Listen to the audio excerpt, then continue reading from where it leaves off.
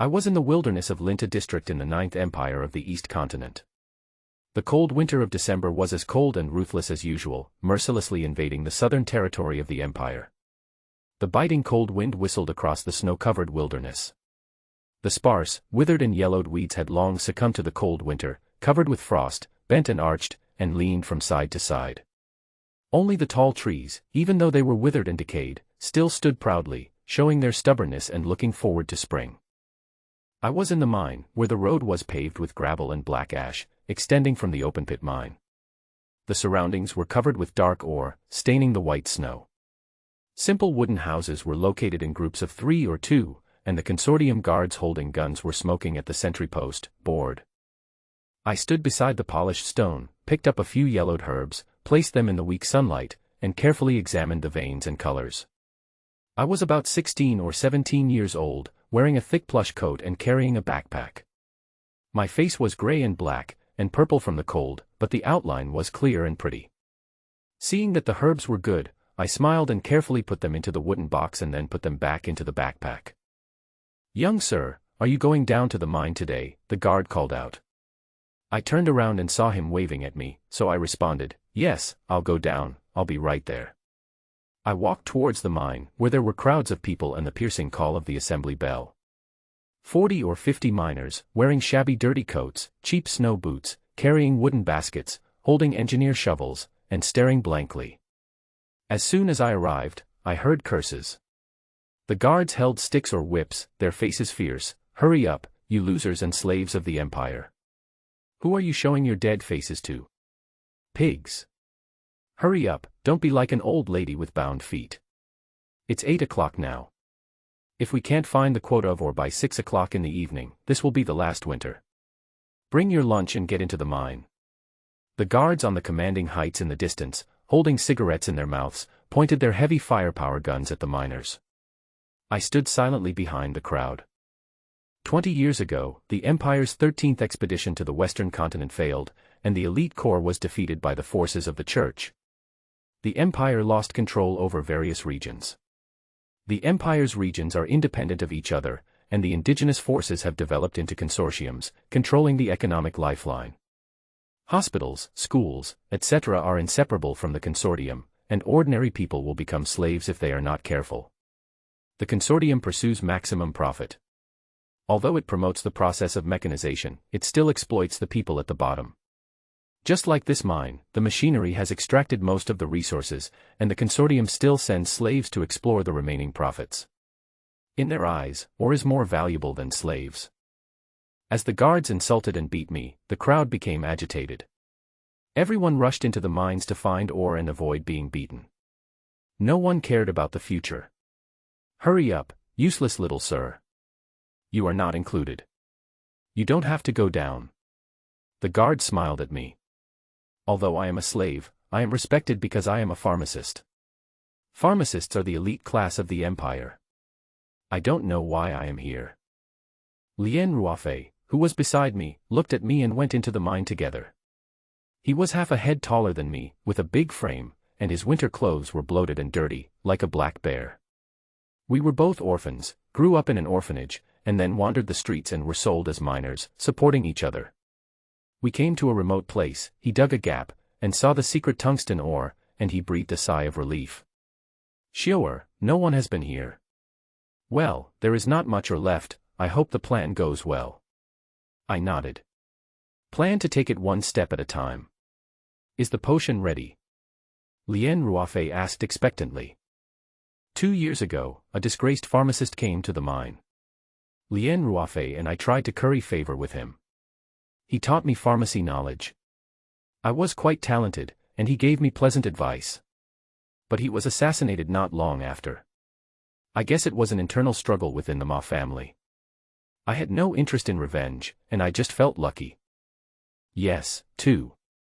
I took out the powder and gave it to him. This is just a semi-finished product of the Force potion. The real potion needs to be prepared in a precise laboratory. I put the powder in my mouth, rinsed my mouth with water to dissolve it, and swallowed it. It can help sense and absorb the Force. The Empire and the Church are constantly at war. If the lower class wants to stand out, They can either become a cultivator or a pharmacist. The cultivator is powerful, and the pharmacist knows the knowledge of herbs and prepares potions. The two are the stars of the times. We both took the potion, and Lien Ruofei took out the Qianjuan method to practice. This is the basic force practice method, and the Empire relies on it to select young people with potential. After a long time, I opened my eyes, and my eyes were lonely. I have a talent for potion, but I have no results in force practice. Lien Ruofei also opened his eyes, with a blank expression. Have you cultivated the force? I asked curiously. No. He shook his head. I patted his shoulder, then I feel much better. He glared at me. We packed up and prepared to go out. Lien Ruofei filled his basket with ore, but I only put a few pieces in to make up the number. Have you had a headache recently? He asked as we walked. Not yet, but I think it will be soon. I rubbed my face in annoyance. I have had headaches since I was a child, and the frequency and severity of headaches have gradually increased, and I have even fainted. Although I know pharmacy, I can't cure myself. Suddenly, footsteps were heard in the quiet mine tunnel. We stopped alertly and stared ahead. The mine tunnels were connected in all directions, and there was an intersection ahead. The air was quiet and we were on guard. A few minutes later, a young man named Sun appeared and waved to me in surprise, "Little sir." Everyone in the mine respected me as "Little sir," and I don't know how sincere it was. "Brother Sun, are you ready to go back?" I asked with a smile. "Yes, I'm lucky today. I found enough ore in advance. Let's go together." He turned sideways to show a full basket of ore. "Brother Sun is so lucky. I haven't found enough yet. Let's look for more." I looked envious. "Little sir, you are joking. Why do you need to mine ore?" He laughed. "Let's mine it all. Master Ma can be killed. I still follow the rules," I said in a low voice. Lien Ruofei suddenly pointed to another mine and said, "Xiao, is that secret tungsten ore?" I looked over and said, "Hey, it really is. Dafei, you have good eyesight." We ran over. The young man surnamed Sun had a gloomy face, and a thin middle-aged man appeared beside him. "What's going on?"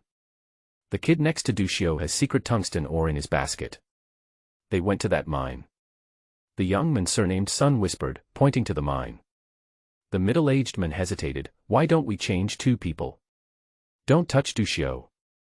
We still have to rely on him to prescribe medicine when we are sick. Don't touch him. The ore is hard to find. If you don't find enough, you will be whipped. You can't survive the first half of the night in the ice and snow. Have you had enough of living?" The young man surnamed Sun threw the basket, and the ore scattered. He only had a few pieces of secret tungsten ore. "Rob the others. Forget it, who can be easy to deal with these people in the mine. Duxiu has a good relationship with the python. We were killed by the python. Don't you want revenge?" It turned out that there were only scraps of tungsten ore left in the mine, and the miners were divided into gangs. Their gang lost the fight with the python gang last month, and only 2 people were left. The middle-aged man thought about it and nodded. He had no good feelings towards me, but decided to kill me at this time. In order not to arouse suspicion, they chased after me with baskets on their backs. When they chased to the corner, I suddenly thrust out the iron spike and inserted it into the neck of the young man surnamed Sunday. He was terrified, but he had no time to react due to inertia. Lien Ruofei's engineer shovel chopped the middle-aged man vertically, and the man's skull was hit and blood flowed. "You little bastard, you ambushed us." He grabbed Lien Ruofei's engineer shovel and raised the iron spike to fight back. I kicked the young man surnamed Sun in the abdomen, and he fell to the ground, twitching while holding his neck, and died. I raised the iron spike and stabbed it at the middle-aged man's heart. The blood on his forehead affected his vision, and he didn't notice the danger. I moved quickly, and the iron spike pierced his heart. The iron spike in his hand fell, and he staggered back. He looked down in disbelief and looked at me. A variety of emotions flashed in his eyes, and he slowly closed his eyes and died. Who found enough ore and is still wandering in the mine? He won't hurt anyone. I curled my lips and rolled my eyes, without any guilt for killing anyone. When we were in the orphanage, the director had us picked, and if we couldn't sell, we would be beaten with sticks. When I was wandering on the streets, I was beaten and robbed by homeless people. When I became a slave, I had to carry ore in the mine with difficulty. During these times, no one taught the abusers to respect life. Ma's pharmacist, I served him for several months before he taught me with great care. After I showed my talent, he wanted to train me for revenge, but I knew I couldn't bear it, and I felt it was fair after burying him. Yes, there is some secret tungsten ore in the basket. Lien Ruafe checked and picked out a dozen pieces. Find a place to put it and use it tomorrow. Okay. At around 5 in the afternoon, I came out of the mine. The sky was yellow, the clouds were low, the wind stopped, and the world was quiet. The sun was setting in late winter, and icicles were hanging on the dead trees. The guards at the entrance of the mine were checking the amount of ore, and there were fierce guards next to them, ready to punish the miners who did not hand in the full amount. As soon as I came out, Captain Ma waved, "Dushio, come." I pointed at the basket, and the guard said speechlessly, "Young man, stop making trouble. I told you not to go down to the mine. People die in the mine every day. Captain Ma is calling you, go quickly, don't cause me trouble."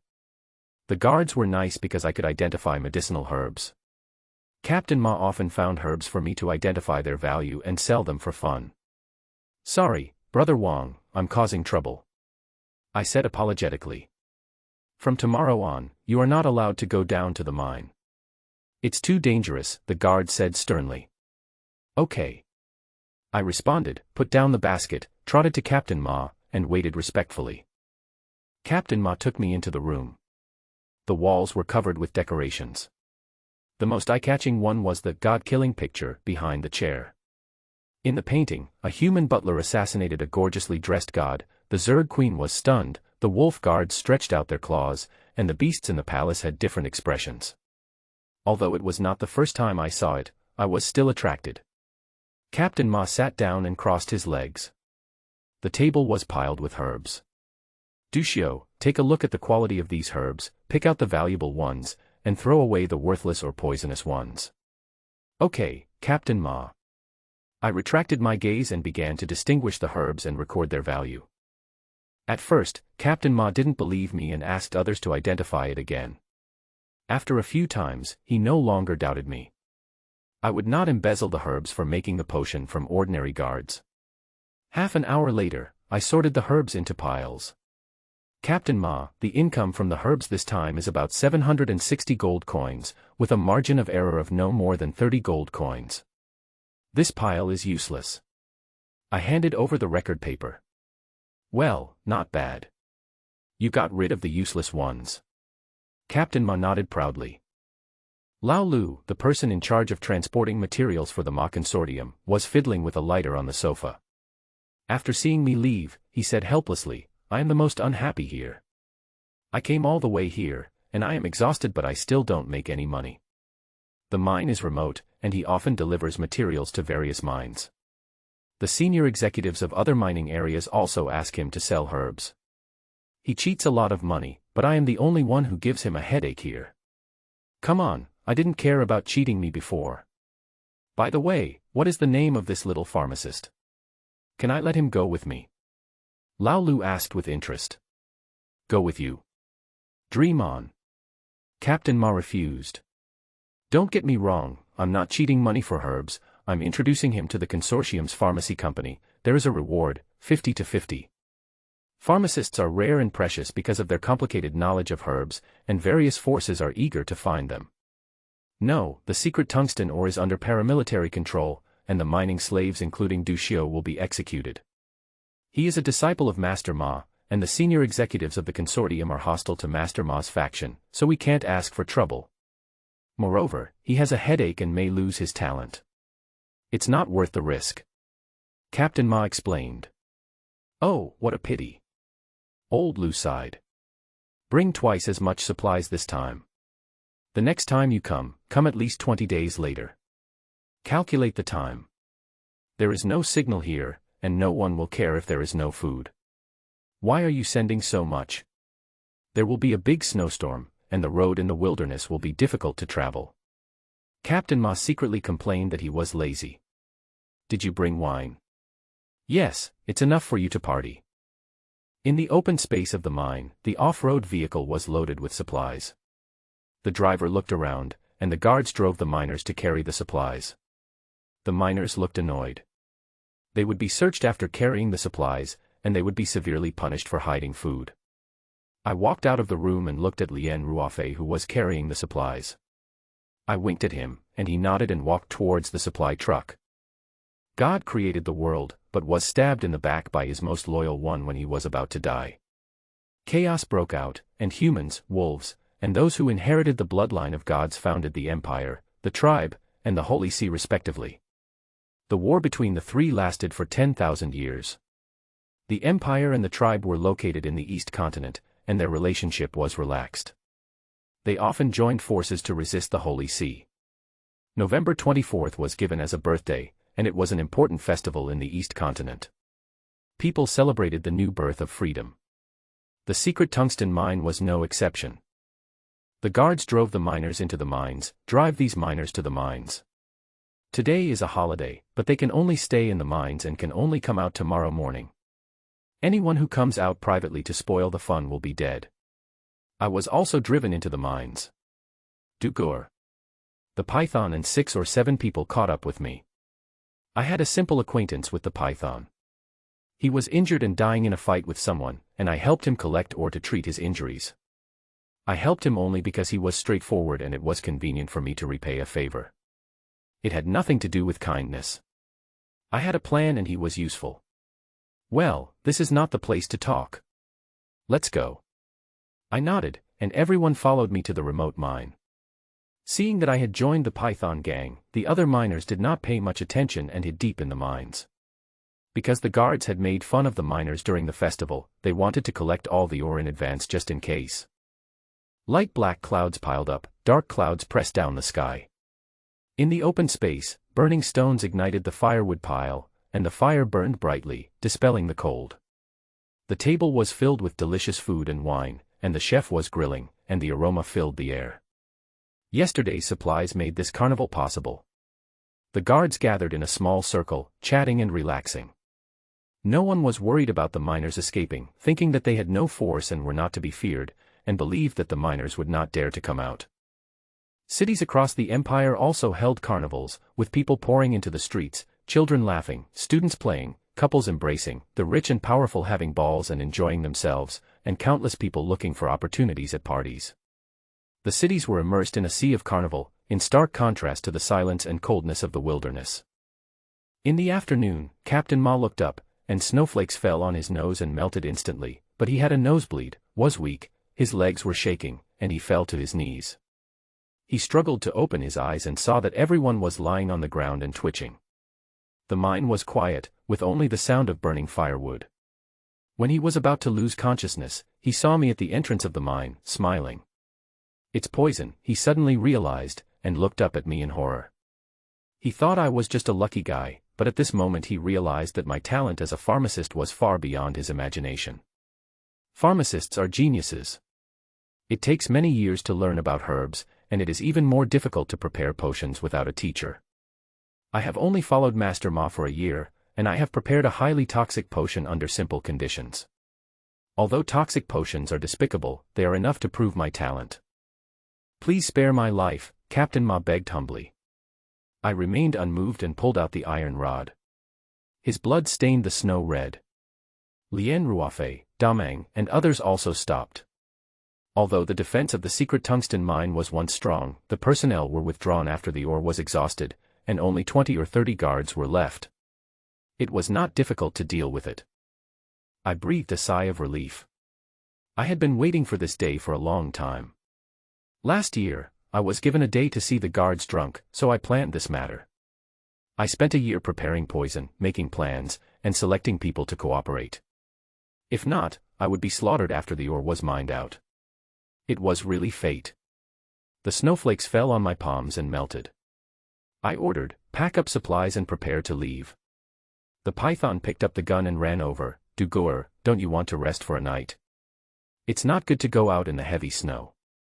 I shook my head. I don't know how long the blizzard will last. Go quickly before the snow blocks the road. The python nodded obediently. Take more firestones. Okay. An hour later, we looted supplies and drove away. The remaining miners in the mine will find a surprise when they come out the next day, but can they come out? Not long after the vehicle left, there was an explosion in the mine, and the mine collapsed, burying everything. The sun sets, the night falls, the snow falls harder and harder, and the wilderness becomes a winter world. Rest here. I see the dense forest ahead to shelter from the wind, so I order the car to stop.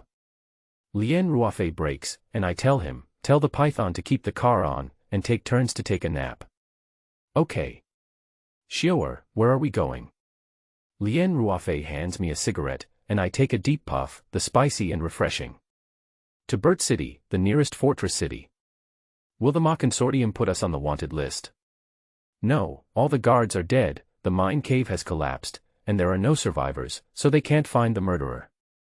We didn't steal too many valuable things, so they may classify it as a robbery by bandits.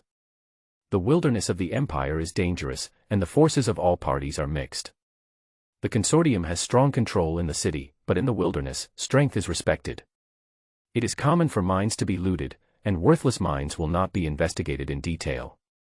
However, deal with the vehicle in advance when you are close to Burt City. The vehicle has the logo of the Ma Consortium, which is easy to be exposed when entering the city. I got off the car to relieve myself and then returned to the car. There was no conversation all night.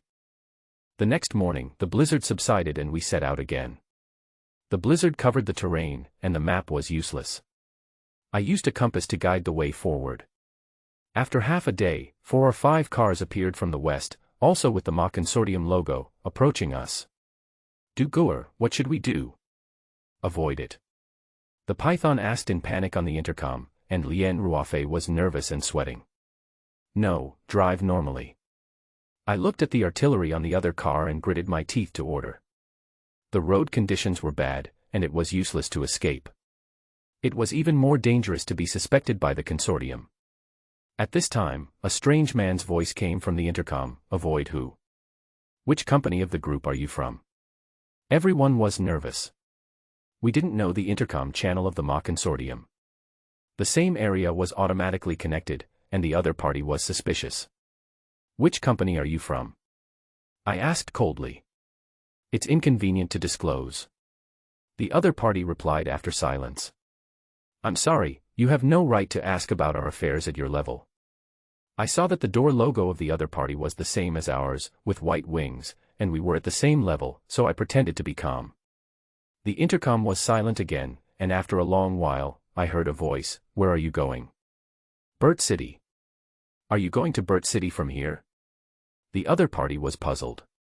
I was stunned. Is it the wrong direction? Without waiting for me to explain, the other party said, what a coincidence, we are also going to Burt City, your convoy should follow behind. I hesitated. Refusing might be stopped by force, so I thought again and agreed. I let go of the intercom, and Lien Ruafei asked anxiously, Xiaoer, isn't it easy to be exposed if you go with them? We have to follow them. If we don't, they will definitely attack if they notice something wrong. We can't outrun the artillery. It is common to pretend to be a convoy in the wilderness. The other party is very vigilant and we can't take risks. Go down and tell Damang and the others clearly. Don't panic, don't talk, and follow my instructions. I told him. Okay. I stopped the car, and Lien Ruafei got out of the car to tell Damang and others. Not long after, the other party's vehicles met us. The passenger window of the leading car was lowered, and a bearded man poked his head out. I also lowered the window and looked at him vigilantly. After he saw the guard uniform on me, he said, follow me closely. He prepared to raise the window. Wait, how do you prove that you are from the Consortium? I asked back in distrust, pretending to take a gun with my right hand. Zhou Yuan lowered the window again, cursing, and took out his ID. Here, open your eyes and take a good look to see if I am from the Consortium. I saw that the ID was Zhou Yuan, the transportation captain of Dingxin Company, nodded, raised the window unhappily, and ignored him. Zhou Yuan was angry. Hey, this little bastard really deserves to be punished. But he didn't check my ID, he just thought I was a young man who had just joined the Consortium and had nothing to fear. Night fell. 8 vehicles were divided into 2 small groups and settled on a hillside away from the wind. Several people cleared the snow and cleared the space. They hammered ground nails into the ground at the 4 corners of the tent, set up the tent with insulation material in the interlayer, and fixed it firmly with windproof ropes. On the ground in the tent, a baffle was laid to keep out the cold, and then several layers of snow rabbit skin were laid. Following the same method, 7 or 8 tents were set up in a short time. The camp was successfully set up. Duxiu and Lien Ruofei, one with an axe on his waist and the other with a gun on his back, brought some tree trunks as thick as their arms from a distance. Under the wet tree trunks with snow, they placed burning stones. The moment the sparks touched the burning stones, a cluster of flames rose up and burned dozens of dark trees on it. In an instant, thick smoke rose up, and at the same time, it also took away the moisture in the tree trunks. The rising smoke became thicker and thicker, and after a few minutes, it turned into flames. Instantly, the fire blazed up, driving away the darkness and illuminating the faces of the people around. 2 groups sat around 2 fires, each keeping warm. Soon after, Zhou Yuan walked towards Duxiu. Duxiu looked up and saw the other man's burly figure, 3 M134 rapid-fire machine guns and a 107mm cannon mounted on the vehicle behind him, which put him under great pressure. Currently, these weapons of mass destruction are controlled by people, and their eyes are wandering on Duxiu and others. Except for Duxiu and Lien Ruofei, the miners Zhou Yuan looked at lowered their heads and did not dare to look at him. Zhou Yuan was sure that there were no masters among this group of people. "Boy, what are you doing in the no man's land?" "Transporting supplies," Duxiu said in a low voice after a moment of silence. "With a few of you?" Zhou Yuan sneered. Facing Zhou Yuan's sarcasm, Duxiu was not angry. He rolled the barbecue in his hand, raised his eyelids and said, "Of course there are more than one. The captain took a few people to chase the beast." "What beast?" "Level 2 snow wolf." Zhou Yuan's eyes flickered. No wonder this kid is so fearless. The original cultivator who can chase the level 2 snow wolf is at least in the Kaiqiao realm.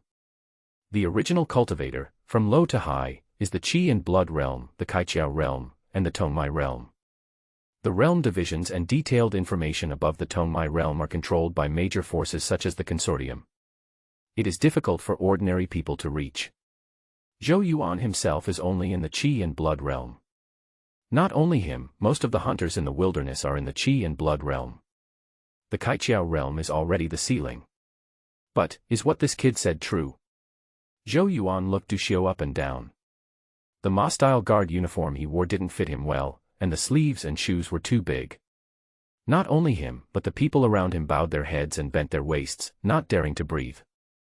They didn't look like a consortium at all, but slaves. With such personnel, would there be a strongman in the Kaiqiao realm leading them? What would a strongman in the Kaiqiao realm think of, leading this bunch of trash? Although there were many loopholes, Duxiu's calmness still made Zhou Yuan wary. What if? He didn't dare to gamble.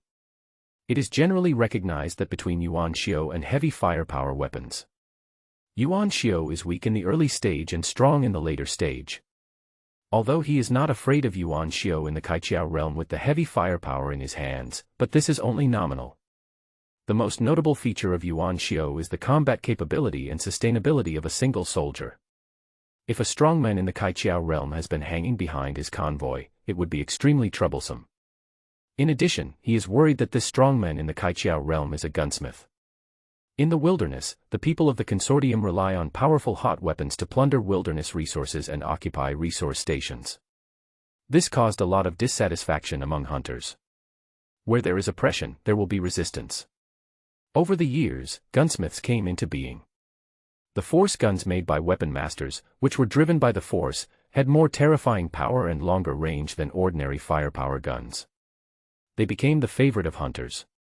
Because of the appearance of gunsmiths, the Consortium gradually restrained its actions in the wilderness. Seeing Zhou Yuan was afraid to take action, Duxiu breathed a sigh of relief. Originally, he thought that as long as he could prove that he was a member of the Consortium, he could get away with it and temporarily save his life. But soon, Duxiu discovered a new problem. Zhou Yuan and his group were not right. They might not be members of the Consortium. Or, even if they were members of the consortium, they were full of lies and might do something to him. In the past, when identifying herbs for Captain Ma, the people who came to deliver daily necessities often mentioned that there was a small town 200 kilometers away from the secret tungsten mine, where hunters rested and replenished supplies. They wanted to lower the price and buy the herbs in Captain Ma's hands at a low price. That town was the only way from Burt City to the secret tungsten mine. Now they have driven at least 300 kilometers, and there is no shadow of the town. This shows that they are not going to Burt City at all. Thinking of the other party's surprise when they heard that their destination was Burt City during the day. The other party must have found that they were lost. But he did not remind him, but let him follow him. At first, Du Xiu did not understand the other party's intention. When Zhou Yuan said the 4 words, shrimp soldiers and crab generals, Du Xiu suddenly realized. Zhou Yuan and himself were at peace, not because of the friendship between colleagues in the consortium, but because he wanted to find out his background before taking action. The so-called Level 2 Snow Wolf was naturally made up. Du Xiu had to invent a strongman to protect himself. He bet that the other party would not dare to take risks. Facts proved that his bet was right. After hearing that the captain was chasing the Level 2 Snow Wolf, the other party stopped being aggressive. Seeing Zhou Yuan turn around and leave, everyone's hanging hearts finally let go. Next to the python. A man with inverted triangle eyes poked the person next to him without leaving a trace. The two looked at each other, and there was hesitation in their eyes. The bonfire flickered, and the night gradually darkened. In groups of 2, everyone returned to the tent. The man with inverted triangle eyes lowered his voice and said to the young men, "Don't sleep too much today. Wait until 12 o'clock and we will leave here." "Brother, are you sure? In this heavy snow, how far can we run?" "It's better to follow the young master and take care of each other." "Take care of bullshit, although I don't know how far Burt City is from here, but we have been walking for almost 2 days, and it will probably not take long to get there. Before we met that bearded man, we could destroy the vehicles in advance and enter the city. Now we can only enter the city under the identity of the consortium. But if we enter the city as a consortium, isn't this courting death?" The men with inverted triangle eyes snorted coldly. "Didn't Brother Mang say that the young master has a way to take us to escape, and asked us to talk less and do less? Are you really stupid or just pretending to be stupid?" Du Xiu is a pharmacist. Even if he is exposed in the city, the consortium's interest-first style of doing things will not kill him. But what about us? We are real slaves. Do you think we will get anything good if we go into the city?" The men with inverted triangle eyes glared at the young man, looking disappointed. That's true, brother. What should we do next?" "When it's 12 o'clock, I'll go get the burning stone and you go get the dried meat. There's no need to get water. There's snow, so we won't die of thirst. Let's leave here secretly. There is a forest not far away. We can escape from there." The men with inverted triangle eyes advised. "Okay." The moonlight was hazy. The careless moonlight was scattered on the wilderness covered in silver. The crystal snow reflected a cold luster. The earth was quiet.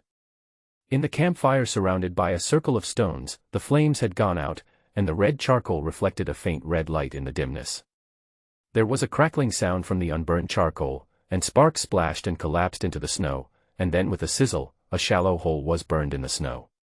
At this time, 2 figures with guns on their backs emerged from a tent. Squeak.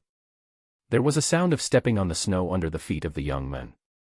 The men with inverted triangle eyes looked at him expressionlessly, and then pointed at his feet. Indicated to the young man that the snow that had not been stepped on by anyone should be waded through. The young man nodded hurriedly. The 2 tiptoed to the vicinity of the vehicle and packed up their belongings. When they were about to leave, a voice sounded behind them. "Where are you 2 going?" The men with the inverted triangle eyes looked back. A big bearded man, like a black bear, stood in the snow, with a pitch-black muzzle pointed at them. "Captain Zhou. Zhou, let's go around. Take so many supplies out for a walk," Zhou Yuan pouted, indicating the mountaineering bag on his back. The men with the inverted triangle eyes smiled awkwardly and said nothing. "If you can't give me a reason, I can't let you 2 go easily." Zhou Yuan sneered. Hearing this, the men with the inverted triangle eyes looked uncertain, and he never had the courage to raise the gun in his hand. Once he fired, it would definitely wake up the others, and they would definitely not be able to escape. Besides, they had never touched a gun before, and their shooting skills were not accurate. Although the Qi and Blood Realm Yuan Xiao could not be completely immune to bullets, their physical fitness and nerve reaction were improved, and they were destined not to be threatened by half-baked gunmen like them. It would be even more costly to anger Zhou Yuan at that time. "Captain Zhou, I'll tell you a secret, but you have to promise to let us go." The man with the inverted triangle eyes gritted his teeth. Zhou Yuan was from the consortium, and catching Du Xiu and the other slaves who had killed people and escaped was more or less an achievement. "Tell me about it. If it's valuable, maybe I'll let you go." Zhou Yuan raised his eyebrows. "Actually, we are from the mine." When the man with the inverted triangle eyes was about to say it, two people suddenly jumped out of a tent. The submachine guns in their hands burst out two hot flames and shot at the men with the inverted triangle eyes. At the moment of hearing the gunshot, Zhou Yuan reacted very quickly and fell to the ground in the snow, and then rolled over to hide his body in a relatively low-lying depression. Opposite Zhou Yuan, the men with the inverted triangle eyes and the young man next to him were instantly shot into sieves. The bullets even ignited the burning stones in the backpack. Suddenly, two dead firemen appeared in the snow. The people who killed them were Du Xiu and Lien Ruofei. Seeing the two dead people, Zhou Yuan was so angry that his face turned black. The sudden gunshot startled him, and he didn't know if it was an illusion, but he felt that several bullets were fired at him. Did these two guys want to kill the escaped people, or kill him too? Hearing the gunshots, the people who were resting were awakened, and hurriedly took their weapons and walked out of the tent to check the situation. The Python and others automatically surrounded Du Xiu, holding the guns they got from the mine. But the posture and momentum of holding the guns, anyone with a discerning eye could see the word "guilty" from their body language. Relatively speaking, Zhou Yuan's people were much more professional. They took a quick look at the scene, and according to the division of labor in the team, each of them held a heavy weapon, looked for obstacles, dispersed and arranged, and pointed the muzzle at Du Xiu and his group. Zhou Yuan stood up from the snow, looked back, and saw that his people had already arranged the firepower point, and immediately came to Du Xiu angrily. He raised his hand and slapped Du Xiu in the face. "What do you want to do, you little bastard? What does it have to do with you that we deal with deserters?" Du Xiu's face flushed with anger. "Just now, that man said he wanted to tell me a secret, but you beat him to death before he could even open his mouth. What kind of shameless business is going on between you? Wait until our captain comes, then ask him." Zhou Yuan grabbed Du Xiu's collar, his eyes flashing with coldness, and said, "Boy, don't scare me with your captain. If you keep being shameless, I will kill you directly. By then, whether your captain can find me or not is still a question." Du Xiu was silent for a moment, a trace of fear flashed in his eyes, and he said with humiliation, "We are actually from the mine transportation team." "Mine transportation team? Why is the transportation team so secretive, transporting military-controlled ore?" The few words that came out of Du Xiu's mouth made Zhou Yuan stunned for a moment, and then his scalp numbed. Involving military-controlled items means a lot of trouble. The consortium is indeed a cover-up in the local area. But it does not mean that military-controlled items can be sold unscrupulously. This is the age of war, and all ideologies need to be aligned with war. Military-controlled items are definitely the core secrets of the Empire and the consortium, and getting involved will be troublesome. Du Xiu turned to Lien Ruofei and said, "Go take the ore off the car and let Captain Zhou check it." Lien Ruofei turned and left. "Forget it, just pretend I don't know about it." Zhou Yuan felt unlucky and waved his hands repeatedly. "Are you kidding? Military-controlled items are a hot potato. There is absolutely no benefit in getting involved. No wonder with the quality of this group of people, there is actually a Kaiqiao realm leading the team. It turns out to be escorting military-controlled ores. Moreover, these people are probably the abandoned children of the consortium. The kind that needs to be disposed of after transportation." When the two were silent, there was a dong dong dong sound. The sound came from Zhou Yuan's convoy. The other vehicles were off-road vehicles, but the vehicle that made the sound had a closed compartment at the back. There were people in the compartment. The strange noise came during the confrontation. Everyone present couldn't help but turn their eyes to the compartment. In an instant, the atmosphere became tense again. "In that case, can Captain Zhou let go?" Du Xiu retracted his gaze from the carriage and snorted. "Haha, little brother, It's a misunderstanding, it's all a misunderstanding. In addition, I just found out tonight that the route was off. This road is not the way to Burt City, but it's too late to turn back now. There is a hunter town ahead, and we will probably reach it tomorrow afternoon. Then we can rest and go our separate ways in the future. How about it? Zhou Yuan let go of his hand and said with a fake smile. Okay. Du Xiu uttered a word. Zhou Yuan waved his hand back, and his men put away their guns. As Zhou Yuan turned and left, the tense atmosphere in the camp eased. Back in the tent. The anger on Du Xiu's face turned calm. It seemed that the young man who was embarrassed outside just now was not him. Lien Ruofei glanced at Du Xiu and sighed in his heart. Du Xiu seemed to always wear a mask on his face. This mask would render different emotions according to different scenes. Gentle, enthusiastic, unwilling, angry, indifferent. All kinds of emotions can be switched at will as long as necessary. You are so brave that you are not afraid of being exposed. Lien Ruofei lit 2 cigarettes and handed one to Du Xiu. Du Xiu rubbed his face and took the cigarette. Secret tungsten ore is only a quasi-military controlled ore. Although only one more word quasi was added, its control intensity has been reduced by more than 1 level. From the guards of the secret tungsten mine, it can be seen that Captain Ma is just an ordinary person. The incident happened suddenly, and it was also out of helplessness. Du Xiu flicked the ash outside the tent. Suddenly, he thought of something and was a little dazed. 2 hours later, when they are all asleep, we will sneak away from here. How I leave suddenly? The importance of military-controlled items is beyond doubt. It is precisely because it is too important that our captain has not shown up, which has become a problem. Du Xiu said quickly. Level 2 beasts are indeed valuable, but no matter how valuable they are not as valuable as military-controlled items. Hunting beasts and making extra money is human nature. But in order to hunt the beast, he didn't show up for 2 days, and handed such an important item to ordinary people like him who didn't even have heavy firepower to escort. This situation is too outrageous.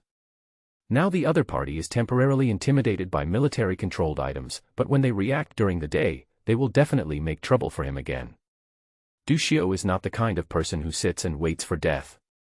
In this situation, either suddenly attack Zhou Yuan's team and annihilate the other party in one fell swoop to eliminate future troubles. Or take advantage of the night and sneak away quietly. But the former is definitely not possible. This kind of team that wanders in the wilderness all year round must have people guarding at night. Relying on their group of wilderness fledglings, a rash attack is like an egg hitting a stone. So they can only run away quickly. Okay. What about the python? If we don't notify them, there will be too many people and eyes, and it will be noisy, and it will be easy to get into trouble. There are only 2 of us. Du Xiu said lightly. Although the python listened to him very much, Du Xiu didn't owe him anything. Du Xiu would not mind giving him a hand if he had the ability, but he would never show sympathy when he was in danger. Okay, Lien Ruofei nodded. The 2 of them had already prepared to run away at any time. They always carried a backpack with them, which contained a lot of daily necessities, so they did not have to search for supplies in the car like the 2 miners just now. After Zhou Yuan arranged the people to be on guard at night, he did not return to the tent immediately, but returned to the car instead. After a while, another middle-aged man came over. He raised his wrist and checked the time. Old Zhou, why are you not going back to sleep at 1 in the morning? What are you thinking about here? I'm a little upset. Did you hear what that kid said just now? Yes, I'm a little surprised that military-controlled items would be given to some young boys to transport. His captain is really bold. Besides, the people in the car just woke up, and the knocking sound was heard by those people. Are you worried that these people will leak the news? Well, who knows who they will tell. This is a business that will cost us our lives, and we must not let anyone find out. Spider is no exception. The guards drove the miners into the mine. Drive these miners to the mine. Today is a day off, but they can only stay in the mine and can come out tomorrow morning. Anyone who comes out privately to ruin their fun will be dead. I was also driven into the mine. Brother Du. The python brought 6 or 7 people to catch up with me. My acquaintance with the python was simple. He was injured and dying in a fight with others, and I helped him collect ore to treat his wounds. I helped him only because he was straightforward and it was convenient for me to repay him. It had nothing to do with kindness. I had a plan and he was useful. Well, this is not the place to talk. Let's go. I nodded, and everyone followed me to the remote mine. Seeing that I had joined the Python gang, the other miners did not pay much attention and hid in the depths of the mine. Because the guards had made fun of the miners during the festival, they wanted to collect all the ore in advance just in case. Light black clouds piled up, dark clouds pressed down the sky. In the open space, burning stones ignited the firewood pile, and the fire burned brightly, dispelling the cold. The table was filled with delicious food and wine, and the chef was grilling, and the aroma filled the air. Yesterday's supplies made this carnival possible. The guards gathered in a small circle, chatting and relaxing. No one was worried about the miners escaping, thinking that they had no force and were not to be feared, and believed that the miners would not dare to come out. Cities across the empire also held carnivals, with people pouring into the streets, children laughing, students playing, couples embracing, the rich and powerful having balls and enjoying themselves, and countless people looking for opportunities at parties. The cities were immersed in a sea of carnival, in stark contrast to the silence and coldness of the wilderness. In the afternoon, Captain Ma looked up, and snowflakes fell on his nose and melted instantly, but he had a nosebleed, was weak, his legs were shaking, and he fell to his knees. He struggled to open his eyes and saw that everyone was lying on the ground and twitching. The mine was quiet, with only the sound of burning firewood. When he was about to lose consciousness, he saw me at the entrance of the mine, smiling. It's poison, he suddenly realized, and looked up at me in horror. He thought I was just a lucky guy, but at this moment he realized that my talent as a pharmacist was far beyond his imagination. Pharmacists are geniuses. It takes many years to learn about herbs, and it is even more difficult to prepare potions without a teacher. I have only followed Master Ma for a year, and I have prepared a highly toxic potion under simple conditions. Although toxic potions are despicable, they are enough to prove my talent.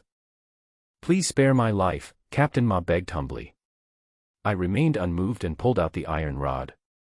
His blood stained the snow red. Lien Ruofei, Damang, and others also stopped.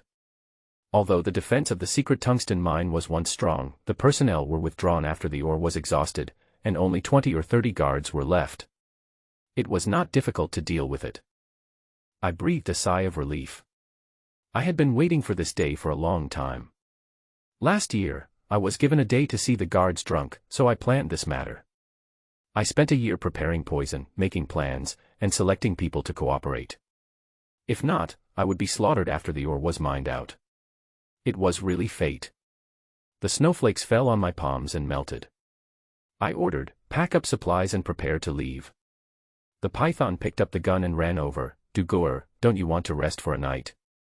It's not good to go out in the heavy snow. I shook my head. I don't know how long the blizzard will last.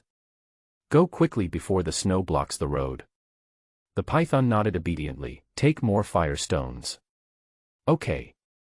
An hour later, we looted supplies and drove away. The remaining miners in the mine will find a surprise when they come out the next day, but can they come out? Not long after the vehicle left, there was an explosion in the mine, and the mine collapsed, burying everything. The sun sets, the night falls, the snow falls harder and harder, and the wilderness becomes a winter world. Rest here. I see the dense forest ahead to shelter from the wind, so I order the car to stop. Lien Ruofei brakes, and I tell the python to keep the car on, and take turns to take a nap. Okay. Xiaoer, where are we going? Lien Ruofei hands me a cigarette, and I take a deep puff, the spicy and refreshing. To Burt City, the nearest fortress city. Will the Ma Consortium put us on the wanted list? No, all the guards are dead, the mine cave has collapsed, and there are no survivors, so they can't find the murderer. We didn't steal too many valuable things, so they may classify it as a robbery by bandits. The wilderness of the empire is dangerous, and the forces of all parties are mixed. The consortium has strong control in the city, but in the wilderness, strength is respected. It is common for mines to be looted, and worthless mines will not be investigated in detail. However, deal with the vehicle in advance when you are close to Burt City. The vehicle has the logo of the Ma Consortium, which is easy to be exposed when entering the city. I got off the car to relieve myself and then returned to the car. There was no conversation all night. The next morning, the blizzard subsided and we set out again. The blizzard covered the terrain, and the map was useless. I used a compass to guide the way forward. After half a day, 4 or 5 cars appeared from the west, also with the Ma Consortium logo, approaching us. Du Goer, what should we do? Avoid it. The Python asked in panic on the intercom, and Lien Ruafe was sweating nervously. No, drive normally. I looked at the artillery on the other car and gritted my teeth to order. The road conditions were bad, and it was useless to escape. It was even more dangerous to be suspected by the consortium. At this time, a strange man's voice came from the intercom. Avoid who? Which company of the group are you from? Everyone was nervous. We didn't know the intercom channel of the Ma Consortium. The same area was automatically connected, and the other party was suspicious. Which company are you from? I asked coldly. It's inconvenient to disclose. The other party replied after silence. I'm sorry, you have no right to ask about our affairs at your level. I saw that the door logo of the other party was the same as ours, with white wings, and we were at the same level, so I pretended to be calm. The intercom was silent again, and after a long while, I heard a voice. Where are you going? Burt City. Are you going to Burt City from here? The other party was puzzled. I was stunned. Is it the wrong direction? Without waiting for me to explain, the other party said, what a coincidence, we are also going to Burt City, your convoy should follow behind. I hesitated. Refusing might be stopped by force, so I thought again and agreed. I let go of the intercom, and Lien Ruafe asked anxiously, Xiaoer, isn't it easy to be exposed if you go with them? We have to follow them. If we don't, they will definitely attack if they notice something wrong. We can't outrun the artillery. It is common to pretend to be a convoy in the wilderness. The other party is very vigilant and we can't take risks. Go down and tell Damang and the others clearly. Don't panic, don't talk, and follow my instructions. I told him. Okay. I stopped the car, and Lien Ruafe got out of the car to tell Damang and others. Not long after, the other party's vehicles met us. The passenger window of the leading car was lowered, and a bearded man poked his head out. I also lowered the window and looked at him vigilantly. After he saw the guard uniform on me, he said, follow me closely. He prepared to raise the window. Wait, how do you prove that you are from the consortium? I asked back in distrust, pretending to take a gun with my right hand. Zhou Yuan lowered the window again, cursing and took out his ID. Here, open your eyes and take a good look to see if I am from the consortium. I saw that the ID was Zhou Yuan, the transportation captain of Dingxing Company, nodded, raised the window unhappily, and ignored him. Zhou Yuan was angry. Hey, this little bastard really deserves to be punished. But he didn't check my ID, he just thought I was a young man who had just joined the consortium and had nothing to fear. Night fell. 8 vehicles were divided into 2 small groups and settled on a hillside away from the wind. Several people cleared the snow and cleared the space. They hammered ground nails into the ground at the 4 corners of the tent, set up the tent with insulation material in the interlayer, and fixed it firmly with windproof ropes. On the ground in the tent, a baffle was laid to keep out the cold, and then several layers of snow rabbit skin were laid. Following the same method, 7 or 8 tents were set up in a short time. The camp was successfully set up. Du Xiu and Lien Ruafe, one with an axe on his waist and the other with a gun on his back, brought some tree trunks as thick as their arms from a distance. Under the wet tree trunks with snow, they placed burning stones. The moment the sparks touched the burning stones, a cluster of flames rose up and burned dozens of dark trees on it. In an instant, thick smoke rose up, and at the same time, it also took away the moisture in the tree trunks. The rising smoke became thicker and thicker, and after a few minutes, it turned into flames. Instantly, the fire blazed up, driving away the darkness and illuminating the faces of the people around.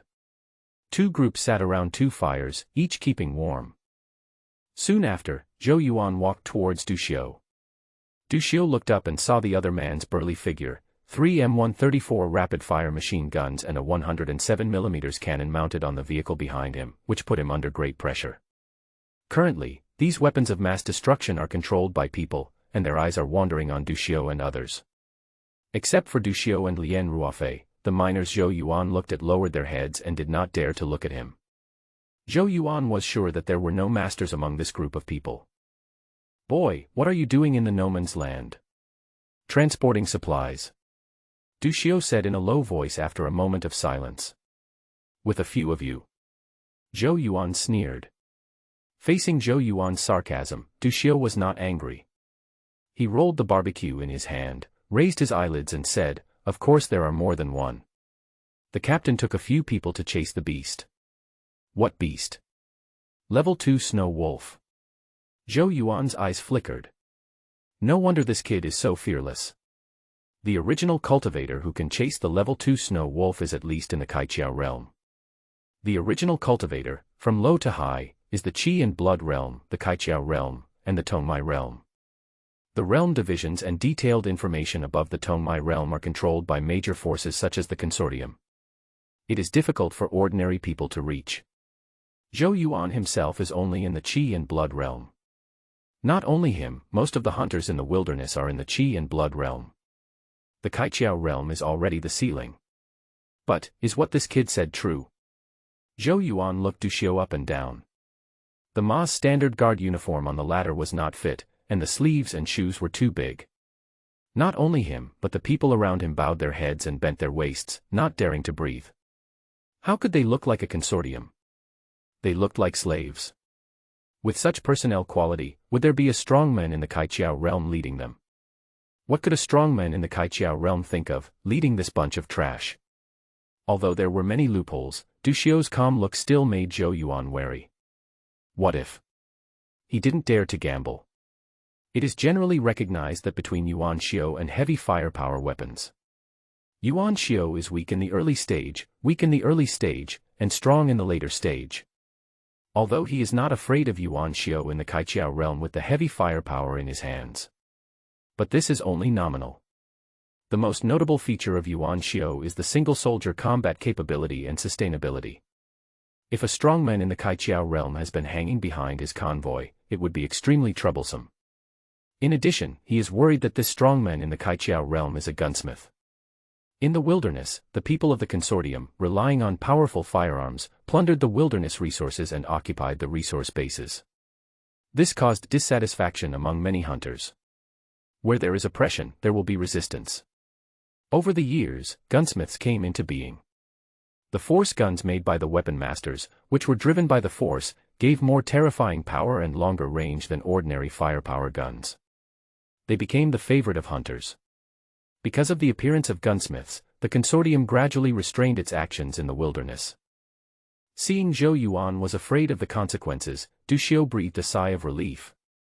Originally, he thought that as long as he could prove that he was from the Consortium, he could get away with it and temporarily save his life. But soon, Du Xiu discovered a new problem. Zhou Yuan and his group were not right. They might not be from the Consortium. Or, even if they were from the Consortium, they were full of lies and might do something to him. In the past, when identifying herbs for Captain Ma, the people who came to deliver daily necessities often mentioned that there was a small town 200 kilometers away from the secret tungsten mine, where hunters rested and replenished supplies. They wanted to lower the price and buy the herbs from Captain Ma at a low price. That town was the only way from Burt City to the secret tungsten mine. Now they have driven at least 300 kilometers, and there is no shadow of the town. This means that they are not going to Burt City at all. Thinking of the other party's surprise when they heard that their destination was Burt City during the day. The other party must have found that they were lost. But he did not remind him, but let him follow him. At first, Du Xiu did not understand the other party's intention.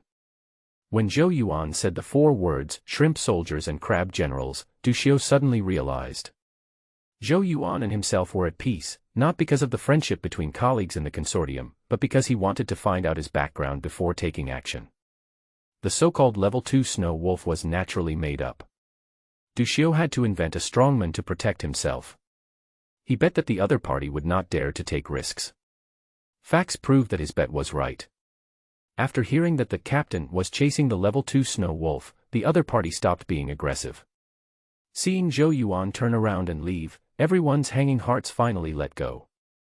Next to the python, a man with inverted triangle eyes poked the person next to him without leaving a trace. The two looked at each other, and there was hesitation in their eyes. The bonfire flickered, and the night gradually darkened. In groups of two, everyone returned to the tent. The man with inverted triangle eyes lowered his voice and said to the young men, "Don't sleep too much today. Wait until 12 o'clock and we will leave here." "Brother, are you sure? In this heavy snow, how far can we run? It's better to follow the young master and take care of each other." "Take care of bullshit, although I don't know how far Bird City is from here, but we have been walking for almost 2 days, and it will probably be here soon. Before we met that bearded man, we could destroy the vehicles in advance and enter the city. Now we can only enter the city under the identity of the consortium. But if we enter the city as a consortium, isn't this courting death?" The men with inverted triangle eyes snorted coldly. "Didn't Brother Mang say that the young master has a way to take us to escape, and asked us to talk less and do less? Are you really stupid or just pretending to be stupid? Du Xiao is a pharmacist. Even if he is exposed in the city, the consortium's interest-first style of doing things will not kill him. But what about us? We are real slaves. Do you think we will get anything good if we go into the city?" The men with inverted triangle eyes glared at the young man, looking disappointed. That's true, brother. What should we do next?" "When it's 12 o'clock, I'll go get the burning stone and you go get the dried meat. There's no need to get water. There's snow, so we won't die of thirst. Let's leave here secretly. There is a forest not far away. We can escape from there." The men with inverted triangle eyes advised. "Okay." The moonlight is hazy. The careless moonlight is scattered on the snow-covered wilderness. The crystal snow reflects the cold luster. The earth is quiet. The flames in the bonfire surrounded by a circle of stones had gone out, and the red charcoal reflected a faint red glow in the dimness. A crackling sound came from the unburned charcoal, and sparks splashed out and collapsed into the snow, followed by a sizzling sound, burning a shallow hole in the snow. At this time, 2 figures carrying guns came out of a tent. The young man's feet made a sound of stepping on the snow. The men with inverted triangle eyes looked at him expressionlessly, then pointed at his feet, indicating that the young man should wade through the snow that had not been stepped on by others. The young man nodded quickly. The 2 men tiptoed to the vehicle and packed their belongings. When they were about to leave, a voice sounded behind them. "Where are you 2 going?" The men with inverted triangle eyes looked back. A big man with a beard, like a black bear, stood in the snow, with a pitch-black gun pointed at them. "Captain Joe. Captain Joe, let's go around. Take so many supplies and go around." Zhou Yuan pouted, indicating the backpack on his back. The men with inverted triangle eyes smiled awkwardly and said nothing. "If you can't give me a reason, I can't let you 2 off easily." Zhou Yuan sneered. Hearing this, the men with the inverted triangle eyes had a changeable look on his face, and he didn't have the courage to raise the gun in his hand. Once he fired, it would definitely wake up the others, and they would definitely not be able to escape. Moreover, they had never touched a gun before, and their shooting skills were not accurate.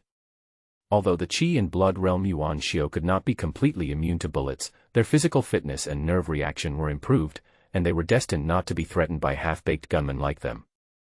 If they angered Zhou Yuan at that time, it would be even more costly. "Captain Zhou, I'll tell you a secret, but you have to promise to let us go." The men with inverted triangle eyes gritted his teeth. Zhou Yuan was from the consortium, and catching Du Xiao and the other slaves who had killed people and escaped was a merit. "Tell me about it. If it's valuable, maybe I'll let you go." Zhou Yuan raised his eyebrows. "Actually, we are from the mine," the men with the inverted triangle eyes was about to say. 2 people suddenly jumped out of a tent. The submachine guns in their hands shot out 2 hot flames, shooting at the men with the inverted triangle eyes. The moment he heard the gunshot, Zhou Yuan reacted very quickly and fell to the ground in the snow, and then rolled over, hiding his body in a relatively low depression. Opposite Zhou Yuan, the men with the inverted triangle eyes and the young man next to him were instantly shot into sieves. The bullets even ignited the firestones in the backpack. Suddenly, 2 dead firemen appeared in the snow. The murderers were Du Xiao and Lian Ruofei. Zhou Yuan was so angry when he saw the 2 dead men that his face turned black. The sudden gunshot startled him, and he didn't know if it was an illusion, but he felt that several bullets were shot at him. Did these two guys want to kill the escaped men, or kill him too? Hearing the gunshots, the people who were resting were awakened and hurriedly took their weapons and walked out of the tent to check the situation. The python and the others automatically gathered around Dushio, holding the guns they got from the mine.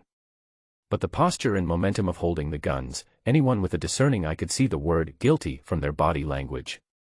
Relatively speaking, Zhou Yuan's people were much more professional.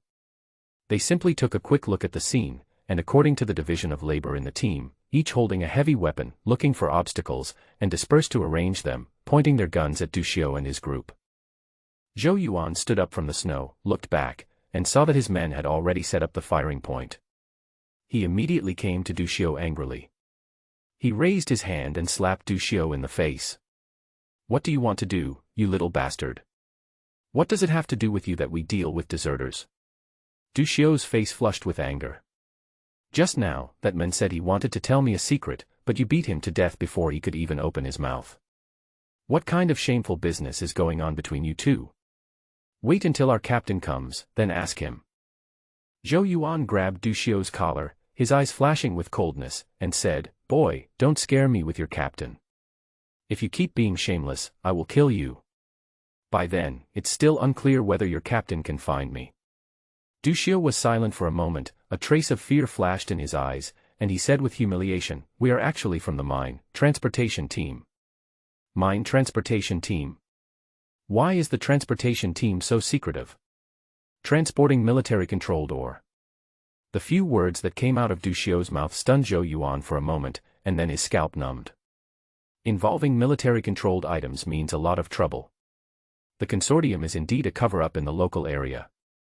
But it does not mean that military-controlled items can be sold unscrupulously. This is an age of war, and all ideologies need to be aligned with war. Involving military-controlled items is definitely the core secret of the Empire and the consortium, and it will be troublesome if you touch it. Dushio turned to Lien Ruofei and said, "Go get the ore off the car and let Captain Zhou check it." Lien Ruofei turned around and left. "Forget it, just pretend I don't know about this." Zhou Yuan felt unlucky and waved his hands. "Are you kidding? Military-controlled items are a hot potato. There is absolutely no benefit in getting involved. No wonder with the quality of this group of people, there is actually a Kaiqiao realm leading the team. It turns out that they are escorting military-controlled ores. Moreover, these people are probably the abandoned children of the consortium. The kind that needs to be disposed of after transportation." When the two were silent, there was a sudden dong-dong-dong sound. The sound came from Zhou Yuan's convoy. The other vehicles were off-road vehicles, but the vehicle that made the sound had a closed compartment at the back. There was someone in the compartment. The strange noise came during the confrontation. Everyone present couldn't help but turn their eyes to the compartment. In an instant, the atmosphere was tense again. "In that case, can Captain Zhou let go?" Dushio retracted his gaze from the carriage and snorted. "Haha, little brother, it's a misunderstanding, it's all a misunderstanding. In addition, I just found out tonight that the route has gone astray. This road is not the way to Burt City, but it's too late to turn back now. There is a hunter town ahead, and we will probably reach it tomorrow afternoon. Then we can rest and go our separate ways in the future. How about it?" Zhou Yuan let go of his hand and said with a fake smile. "Okay." Dushio uttered a word. Zhou Yuan waved his hand back, and his men put away their guns. As Zhou Yuan turned and left, the tense atmosphere in the camp eased. Back in the tent, the anger on Dushio's face turned calm. It was as if the young man who was humiliated outside just now was not him. Lien Ruofei glanced at Dushio and sighed in his heart. Dushio's face seemed to be always wearing a mask. This mask would render different emotions according to different scenes. Gentle, enthusiastic, unwilling, angry, indifferent. As long as necessary, all kinds of emotions can be switched at will. You are so brave that you are not afraid of being exposed. Lien Ruofei lit 2 cigarettes and handed one to Dushio. Dushio rubbed his face and took the cigarette. Secret tungsten ore is only a paramilitary-controlled ore. Although it only adds a quasi-word, its control intensity has been reduced by more than one level. From the guards of the secret tungsten mine, it can be seen that Captain Ma is just an ordinary person. The incident happened suddenly, and it was also out of helplessness. Du Xiu flicked the ash outside the tent. Suddenly, he thought of something and was a little dazed. In 2 hours, when they are all fast asleep, we will sneak away from here. Ah! Why did you leave so suddenly? The importance of military-controlled items is unquestionable. It is precisely because they are so important that our captain has not shown up that it has become a problem. Du Xiu said quickly. Level 2 ferocious beasts are indeed valuable, but no matter how valuable they are, they cannot compare to military-controlled items. Hunting beasts to earn extra money is human nature. But to stay away from people for 2 days in order to hunt beasts, and to leave such an important item to be escorted by ordinary people like me who don't even have heavy firepower weapons, is too outrageous. Now the other party was temporarily intimidated by the military-controlled items, but when they reacted during the day, they would definitely cause trouble for him again. Du Xiu was not the kind of person who would sit and wait for death. In this situation, they could either suddenly attack Zhou Yuan's team and wipe them out in one fell swoop to prevent future troubles, or sneak away quietly under the cover of night. But the former would definitely not work. A team that roamed in the wilderness all year round would definitely have people on guard at night. Relying on these fledglings in the wilderness, a rash attack would be like an egg hitting a stone. So they could only run away as fast as they could. Okay. The python. If we don't notify them, there will be too many people and too much noise, which will easily cause trouble. There are only 2 of us. Du Xiu said calmly. Although the python listened to him very much, Du Xiu didn't owe him anything. If he had the ability, Du Xiu wouldn't mind helping him, but when he himself was in danger, he would never show sympathy. Okay, Lian Ruofei nodded. The 2 of them had already prepared to run away at any time. They always carried a backpack with them, which contained a large amount of daily necessities. They didn't need to search for supplies in the car like the 2 miners just now. After Zhou Yuan arranged the people to be on guard at night, he did not return to the tent immediately, but returned to the car. After a while, another middle-aged man came over, raised his wrist and checked the time. Old Zhou, why are you not going back to sleep at 1 in the morning? What are you thinking about? I'm a little upset. Did you hear what that kid said just now? I heard that. It's a bit surprising that they would give military-controlled items to some young boys to transport. Their captain is really bold. Besides, the people in the carriage just woke up, and the knocking sound was heard by them. Are you worried that these people will leak the news? Well, who knows? We are on this trip and it's a life-threatening business, so we must not let anyone find out any clues. That shouldn't happen. After these people transport the military-controlled items, they will probably be dealt with internally. Just in case. Zhou Yuan said worriedly. The middle-aged man Wang Fang took out a cigarette, held it in his right hand, with the mouthpiece facing down, and kept knocking it over and over in the palm of his left hand, causing the tobacco to sink and smoke more vigorously. That is a problem, but it is not easy to kill this group of people. If something goes wrong with the military-controlled items, there will be trouble. As far as he knew, the high-level Yuan Xiu had all kinds of tracking abilities that were beyond their ability to deal with. Forget it, let's talk about it tomorrow. When we get to the hunter town, we'll meet the people we're trading with and see if they have any good ideas. Those aliens are not simple. Well, that's the only way. Go to sleep quickly, get some energy, and meet those people early tomorrow. More than an hour later, Du Xiu and Lian Ruofei opened the tent, carried their backpacks, and quietly left the camp. Before leaving, Du Xiu pinched his nose, put on gloves, and sprinkled some powder on the zipper inside the tent and on the door of the tent. The moonlight was getting colder. The snow was 40 to 50 centimeters thick, completely covering their calves. They had to move forward in the snow, taking one deep step and one shallow step. It was extremely strenuous. Du Xiu's target was the snow forest not far away. The 2 of them were afraid of alerting others, so they did not dare to drive and walked forward. The snowstorm had stopped, and the snow pits they stepped on were very conspicuous on the undulating and smooth snow layer. If Zhou Yuan drove to chase them, they would be caught up sooner or later in the snow, so they could only flee in the snow forest. At least this way, northwest other vehicles could drive in. More than an hour later, the 2 arrived in front of the snow forest. In winter, the trees were all withered, the branches and trunks had lost their green leaves, and were covered with white snow and icicles. Let's run for our lives separately. Dushio glanced at the footprints behind him and spoke calmly. The enemy would most likely chase us, so if we ran for our lives separately, we would have a better chance of survival. Separate, okay. Lien Ruofei stared at the bright white moon in the sky, lost in thought. The moon tonight was brighter than the moon many years ago when they were beaten by homeless people and thrown into the swamp. Stop being so sad, and get out of here. Dushio, whose face was red from the cold, reached out and hit Lien Ruofei. The two knew each other from the orphanage, wandered the streets together, were abducted, and finally became slaves in the mines. It has been more than 10 years. The hardships they have experienced together are countless. They are each other's only relatives in the world. Relatives without blood ties. Shioer, no matter who of us survives, we must take a good look at this world for the other. Master Ma said that when the cherry blossoms in the third island chain are in full bloom, they can cover the entire sky with the wind. If I die, you go and take a look for me. See if those Zerg nests are as big as cities. See if the holy mountain on the wolf tribe is as high as the sky. Also, see what the gods look like for me. Lien Ruofei said with trembling lips as if it was a dying instruction. Okay, I understand. Let's go. I think we can all survive. By the way, do you still remember the little girl in the red dress in the orphanage? I don't remember.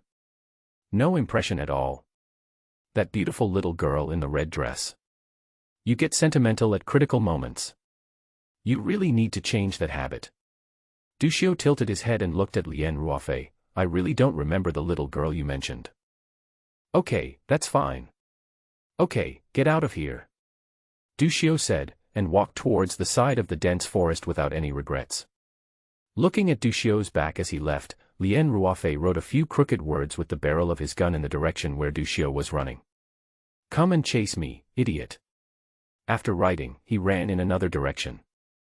In his opinion, the other party would not fall for such childish provocation and would most likely rush in his direction. A few minutes later, Dushio stood in front of this line of words. Speechless. He was moved to death again. Over the years, Lien Ruofei liked to perform this drama at every critical moment. Why, the other side would not send troops to pursue him? Childish. Dushio despised Lien Ruofei's behavior in his heart, and walked to the direction where he fled. He also wrote a line of words. Come and chase me, idiot. After writing, he unbuttoned his pants and snorted on the snow. A little irritated, very yellow. Looking at his work, Dushio nodded with satisfaction, and his figure disappeared into the dense forest again. Early in the morning. It was just light. A large number of people gathered near Dushio's tent. Zhou Yuan walked out of the tent with an extremely ugly expression. In the morning, he saw that the zipper of Dushio's tent was open, and he felt something was wrong. When he came in, he saw that the tent was indeed empty. Have you figured out what's going on? Zhou Yuan asked Wang Fang and couldn't stop coughing a few times. There was a strange smell in Dushio's tent, which was a bit choking. Yeah. They're all fake. That kid doesn't tell the truth. What bullshit military-controlled items, it's just secret tungsten ore. These people are slaves who escaped from the secret tungsten mine. Wang Fang said with a bad face. I've been hunting geese all day, and now the geese have pecked my eyes. No, I have to kill these two guys. Zhou Yuan's face was gloomy. First, he was embarrassed to be frightened by a young boy with no cultivation for 2 days. Second, he was worried that Dushio would leak their affairs. What should we do with these people? Kill them. Wang Fang looked at the 5 people, including the python, who had their guns confiscated and were kneeling on the snow, and nodded. Yes. I'll kill those 2 bastards, and you lead the team to continue the original route to trade. Okay. In the camp, gunshots rang out, and 5 ill-fated miners were beaten to pieces. Zhou Yuan led 2 people and followed the footprints all the way to the snow forest. The vehicle stopped at the edge of the snow forest. Looking at the endless dead trees, Zhou Yuan led his men in. Not long after, they saw the footprints separate and flee in 2 directions of the dense forest. Have they separated? The little bastard is not stupid, but it's a pity that it's useless. Captain Joe, there are words on the ground. There are also words here, shouted the two accompanying team members. Zhou Yuan looked at the two words and was immediately furious. When I catch you, I will tear off your teeth one by one. Then, I will see if you can still keep your mouth shut. Zhou Yuan saw the yellow stain on one side out of the corner of his eye and frowned. He said to the two people, "Go chase that guy." The two team members nodded, bypassed the yellow stains, and rushed in the direction where Lien Ruofei was fleeing. Zhou Yuan, on the other hand, chased after Du Xiu. As he went deeper, Zhou Yuan's anger grew. Because Du Xiu's original works were left on the ground from time to time. "Hey, you really dare to come here? Don't chase me. If you chase me again, you will lose one of your parents." "Very good, find another parent." "Don't chase me. If you chase me again, I will confiscate your family tree." "Leave one mouth for your family." The provocative words made Zhou Yuan want to break all the bones in Du Xiu's body. He followed the footprints and couldn't help but read them. The bright big words constantly challenged his heart's endurance. This was the first time he felt the power of words. Afternoon. Du Xiu held onto the tree trunk, panting. His legs felt heavy as if they were filled with lead. From 2 or 3 in the morning until now, he had been trekking through the snow for more than 10 hours, which made him extremely tired. He had already lost most of the supplies in his backpack. Only some burning stones, dried meat, and poison powder were left. Even so, his body had reached its limit, and the only thing that kept him going was his desire to survive. "I hope the poison can work," Du Xiu muttered to himself. If he escaped, Zhou Yuan would definitely come into the tent to check the situation. That was his only chance to poison him. At other times, the other party was very alert and there was no chance at all. With Zhou Yuan's hatred for him, it was likely that Zhou Yuan personally led people to catch him. I just don't know if it was him or Lien Ruofei who was chasing him. The provocative words he kept leaving in the snow were also to anger the pursuers and speed up the penetration of the poison. If it wasn't Zhou Yuan, but an ordinary guard, Du Xiu wouldn't be afraid. Regardless of whether the other party was poisoned or not, with his speed, he would not be able to catch up with him even if he rested for an hour or two after escaping for most of the night.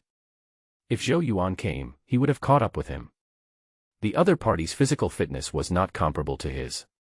Qi and Blood Realm cultivators and ordinary people were completely different people. The poison he prepared could easily kill Captain Ma and others, but it didn't mean that it would have an immediate effect on Zhou Yuan.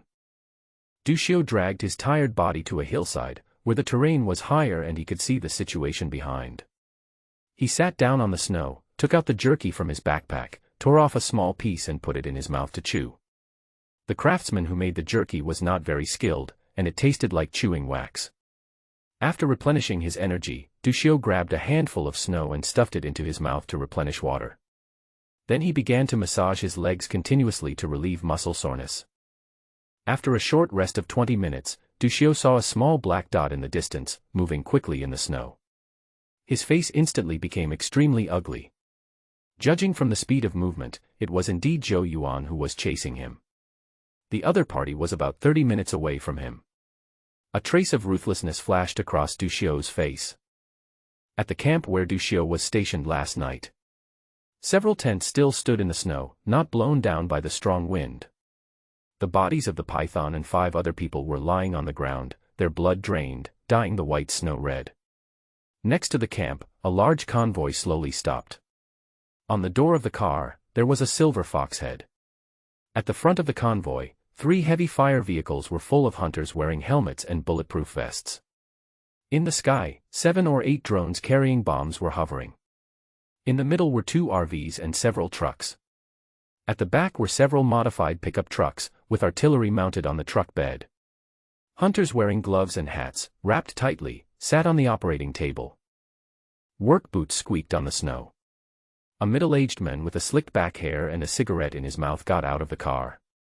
He looked around and waved his hand. 8 fully armed hunters jumped out of several cars. After they got out of the car, they formed groups of 2, each carrying a Maxim machine gun, and ran to the commanding heights in all directions. The drones in the sky also whizzed and dispersed. Each operator directed the drones to go in different directions, surveying the situation and keeping alert everywhere. After everything was arranged, the men with the slicked back hair respectfully came to a motorhome and knocked on the glass. The passenger window was lowered and a young man stuck his head out. The men with the slicked back hair said enthusiastically, "Brother Ding, tell Master Leng that the place he mentioned has been found." "Okay, Captain Wang," the young man replied politely. After a while, the door of the RV opened. An old man got out of the car. He was about 60 years old, of medium height, with dark skin, deep eye sockets, hooked nose, very light eyebrows, almost no eyebrows, heavy bags under his eyes, indifferent eyes, and a solemn expression. Overall, he gave people an extremely fierce, lonely, and difficult to get along with feeling. After the old man glanced around, his eyes fell on a tent not far away. Behind him, there were two young people who wanted to catch up, but were stopped by the old man with his eyes. The old man came to the tent alone, looked around, and finally came to the tent where Duxiu lived. Suddenly, his eyes focused on the powder in the gap of the tent zipper, and he sniffed it with his nose. A trace of surprise flashed in his eyes. Then, he looked back and saw that no one was following him, so he took out the satellite phone and dialed a number. "Tell me, I'm at the place, what's going on?" "Master, as agreed, we received the people. According to the people who sent them, 2 mine slaves escaped during the transportation, and their people went to kill them, but they haven't returned yet." The person on the other end of the phone looked sad. "This was originally a trivial matter, and I could just arrange a few people to look for them. But when I posted the location in the group chat and asked for people nearby, my master was asked. My master has been silent for many years, hiding his identity, and he would not speak unless it was a big event in the church. He suddenly showed up and actually met me." "How old is the slave?" 16 years old, his name is Duxiu."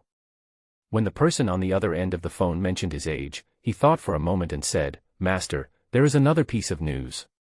According to what they heard from fellow slaves, one of the people who escaped is not a simple person, but a pharmacist. Of course, slaves don't have much experience, so there may be some exaggeration, but one thing is certain, the poison prepared by the other party is colorless and odorless, and it killed dozens of mine guards and led them to escape." The person on the other end of the phone knew that his leader was famous for his poison, so he quickly told him the news he had just heard. "Interesting." Master Leng smiled on his stiff face. But with his appearance, it was a bit scary. He did something that was done by chance, but he actually got an unexpected reward. "Okay, I'll take care of the slave issue. I'll plant the poison in the kidnapped man and then let him go. As for the rest, just deal with them." "Understood." "And Master, my antidote for this month. Someone will send it to you." "Okay, Master, I'm willing to go through fire and water for you, and die for you." Before the man could finish expressing his loyalty, Master Leng hung up the phone. Master Leng turned around, walked up to the man with his slicked back hair and said, "Captain Wang, please help me find a young man according to the traces on the snow." "Okay, just wait and see." Captain Wang agreed readily, then turned around to make arrangements. Soon, several drones followed the bright footprints on the snow and flew towards the snow forest. The two disciples behind Master Leng looked at each other, and they saw surprise in each other's eyes. As one of the vice masters of the pharmacy hall of the Hunter Union in Burt City, Master Leng has a distinguished status in Burt City. At the same time, his character has also been criticized. It is widely known that he is withdrawn, indifferent, and not good at socializing. As disciples, they worshipped him, and the good and bad were mixed. The good thing is that with the name of Master Leng, they successfully entered the circle of dignitaries in Burt City. The bad thing is that after Master Leng's simple assessment of them, he seemed a little disappointed, often closed-door research on potions, and rarely gave instructions. There is a master-disciple relationship in name, but not much in reality. This time, Master Leng came to the wilderness because he lacked key herbs and could not carry out the next step of research. Moreover, the herbs he needed were extremely unpopular, and he needed to go to various wilderness towns to personally identify and purchase them. In this way, these two disciples had the opportunity to follow. But they never expected that Master Leng would suddenly become interested in a young man. Half an hour later. "Master Leng, we found it." A hunter came to report. Captain Wang took over the conversation. "Old Wang, connect the screen to the big screen." Old 4, take someone to pick up this young man.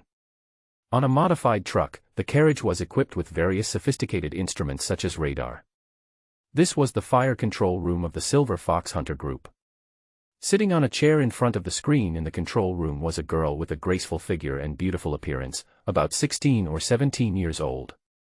She was wearing a single-breasted beige coat that covered her whole body, revealing only the black boots on her feet. She wore a black beret on her head, and her hair was piled high, revealing her slender and white swan neck. She looked at the scene on the screen with interest. She was also very interested in the person Master Leng was looking for. Following Captain Wang's order, the operator transferred the drone image to the screen. Master Leng and the girl sat in front of the screen. Captain Wang and others were also standing nearby, stretching their heads to watch. They also wanted to know which lucky person had caught the master's eye. On the screen, deep in the snow forest, there was a black spot. As the picture zoomed in, a handsome boy was revealed. He sat on the hill, chewing food, looking into the distance, his eyes gradually becoming fierce. It was Du Xiu. The image quality is good. Ding Yao, the young man behind Master Leng, commented. Oh, don't mention it. This reduced version of the fire control system cost me more than 300,000 gold coins, so it's only right to give me a good screen. Captain Wang said with a mixture of pride and heartache. After a while, the screen split. Du Xiu was on one screen, and Zhou Yuan was on the other. At this moment, Zhou Yuan was holding onto a tree trunk, breathing heavily. Hey, isn't this Zhou Yuan? Captain Wang said in doubt. Zhou Yuan. Does Captain Wang know him? If you do, use the drone to tell him to spare the young man's life. Ding Yao took the initiative. One was running, the other was chasing. Even a fool could see that Zhou Yuan was chasing Du Xiu. The young man the teacher is looking for is in danger, so he has to take the initiative to help the teacher solve the problem. I've had some business dealings with the Ma group before and have met him a few times, but we're not familiar with each other. I can talk to him, but I don't know if he will give me that face. Although he's only at the Qi and blood level, he's a member of the Ma group after all. Captain Wang said awkwardly. As an original cultivator at the Awakening Realm, it was natural for him to control ordinary Qi and blood realms. But Zhou Yuan is from the Ma group, and one has to look at the owner before beating the dog. He can only try, and dare not threaten to make an enemy. Of course, this only applies when there are outsiders present. Master Leng waved his hand and said, "Don't worry, just wait and see." Hey, there's something wrong with Zhou Yuan. His qi and blood are dissipating, and his internal energy is insufficient. Captain Wang suddenly said. As a veteran hunter group that travels through the wilderness all year round, he had also been to the nearby dense forests. The area was not small, so it was no problem to tire an ordinary person to death. But if you say that you want to tire a qi and blood realm cultivator to this extent, that is absolutely impossible. A city, even the lowest level 4 fortress city, has a population of at least 100 million. With such a huge population base, there are less than 10,000 people who can cultivate the force and become qi and blood realm cultivators. The power of the qi and blood realm is absolutely beyond the imagination of ordinary people. Moreover, Zhou Yuan is not an ordinary qi and blood realm, but a qi and blood realm with a value of more than 10 Dao. Ding Yao also reacted, "It's really strange, maybe he was injured." Not only were the people on the screen confused, Zhou Yuan himself was also puzzled. Zhou Yuan held onto the tree, looking at the pure white snow and the trail of footprints that ruined the scenery, and couldn't help but curse, "You little bastard, you really can run." As he stopped, a feeling of weakness from the long journey came over him. The look of surprise and doubt on Zhou Yuan's face grew. No. How could a qi and blood realm cultivator feel weak after such a short distance? Zhou Yuan sensed his own qi and blood, and was horrified to find that it had actually dissipated a lot. What's going on? How could qi and blood dissipate? Zhou Yuan was extremely confused.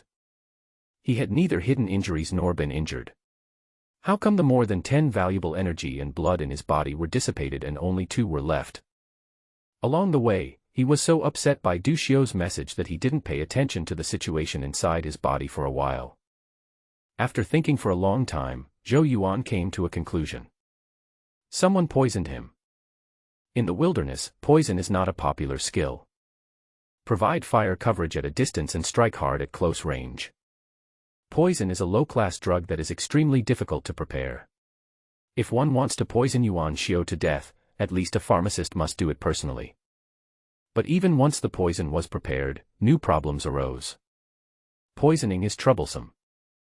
There are only a few ways to poison someone, through the mouth, nose, or skin. If the original cultivator is a little more vigilant, the problem can be resolved. With this time, the pharmacist can make a lot of money by simply mixing some other medicine. Why do such a thankless task? The income is not proportional to the effort. Zhou Yuan was confused about who poisoned him. But he did not suspect Du Xiao. In his eyes, Du Xiao was at most 16 years old. A poison pharmacist is still a pharmacist. 16-year-old pharmacist, just kidding. With such ability, why don't you make a name for yourself in the Hunters Guild, but stay in the mines as a miner? Zhou Yuan felt the strength in his body. Although he was very weak, it was no problem for him to deal with a weak underage miner. Zhou Yuan snorted coldly, "Wang Fang, just wait. I will settle the score with you after I return." The poisoning was most likely done by Wang Fang, as he was the only one who had the opportunity and motive. Money is a very tempting thing. Once he dies, he can keep all the profits from this business. In front of the screen, everyone saw Zhou Yuan's face full of doubt, and he had obviously discovered his own problem, but he still gritted his teeth and continued to chase, and couldn't help but sigh in his heart. What a huge vengeance this must be. Just kill him. And the other half of the screen is Du Xiao. He stood in the snowy forest, looked around calmly, and finally chose a place. There, a snowman was built. This action left everyone speechless. The situation is urgent, and you are still making a snowman. What a nice and elegant taste. Another young man beside Master Leng, Yang Tuyuan, had a sarcastic look on his face. "Master, I think this kid has given up resistance." Master Leng also frowned. Although he didn't think Du Xiao was making a snowman for fun, after all, a genius pharmacist who poisoned dozens of guards was not a fool.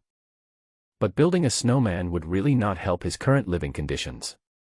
The best thing to do now is to continue to escape. While everyone was having different thoughts, Du Xiao had already built the snowman. And wrote a few words under the snowman. "The nest is tender." The picture zoomed in again, showing the words on the ground, and everyone burst into laughter again. The child was so angry that he started swearing. They were almost certain that Du Xiao was just giving up on himself. Just as everyone was shaking their heads and sighing, Du Xiao made another puzzling move. He looked somewhere and threw his backpack over there with force. Afterwards, he carefully stepped on the footprints and walked towards Zhou Yuan. What is he doing? Zhou Yuan is not far away from him. If we go back now, isn't that courting death? From a god's perspective, everyone could see that Du Xiao and Zhou Yuan were not far apart. A hint of excitement flashed across the face of Yang Tuyuan, another disciple of Master Leng. Although he didn't know why Master Leng was optimistic about Du Xiao. But as long as Du Xiao dies, everything will be fine. He had this idea not because he had a grudge against Du Xiao, but as a pharmacist's apprentice, he naturally did not want to have another competitor. Pharmaceutical knowledge is not taught in an ordinary way. One teacher can teach a class of 50 to 60 people. The complex and vast basic knowledge of pharmacy means that pharmacists' energy is limited, and the difficulty levels that each student encounters are different. Being unable to focus on one thing while neglecting another is the most common contradiction that pharmacists encounter when guiding their apprentices. "Hey, he's turned again, look!" Ding Yao exclaimed. On the screen, Du Xiao suddenly turned somewhere. Originally, that row of footprints were all on higher ground. Du Xiao is now heading down the slope to the side. A row of footprints was left on the downhill slope. Everyone was confused again. The snow is so thick that it leaves a pit wherever you step on it. Such obvious traces cannot be hidden. He left footprints here.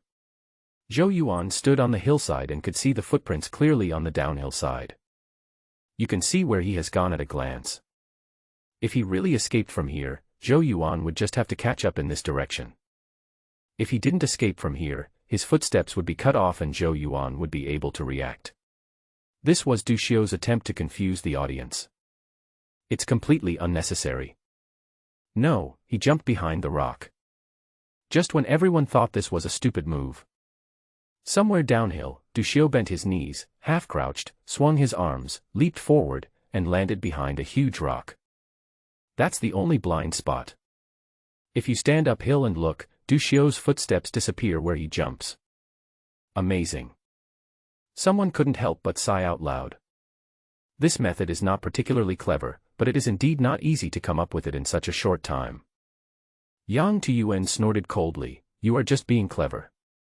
When Zhou Yuan finds that the footprints in front of the snowman are broken, he will definitely turn his guns around and continue searching. Then he will be caught up. Captain Wang glanced at him. Although Yang Tuyuan's words were harsh, they were the truth. It had just snowed, and the snow was so thick. For a Qi and Blood Realm cultivator to chase a miner, it was a dead end no matter how you looked at it. Du Xiu could be clever 1,000 times, but if he made a mistake and Zhou Yuan caught up with him, it would only take him a shot or a slap to kill him. The only way to be rescued now is for his men to rush over. But considering the distance, I'm afraid his people won't be able to get there in a while. And it's strange that Master Ling doesn't allow him to use the drone to call for help. Captain Wang lowered his head and thought for a moment, then shifted his gaze to the screen. Screen. Zhou Yuan followed the footprints and got closer and closer to Du Xiu. He suddenly stopped and turned to look to the side. There is a row of footprints on the downhill slope next to it. As he chased along the way, he often encountered 2 or 3 footprints in different directions ahead. This is a trick left by Du Xiu. First go in another direction, leaving footprints, then step on the footprints in the snow, return to the starting point, and continue moving forward. Because the snow was very deep, stepping on it would only leave a deep pit, and it was impossible to tell the direction of the footprints, and Zhou Yuan couldn't tell where to go. Every time he encountered this situation, Zhou Yuan would jump onto a tree and look far away. If he saw the separated footprints and found that they did not extend too far, he would be sure that they were fake. This time, you don't have to climb the tree. Just stand there and take a quick look to tell that it is fake. It seemed that Du Xiu had reached his limit. Perhaps he was too tired to be conscious, so he made this stupid move. Everyone in front of the screen saw Zhou Yuan continue to move forward. Some people sighed, marveling at Du Xiu's wit and boldness. Some people felt sorry for Du Xiu, who was right under the boulder. Zhou Yuan almost succeeded. Zhou Yuan continued to move forward. Not far away, at the foot of the hill, there was a snowman. At the snowman's mouth, there is a tree branch with both ends bent upwards, showing a hint of a smile. He's still laughing even when he's about to die. Zhou Yuan followed the footprints and saw the words on the ground. He instantly became furious. On the ground, 4 words were clearly written: "The nest is tender." It turns out that there is some truth to the fact that swear words have been passed down through countless generations without being interrupted. At least when it comes to irritating people, it has unparalleled power. Zhou Yuan picked up the P90 and fired at the snowman. The rapidly fired bullets shattered the snowman and the words below it. At this moment, a burst of gunfire suddenly came from behind Zhou Yuan. Du Xiu came up from the downhill, hid behind a rock, raised his submachine gun, and fired at Zhou Yuan.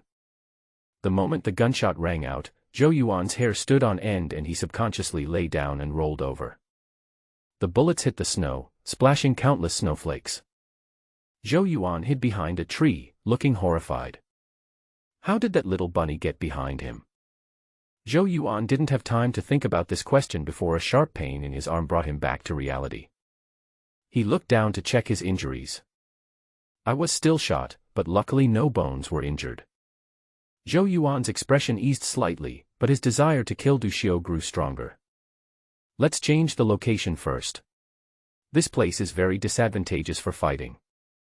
At this moment, the terrain where he was located was relatively flat and there were few trees. Even the tree trunks that now served as cover could not completely cover his body, and half of it was exposed. He looked to the side and saw a low place not far away. He bent down and quickly hid there. Du Xiu was probably changing the magazine, as he did not attack while he was moving. Arriving at a safe place, Zhou Yuan showed a sinister smile on his face. "Boy, let me have some fun with you." When Zhou Yuan took off his backpack and prepared to fight lightly, he suddenly saw a backpack above the low-lying area out of the corner of his eye.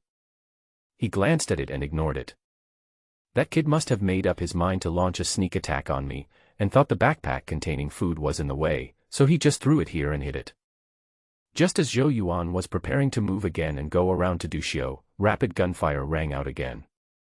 The bullets hit the snow, splashing snowflakes. They hit the trees, splashing wood chips that flew above Zhou Yuan's head. Zhou Yuan curled up his body and couldn't help but sneer. In his eyes, Duxiu was a desperate man who couldn't find his position and started shooting wildly. Little do they know that wasting bullets like this is a way to death. Moreover, the huge recoil of such crazy shooting was enough to cause him great pain. For experienced hunters, hunting prey requires precise calculation of physical strength and ammunition. Seeing Duxiu doing this, Zhou Yuan felt relieved. In this position, as long as he didn't move, Duxiu would never be able to hit him. He waited quietly for Duxiu to use up all his bullets, and then quickly approached him while he was changing magazines. Whether it was comparing the accuracy of mid-range and long-range shooting or close combat, Zhou Yuan was 100% confident that he could defeat Duxiu to death. This time, the advantage is mine. Just when Zhou Yuan looked relaxed, he suddenly twitched his nose. "What's that smell? What's burning?" A burning smell came over me. He looked up and saw that Duxiu's backpack was hit by dense bullets. There must be burning rocks inside, which are already burning. No, this taste is wrong. It's not just the burning smell. Just as he realized something was wrong and stood up to move, he suddenly felt dizzy. What is this? Ah. Zhou Yuan's eyes went dark, and liquid was flowing on his face. He touched the liquid on his face, but before he realized what it was, he felt a piercing pain in his heart. Blood flowed from the eyes, ears, nose, and mouth. "Duxiu. You." Zhou Yuan shouted miserably. Before he could utter a complete sentence, he fell to the ground in the snow. No breath. The other side. Duxiu sat down on the snow, enduring the pain of the gun's recoil, along with negative feelings such as fatigue, hunger, and sleepiness. Tudanting plus Longdantian, extremely poisonous, exposed to the sun for 7 days and ground into powder, burning it can produce a strong fragrance, which can damage the kidneys and dry up the meridians. The fragrance of Angelica dihurica plus charcoal grass plus quartz flower is highly toxic. Burning can cause blindness, hallucinations, and loss of taste. By Guangxiang plus Degua, highly toxic, burning can cause cardiac arrest and brain death. Duxiu lay in a big letter shape on the snow, feeling the softness of the snow and muttering to himself. If so many poisons still can't kill Zhou Yuan, then he will have no other options. I really can't run anymore. He had been running in the snow for more than 10 hours. Being able to hold on to this point has required both my mental and physical strength to reach the limit. Duxiu looked at the flowing white clouds in the sky. Snow fell from the tree trunks, blown by the wind. The hanging heart gradually calmed down. That's it, I can't operate it anymore, I tried my best. Just die. The world suddenly became quiet. Just when Duxiu was enjoying the brief peace. Suddenly, a piercing pain came over my mind. The headache recurred. The intense pain made Duxiu curl up his body with a look of pain on his face. After a while, the eyes rolled up and the whites of the eyes appeared. Fell into coma. Everyone in front of the screen was stunned. As Zhou Yuan fell to the ground and died, the corners of Master Leng's originally stiff face unconsciously lifted. Quite interesting. After watching all this, he turned and left. This interesting young man will soon appear in front of him. As Master Leng left, the remaining people immediately started talking at once. How did that guy kill Zhou Yuan? Oh my god, I actually witnessed an ordinary person killing someone in the Qi and blood realm. I don't quite understand. Anyway, I feel that this kid is quite evil, and he might be a scourge to the empire. The remaining people didn't understand until the end how Duxiu killed Zhou Yuan. After a moment, the girl said in an uncertain voice, there were burning stones and poison in the backpack. The bullet hit the burning stone burned, and the poison evaporated, killing Zhou Yuan. Use the footprints to disappear and go behind Zhou Yuan. Leave some dirty words to anger Zhou Yuan. Build a snowman and give Zhou Yuan a target to vent his anger on. Take advantage of Zhou Yuan's anger and attack him from behind. No, there are rules for making snowmen and leaving swear words. The terrain there is relatively flat, and the only suitable place to hide is right under the backpack. He also predicted the location of the backpack in advance. After the girl finished speaking, she looked at the screen and saw Du Xiu lying unconscious on the ground, and all she felt was horror. She witnessed with her own eyes that Du Xiu stood in the snow, looking around for 5 or 6 minutes, and then he came up with all these arrangements. From beginning to end, Du Xiu's face did not show much emotion change. His heart is like stone, but his wisdom is beyond that of a demon. These 8 words emerged in the girl's mind. It can't be that terrible. Are you sure it's not a coincidence? A cadre of the hunter group said stiffly. No, it's definitely not a coincidence. He had planned it all. If it was one step different or one wrong step, he would have been the dead one. The girl shook her head, and every move of Du Xiu flashed through her mind. They all have profound meanings. It's so scary. Seeing the girl defending Du Xiu, Yang Tuyuan said with a hint of indignation, in the end, it's the poison that's the most powerful. The girl didn't even look at Yang Tuyuan. It's nothing, he just looks like a short-lived ghost. No one else responded to his words. The poison was powerful, but Du Xiu himself was even more powerful. As everyone knows, Yang Tuyuan likes this girl with a prominent background. Young people are bound to make some jealous remarks when they see the girl they like praising another boy. No one thought that this medicine was made by Du Xiu. In their eyes, Master Leng took the initiative to save Du Xiu, which showed that they had a friendship. With the friendship with Master Leng, it was only natural for him to have a few potions on him. Du Xiu struggled to open his heavy eyelids. What catches the eye are 2 light strips installed on the pink roof. It emits a soft beige light. Smell the milky scent on the quilt. It is not difficult to judge that he was rescued and was in the women's room. Du Xiu looked around vigilantly. Judging from the interior, he should be in a moving RV, and the roar of the engine could be heard faintly in his ears. Perhaps it was because of the vehicle's advanced shock absorption technology or the driver's sophisticated skills, but Du Xiu did not feel much of a bumpy ride while traveling in the wilderness. It's 100 times better than the experience when he drives himself, which feels like riding on a boat. Next to her, the girl was lying on the table, resting her chin. At the corner of his mouth, a trace of crystal saliva hung, dangling precariously. Du Xiu struggled to get up, and the pain in his body made the corners of his mouth twitch. He lifted the quilt to check his injuries. His original clothes had been changed, leaving only his shorts, protecting the man's last privacy.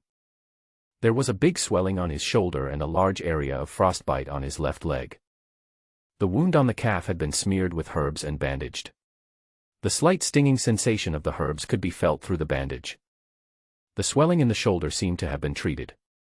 Compared to the time in the snowy forest, the soreness at this moment had been greatly reduced.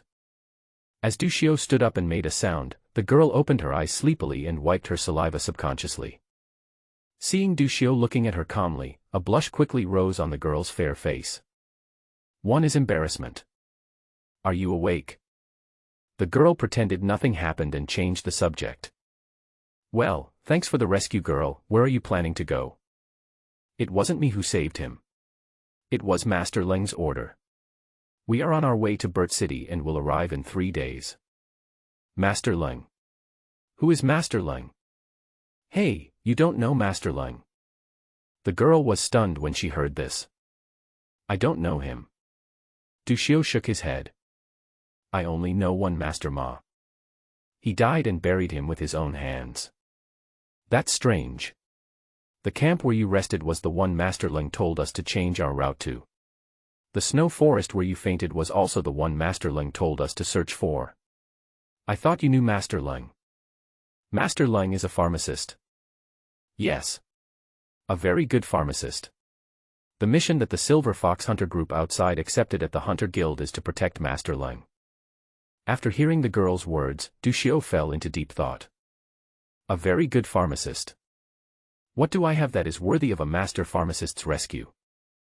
Moreover, how did the other party know that I was in the dense forest?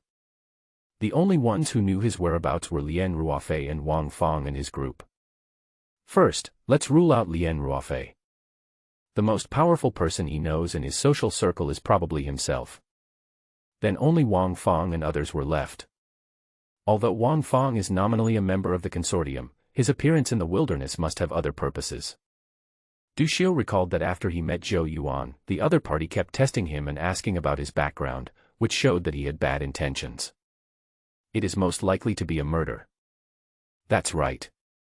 During the confrontation that day, there was a sound of smashing carriages in Zhou Yuan's convoy. The other party is most likely kidnapping someone. This person should be a member of the consortium and has a high status. They are worried that the news will be leaked, so they want to silence him. Seeing that Zhou Yuan was not coming back yet, Wang Fong decided to tell their trading partner about this matter. Master Leng should be from the same faction as Wang Fong's trading partner. He came here probably to check why Zhou Yuan hadn't returned yet. Following this line of thought, it can explain why Master Leng changed his route to find himself. But based on this calculation, shouldn't Master Leng just kill himself to silence him? Why would you save yourself? The mission of the Silver Fox Hunters is to protect Master Leng. Since the latter wants to kill a boy in the wilderness, the Silver Fox Hunters probably won't say much. In the wilderness, there are no laws. Du Xiu vaguely grasped something, but the logic didn't make sense. Seeing Du Xiu lost in thought, the girl looked at him curiously. Du Xiu didn't know that the girl saw all his actions in killing Zhou Yuan. Not only her, but almost the entire Silver Fox Hunter group and Master Leng and others saw with their own eyes that Du Xiu chose a location, built a snowman, wrote down dirty words that angered Zhou Yuan, threw the backpack somewhere, and then stepped on the footprints and hid in the snow. Finally, the young man held a submachine gun, used a burning stone to ignite the poison powder, and killed a Qi and Blood Realm cultivator. This left the group of people stunned. Gurgle. There was a sound coming from Du Xiu's stomach. The girl chuckled, revealing her beautiful dimples. She then raised her wrist, glanced at the time on her watch, and said with her eyes narrowed into crescents, "You must be hungry after being unconscious for a whole day and night. It's almost 7 o'clock, and the caravan will soon stop to set up camp. There are clothes nearby, so change into them and go downstairs to eat something. By the way, my name is Nini, what's your name?" "Lien Ruofei." Night falls. The convoy slowly stopped and everyone set up camp in a flat and open area. The Silver Fox Hunter group has about 60 members. The most powerful one is Captain Wang, who is an original cultivator at the Awakening Realm, and there are more than 20 original cultivators at the Qi and Blood Realm. They are well known in the thousands of kilometers of wilderness near the city of Burt, and are also one of the top-ranked hunter groups in the Burt City Hunter Guild. This veteran hunting group has a clear division of labor. Someone was in charge of setting up camp. Someone is responsible for making fire and cooking. Someone is responsible for guard patrol. Of course, there are also people responsible for waiting for the meal to be served. Yes, that's right, Du Xiu is now waiting for dinner. Logically speaking, he should go and thank Master Leng. By the way, look for an opportunity to see if you can get close to the other person. But Du Xiu was not sure about Master Leng's identity. He believes that pie in the sky will never fall on his head. He didn't believe that the other party would be so kind. Du Xiu really wanted to escape, but unfortunately, the Silver Fox Hunter group's all-around vigilance nipped his idea in the bud. Besides, with so many Yuan cultivators, catching them is as easy as catching an ant. Why don't you go meet Master Leng and thank him for saving your life? Nini flipped the grill, and the barbecue sizzled with oil, which occasionally dripped onto the fire below. The flickering bonfire in the camp reflected her flawless face. "Let's go after dinner. It would be easy to be impolite in your current state," Du Xiu said casually. In fact, he hadn't figured out what to say yet. According to his observation, this camp indeed revolves around Master Leng. A dozen Yuan cultivators whose physiques were no less than Zhou Yuan surrounded Master Leng and protected him in the middle. Some heavy firepower was also deployed around him. "If I don't handle it well, I will die in an instant." In addition to Master Leng, Nini next to him also seems to be of great importance.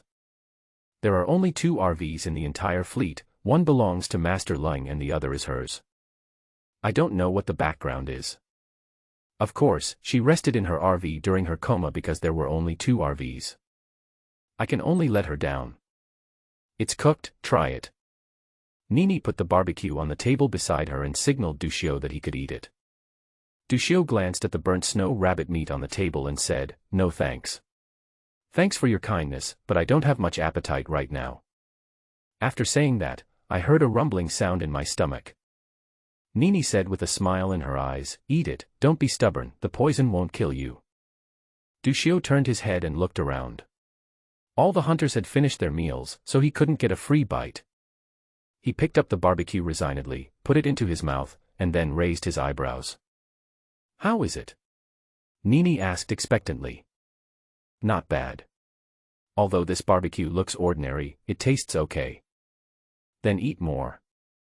Hearing this, Duxiu remained silent. Nini sneered a few times.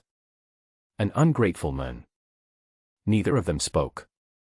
Because of the unfamiliar environment, Duxiu kept the attitude of saying less and making fewer mistakes and did not want to reveal too much information about himself. Although Nini was curious about Duxiu, she did not continue talking due to her girlish modesty and anger. Half an hour later. After passing through layers of guards, Duxiu appeared in Master Leng's tent. Master Leng's residence is different from those simple tents. To be precise, it is not a tent, but a felt tent. It is oval in shape and supported by a frame. The outermost layer is a rainproof cloth and the inner layer is a thermal insulation layer.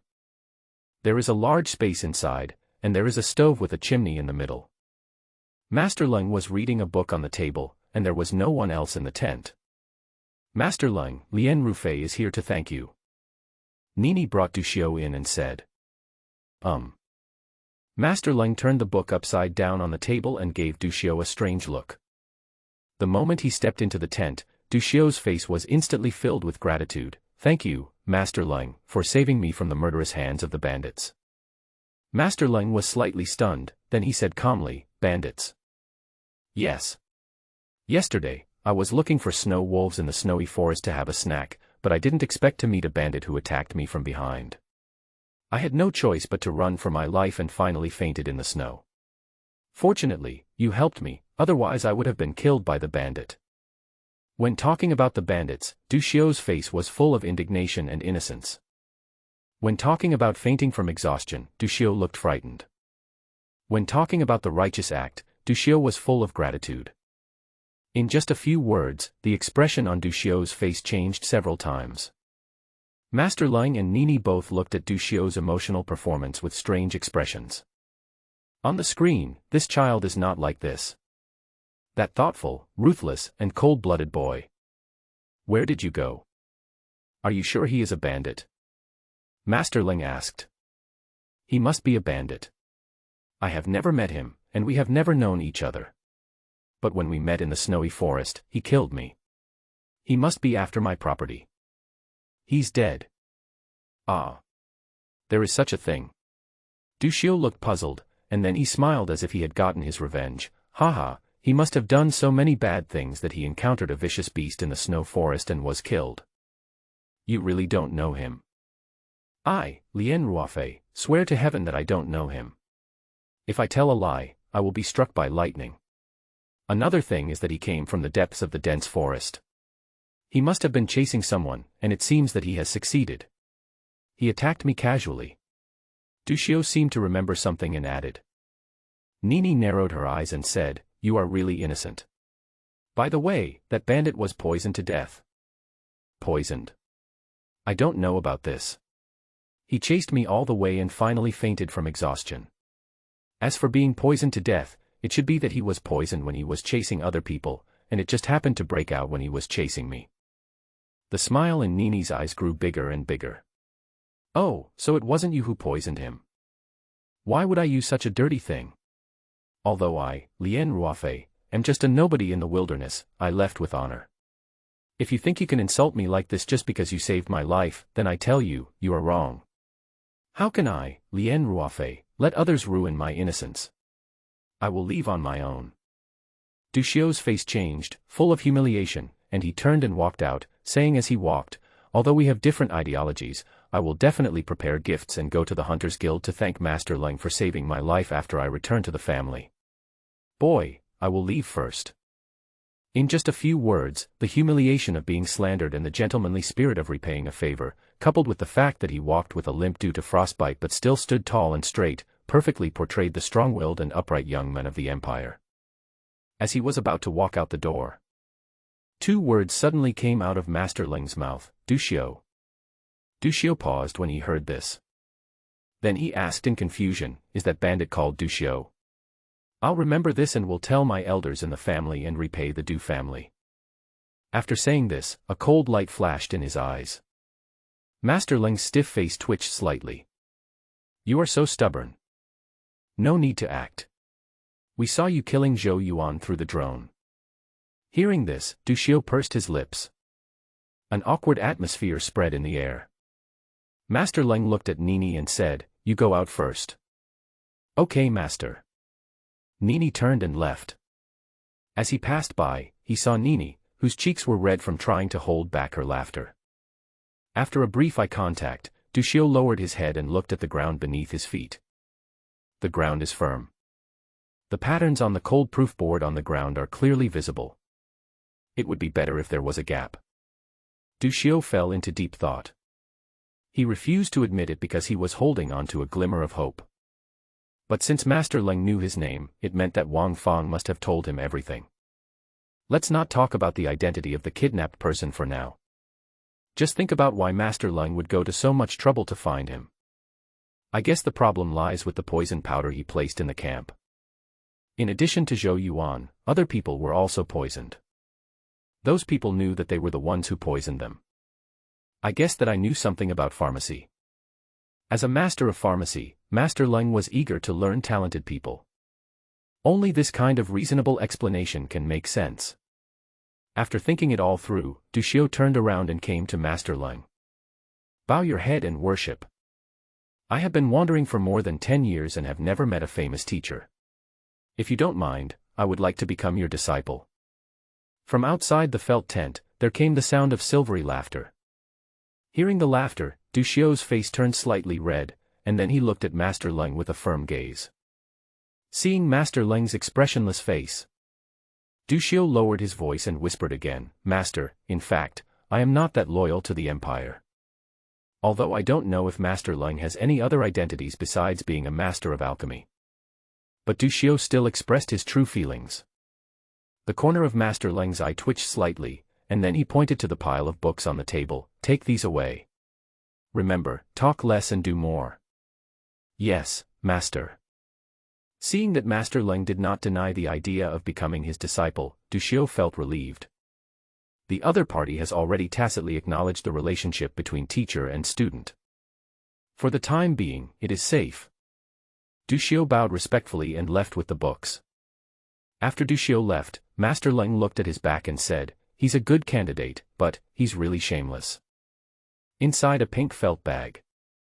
"So you saw everything I did clearly on the screen?" Duxiu asked expressionlessly. "Yes, that's right, including the words on the ground. They're really ugly. Why didn't you tell me while we were eating?" "You didn't ask." "Why didn't you remind me when you entered Master Leng's room?" "You reminded me." I laughed so hard. There was a long silence. For the first time, Duxiu deeply understood what social death meant. Seeing Duxiu silent, Nini comforted him. "If you can't continue working as a pharmacist, you can go make a movie. I think you can win the Best Actor award. You can make money quickly as a star. You can play a wrongly accused suspect, a strong-willed young man, or a gentleman who is grateful for the kindness he has received. You have a wide range of roles to play." Duxiu sneered. "Do you think you're funny?" "It's okay. My friends say my jokes are funny." At this moment, a voice was heard outside the door. "Nini, can I come in?" "Come in. Little junior brother, right?" "Hello, my name is Ding Yao, and I'm your second senior brother." Ding Yao came in, looked at Duxiu and said with a smile, "Master Leng has already informed him that he will accept Duxiu as his disciple." Hello, senior brother. I'm Duxiu. Duxiu forced a smile. Junior brother is very powerful. He can actually kill a Yuan Xiu of the Qi and Blood realm. Ding Yao gave a thumbs up with a look of admiration. After observing through the drone, he felt very fond of this unyielding junior brother. Just now, Master Leng called him over and told him to accept Duxiu. Ding Yao took the initiative to take care of Duxiu. Hearing this, Duxiu's face was full of black lines and he didn't say anything.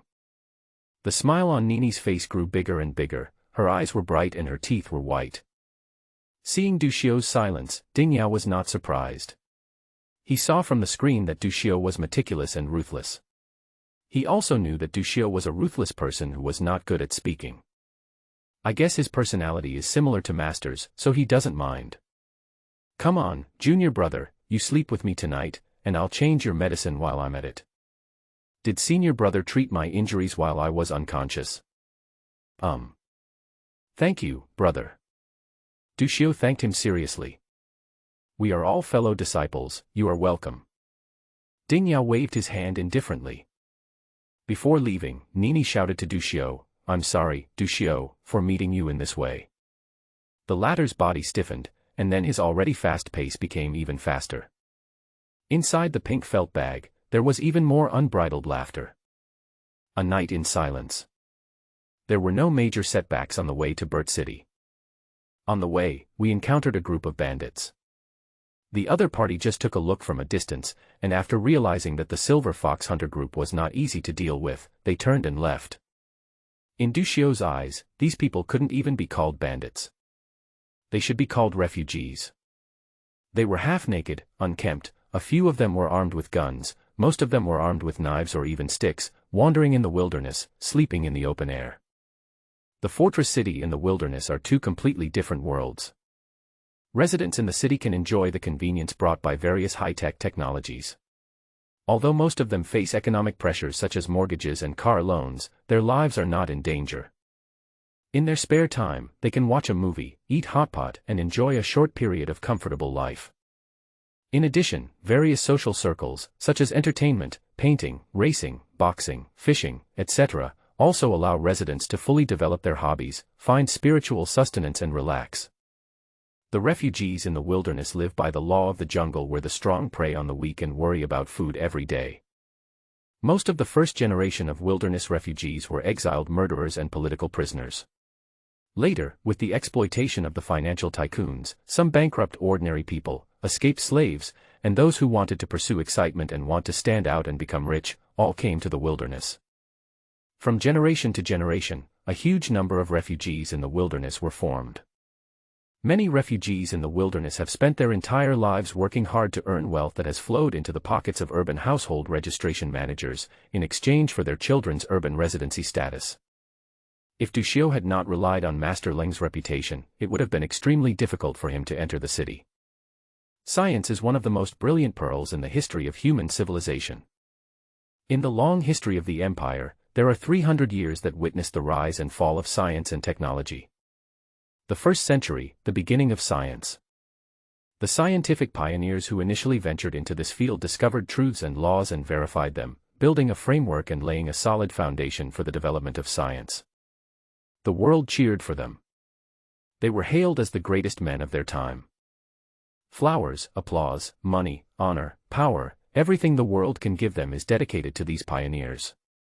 The second century, the heyday of science. Scientists have used the power of science and technology to achieve great success in communications, transportation, aviation, information, weapons, etc., and the citizens of the empire have fully enjoyed the dividends of science and technology. The power of science and technology amazes the citizens of the empire time and time again. Various scientific disciplines were opened throughout the imperial university city. Countless experts and scholars have devoted their entire lives to this endeavor, immersing themselves in it and striving to explore the limits of science. Trying to prove that there is a power that transcends the gods. The third century, science in scope. During this period, science reached its peak, and many great scientists, standing on the shoulders of giants, glimpsed into the new world. Then, the greatest scientists of that era committed suicide.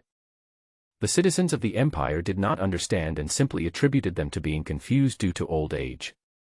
As time goes by, the theory that science is supreme is declining.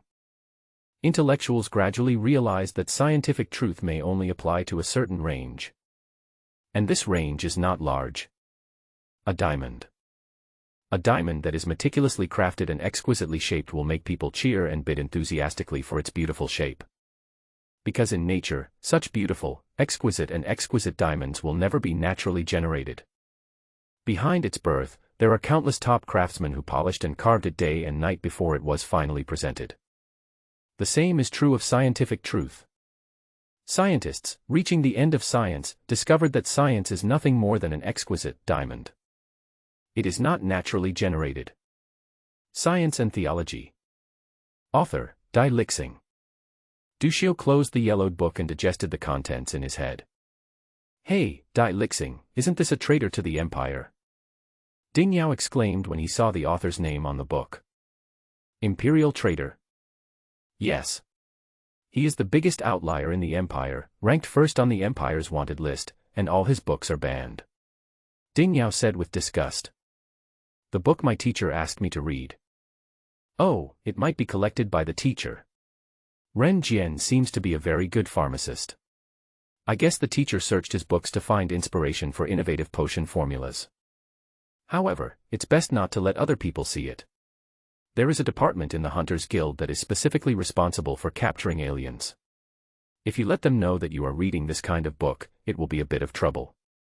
Ding Yao reminded. Then, Ding Yao started talking. Dai Lixing, or the Imperial Traitor, was a genius with extraordinary talent. Not only is he extremely talented in pharmacy, he is also proficient in technology, management, economics, and even music, chess, calligraphy, and painting. Except for the cultivation of the force, he has no advantage. In other aspects, he is a monster. In addition to his talent, he also has an extremely handsome face. It is said that at that time, all the girls in the empire were in love with him. He even became a close friend of the then crown prince and now emperor. At the age of 20, he was famous throughout the empire. Unfortunately, 20 years ago, the contemporary emperor who had just ascended the throne, after 100 years, mobilized the entire empire to organize the 13th expedition to the western continent. The expeditionary forces lineup is extremely luxurious. Tens of thousands of violent mecha warriors equipped with a new generation of fire control systems. Overwhelming drone battle groups and flying fleet battle groups. Advanced genetic warriors dispatched by various regional consortiums and the 4 top chaebol. The tribe's highest power center, the valiant wolf warriors supported by the mountains. A psychic with great power and the holder of a terrifying imperial weapon. The most ruthless and well-known old hunter in the Hunters Guild and the top pharmacist in each city. Billions of garrison soldiers drawn from various cities, and the millions of elite ace soldiers in the imperial cemetery who only knew how to kill. This is an imperial expeditionary force with a luxurious lineup and huge scale. They all failed due to the betrayal of the traitors. This battle turned the contemporary emperor into a tyrant. This battle also led to the financial groups in various regions almost forming independent kingdoms. This war broke the backbone of the empire and the royal family lost its dignity. From then on, the name Dai Lixing became a taboo in the empire. The bounty on the Hunters Guild for the Imperial Traitor is ridiculously high. Not only is the empire offering a bounty, but various financial groups are also raising the bounty. Ding Yao sighed and said, "Smart people are afraid of death. The traitors in the empire are too smart. They think the empire will fail, so they rebel and join the church. It's really not easy." Duccio put the banned book on a pile of books and stretched himself. Reading in the car is really tiring. Fortunately, it is close to Burt City and the roads are all asphalt, otherwise it would be bumpy all the way and we wouldn't be able to see anything at all. Most of these books are about the basic knowledge of pharmacy, and also include some brief summaries of imperial history and life encyclopedias. In addition to the books given by Master Ling, Duccio also flipped through the pharmacy books brought by Ding Yao. It gave Duccio a lot of knowledge. Ding Yao looked at the books beside him and asked curiously, "Have you finished reading all these books?" Including the following: basic knowledge of pharmacy and basic formulas of pharmacy. Yes, I've finished reading it. What's wrong? Ding Yao was confused. The so-called basic knowledge of pharmacy and basic formulas of pharmacy. These are not just two books. But there are two major categories. Basic knowledge of pharmacy, hundreds of books containing knowledge on tens of thousands of medicinal herbs. There are fewer books on basic pharmacy formulas, only 7 or 8, but there are thousands of formulas in them, and it is absolutely a daunting task to understand them. Are you kidding me?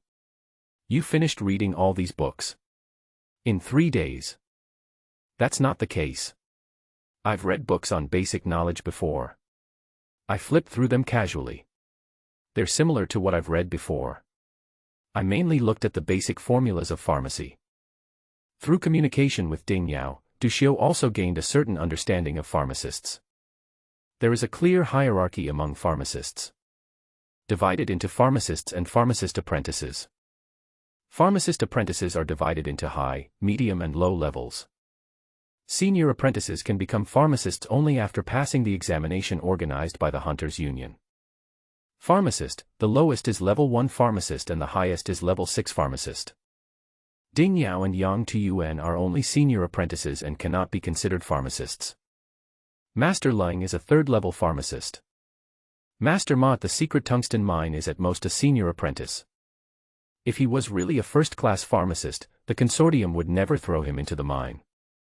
Even if he slapped the consortium's top management in the face, at most they would lock him up in a small dark room, imprison him, and force him to constantly prepare medicines. The city of Burt has a population of over 100 million, but originally had only 10,000 people. As for pharmacists, not counting pharmacist apprentices, there are only about 40 or 50 of them. This shows how precious and important pharmacists are. When Master Ma was sent to the mine, the book he brought with him was the basic knowledge of pharmacy, the same book that Ding Yao brought with him. However, he did not bring the basic formulas. Obviously, in terms of pharmacy level alone, Master Ma might not be as good as Ding Yao and has not yet learned that level. Du Xiu flipped through the basic formula book and found it quite interesting. Some of the formulas in it are similar to the ones he deduced. Hearing Du Xiu say that he had seen it before, Ding Yao said with an "I knew it" look, "Learn the basics first. You have to memorize this stuff over and over again. If you have a good memory, you can learn it all in about 7 or 8 years. As for the basic formula, it all depends on talent. Some people may not be able to master it even after 20 or 30 years of hard work, while others can learn it in just 7 or 8 years. Brother, have you learned it? I started learning basic knowledge at the age of 9 and basic formulas at the age of 14. This year is my 5th year of learning basic formulas. I can almost pass the first level exam this year. Ding Yao said with a hint of boasting. It took 5 years to learn the basic knowledge and 5 years to learn the basic formulas. This talent can definitely be called a genius among pharmacists. Junior brother, how are you doing with your basic knowledge? Ding Yao asked. It's okay. Du Xiu said casually. Ding Yao learned the basic knowledge in 5 years. At this speed, he seemed quite proud of himself. It seems like I learned it for more than a year. It's better not to discourage this talkative senior brother. After all, he changed the medicine for me. Ding Yao glanced at Du Xiu. His junior brother did not give a clear answer. But he knows. Maybe my junior brother's results are not ideal. But it's more face-saving. I had completed the basics of pharmacy at the age of 14, but he had not yet finished it at the age of 16. I felt the gap and was too embarrassed to speak up. When Ding Yao thought of this, he felt a little guilty. I shouldn't have shown off just now. Although my junior brother killed a cultivator in the Qi and Blood realm with an ordinary person, it was amazing. But the field of pharmacy is not about fighting and killing, nor does it rely on psychological games. It's an absolute talent. Some people can understand the basic formulas just by looking at them once. Some people can understand each word and symbol when learning basic formulas, but they cannot understand when they are put together. So he patted Du Xiu on the shoulder and said, "Don't be too stressed. Studying pharmacy is quite tiring. You should pay attention to combining work and rest." Du Xiu nodded in agreement. That's true. During the more than 1 year of learning pharmacy knowledge, I also had to mine, work, and practice the force, and I only read it in my spare time every day. That period of time really exhausted him. Over time, a towering city came into Du Xiu's sight. The outskirts of Burt City are a huge barrier that stretches as far as the eye can see. The iron wall made of alloy is hundreds of meters high and dozens of meters wide, with a cold metallic texture in the sun. This huge barrier is hollow and has densely packed arched windows. Each window is equipped with Imperial artillery and laser weapons with super-powerful firepower. There are 3 such barriers, each one higher than the last. The innermost barrier is estimated to be hundreds of meters high, reaching into the sky. A large number of Imperial guards are stationed in the 3 barriers. It is worthy of the name of a fortress city. At the fortress, there are a large number of garrison soldiers guarding it, among whom there are many powerful cultivators in the Qi and Blood realm, and even in the Kaiqiao realm. The Silver Fox hunters were at the door handling formalities. The guard officer knew that Master Leng was in the hunter group, so he came to greet him. After learning that Du Xiu did not have the residency qualifications, he took the initiative to take Du Xiu to enter his identity information without spending a penny. After completing all the formalities for entering the city, Du Xiu stepped into Burt City for the first time. He had never been to the fortress city. The orphanage where he once stayed was located in a large wilderness town. Although it is not small in scale, it is still not as grand as the city of Burt. This city built of steel is full of tall buildings. The red light at the intersection came on and the vehicles on the road were slowly put on pause. Rows of private cars all turned on their red lights. While waiting for the red light, private car owners looked up and saw the flying cars flying rapidly in the sky. A flying car equipped with an intelligent system, unmanned driving, and that can automatically avoid obstacles in the air is the dream of countless men. All the awesome people have gone to heaven, leaving these poor oxen and horses like them, still stuck in traffic on the ground. The new generation of love ideas of the imperial citizens would rather cry in heaven than laugh on the ground. Love, how much is love worth? Can you fly in the sky? Can I get an anti-aging potion? Can we give you a mechanical heart in case of heart failure? Love can't, but the Ma Group can. Welcome to join the Ma Group. This advertisement was played repeatedly on the LED display screen on the building.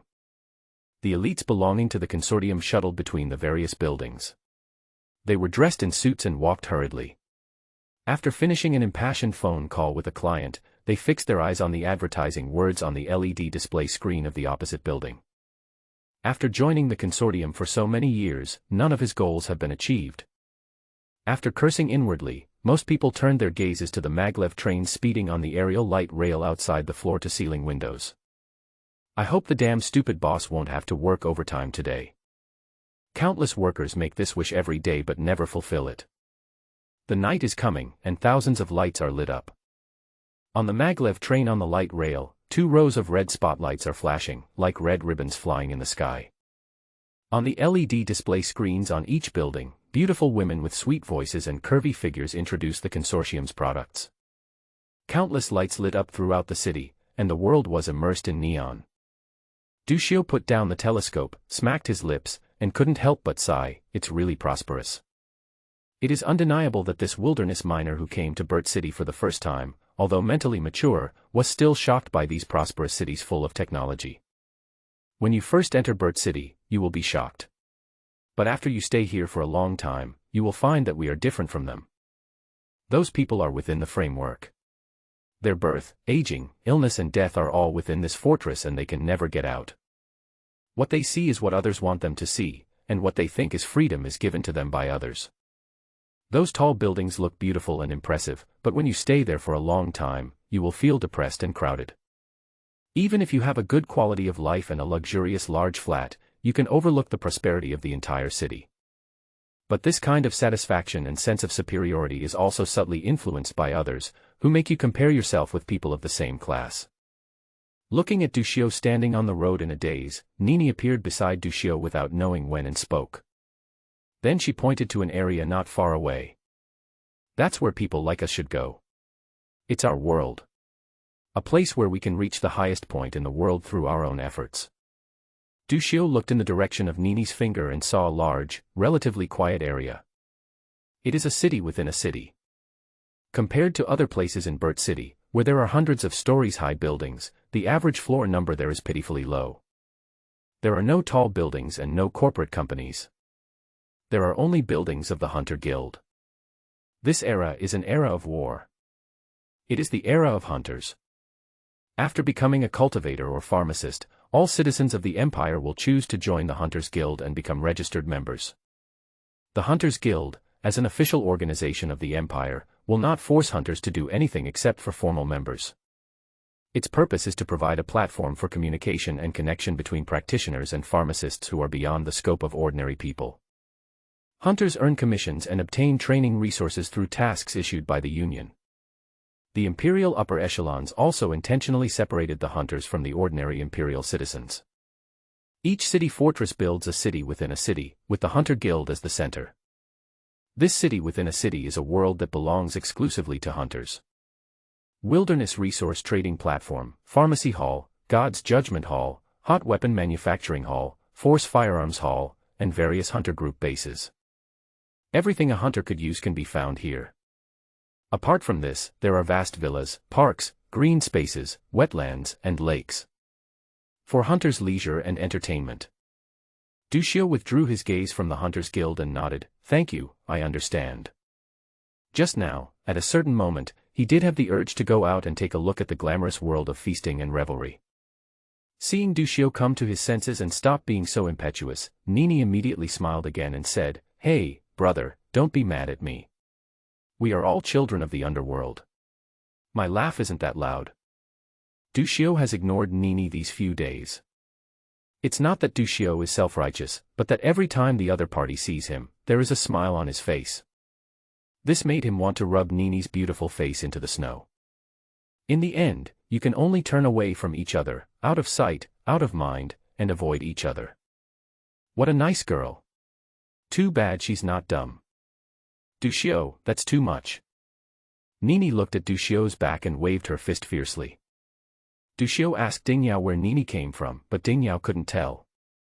He just knew that she had some relationship with the owner of the pharmacy. It seems that he is also a pharmacist, but he doesn't know his specific level. It feels like the other person is here to experience life. This time on a trip to the wilderness, she simply wanted to go out for a walk, and the head of the pharmacy hall handed her over to Master Lung, who was preparing to go out to look for herbs. Overall, I don't know his background or his strength, I only know that he has a great sense of bad taste. The next day, Master Ling met with Dushio and told him to study hard. He would come to check Dushio's level in a month. He also told him not to be distracted by practicing the force, otherwise he would be severely punished. After saying this, Master Ling seemed to be studying something, and at the critical moment, he locked himself in the medicine mixing room again. Dushio naturally agreed to Master Ling's words. At first, I became a disciple in the wilderness out of helplessness. Along the way, I communicated with Master Ling only a few times. But by virtue of the title of disciple, he did gain great convenience. Moreover, Master Ling did not point out his background, and everyone thought he was the child of Master Ling's family or good friends. Dushio himself had Northwest fixed place to live and no relatives, so naturally he accepted this somewhat absurd master-disciple relationship from the bottom of his heart. Under the leadership of Dingyao, Dushio went through the formalities and officially joined the Hunters Guild Pharmacy. Of course, his current identity is just a low-level pharmacist apprentice. In fact, strictly speaking, he is not a low-level apprentice. One can only become a low-level apprentice by passing the low-level apprentice examination. It was just because Dushio was Master Ling's disciple that the Hunters Guild gave him the status of a low-level apprentice in advance. It has to be said that as one of the only 3 level 3 pharmacists in the entire Burt City, Master Ling is indeed very powerful. That is why no one underestimates Dushio's potential. Dingyao took Dushio around the Hunters Guild, introduced the responsibilities and positions of each department, and mentioned in passing which people should not be offended. At night, Dingyao took Dushio to a 3-story villa with a garden of more than 700 square meters. "Here, this is a gift from the teacher. Here's the key. The cleaning staff has prepared everything inside. You can go in by yourself." Ah. Dushio stood there in a daze. He wasn't pretending to be surprised, he was really stunned. He had been displaced since he was a child and often dreamed of having a home, but he didn't expect it to come so suddenly. It's so luxurious. Don't be so touched. The teacher has several villas like this. They are all allocated by the Hunter Guild. Junior brother. Don't take the so-called cars and houses too seriously. In our world, these are basic benefits. Ding Yao warned. As a well-known talented pharmacist in Burt City, Ding Yao has long been accustomed to this luxurious life. For ordinary people, it is difficult to escape from all kinds of suffering in the world. But for a genius, as his talent becomes known to others, the whole world will make peace with him. This is also true. Let's just talk about the original revision. In Burt City, only 10,000 original cultivators were born out of 100 million citizens of the empire. In terms of population ratio, every original cultivator is a genius picked from thousands. Not to mention, pharmacists are even more scarce. They are 1 in a million. How should we treat these geniuses by making them worry about housing every day? Your first priority now is to quickly learn pharmacy knowledge and become a pharmacist. Thank you for the reminder, brother. Du Xiao is not stupid. It's just that half a month ago, he was still a miner in the mine. Now he has transformed into a genius. The gap is too big and he needs a short period of adaptation.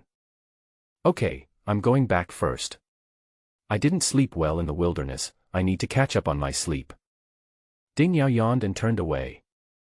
Senior brother Ding is a nice person. Du Xiao felt quite emotional. Half a month later. Welcome to the House of the Bronze Tree. On the computer page, there is a bronze tree with several trunks extending in different directions. At the end of the branches, fruits are produced. These fruits are like open bronze eyes. The bronze eyes opened for a moment, then closed again. Successfully logged into Bronze Tree House. Every time he logged in, Du Xiao subconsciously felt that these eyes seemed alive and conscious. Bronze Tree House. It is a forum exclusively for pharmacists and is not accessible to others. Pharmacists and original repairmen, including apprentices, will have their own identity codes when registering their information with the Hunter Guild. The original repairer's identity code and the pharmacist's identity code. Only with a unique identity code can you log into the original repair forum or pharmacist forum. To register a Bronze Tree House account, you need to enter the pharmacist identity code. In the Hunter Union Pharmacist Information Database, after the matching review is passed, the pupil information will be automatically collected and the account owner's personal information will be locked. Next time you log in, just scan your pupils. But every time he logged in and saw the eyes on the bronze tree, Du Xiao felt very scared. A sentence popped up on the page. Welcome back to eating half full by relying on your face. In the message area, 99+ message replies are displayed. The source of the information was a post he made some time ago. How to treat head disease. In the snowy forest, he fainted due to a headache and everyone thought he was fainted from exhaustion. He did not mention this proactively. Master Leng must have accepted him as his disciple because of his talent. For pharmacists, who make a living by using their brains, headaches are the most deadly diseases. Besides, Du Xiao's headache was not just a simple one, it was an unknown headache that he had suffered since childhood. So he didn't dare to explain his situation. After the cold-fearing master knew his situation, he applied for a return. So I can only ask in the forum with a try it attitude. After all, the forum is full of good and bad people. Du Xiao described his situation in detail and posted a message, hoping to meet an expert who could answer his questions. Unfortunately, no one has given a reasonable explanation in the past half-month. After logging in this time, Du Xiao browsed again and saw new comments and replies. He discovered that in the forum where there were all kinds of people, the fish were real fish. I have never seen a dragon. Those who gave him advice used basic knowledge of pharmacy to answer his questions. Du Xiao flipped to the bottom and found a comment with a high number of likes. Jiao Mao, please reply to my private message. A large group of people responded to this post. The other party did not reply to these people, but there were hundreds of replies. I'm so shocked, admin boss. Big brother stickers. Top bosses come to the novice area to reply, Mom, I feel the love of the Hunter Guild. Big brother, You have learned the basic knowledge of pharmacy in 2.5 years. What level is this among pharmacists? It's just bragging level. Boss, would you like to accept me as your disciple? I have great talent. Picture of long legs in black stockings. Get rid of the stupid dog upstairs, it's ruining my moral integrity.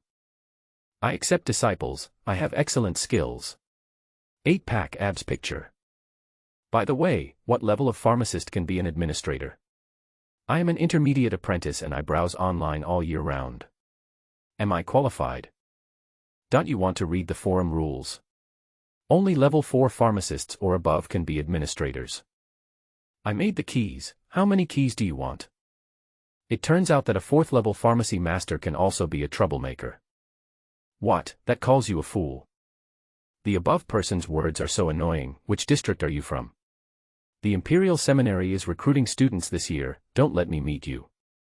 Don't wait for enrollment, come directly to the first island chain, Sang Group, and I'll show you what a consortium is. You stinky sea dog in the island chain, why are you so arrogant? If you have the guts, come to the Haima district, by group, and I will show you the foundation of a 1,000-year-old consortium. Hi Moo.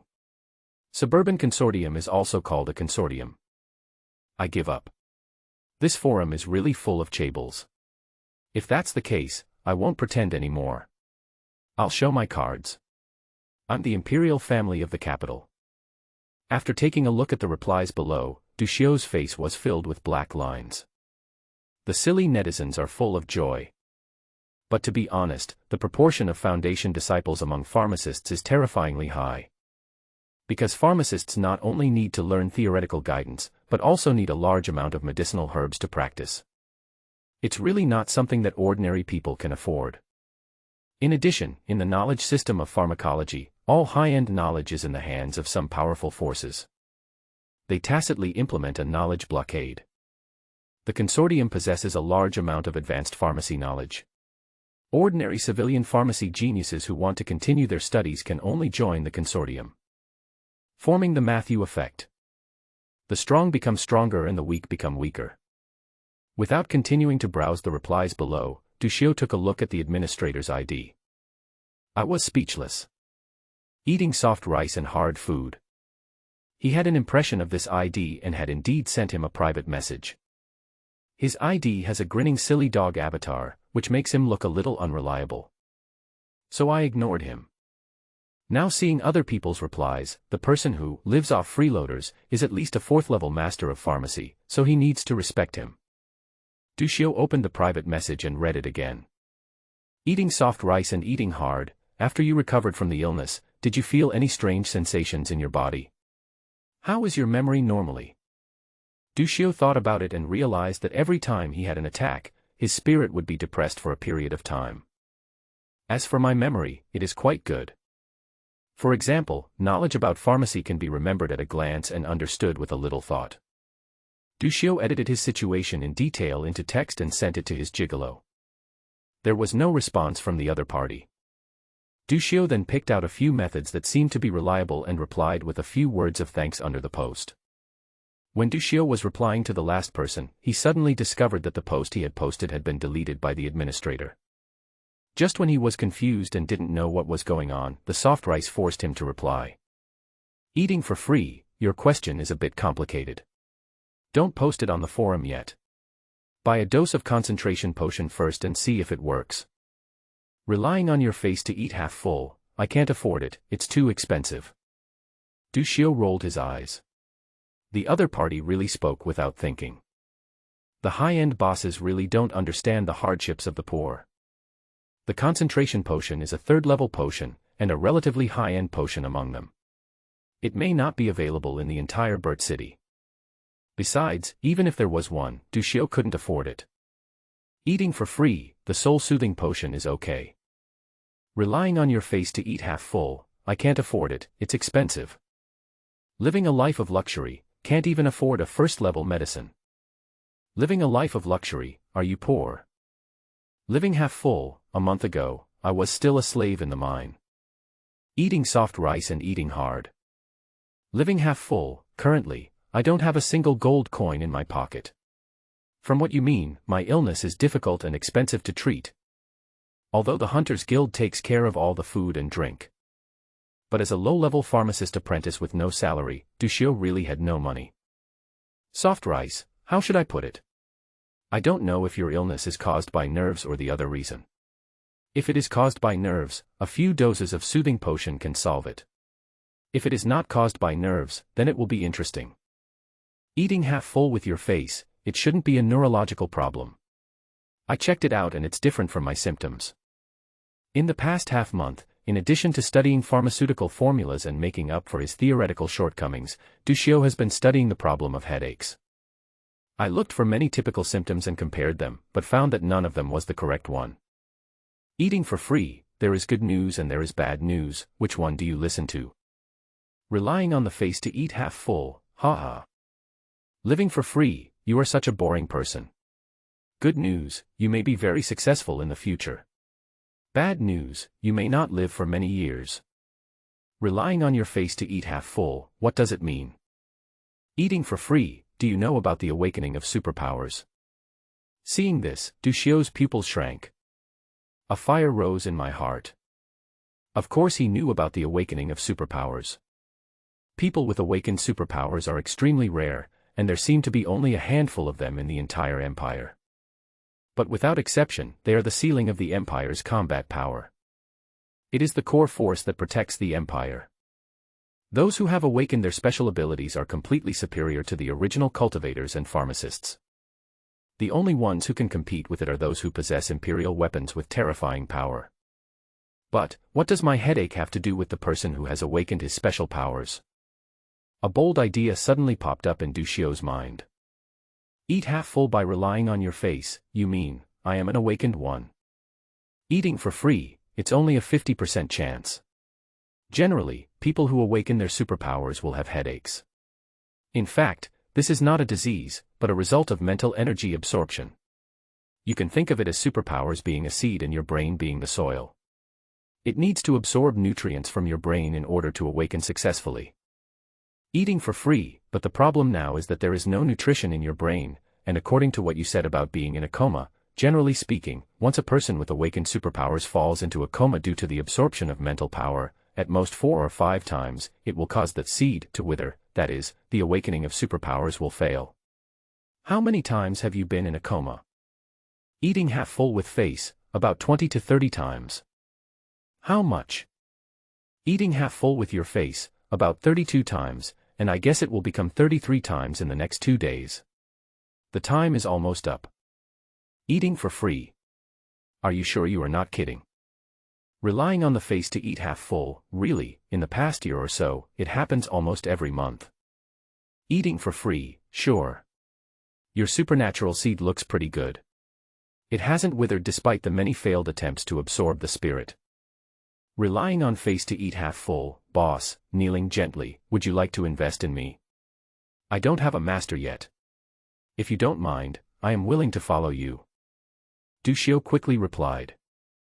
In the past 6 months, every time he fell into a coma due to mental absorption, he would feel extremely uncomfortable after waking up and would be listless for several days.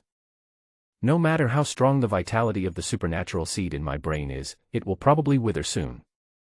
He wanted to rescue it. Living a life of luxury, actually, you are worth investing in, and the investment is quite large. But unfortunately, I am just a live-in luxury, and I have no power to support myself. Free food, you really can't even afford medicine. Relying on your face to eat half full, it is absolutely true. Eating for free, although it is not recommended that you tell others about your supernatural powers, given your current situation, you should still find a consortium. Confess to them, and they will probably be very interested in you and willing to invest in you. Eating half full by relying on face, boss, do you need to keep your supernatural powers a secret? Eat for free, well, it's best to keep it secret, otherwise, you will be in big trouble in the future. But for you, these are too far away. Your most important problem now is to quickly take some medicine to nourish your spirit to ensure that you can awaken successfully. Otherwise, if the awakening of your superpower fails, you will become an idiot at best, or die directly at worst. Of course, it's not just medicine. If there are natural treasures that nourish the soul, that would be even better. Okay, I'll send you some information on superpower awakening, you can take a look at it yourself. It seemed that Soft Boss had something to do. He sent a document to Dushio and then hurriedly went offline. What a nice person. After sending out the good guy card, Dushio clicked on the information and began to browse it. Half an hour later, Dushio fell into deep thought. Looking at the situation, according to Boss Soft's advice, it would be best to keep the supernatural power secret. He deleted his post probably to protect himself and prevent people with ulterior motives from targeting him. There are many stories about people who have awakened their special powers in the information. Those powerful people who have awakened their superpowers and left behind many legends are all members of the consortium. There are very few people who come from purely grassroots backgrounds. This made Dushio even more fearful. Could it be that the consortium has a way to steal the supernatural powers of the awakened ones? Dushio shrank his neck, feeling a little creepy. At this moment, Dushio's mood was mixed. Well, of course it's because I might become someone with awakened superpowers. The bad thing is that the seeds in his mind are almost withered and need a lot of medicine to nourish them. And it's not just 1 or 2 doses, but a large amount of potions, until the superpowers awaken. As for seeking the protection of a powerful force like the consortium, Dushio thought about it again and finally eliminated this option. According to the data, those who failed to awaken were described with their symptoms during the last few awakenings. They were all in a coma for several days or even a week. The longest time I was in a coma was a day and a night last time. In the stage of awakening superpowers, it belongs to the middle and late stages. I can still hold on for a few more months. Thinking of this, Dushio casually flipped through the book on basic pharmacy formulas next to the computer desk. This thing doesn't seem to be difficult. I do have some talent in pharmacy. It's better to redeem yourself. People always have to have dreams, don't they? A real man lives between heaven and earth, how can he be depressed and inferior to others for long? It's impossible to bow to life. Thinking of this, Dushio felt a sense of heroism in his heart. Then, he picked up his phone and sent a message to Nini. Good brother, are you there? After a while, the other party replied. Explain. Borrow some money. The other party withdrew a message. Looking at the withdrawn message, Dushio fell silent. It turns out, you can't put your hopes on others. Dushio sorted out the current channels for making money to buy medicine. There are currently only 3 ways. The first one is to go into the wilderness, collect herbs, and hunt insects. Herbs or zerg corpses can be taken to the Hunters Guild to sell. The second way is to accept tasks from the Hunters Guild and get paid. The third method is to make potions. Either the Hunters Guild provides the herbs and charges a fee for making the potions, or you can buy the herbs yourself, make the potions yourself, and sell them. The first and second ones are definitely not acceptable. For the past half-month, he has been trying to sense the force. The result was extremely touching, and I didn't feel it at all. I have not cultivated the force, and I don't know anything about various types of firearms and weapons. If I rashly enter the wilderness, I will be in vain. Only the third method can be used.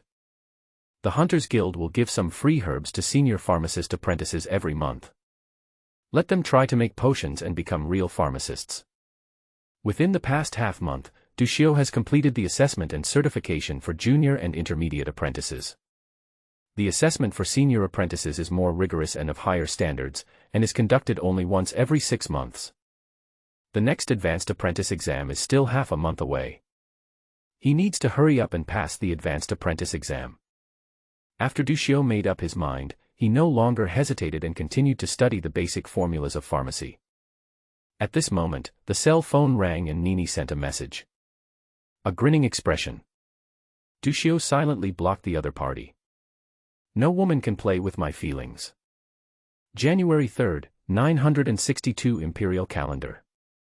At the gate of Burt Fortress, there are a large number of convoys equipped with heavy firepower parked. A group of burly and powerful cultivators lined up at the entrance of the fortress.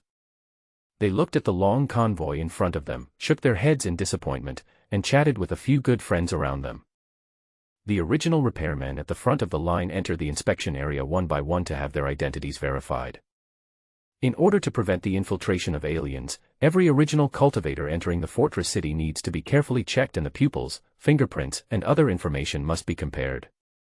On this point, the original cultivators complained that their access to and from the city was not as convenient as that of the imperial citizens who had no cultivation. Since last night, a large number of people, including various hunting groups, executives of wilderness resource companies, wilderness lone rangers, medicinal herb buyers, etc., have returned from the wilderness. The reason is simple: the Hunter Guild Pharmacy is conducting an assessment for senior pharmacist apprentices. This group of people came here not just to watch the fun. Instead, he recognized the faces and found out who would become senior apprentices, and at the same time, he looked for opportunities to cooperate with them and order some medicines. In other words, order some semi-finished medicines. Similar to Dushio's poison powder. In a sense, this is also a semi-finished product of the first-level medicine. Although these semi-finished medicines are not as effective as finished medicines, they are cheap. Senior apprentices who want to become pharmacists need a large amount of herbs to prepare potions and accumulate experience. Before senior apprentices officially become pharmacists, they will choose to cooperate with some hunting groups, herbal merchants, wilderness resource companies, and other forces. Take the Hunter Group for example. The Hunter Group provides herbs on a voluntary basis for senior apprentices to practice, and any failed or semi-finished products are handed over to the Hunter Group for disposal. Achieve a win-win situation. In a market where there are few pharmacists and many hunter groups, each hunter group will naturally rush back to the city to grab people. 10 o'clock in the morning. Inside the Hunters Guild, somewhere in a hall. Dushio and more than 70 intermediate pharmacist apprentices entered the examination room one after another after being searched. The candidates entered separate small rooms. The room was dark. The moment Dushio stepped forward, a virtual screen appeared in the air with a countdown on it. Dushio asked Ding Yao about the assessment method. The senior pharmacist apprentice assessment is divided into two parts. The first part is virtual herb identification, multiple choice questions, and lasts for 1 hour. The second part is the virtual medicine mixing, which also takes 1 hour. The more correct answers you get within a limited time, the higher the final score. As the countdown reaches 0, a very realistic virtual herb appeared on the screen. There were 4 options representing the names below it.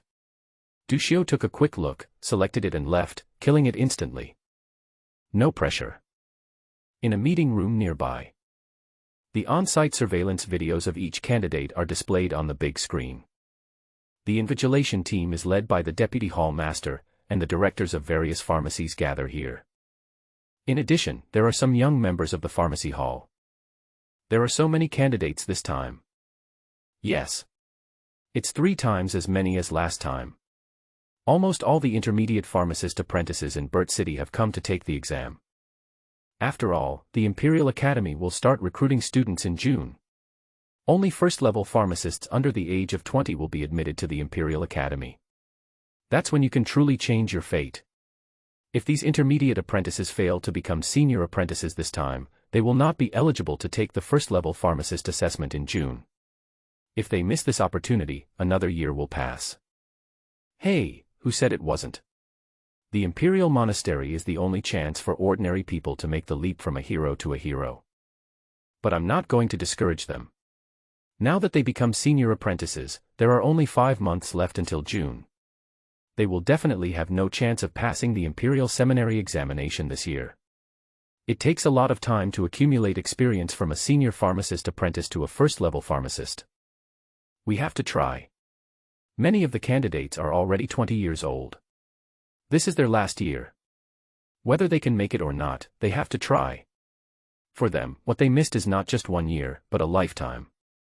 A group of elderly pharmacists sighed. All of them graduated from the Imperial Seminary. In the Ninth Empire, almost all the dignitaries graduated from the Imperial Seminary. The story of an ordinary person dropping out of school, becoming self-taught, and making a grassroots counterattack has never happened in the history of the Empire. Either successfully enter the Imperial Seminary and become an Imperial elite, or you will be written on by others all your life. In fact, it is not just ordinary people who are like this, the same is true for the children of the consortium.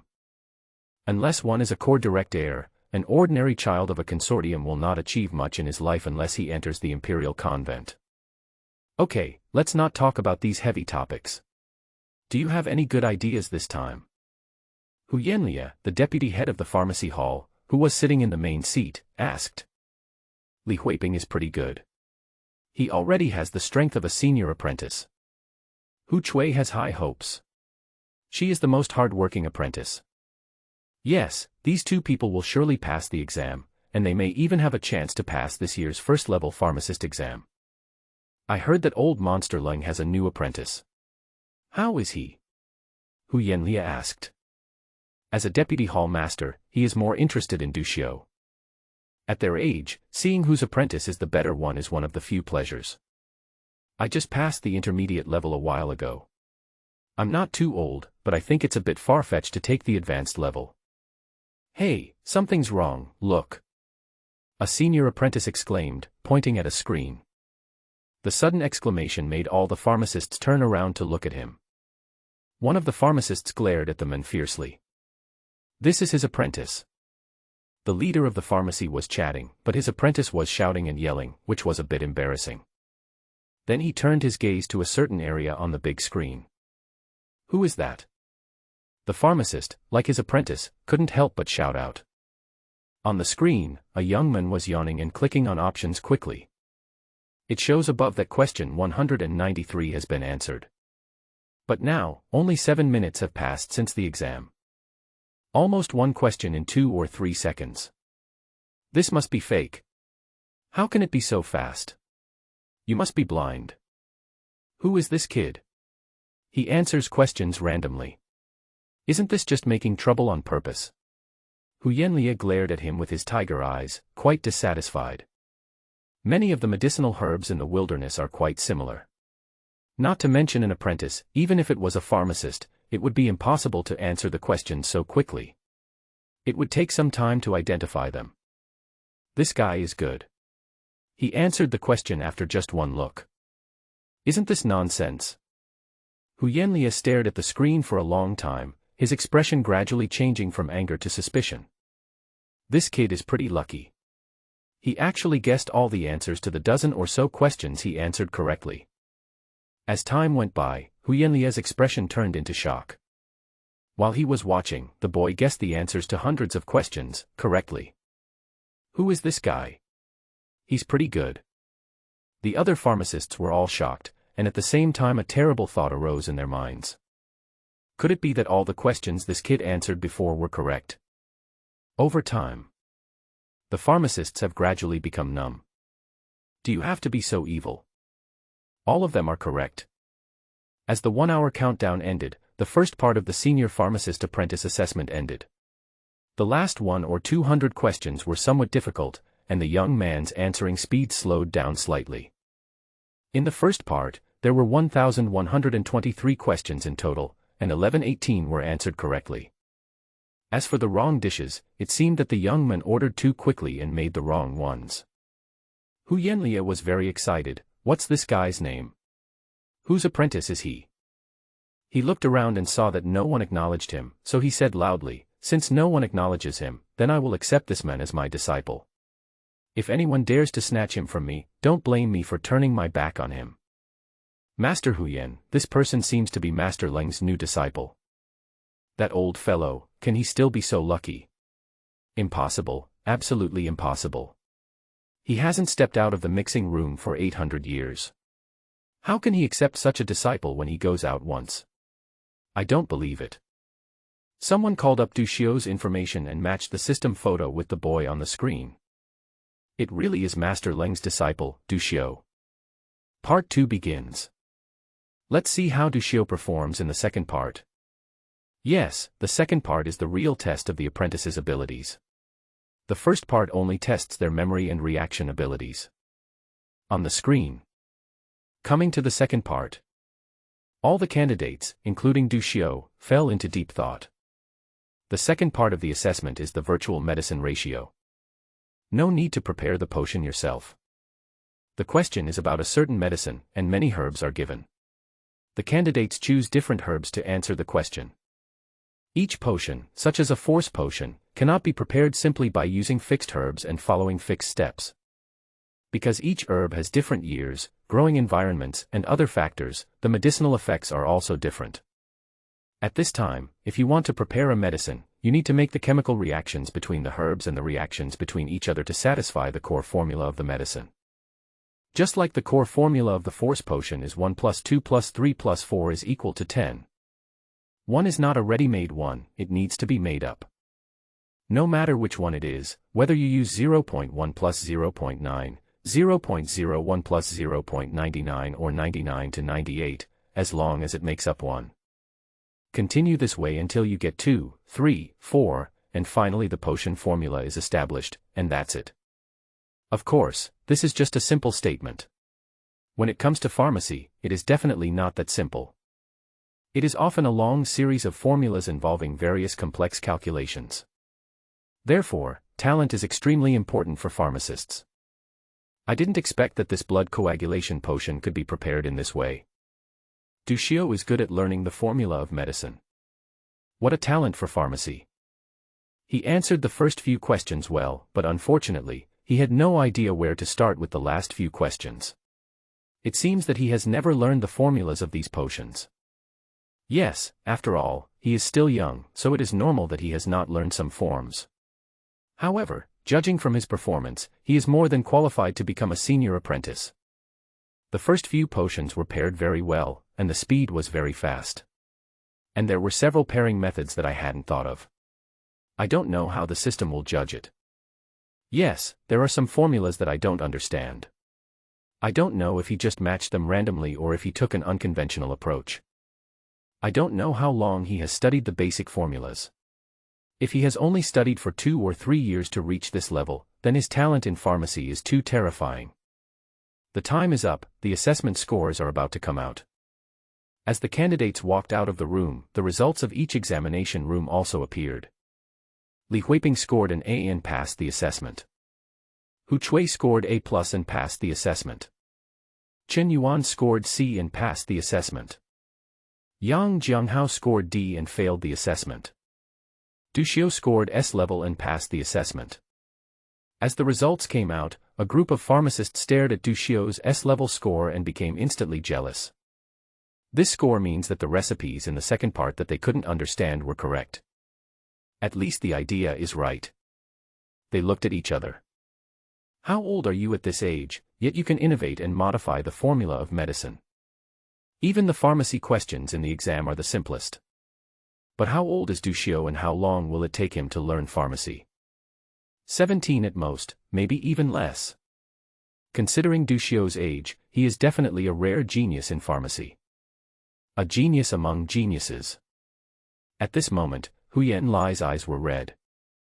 It is such a sin that such an unpolished gem fell into the hands of old monster Lung. No, such good seedlings cannot be wasted. As the results came out, the students who were watching the excitement exclaimed in surprise. How many years has it been since we last saw an S-level score? It hasn't happened in decades. That's amazing. Who is Dushio? Why haven't I seen him before? At this time, a handsome guy came up from downstairs. It was Ding Yao. He knew that Dushio was taking the advanced apprentice assessment, but after all, Dushio had just started reading the book and the teacher had not explained it one-on-one yet. He thought Dushio was just testing the waters, so he didn't take it seriously. I come here at the right time just to comfort my junior brother. Hey, that's not right, isn't that Hu Yanlia? Ding Yao was stunned. On the 3rd floor, in the corridor, a little old man was running over, sweating profusely. Hu Yanlia jogged all the way to the passage where the examinees came out. Dushio, right. Hu Yanlia forced a bright smile on his face and said to Dushio who had just walked out. Dushio was a little surprised. He knew that Hu Yanlia was the deputy hall master and a pharmacist of the same level as Master Lung. He can't afford to offend. Although he didn't know what the other party wanted to talk to him about, he replied politely, "It's me, Master Hu Yan. What do you want to talk to me about? Come on, let's go to my office. I want to tell you something." Huyen Lai grabbed Dushio's hand and ran away. Ding Yao watched the two leave curiously. At this moment, the conversation between several senior apprentices who came running over reached his ears. Who is Du Xiu? Has he come out? Let's go. Let's make ourselves familiar. I have to say, an S-level rating is really scary. With this kind of score, it's almost certain that I'll become a level 3 pharmacist in the future, and there's a good chance that I'll become a level 4 pharmacist. I'm face blind. Which one is Du Xiu? I want to meet an S-rated genius. Which potion master's disciple is Du Xiu? I don't know either. I never noticed there was such a person in the pharmacy. Ding Yao held someone's hand and asked uncertainly, the person who received an S-level score in the assessment is called Du Xiu. Yeah, Lao Ding. Do you know him? Ding Yao thought of Hu Yanlia's daisy-like smile and slapped his head. Oh no. Someone is trying to poach me. No, I have to go find the teacher. Outside, in the Hunters Guild Square. It's already crowded. 4 huge screens hung on the pillars of the square simultaneously announced the transcripts of senior pharmacist apprentices. Nearly 1/3 of the original cultivators in the entire city of Burt gathered in the square. The moment the results came out, the whole square was buzzing with discussion. Several leaders of larger hunter groups gathered together, standing behind the crowd, smoking and chatting. A list appeared on the screen. It only displays the names of the apprentices who have passed the assessment, as well as their scores. Captain Wang of the Silver Fox Hunter Group glanced at the list on the screen from a distance and said with a smile, "A lot of people have passed this time. We hunter groups don't have to fight so hard. Indeed, this time we both have some bottom line, so don't compete to raise the price." Haha, I agree. As long as you don't raise the price, I definitely won't raise the price either. Although these hunter leaders are all original cultivators at the Awakening Realm, this does not mean that they do not need the potions of advanced apprentices. Just like, quick-acting heart pills are certainly good medicine. But, cold medicine is also essential. In addition, there are many people in the Qi and Blood realm and even ordinary people in the hunter group. Therefore, every time the list of senior apprentices came out, these team leaders would compete to raise the price in order to win the cooperation of the senior apprentices. There is no way around it. Between Yuan Xiu and the pharmacist, it is an absolute seller's market. S-level rating. Where is it? Captain, there is an S-level scorer this year. Captain, come and see. There is an S-rated senior apprentice. The team leaders were chatting outside the crowd, and some team members were recording the names and information of senior apprentices on the big screen. Hearing the exclamations from the crowd, the team leaders hurriedly threw down their cigarette butts and rushed to the screen. S-level. Are you kidding? Why don't I believe it? Captain Wang. Captain Wang. Du Xiu. That boy. That boy. He is an S-level senior apprentice. A bald man from the Silver Fox Hunter Group shouted excitedly in the crowd. Are you sure? Captain Wang stood on tiptoe and stretched his neck at the back, anxiously confirming. Yes. It's him. It's absolutely true, hurry up. The bald man tried to squeeze out, but was pushed back in again by the crowd who had come after hearing that there was an S-level senior apprentice. We must quickly find Master Leng. Captain Wang slapped his thigh and said excitedly. In fact, it is still very risky for the hunter group to cooperate with senior apprentices. The hunter group provides herbs for free. If the cooperating apprentices can prepare semi-finished products, it will be worth it. Although the effect is not great, but at least it is some. I'm afraid that the medicine prepared by the other party will be useless. That hunter group is a pure loss. Furthermore, once the two parties sign a contract, it usually starts at 3 years, and a large amount of medicinal herbs must be provided free of charge every month. If you meet a stupid apprentice, then 3 years of work will be almost in vain. Moreover, once the contract is signed, the hunter group cannot terminate it on their own initiative. Once the hunter group terminates its activities, it will be almost impossible to buy potions in the pharmacy. In a city, there are only a few dozen pharmacists and 100 or 200 pharmacist apprentices. They are not only colleagues who see each other every day, but they may also be brothers in the same profession. If you offend one person, it means you offend a lot of people, and you can't expect to have a good life. For the hunter group, the best partner It's about preparing medicines, and the yield rate is very high. And you can definitely become a senior apprentice of a pharmacist. During the apprenticeship period, cooperation is pure profit. After the other party became a pharmacist, the cooperative hunter group took off directly. The attributes of white moonlight are useful in any field. For a senior apprentice from an ordinary family, it would be a waste of money before he becomes a pharmacist. If a group of hunters invested regardless of the cost at this time, then the rewards to the group after he became a pharmacist would be absolutely terrifyingly generous. A potion costs 1,000 gold coins.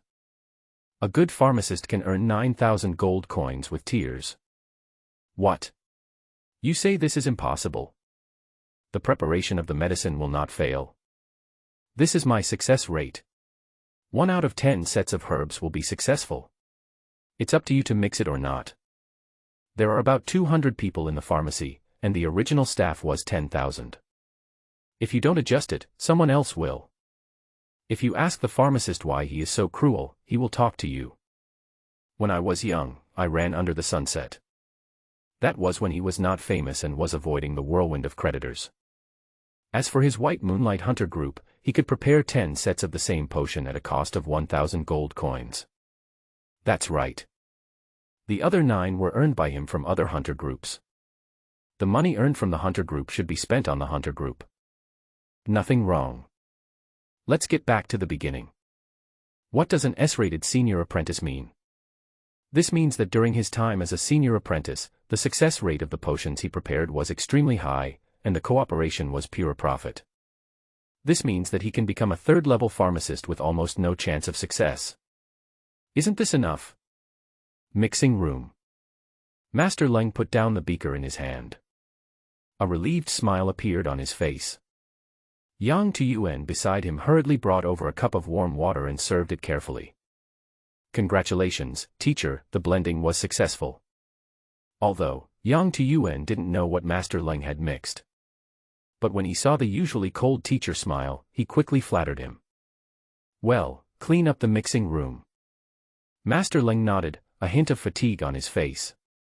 At this moment, the doorbell rang hurriedly outside.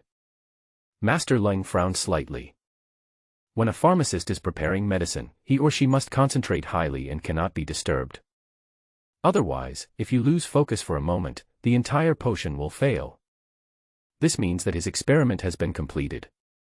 If he hadn't completed it, the doorbell outside would easily distract him.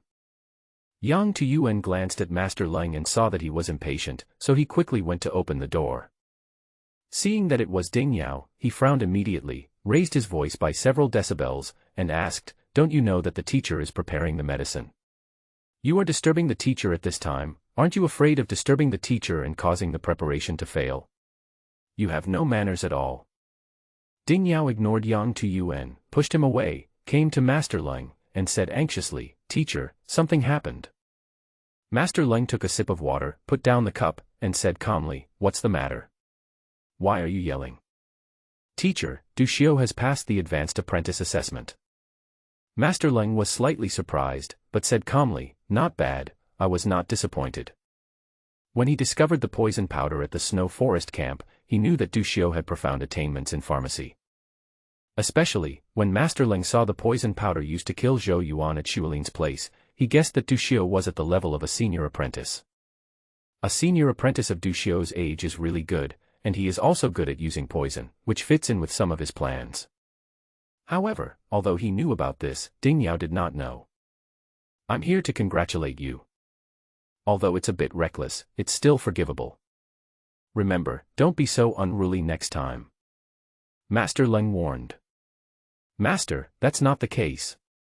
Junior brother received an S-level score in the assessment." "What?" Master Leng's eyes widened instantly. There is also a gap between senior apprentices. The meaning of the S-level score is too great. At the very least, you can become a level 3 pharmacist in the future, and there is also great hope that you can become a level 4 pharmacist. I only got an A+ in the advanced apprenticeship exam that year.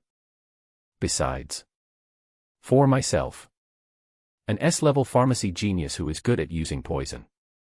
It was what he had always dreamed of. Can my dream finally come true?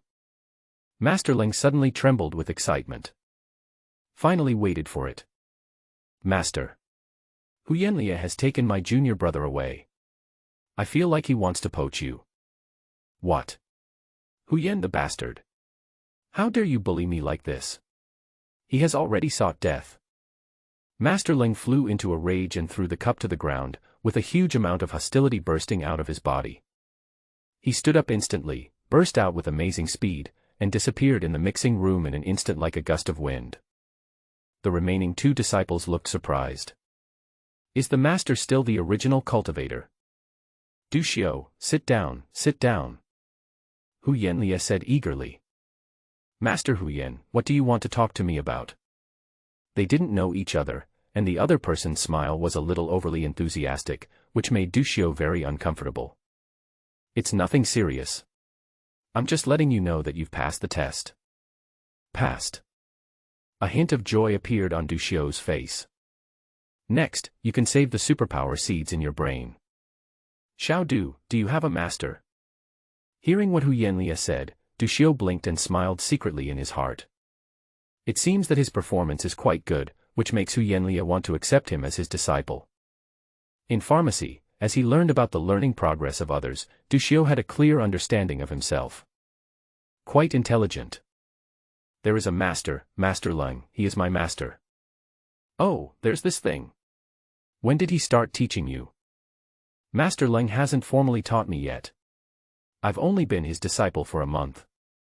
Hearing this, Hu Yanli was immediately delighted. After 1 month of apprenticeship, if you round it up, isn't that the same as not having apprenticeship at all? In an instant, Hu Yanli collected his thoughts, a look of regret appeared on his face and he said, what a pity, what a pity. Du Xiu's expression moved slightly. I sneered in my heart, you old thing, you're still acting with me. Master Hu Yan, what do you mean by this? Hu Yanlia pretended to hesitate. I'm not saying that Hall Master Ling is bad, I personally don't like to speak ill of others behind their backs. It's just that his personality is eccentric and difficult to get along with. He has no patience when teaching his disciples and beats and scolds them at will. From his face, you should be able to tell that Master Ling is difficult to get along with. What I said is true. What kind of good person looks like him?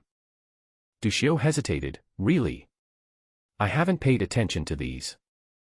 Besides that, his personal knowledge of pharmacy is not very advanced. Over the years, he has prepared only a handful of potions. He stays in the mixing room all day, and no one knows what he is tinkering with. I feel really sorry for you. For a pharmacist apprentice, the foundation is particularly important. If you can meet a famous teacher and lay a solid foundation, your future path will naturally be smooth sailing. However, if you meet a bad teacher and the foundation is not solid, all your efforts will be ruined. After listening to what Hu Yanlia said, Du Xiu sighed with a trace of sadness on his face. That being said, once a teacher, always a father. Even if Master Ling is not good in every way, I should serve him carefully.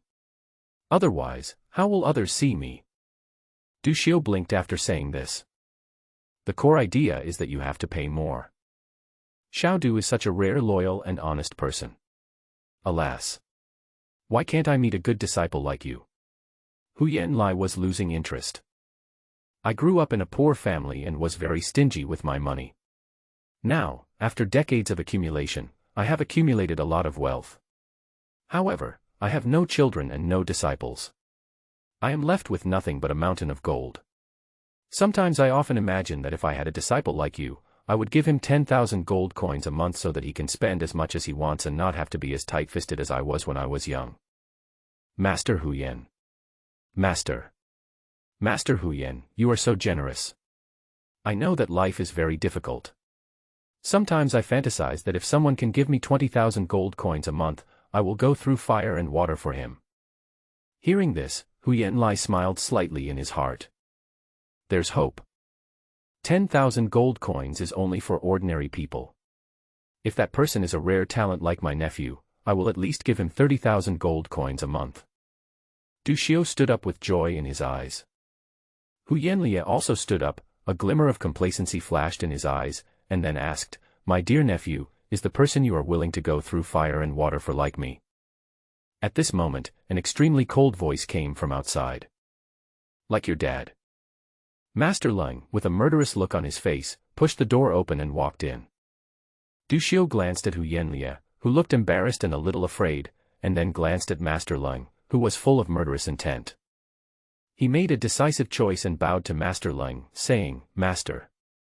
Roll." Master Leng waved his sleeves and Du Xiu was pushed out of the door by the force. Then the door closed. Suddenly, ping-pong sounds were heard in the office. "Lao Leng, don't do it, let's talk it over." "Master Leng, we are all respectable people." "Oh, are you really here?" "I will fight you." "Go and get the hall master."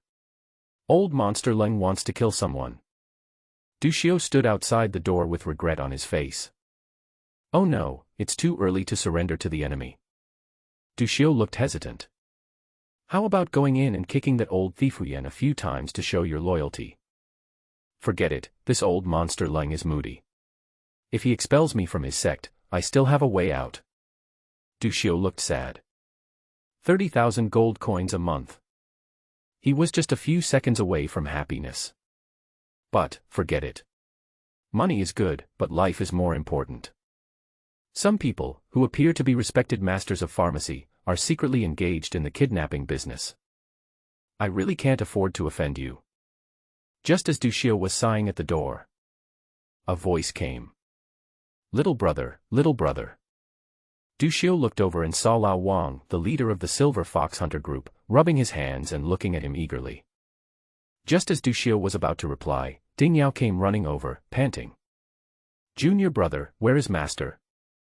Du Xiu pointed inside and said, "He is reminiscing with Hall Master Huyen." "That's good, junior brother. Master Huyen didn't threaten you, did he? Don't be afraid. Master and senior brothers are backing you up." Ding Yao asked with concern.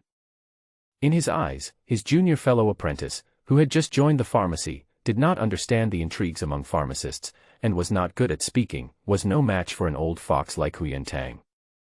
"No, thank you for your concern, senior brother. By the way, senior brother, did you inform master?" "Yes. I saw Hall Master Huyen was looking for you, so I hurried to inform master. Fortunately, I made it in time." Ding Yao smiled and waved his hands, as if he didn't need to thank me. A trace of resentment flashed across Du Xiu's face. Du Xiu was really helpless towards his senior brother. Even though the other party is making things more difficult, their intention is good after all. Senior brother Ding is really nice to him. During this period, I often gave away pharmacy books and my own pharmacy experiences. Worried that Du Xiu would not be able to adapt to the life there, he would often visit him and bring him some fruits, special delicacies, etc. "Junior brother, you have passed the assessment and your score is S level." Ding Yao reported the good news with a happy face. He was very surprised at Du Xiu's talent in pharmacy. Ding Yao naturally knew that Du Xiu's talent in pharmacy was not low, as he was able to make the always picky Master Leng go to great lengths to rescue him. But he was still shocked to pass the assessment so quickly and get an S-level score. In addition to being shocked, Ding Yao was more happy. After all, he was the one who took care of Du Xiu all the way. There is a sense of pride that my younger brother has made progress. Du Xiu nodded slightly. No wonder Hu Yanlia was so enthusiastic towards him just now. Ding Yao looked at Wang Dehai who was standing beside him and said, "Captain Wang, what are you doing here?" "Brother Du has just become a senior apprentice, so he must be short of herbs to practice with. I'm here to seek cooperation with him." Seeing Ding Yao, Wang Dehai secretly thought that something was wrong. If he had discussed cooperation with Du Xiu one-on-one, he wouldn't have spent so much money. After all, Du Xiu was born in the wilderness and didn't understand the ins and outs of the matter. But with Ding Yao, the old hand, next to him, he would probably bleed heavily. Cooperation. Ding Yao thought for a moment and nodded. "Well, that's fine. Normally, the deputy hall master has plenty of resources, so his disciples would not seek cooperation with the hunter group. But Master Leng spends all day in the mixing room, doing research. He also didn't accept any orders for medicine from outside, and all the monthly herb quota was spent on himself. Come on, let's talk in my office." "Good." In the office. The three of them sat down. Du Xiu took a sip of water and asked, Captain Wang, how do you want to cooperate? Brother Du, you choose the medicine, and we will give you 30 doses of herbs for the medicine in a month according to the formula. What do you think? The current market price is generally 15 to 20 doses. This price is already very high. Du Xiu cast an inquiring look at Ding Yao. He doesn't understand the so-called market conditions. The two men made eye contact, and Ding Yao nodded slightly, indicating that Du Xiu should let him talk. Ding Yao smiled at Wang Dehai and said, Captain Wang, you are too insincere. You must know that my junior brother is rated S level.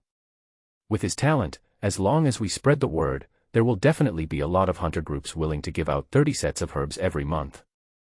Captain Wang smiled awkwardly, and then said, although that is true, the powerful hunter groups in Burt City now have several partners. Even if they promise the same chips, they may not be able to provide the full amount every month, and the quality of the herbs is also uneven. We are the only large-scale hunter group that has not yet partnered with us. I can guarantee that we will provide the full amount every month and guarantee the quality. The Silver Fox Hunter Group previously had 2 partners, but their contracts expired a few months ago and were not renewed. They are indeed the only large-scale hunting group in Burt City that has no partners on the market. I know what Captain Wang said, but with my junior brother's talent, it shouldn't be difficult for him to get priority supply. Ding Yao retorted, you are not sincere enough. Captain Wang gave a bitter smile and said, then Brother Ding, please name a price. How about this, we are old acquaintances, how about 50 doses of medicine a month? Ding Yao said loudly. 50 sets. Brother Ding, are you kidding? The cost price of a set of first-level potion on the market is about 500 gold coins. 50 sets would cost 25,000 gold coins. That's too high. Captain Wang said in disbelief. Captain Wang, don't refuse yet. You know my junior brother's talent. If you invest in me now, I will definitely not treat you unfairly in the future. Moreover, a few days ago, I also prepared a first-level potion. If you need a first-level potion in the future, I can prepare one for you at cost price every month. Ding Yao said with a smile. Captain Wang's eyes flickered. To purchase a first-level potion, you need to buy the finished product. Depending on the difficulty of preparing the potion, the price generally ranges from 5,000 gold coins to 10,000 gold coins. But the cost of the herbs needed to prepare a first-level potion is only 500 gold coins. As long as Ding Yao is not a ruthless person, he can definitely successfully prepare one with 4 or 5 herbs. Although the overall price is still much higher than the normal cooperation price between hunter groups and apprentices on the market, it is not unacceptable. As for Ding Yao's strength, Captain Wang had no doubts. After all, Master Ling is one of the 3 great pharmacists in Burt City, and his apprentice still has some credibility and strength. Okay, let's sign the contract. Captain Wang took out a contract that had been prepared long ago, filled in the agreed quantity in the blank, signed it, and handed it to Du Xiu. Du Xiu and Ding Yao both took a look, and after confirming that there was no problem, Du Xiu also signed his name. The cooperation was concluded and both parties were very satisfied. For Du Xiu, there could be no higher offer on the market than that offered by the Silver Fox Hunter Group. After all, other hunter groups have several partners. The Silver Fox Hunter Group used all its strength to support Du Xiu. The Silver Fox Hunters were also very satisfied. What they are betting on is Du Xiu's future. Brother Du, what kind of potion are you going to mix? I'll prepare it in advance. Soul-soothing potion. What? Requiem potion. The smile on Captain Wang's face when he signed the contract just now froze. Yes, what's wrong? Du Xiu looked innocent. Ding Yao looked at his junior fellow apprentice's expression and understood that his naive junior fellow apprentice did not understand the market conditions. Junior brother, the soul-calming potion is a high-end first-class potion, and the cost of the herbs is doubled. Oh. I see. I saw it written in the contract that the pharmacist can specify the herbs for the first-level potion at will. Isn't the soul-soothing potion a first-level potion? This. Ding Yao was in a daze, as if nothing was wrong with him. Brother Du, this potion is very difficult to prepare. For an apprentice who has just started to try to prepare a potion, the failure rate is extremely high. It is not suitable for training. Captain Wang almost vomited blood. The contract does state that the pharmacist shall designate the first-level pharmacy. But as a normal apprentice, everyone would choose the simplest potion to start with. Choosing difficult potions not only wastes the hunter group's money, but also the apprentice's own time. Harming others does not benefit yourself. Brother, I want to give it a try. Du Xiu looked at Ding Yao with a determined expression. Seeing this, Ding Yao also softened his heart. After all, my junior fellow apprentice is extremely talented. Which genius is not arrogant? He was like this at the beginning, concentrating on making the most difficult potion. Chew on a tough bone and prove your extraordinariness. It was only after hitting a wall and facing reality that he began to honestly prepare the medicine from the simplest one. Although he really wanted to tell Du Xiu that it would be better to start with simple potions. But Ding Yao really couldn't bear to dampen Du Xiu's enthusiasm. Many things are most deeply remembered after experiencing them in person. It's hard for the Silver Fox Hunter group. Captain Wang, although the cost of this soul-soothing potion is high, the price of the semi-finished product is also high. As long as my junior brother can prepare a few doses, you won't lose money. Captain Wang wished he could vomit 3 liters of blood. Can this be the same? Simple medicine preparation can also help to collect some semi-finished products earlier, which can make up for the loss a little. But even a first-class pharmacist wouldn't be able to prepare this soul-soothing potion, right? It would take a long time for Du Xiu to make a profit from the soothing potion he prepared. Captain Wang, the contract has been signed, can't it be ignored? Du Xiu asked in confusion. A pair of pure black eyes seemed to say. Captain Wang, we have already signed the contract. It's too late to regret it. It counts, it counts. Captain Wang's eyes were dull. Now he just hoped that Du Xiu would give up early after trying for a month. But he changed his mind and thought about the young man who was operating frantically in the snowy forest and in a desperate situation, trying every possible way to kill Zhou Yuan. He suddenly felt like he had no desire to live. This guy is such a stubborn guy. He vaguely saw that he would be Du Xiu's employee for a long time in the future. Brother Du, you must be promoted to pharmacist as soon as possible. Captain Wang held Du Xiu's hand tightly. A set of herbs for the soothing potion costs 1,000 gold coins, and 50 sets means 50,000 gold coins a month. His heart is bleeding. Night.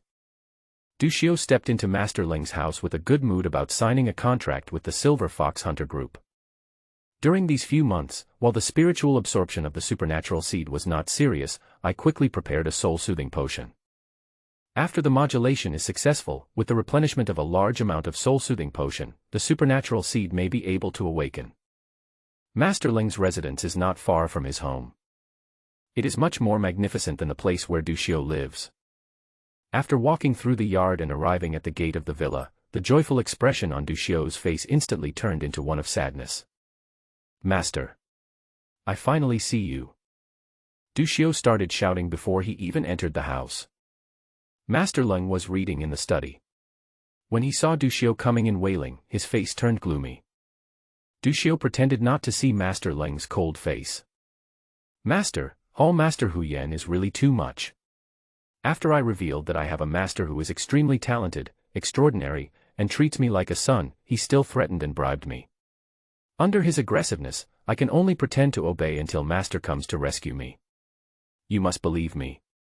My loyalty to you is evident to all. Du Xiu said excitedly. Master Ling was calm and even sneered.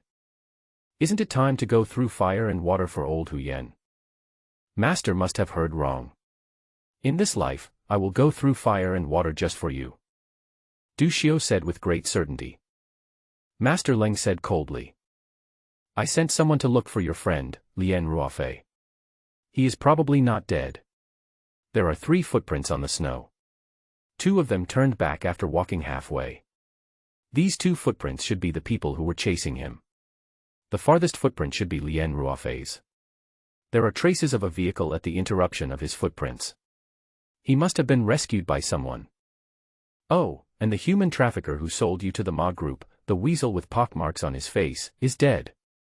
He died 2 days ago. Master Ling suddenly said. Du Xiu was stunned. In an instant, his expression turned calm.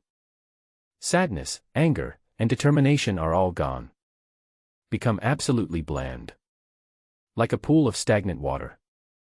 After looking at Master Leng for a few seconds, he bowed in a neither humble nor arrogant manner. "Thank you, Master." Du Xiu probably expected that Lien Ruofei was not dead. The people chasing Lien Ruofei were most likely two ordinary people. They had escaped several hours in advance, so it was normal that they could not catch up. Master Leng pointed out at this moment that Lien Ruofei also had information about the human trafficker Weasel, so he must have sent people to investigate him. Du Xiu didn't know how much effort was put into it. But he knew that Lien Ruofei was not dead and the Weasel was dead. These 2 points were very important to him. "Only today when you called me Master did I seem to be sincere." Master Leng glanced at Du Xiu. As Master Leng investigated Du Xiu, he became more and more frightened. The only person who had the opportunity to come into contact with pharmacy at the secret tungsten mine was the intermediate apprentice of the Ma family who was sent there. The other party had only been in the mine for more than a year before he was assassinated. It has been just over 2 years since Master Ma was sent to the mine. In just 2 years, Du Xiu actually learned all the basic knowledge of pharmacy. In addition, Du Xiu had only been exposed to the basic formulas for more than a month, but he actually got an S-level score in the Advanced Apprentice Assessment, which shocked him even more. Du Xiu's talent in pharmacy was truly terrifying. The disciple he had accepted on a whim had given him a big surprise. Master Leng looked at the expressionless Du Xiu and couldn't help but frown and asked, "What's wrong? Are you mute?" Thinking back to some things in the past, sometimes, I wear so many masks that I don't even know which one is the real me. A trace of confusion flashed across Du Xiu's eyes. Du Xiu remembered that he didn't like to laugh. He was born with a zombie-like face and didn't like to have too many expressions. When he was in an orphanage, the director used a stick to teach him to smile and act cute in order to sell him. Being forced by human traffickers to beg on the streets. The other party taught him through hunger and whips. When facing the elderly, act pitiful. When facing a woman, act miserable. Act humble when facing a man. Switch expressions at any time according to different scenarios and needs. This habit, along with fear, has become an instinct. Whichever one you feel most relaxed is your true self, said Master Leng. The easiest is. Master, please accept my disciple's greeting and thank you for not taking my faults into consideration. Du Xiu grinned and said with a smile. Humph, a dog can't spit out ivory. Let me ask you one more question. Are you willing to become a Yuan Xiu? Master Leng asked. I am willing. Master, can you teach me the original cultivation? Du Xiu was quite surprised. Pharmacists are very powerful and have a high status. But in the final analysis, they are still ordinary people with extremely weak physical fitness. Just like Master Leng, when he travels in the wilderness, he nominally has to hire the Silver Fox Hunter group to accompany him for protection. Putting aside the past when he was bullied for being weak, Du Xiu developed the obsession that only the stronger his fists are, the more final. Take superpowers for example. Even if they are awakened, it does not mean that the combat power is strong. According to the information provided by Soft Boss, those who have awakened their abilities are strong, but it is also in the later stages. Just like those who have awakened the fire ability, they can only control weak flames in the early stages. Although the superpowers are magical, they are really weak in the early stages. Moreover, not only are they weak in the early stages, they are also easily hunted and targeted by various forces. The Soft Boss asked him to hide his identity, and also because some of the people with awakened superpowers were too weak in the early stage and had no ability to protect themselves. To be precise, it's not the original cultivator, but the poison cultivator. Master Leng said again. Poison cultivation. Isn't poison cultivation just about poisoning people? Is there any need to cultivate this? It's not poisoning in the ordinary sense, but integrating the poison into oneself and poisoning with the force. There was a terrifying look in Master Leng's eyes. This method of cultivation comes from some ruins. After his improvements, it is unique in the entire continent. He is a successor and a maverick. Is the danger serious? Du Xiu pondered for a moment and asked back. It's big, but not fatal. You'll be safe until your cultivation level exceeds mine. Is it amazing? It's not inferior to the inherited skills of those top financial groups. Master Ling speaks frankly about the pros and cons of the technique. At first, he didn't kill Du Xiu because he was impressed by Du Xiu's talent in using poison. Treat Du Xiu as an experimental subject to practice the martial arts he created. It's optional to save it casually. Although Du Xiu was full of lies when they first met, Master Ling could see that he was a scheming man who wanted to survive. People who work hard to live will always be looked up to. It was the same when he was young. However, I only gave it a glance of admiration. I can't say I like it, I just thought that when I have nothing to do, I might as well keep it with me so that I can deal with it at any time. Later, as he investigated Du Xiu's background and learned about his experience, he felt a hint of pity. But not much. After all, he experienced a lot of hardships in his life. Life is not easy for anyone. Then, as the scores came out, Master Ling felt that this was a gift from God to his disciple. With such a talent in pharmacy, he would surely be able to push the skills he created to a higher level. Now, Du Xiu reveals his true self because he killed the human traffickers who persecuted him. Master Ling found that he had begun to like Du Xiu a little. Cunning, fickle, and cruel. But the blood in my bones is still warm and I know how to be grateful. This is an age of war, and he himself is not a good guy. He liked Du Xiu's personality very much. Therefore, Master Ling did not intend to force Du Xiu to practice the martial arts he created. Train a top master of pharmacy and let Du Xiu help him improve his skills.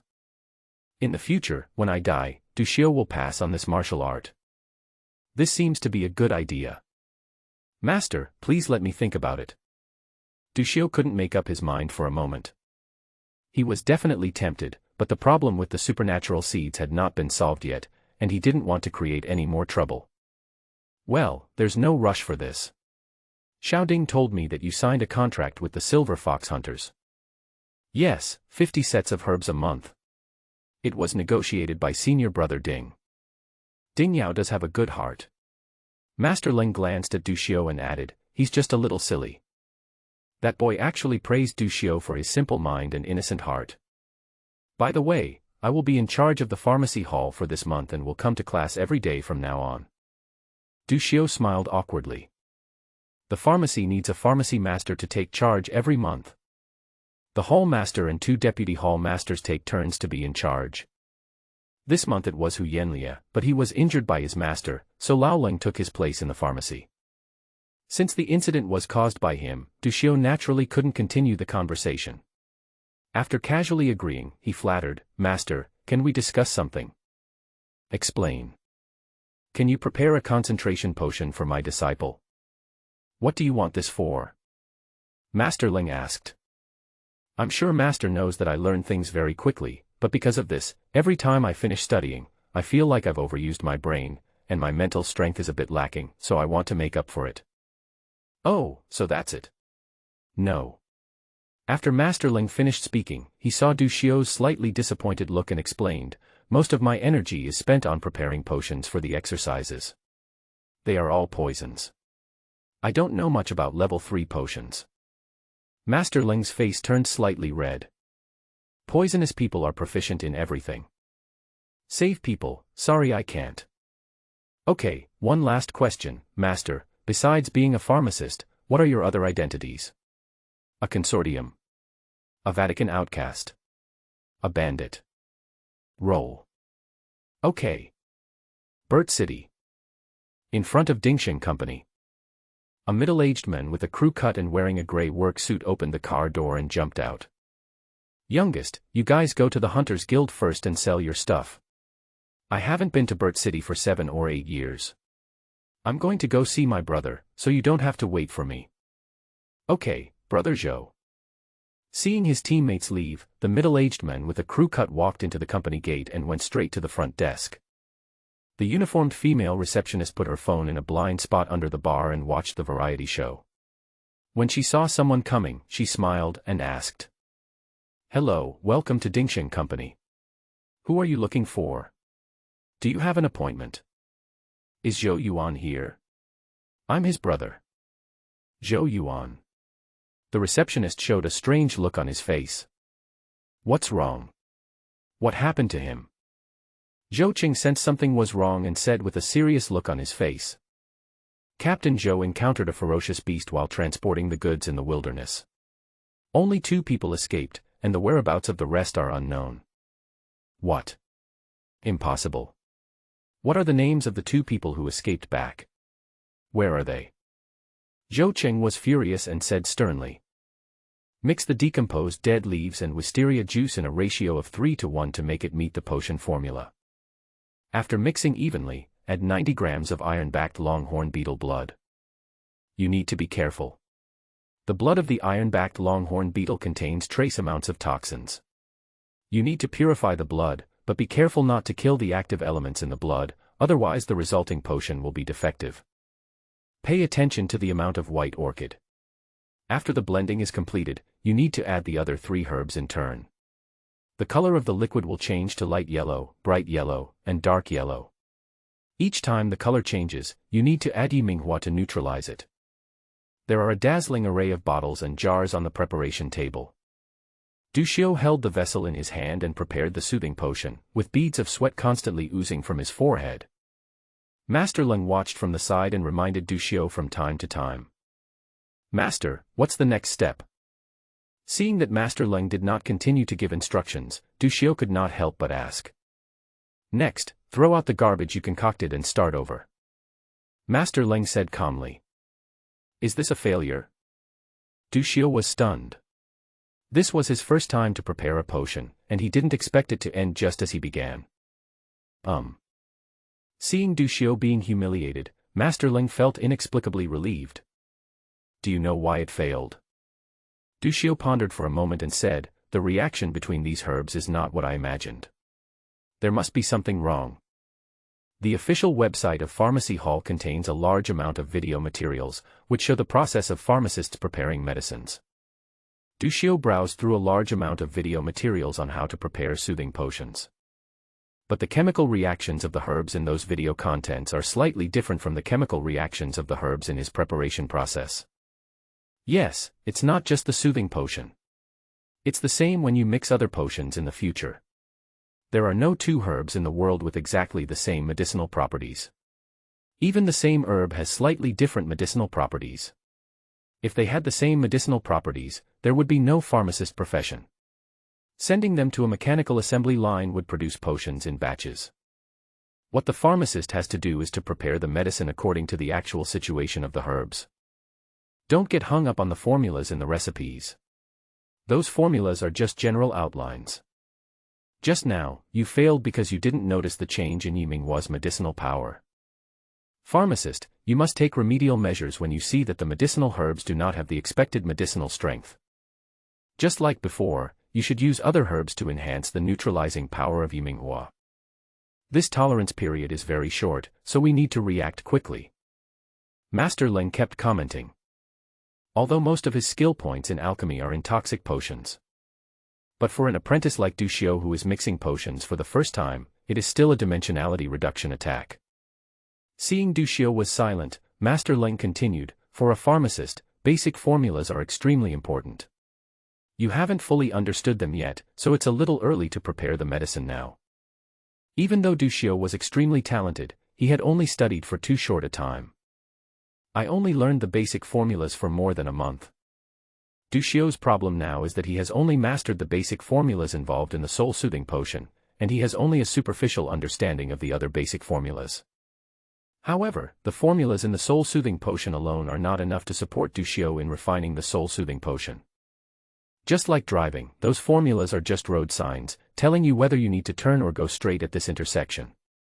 But when arriving at those intersections, the question is whether to overtake, slow down, or stop to avoid pedestrians.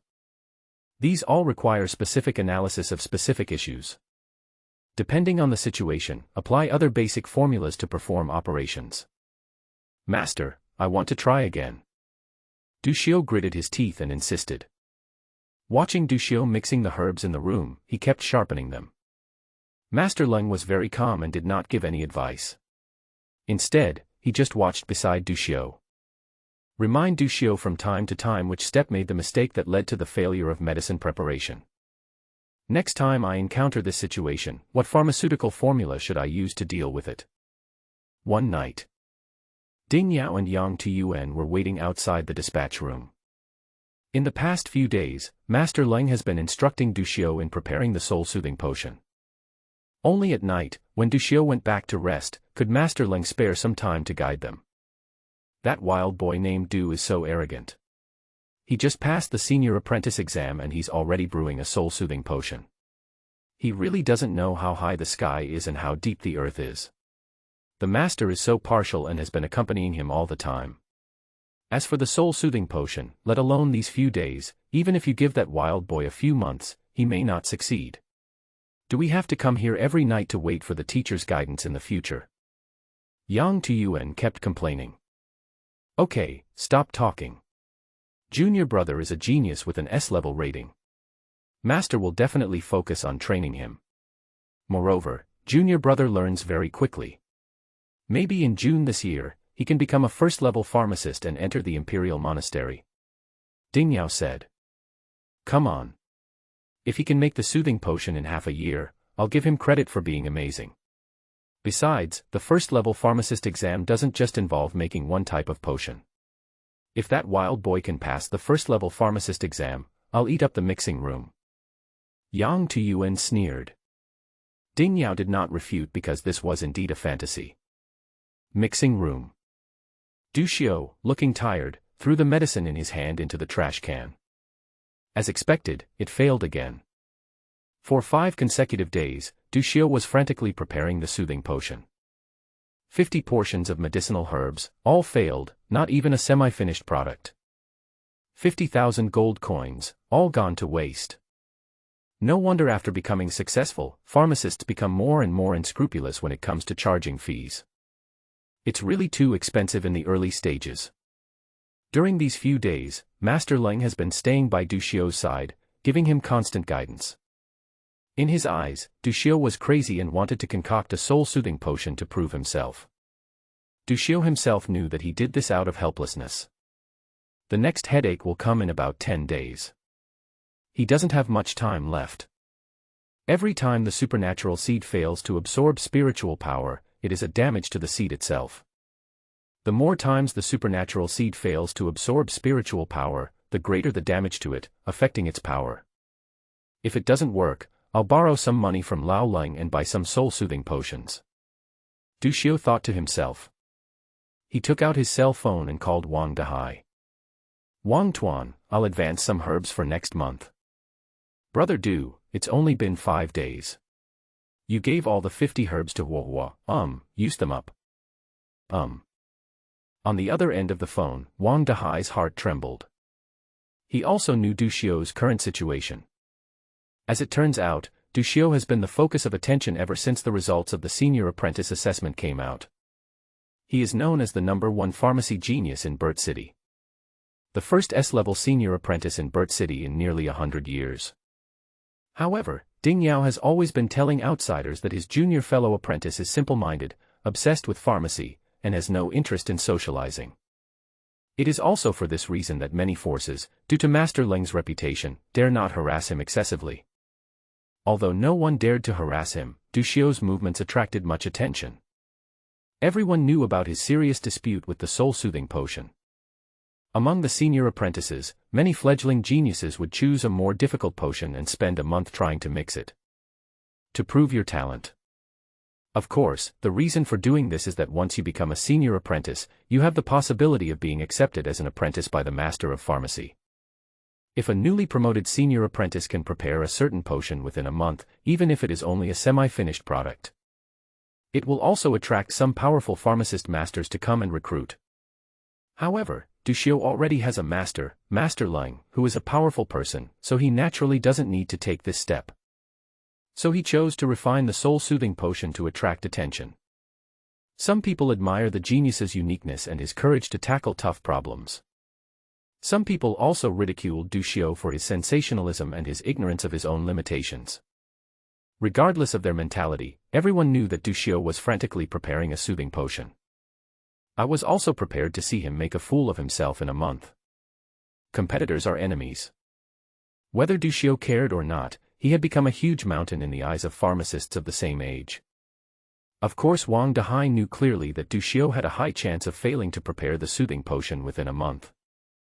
But he also knew that Dushio was young and had a youthful mentality, so he would always attach great importance to the insignificant face. He now has to either increase his investment in exchange for Dushio's gratitude. If you refuse, Dushio will most likely hold a grudge against you.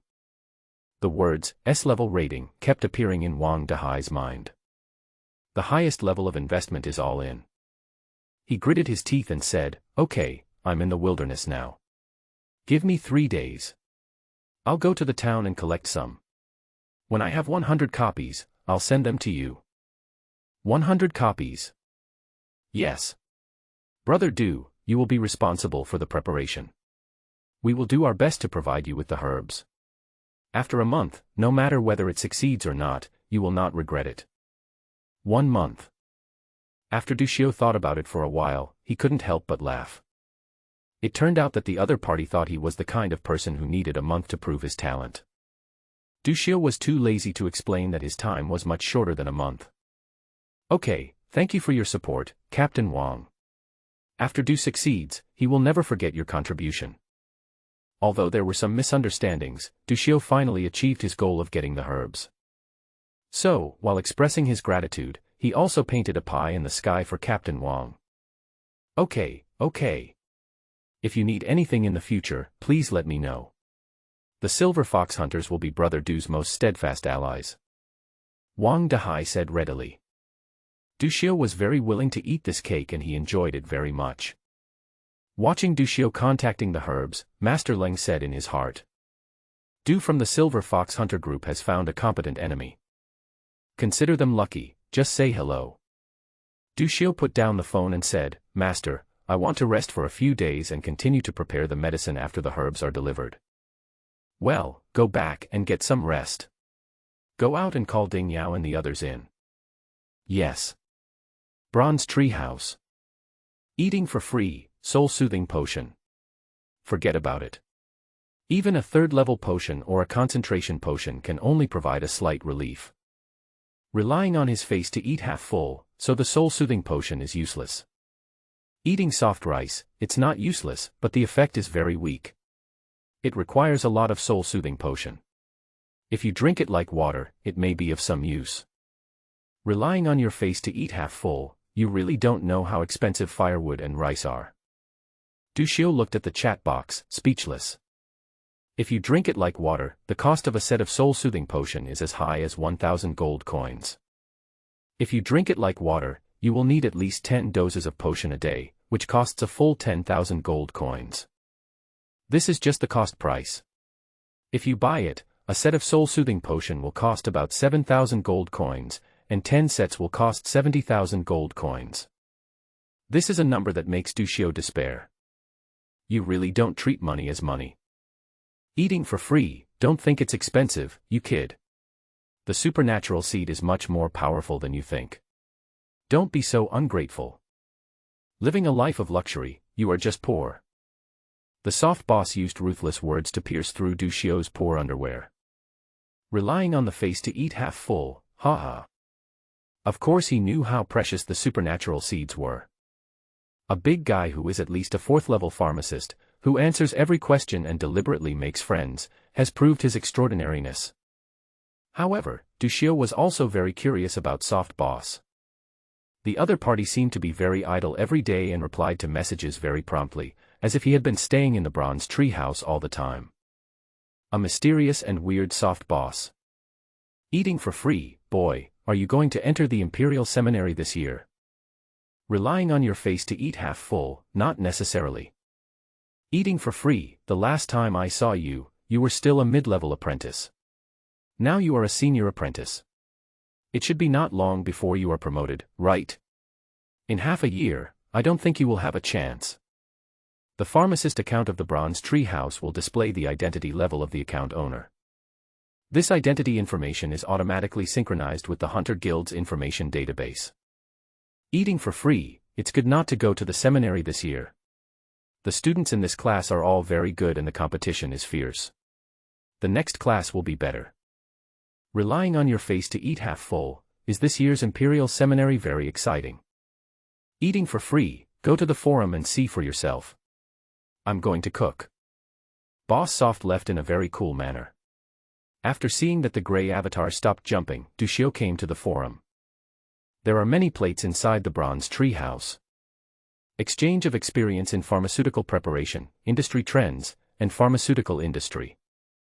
Each section has different functions. Among them, the pharmaceutical industry is the most lively. What the boss was talking about was the post that was triggered by the assessment of advanced apprentices in pharmacy some time ago. Hashtag this year's senior pharmacist apprentice assessment is really scary. Hashtag.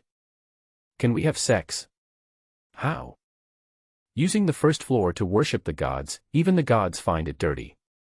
Today, more than 90 S-level pharmacy geniuses emerged in our region.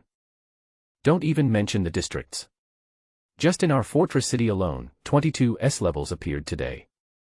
I heard that in the imperial capital, more than 200 S-level geniuses appeared in one day.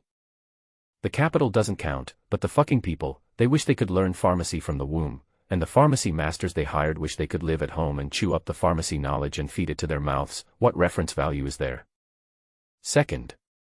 In terms of talent alone, I feel that the S-level in the capital is not as good as the A-level in the suburbs. If we are not brothers, why do you still hate the rich? Woo woo woo, because my herbal medicine supply has been cut off again. I owe more than 2.4 million gold coins. Poverty has changed me beyond recognition. What I'm saying is, does this pharmacist have to be a pharmacist? No, your words are unfamiliar to me. Are there so many S-level players? I remember that 5 or 6 years ago, A-level was already the ceiling. Things have changed since 3 years ago. The quality of the senior pharmacy apprentices in the past few years is terrifyingly high. In the past 2 years, there were several SSS-level geniuses. That's really terrifying. Be happy. Our pharmacists are not that aggressive. Look at the original cultivators next door. This year's Imperial Original Cultivator Academy can probably beat a person's head into a pig's head. They are all very fierce. Yes, I heard about it too. There are so many evildoers. I feel hopeless just thinking about it. It is said that the admission standards for the original students in the monastery have been raised this year. Let's not be too optimistic. I heard that those geniuses with SSS scores in previous years are all waiting to enter school this year. What's going on? Are the past 2 years so abstract? Is the so-called golden generation coming? It's not that abstract. I heard from my elders that this class of students in the advanced school will have a lot of opportunities during their time in school, and after graduation, they will be able to catch up with a major event, so all the financial groups are holding back their big moves and sending people to this class, artificially creating a golden generation. What kind of opportunity is this? Please elaborate on it. Want to listen? I don't know the details, but my elders mentioned it. Oh my God, that's why. I was wondering why my dad was forcing me to take the entrance exam to the Imperial Seminary this year. Since everyone knows about the golden generation, I won't hide it anymore. I am a genius who has been dormant for 100 years among the Far East Lin family. This year I will rule the world. The person upstairs is an idiot who has been sleeping for 100 years. Turn 50 to me and see my strength. After browsing the forum, Dushio developed a strong interest in the Imperial Monastery. Golden generation. It refers to a generation in which geniuses emerge in large numbers in all walks of life. Evildoers are like a swarm of fish crossing the river, and there are many shining stars. The arrival of the golden generation will bring about tremendous changes in the world situation. The last time the Empire was praised as the golden generation in history books was 160 years ago. That time the 12th Imperial Expedition was launched. Empire, tribe, and church. The three giants have been fighting for more than 10 years at the backbone of the continent. The powerful empires of the golden generation competed with each other for fame and fortune. In the war, the empire gained the upper hand and slaughtered several races under the church.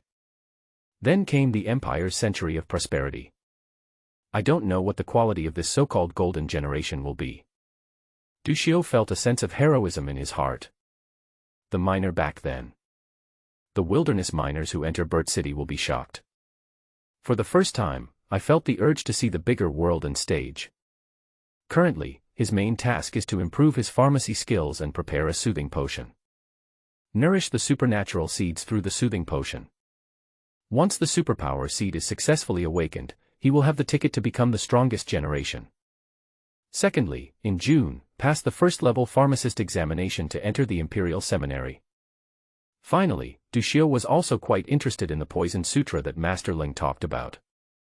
Having been displaced since childhood, Du Xiu has long established the mentality that weakness is the original sin. Only his own strength can bring him a sense of security. After the supernatural power seed stabilizes, I will ask Master about the Poison Sutra. After thinking for a while, Du Xiu took out the book on basic formulas again. Enrollment for the Imperial Seminary will only begin in June. There are less than 5 months left. For now, let's understand the basic formulas first. Hunter's Guild. In the morning, when it was just light, the pharmacy was already crowded with people. Many apprentices got up early, entered the mixing room, cleaned up, cleared out the residue of medicine from last night, and prepared herbs for the pharmacists. In addition, there are some senior apprentices who brew potions all night long. In fact, there are no particularly lazy pharmacists. The huge amount of knowledge it contains means that lazy people cannot become pharmacists. When Du Xiu arrived at the door of the mixing room, Yang Tuyuan yawned and walked out of the next room. He had dark circles under his eyes, a greasy face, and looked tired. It should be that during this period, he benefited a lot from Master Ling's guidance, so he prepared potions all night to improve his skills. Du Xiu glanced at it and ignored it. Just as he entered the mixing room, a shrill voice was heard. "Hey, an S-level genius is here to make potions again."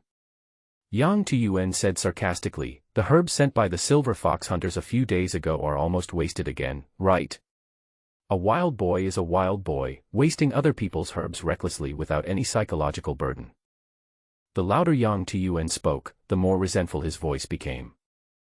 Ever since he first saw Du Xiu in the wilderness, he had no reason to hate this wilderness boy. Afterwards, whether it was Nini's initiative to show goodwill, Ding Yao's care or Master Ling's attention, all of this made him hate Du Xiu even more. Every time we met, his face was full of disgust. Du Xiu looked at Yang Tuyuan in surprise. He walked up to Yang Tuyuan and asked curiously, "Are you Yuan Xiu?" "No, I'm farting." "Don't get so close to me. It's gross." "Pa pa pa pa." Du Xiu slapped Yang Tuyuan 4 times with his front and back hands, then turned around and kicked him in the abdomen. "It's not Yuan Xiu, why are you so arrogant? You, how dare you hit me?"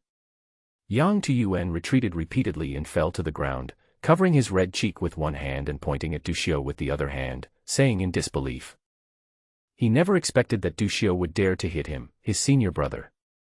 What I didn't expect was that the other party would start fighting just because of a few taunts. Yang Tuyuan grew up in a greenhouse, and his understanding of contradictions is all verbal. This was the first time he was beaten in his life. "Point again, and I'll twist your head off," Du Xiu said with a grin, revealing a sinister smile. Yang Tuyuan quickly withdrew his fingers with slight tremors. He suddenly remembered that the person in front of him was a madman who used ordinary people to kill cultivators in the Qi and Blood realm. After saying this, Du Xiu was about to turn around and leave. Then, as if she remembered something, she suddenly turned around, squatted beside Yang Tuyuan in front of his frightened gaze, and said calmly, "You hate me, I know. I didn't intend to argue with you, not because I am generous, but because if I hate someone, I will kill him directly. Killing you now is a bit troublesome. I'm curious. I'm a pharmacist with higher talent than you, and I can fight better than you. My master thinks highly of me, too. Why do you still dare to provoke me? I just think you're mentally retarded now. I don't really hate you, just take care of yourself," Du Xiu said calmly. His eyes kept wandering on Yang Tuyuan's neck. The latter was completely stiff. Thoughts are rigid and dare not speak. Only after Du Xiu completely entered the mixing room did Yang Tuyuan stand up, feeling embarrassed and annoyed. Seeing some apprentices sticking their heads out to watch the fun in the corridor, he became even angrier, with a look of resentment on his face, and stared at the door of the mixing room. In front of the operating table, Dushio picked up the herbs and started to mix them. 4 days ago, the Silver Fox Hunters delivered 100 doses of herbs for the soul-soothing potion. Including the first 5 days, it took a total of 9 days to prepare the soul-soothing potion up to now. In total, nearly 100 herbs were wasted. Not to mention the finished products, even the semi-finished products were not successfully prepared. Dushio looked at the remaining 50 portions of herbs and muttered to himself, it should work this time. Mix the dead leaves and wisteria juice according to the proportions. Add 90 grams of iron-backed longhorn beetle blood. Purify the blood. Control the amount of white orchid grass, pay attention to the 3 color changes of the liquid, and add lily of the valley to neutralize it. He already knew the steps of the soul-soothing potion by heart. Proceed to the last step in an orderly manner. A hint of surprise flashed across Dushio's face. Inside the container was a lavender potion. What a pity, it's only light purple. The finished soul-soothing potion should be dark purple. It doesn't count as a finished potion. Dushio gave an evaluation of his own medicine. The soothing potion he prepared is far more effective than ordinary semi-finished products, and is estimated to be only 10% to 20% weaker than the authentic soothing potion. It seems that the idea is correct. The basic formulas can be replaced. Decomposition formula plus complex decomposition formula plus reduction formula, this combination of formulas is quite useful. The first few dozen failures were all because in the later stages, the number of basic formulas involved was too large. Dushio had never been exposed to them before, and he did not have enough time to study them at the last minute. Dushio could only think quickly and use other basic formulas to replace the formulas he didn't know. Simply put, a different solution was adopted. This solution may not be simple, but it is more suitable for Dushio. After putting the prepared potion away, Dushio took out another portion of soul-soothing potion and prepared it again. On the green path, the morning light leaped over the horizon, and beams of sunlight shone through the leafy trees, casting shadows on the gravel road. In the golden beam of light, countless dust and cold air rose into the air and danced. Master Leng, who had just finished breakfast, strolled along the colorful gravel road. Master, you have to make the decision for me. Yang Tuyuan had a sad face and trotted to Master Leng. With a plop, he knelt down. Then he began to accuse Dushio of his crimes. Master, Dushio doesn't take me, his senior brother, seriously at all. Please help me, Master. After listening to this, Master Leng sneered in his heart, that traitor doesn't even take his master seriously. If you give him enough benefits, he will betray you. What about you? I already know about this. Putting aside Dushio's question, why are you hanging around in front of him? And as the eldest senior brother, why are you so petty? Yang Tuyuan looked at Master Leng with disbelief in his eyes. Master's words translated as, I know about this. I think Dushio is fine. You got beaten because you hung around in front of him. Stay away from him in the future and you won't get beaten. If you get beaten, you get beaten. As the eldest brother, you should choose to forgive him. Why do you come to me to complain? At this moment, Master Leng looked very strange in his eyes. The wind today is so cold. Mixing room. Master Leng entered directly by scanning his face. Dushio was busy at the operating table. Master Leng took a look at the color of the potion in Dushio's hand. When he saw that the color was wrong, he knew that the preparation had failed. Don't bother Yang Tuyuan anymore. Master Leng reminded. Dushio was a capricious guy who would never let go of any grudge. He was really afraid that Dushio would use dirty tricks to kill Yang Tuyuan.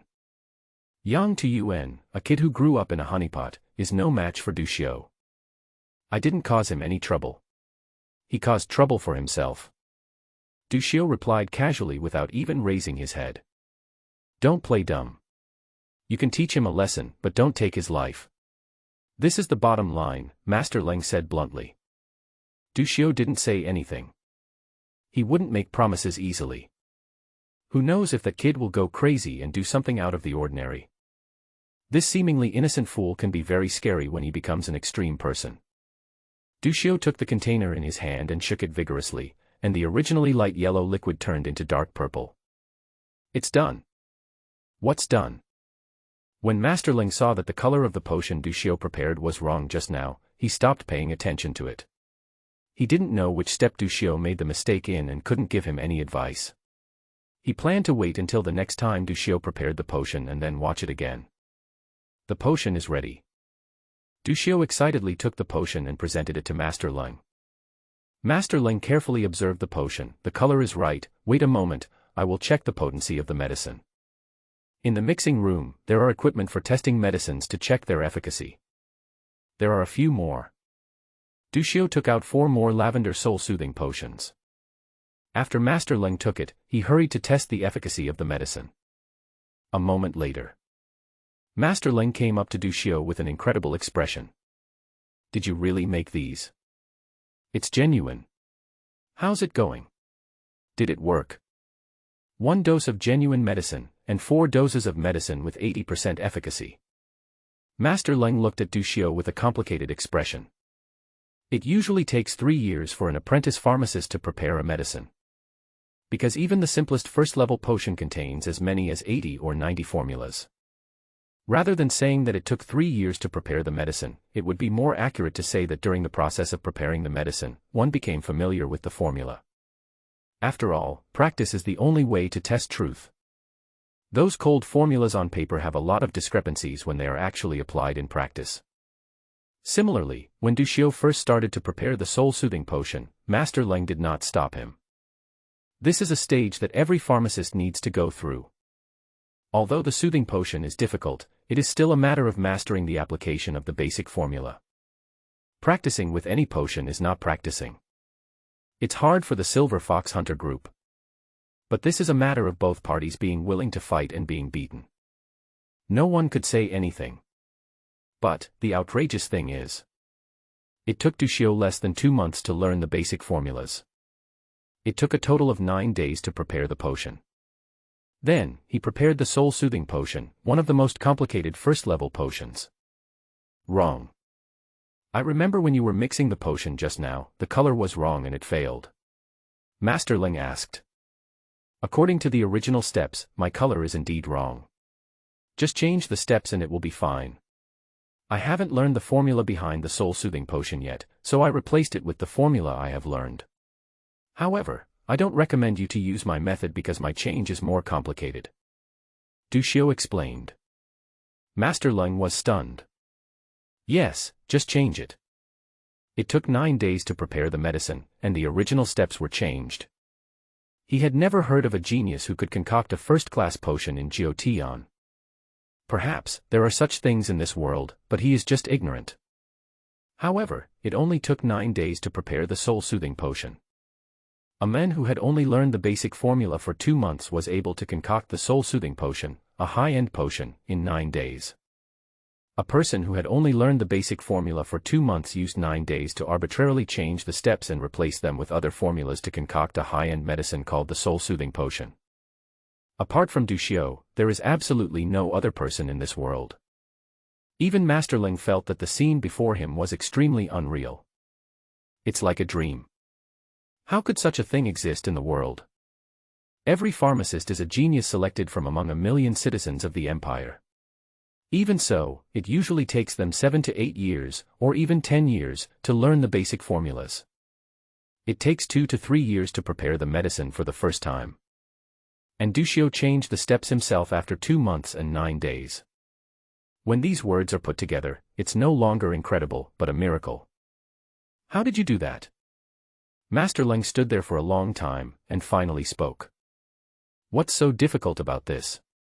I just started mixing it.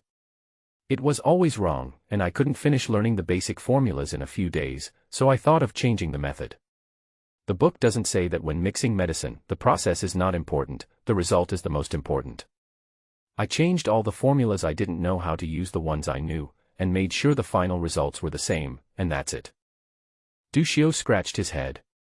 He knew that he had a great talent in pharmacy. But he really couldn't be proud. Because it is really simple.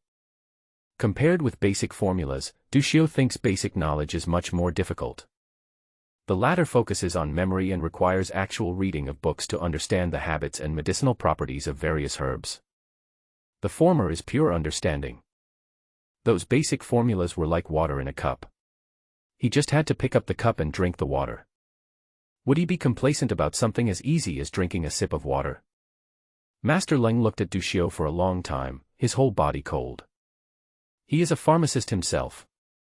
He knew best how painful it was to learn pharmaceutical formulas. Once upon a time, he was also a famous genius, and he also had his own pride. But at this moment, his pride in pharmacy was completely shattered. Don't tell me about your successful preparation of the soothing potion for now. Master Leng adjusted his mentality and said after thinking for a moment. What's wrong, Master? Du Xiu was puzzled. He also hoped to give the silver fox hunters a few potions to get some money back. Then, he would collect more soul-soothing potions and herbs to nourish his own supernatural seeds. Sometimes, being too talented is not a good thing. Once the news that you have concocted the soul-soothing potion in Jiutian gets out, it will definitely attract the attention of the Holy See. Hunting down the genius of the Empire is a task for the outliers. Master Leng said hesitantly. Du Xiu glanced at Master Leng. He has always been unsure about his master's other identity. But when Du Xiu saw his master in trouble, he suddenly felt a sense of horror in his heart. Master, you don't want to kill me, go and claim the reward. Du Xiu remained silent and took a few steps away from Master Leng. The latter gave him an unpleasant look. He saw through the other party's little thoughts at a glance. Traitor. Neither of them discussed the topic of aliens. Master, I will keep it a secret. I don't care about these false reputations. But I still want to continue to prepare the soul-soothing potion. I have been getting herbs from the silver fox hunters for nothing. I am afraid they can't stand it. In the past half-month, 150 pieces of herbs were collected from the silver fox hunter group. A full 150,000 gold coins. But the remaining 50 herbs were all successfully prepared, making a total of 50 potions. Drinking 10 servings a day is enough for 5 days. Master Leng looked at Du Xiu with suspicion. His disciple was a little too obsessed with the soul-soothing potion. Soul-condensing potion, soul-soothing potion. Master Leng seemed to be thinking about something. I'll find a way to get the herbs later. As for the silver fox hunters, I'll send them a few doses of the potion after a while. Remember, it's a diluted soul-soothing potion, so only 20% to 30% of the potency will be left. After a moment, Master Leng's expression changed slightly and he reminded. The genius with an S-level rating used less than a month to prepare a semi-finished soul-soothing potion. Although it is shocking to the world, it is still acceptable. After saying that, Master Leng turned around and asked again, how many herbs do you want for the soul-soothing potion? The more the better. Okay. Master Leng glanced at Du Xiu and said, make the potion yourself. I have something else to do, so I won't guide you. After saying that, Master Leng left the mixing room. Okay, Master. Du Xiu looked at Master Leng's back and vaguely saw 4 big words. The heart of Tao is broken. Night. Du Xiu left the pharmacy feeling refreshed. In one day, 20 herbs were used and 16 potions were successfully prepared. This success rate is extremely terrifying for all pharmacists. A normal pharmacist generally has a 30% success rate. Some can reach 50%. As for the pharmacists with a success rate of 70 to 80%, they are all famous pharmacist masters. And Du Xiu, the new pharmacist who just succeeded in mixing the drug, has such an outrageous success rate that it would shock everyone if anyone knew about it. If Master Leng didn't leave, his heart of Taoism would definitely be shattered again. Du Xiu successfully prepared a soothing potion and drank it on the spot, feeling particularly energetic. He looked up at the sky, and the black curtain covering the sky was filled with bright and shining stars. This was the first time he had concocted a potion. Before, in the mines. Every night, Du Xiu would sit on the rock and stare blankly. A rustling sound in the weeds. The sound of the breeze galloping across the wilderness. The snoring of miners after a hard day's work. The guards chatted as they puffed out cigarettes. Countless noises, along with the cold moonlight, leaped into my ears. At that time, he firmly believed that there would be a star in this world that would shine for him. And now, that star has been lit. Black Mamba Bar. The Black Mamba Bar, located on the edge of the Hunter Guild City, is a window connecting hunters and imperial citizens. The Hunters Guild City within the city is the dream place of countless citizens of the Empire. Under the neon lights, in these seemingly prosperous modern cities, there are overcrowded living environments, heavy taxes, and high interest rates on mortgages and car loans. Countless families are struggling to move forward and are on the brink of collapse. Similarly, the citizens of the Empire are full of fantasies about the big guys in the city within the city. Although, they have not bathed in the wilderness wind. But this does not prevent it from being given all the good labels. I fantasize that one day I can be the wind running freely in the wilderness. Hunter. This term, which is associated with the wilderness, transcends the profession on a social level and is highly sought after by the citizens of the Empire. Especially for young people who are in their youth, with overflowing hormones and unwilling to be mediocre, they always fantasize about taking a peek into this mysterious realm. The Black Mamba Bar provides some opportunities for this kind of voyeurism. Many hunters like to come to the bar to relax completely after a highly tense battle in the wilderness. This was a world that belonged exclusively to hunters, and there were often a group of energetic boys and girls who indulged themselves in the dance party in the middle of the bar.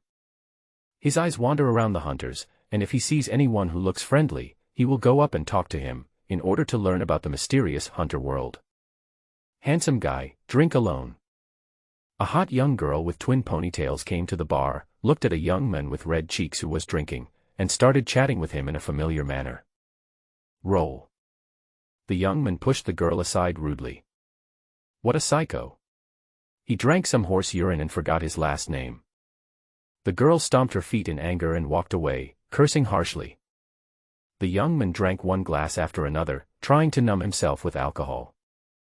It turns out that drinking can only temporarily escape problems, but it can't solve any problems. A burly man with a crew cut was smoking a cigar and sitting on a high stool. Didn't I tell you to get out of here? TSK, Yang to UN, as Master Leng's disciple, you are indeed qualified to ask most hunters to get out of your sight. But these people do not include the person you hate, Duxiu.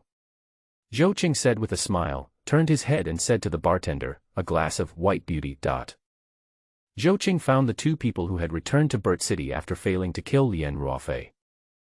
Under his friendly inquiry, they explained in detail Zhou Yuan's pursuit of Duxiu. Zhou Qing followed the trail and found the body of his brother Zhou Yuan. Around the body, there were many dead bodies of wild animals. They were poisoned to death after eating the corpse. Relying on the identification documents on the body, Zhou Qing confirmed that the person lying on the ground was his only biological brother. Although it was unbelievable, Duxiu, the talented pharmacist who had just become famous in Burt City, killed his brother. What do you want to say? Yang Tuyuan looked at Zhou Qing with cold eyes. You hate Duxiu, but I have a way to make Duxiu disappear from your sight. Zhou Qing leaned over to Yang Tuyuan's ear and spoke word by word. What nonsense are you talking about? I don't understand what you are saying. After listening to what Zhou Qing said, a hint of clarity appeared in Yang Tuyuan's eyes.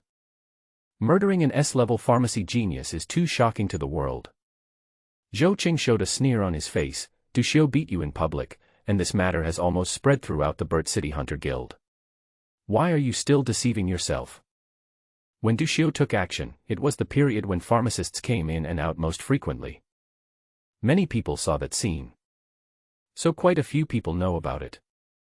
However, it is not to the point where it is known to everyone, as Zhou Qing said. The Hunters Guild is the information transfer station for the thousands of miles of wilderness in Burt City. There is a huge amount of news every day about where ferocious beasts, zerg, mineral deposits, etc. No one would pay too much attention to the bickering between two pharmacist apprentices. However, Zhou Qing's words obviously brought back some bad memories for Yang Tuyuan. His eyes turned red instantly, with bloodshot eyes. Zhou Qing continued to tempt him, take him to a place, and don't worry about the rest. I will give you the result you want to see. No. He doesn't believe me at all. He won't go with me. Then you can give me Duxiu's activity track. Yang Tuyuan lowered his head, his face flickering under the flickering spotlight. Zhou Qing was smoking a cigarette and shaking White Beauty in his hand without urging anyone. He knew that jealousy and hatred would help Yang Tuyuan make the final choice. In a blink of an eye, half a month passed.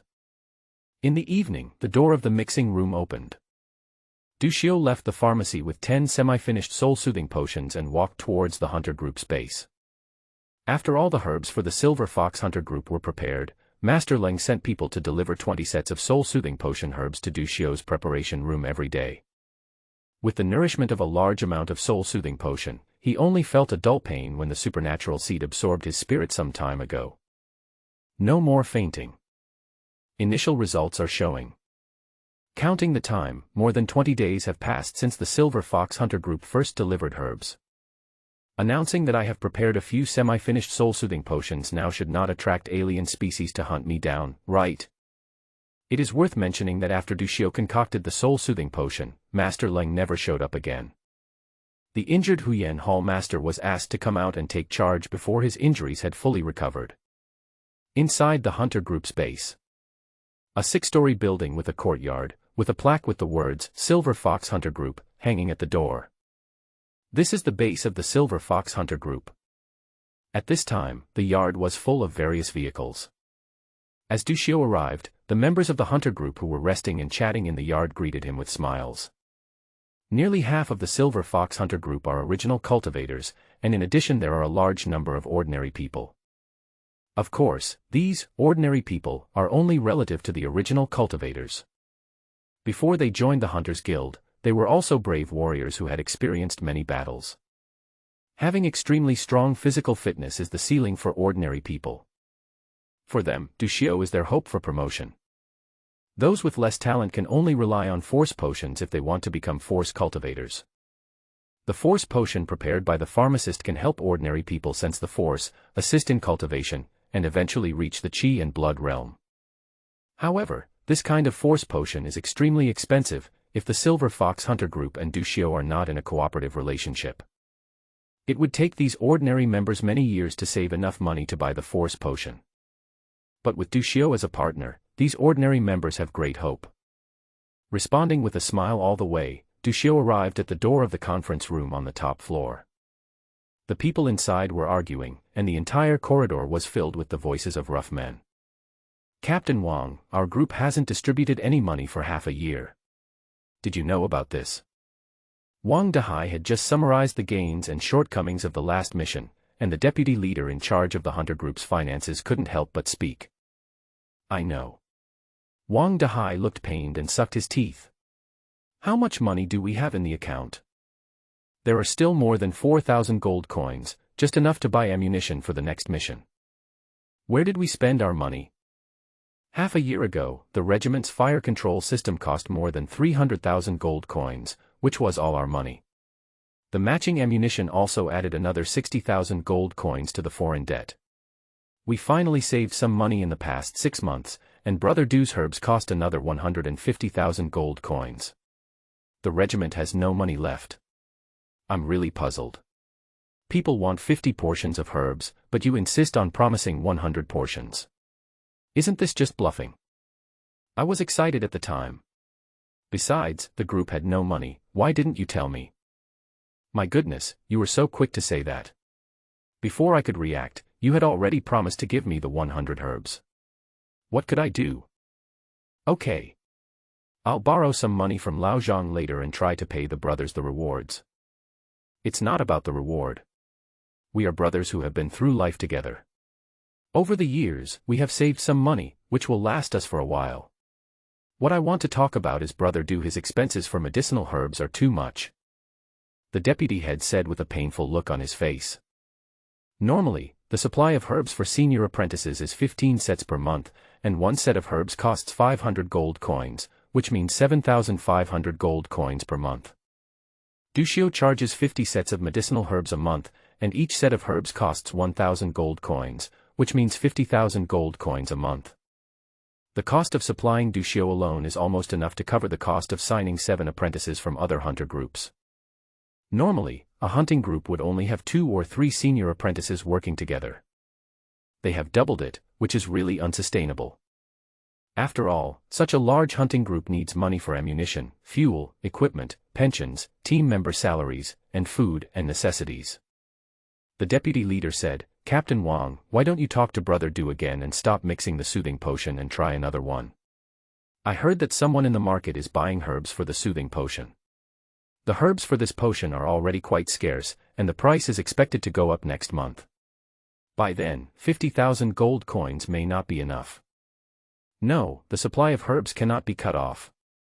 We'll give Brother Du whatever he wants. Even if we have to use up all our family savings to subsidize him, we have to ensure the supply."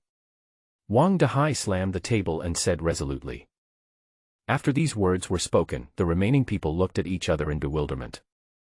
But the problem now is that even if we spend all our savings, it will be difficult to survive for a few months. Captain Wang, please think twice.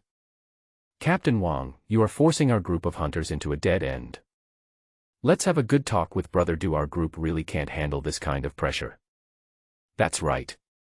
If he can't make the soothing potion in a year or two, we will have to invest more than 1 million gold coins. This will cost lives. The cadres in the conference room were arguing with each other. At this time, there was a knock on the door.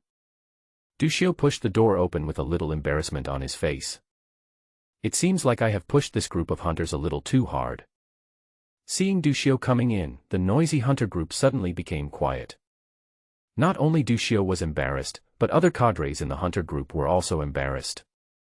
As soon as I finished saying the bad things, the person involved appeared in front of me.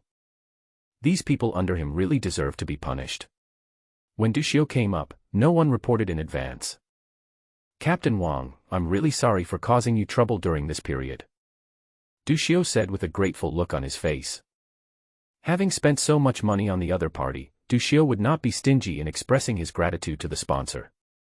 Brother Du, isn't that being polite? You came to me because you're running low on herbs. Then you, Lao Lu, go buy some herbs for the soul calming potion. Buy 20 doses. If the money in your account isn't enough, you can pay for it first and I'll reimburse you later.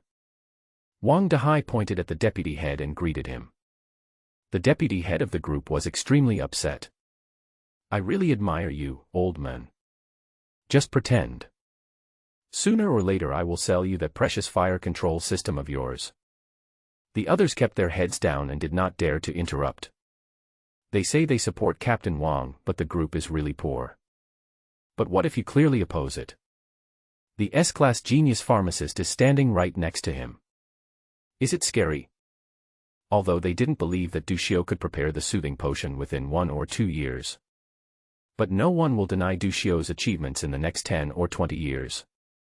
Looking at the deputy head of the team, he looked angry but dared not say anything. Du Xiu waved his hand. Wang Tuan, I'm not here to ask for herbs, I'm here to give you potions. Oh, you don't want herbs? That's good.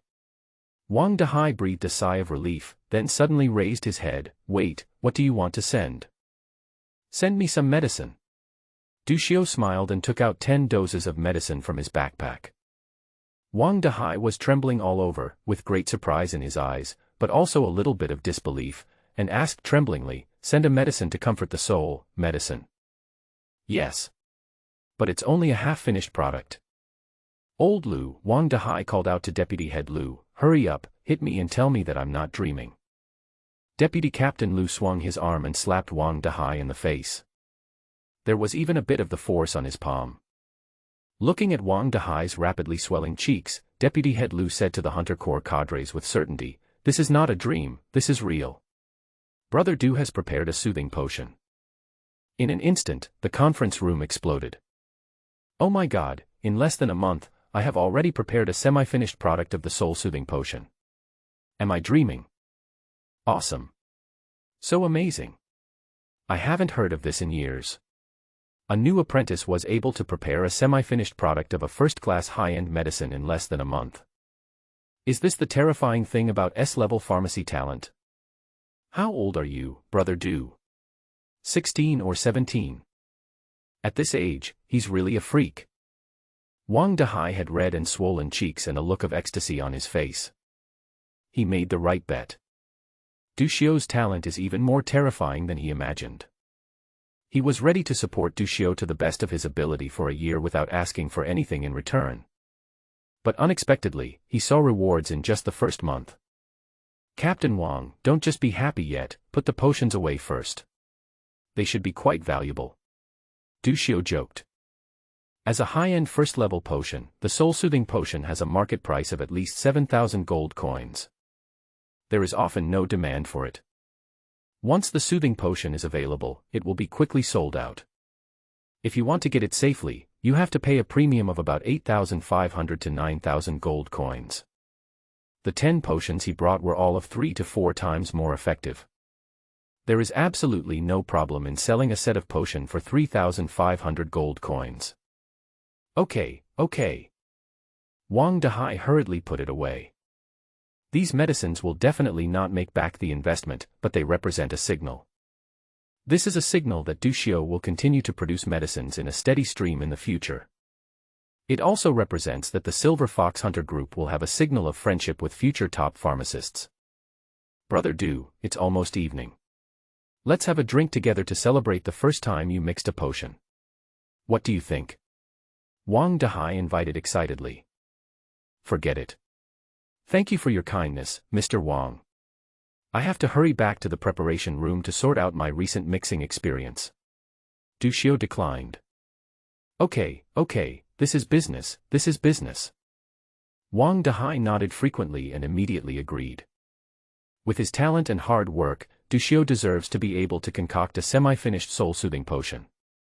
After delivering the medicine and exchanging a few brief greetings, Du Xiu turned and left. Only after sending Du Xiu to the gate did Wang Dahai take his eyes off Du Xiu with a lingering feeling. Then, humming a song, he returned to the meeting room. Come, rearrange the tasks. Wang Dahai clapped his hands. Everyone looked at him and said, I plan to take on a few tasks to the wilderness restricted area. What do you think? This is a bit dangerous. In the conference room, the joyful atmosphere dissipated a little. The wilderness is divided into wilderness suburbs, wilderness uninhabited areas, and wilderness restricted areas according to the distance from Burt City. The original population of Burt City was only 10,000 people, and the development of the wilderness was limited to the suburbs and some uninhabited areas. The remaining wilderness is in the hands of bandits and aliens.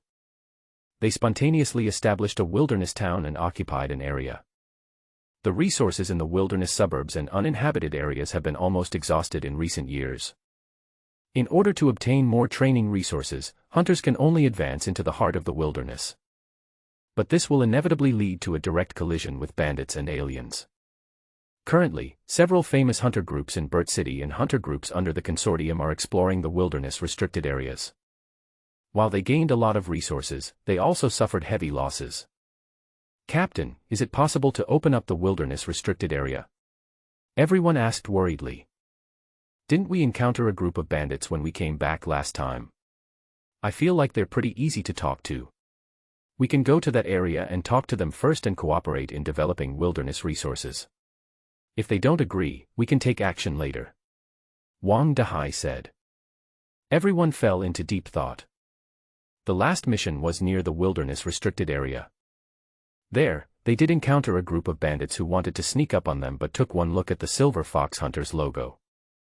For some reason, the movement died down again. It may be that the other party is not strong enough and dare not provoke us.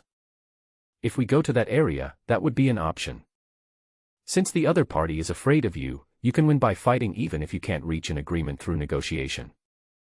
It's okay to go to the wilderness restricted area, but you have to at least give a reason. This step is a bit too big. Deputy Captain Lu said in confusion. I want to increase my investment in Du Xiu. 50 doses of medicine are far from enough. We must occupy more territory and snatch more resources to supply him. I have a feeling that it won't be long before Du Xiu will give us an even bigger surprise. Wang Dahai said like a gambler, with a crazy look on his face. Everyone was silent.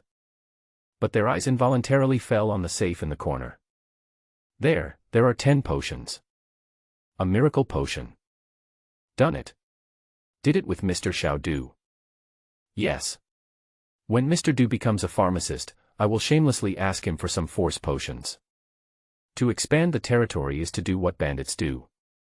The title of Mr. was once again given to Du Xiu by everyone. Okay. It's settled. Let's all get ready. Wang Dehai made the decision with satisfaction. Everyone left one after another. Wang Dehai suddenly felt a little pain in his cheek. He rubbed his face and seemed to remember something. Hey! Lao Lu, wait a minute, I have something to tell you. Hearing this, Deputy Captain Lu's pace became even faster. It was already night when Du Xiu came out of the Silver Fox Hunter group. There are few pedestrians on the road. The Silver Fox Hunter group's base is located in the outskirts of the city within a city. In fact, most of the Hunter group's bases are located in the outskirts of the city within a city. The reason is simple, it's cheap. During this period, Du Xiu prepared soul-soothing potions during the day, and used the potions to cram on the basic formulas of alchemy at night. It will probably take another half a month to fully understand all the basic formulas. Thinking of this, Du Xiu felt quite relaxed and his steps became much lighter. Not far away, 4 or 5 burly cultivators carrying guns came towards them and met Du Xiu face to face. The leader had a short flat head. Du Xiu took a casual glance and found that the men looked familiar. Or rather, his face shape seemed to have been seen somewhere before. This thought only appeared in Du Xiu's mind for 2 seconds. A name, a flash of inspiration. Zhou Yuan. This person looks very similar to Zhou Yuan. Du Xiu suddenly stopped and a chill rushed straight to the top of his head. This person may have some relationship with Zhou Yuan. The two looked at each other. Du Xiu quickly avoided his gaze, and then a look of regret suddenly appeared on his face. How come I forgot to bring my cell phone? Du Xiu slapped his head and muttered to himself. Then he turned around and walked away quickly, as if he was in a hurry to get something. This little camouflage trick did not escape the eyes of Zhou Cheng, who was known as an old hunter in another fortress city. Du Xiu, don't move. If you shout or run forward again, I will kill you right now. Zhou Cheng looked at Du Xiu's back with a half-smile. I have been investigating you for a long time. You are very smart and can poison people, but I advise you not to play dumb or play tricks. Just follow me honestly. Du Xiu suddenly felt as if a thorn in his back. I'll die if I go with you, right? Du Xiu stood there, not moving, and spoke in a cold tone. The straight line distance between him and Zhou Cheng was only a few meters. Even if Du Xiu ran 39 meters, he could be easily killed. Besides, there was no one around, and no one would come to his rescue even if he screamed at the top of his lungs. That's not necessarily true. An S-rated pharmacist is still quite valuable. Maybe I'll spare your life. Zhou Cheng put his arm on Du Xiu's shoulders. Du Xiu's body stiffened.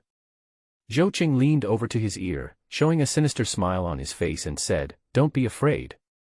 Although I wish I could kill you right now to avenge my brother, you should be thankful that you have the reputation of a genius pharmacist. I saved your life for the time being. Now, follow me.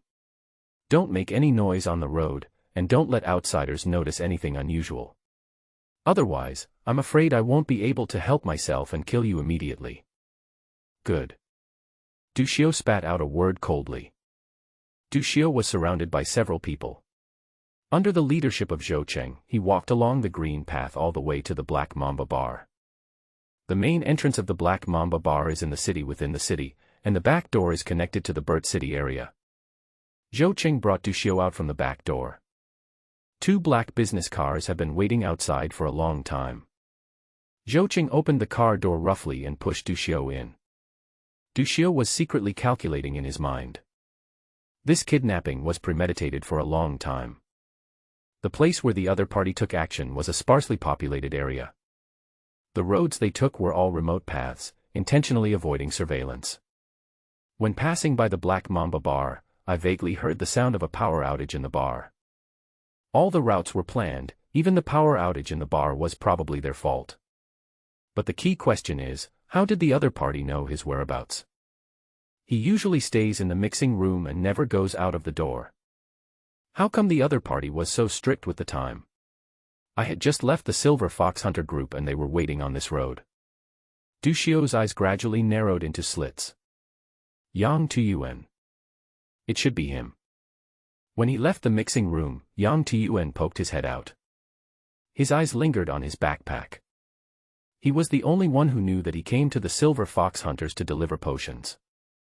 A trace of regret flashed through Du Xiu's heart. I still felt soft-hearted. When the other party expresses malicious intent, we should root it out. This comfortable life made him relax his vigilance. While Du Xiu was thinking, someone next to him slapped him on the neck. Du Xiu's eyes went dark and he fell into a coma. In a business car. After Du Xiu fell unconscious, Zhou Cheng's men wrapped Du Xiu's mouth with tape, put a hood on his head, and tied him up. Boss, this kid's master is the deputy head of the pharmacy. If we take him with us like this, something bad might happen. Yes, we might as well just kill him and leave the city directly. Anyway, our base is not in Burt City, so we are not afraid of this kid's master. I also think it's safer to just kill and run. A trace of greed flashed in Zhou Cheng's eyes. Killing him now will not gain anything except venting my anger. It is better to sell him for a good price. Boss, what do you have in mind? Don't worry, lock this guy up for a while. I'm contacting the seller. Okay, then should we go to the wilderness this time, or hide in the city? Just hide in the city. I won't delay too long. Within 2 days, if I can't contact the seller, I will just kill this guy and leave here. Zhou Cheng said after thinking for a moment. That's fine. Burt City is very big, and it is not difficult to hide for 2 days without being found. The next morning, Wang Dehai stood in front of Master Leng with sweat all over his head and pale lips. At this moment, the person in front of him was not a knowledgeable and respected master of pharmacy. It's a volcano that can erupt at any time. Master Leng's gloomy eyes were filled with coldness. This morning, Du Xiu was late for the pharmacy and Ding Yao couldn't get through to Du Xiu on the phone. The latter came to Du Xiu's house and was completely panicked when he found no one there. Due to their own weak conditions, pharmacists have always had a limited range of activities. Even when going to other places, he would bring a few Yuan Xiu with him as bodyguards. Just like the Silver Fox Hunter group, even if they accept missions in the wilderness, they will leave behind a few skilled cultivators to garrison in the Hunter Guild. It is to be prepared that if Du Xiu leaves the city within city, there will be someone to protect him. Now there is no trace of Du Xiu in the entire city within city. 80% of the time, he was kidnapped. Ding Yao said anxiously, Captain Wang, Du Xiu disappeared after leaving your hunter group. Don't you have any clues? Master Leng, Brother Ding, after I got the news, I immediately checked the surveillance cameras along the way. Brother Du disappeared on a road without surveillance cameras. I have already sent out all the hunters to look for him. Master Leng interrupted, Ding Yao, go to the Hunters Guild and post a mission to find Du Xiu. If you find him, you will be rewarded with 300,000 gold coins. If you can provide useful clues, you will be rewarded with 50,000 gold coins. Yes, Master. Ding Yao hurried out to make a phone call. After a while, the impatient Hu Yanlie rushed over and shouted as soon as he entered the door, what happened to Du Xiu? Last night, the news that the Silver Fox Hunters were selling semi-finished soul-soothing potions caused a huge uproar in the Hunters Guild. It took Du Xiu less than a month to prepare a semi-finished product of a first-grade high-end medicine. Once again proved his strength. This made Hu Yanlie feel extremely regretful. Such a rough jade was missed. Before he could poach Du Xiu again, he heard the news this morning that Du Xiu was suspected to be missing and the Silver Fox Hunters were frantically looking for him. Oh, please tell me. I'm so anxious. Hu Yanlie looked at Master Leng who was silent and gloomy, and then cast his gaze on Wang Dehai. Tell me, what happened to Du Xiu? Master Hu Yan, Du Xiu should be missing. According to the information we have now, it should be a premeditated kidnapping. He disappeared in a blind spot of the surveillance camera. It is very likely that it was done by an alien. The war between the Empire and the Church lasted for 10,000 years. The political system within the Empire was in a highly centralized state. The royal family and the consortium control absolute resources, and the channels for upward mobility are extremely narrow. If ordinary cultivators want to obtain resources, they must join their ranks. Similarly, some former monks who had evil intentions or were eager for quick success turned to the Vatican and became its minions. There was widespread destruction within the empire. being called an alien. One of their main tasks is to kidnap and assassinate the imperial genius, and use this to exchange for a large amount of resources from the Vatican. This group of damned aliens, if I catch them, I will chop them into pieces. Hearing that Dushio was captured by aliens, Huyenlia was so angry that he blew his beard and glared, notify the garrison troops, impose martial law at the entrance, and strictly check the records of leaving the city in the past 2 days. Master Leng has already sent someone to notify them. Wang Dehai wiped the sweat off his forehead and said hurriedly. The 2 deputy hall masters both looked at him with unfriendly expressions. Although Wang Dehai was also very aggrieved, if the pharmacist signed a cooperation agreement with a certain hunter group, it is implied that the hunter group must also assume the responsibility of protection. From this point of view, he did fail in his duty. Huyenlia left in a hurry without staying for long and mobilized his forces to look for Dushio. I have to say, he really likes Dushio. In other words, I really like Dushio's talent. For a pharmacist of his age, there is nothing more attractive than personally training a top pharmacist. With the efforts of the 2 deputy masters of the pharmacy hall, the entire Hunters Guild took complete action. Encouraged by the high reward for finding someone in the favor of the Master of Alchemy, a large number of hunter groups headed into the wilderness to search for traces of the aliens. This search operation reached its peak with the joining of the God's Judgment Hall, a branch of the Hunters Guild that was specially established to target aliens and composed of experienced and powerful hunters. The whole city of Burt is about to be in trouble. Afternoon. In the dim and luxurious room, thick curtains block out the sunlight. Women's clothes were scattered all over the expensive white bear fur carpet. On a huge feather bed, the young man, who was embraced by several beautiful arms, was awakened by the urgent ringing of his cell phone. He had dark circles under his eyes and his eyes were not fully open yet. Instinctively, he reached towards the source of the sound.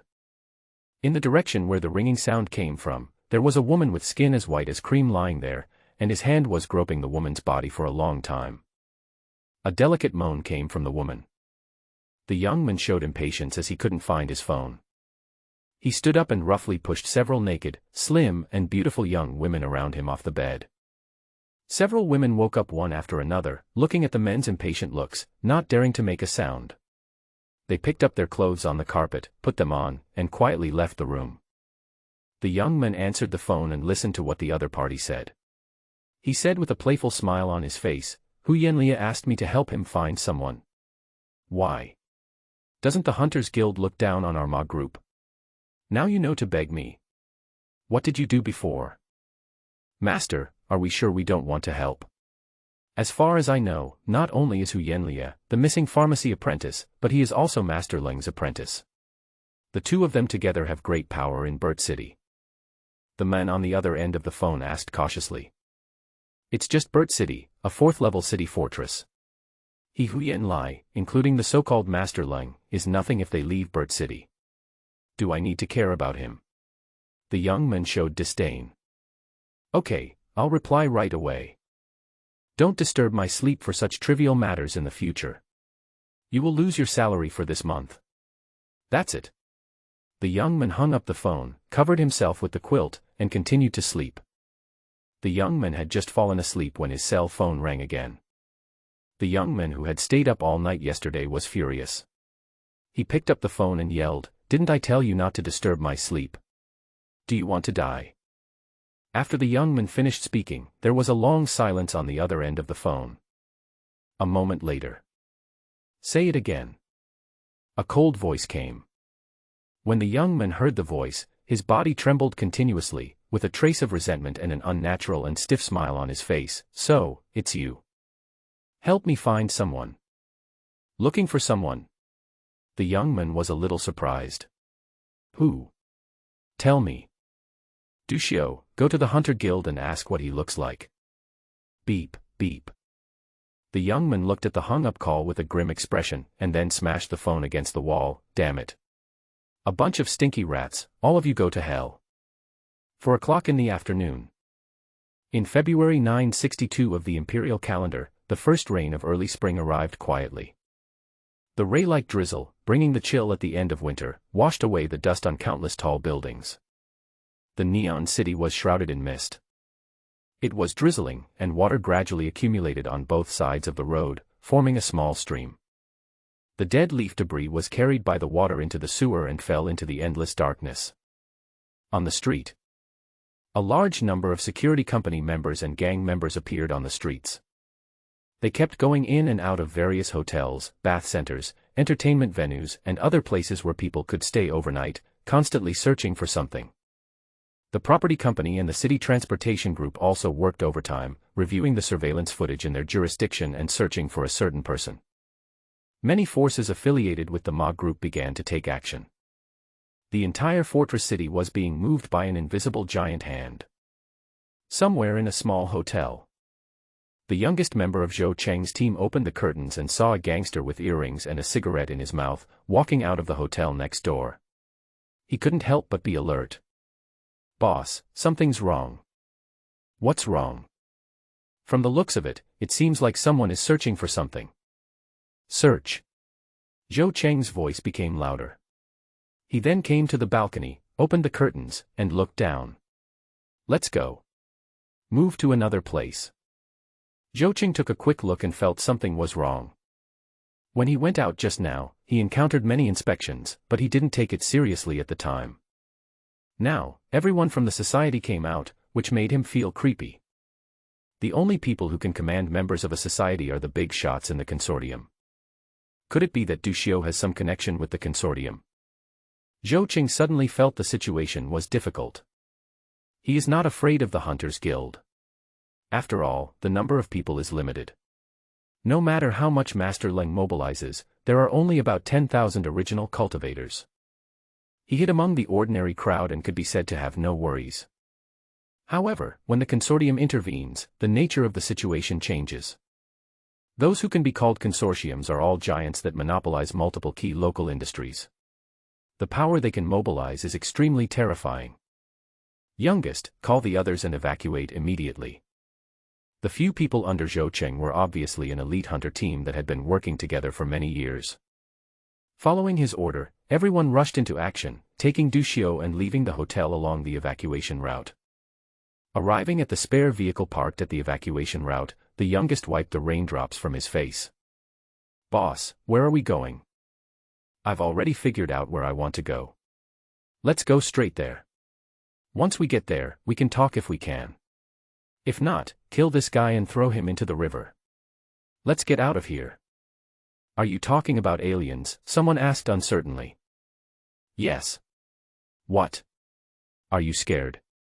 Zhou Cheng looked around. He has come into contact with alien organizations. Outcasts are just a general term for those who have defected to the Vatican. In fact, there are 12 major sects among the heterodox, distributed in various regions. These 12 sects are not affiliated with each other, but all have a complete organizational system. It is a major concern for hunter unions everywhere. The alien organization in the Linta region is the Tianyi sect.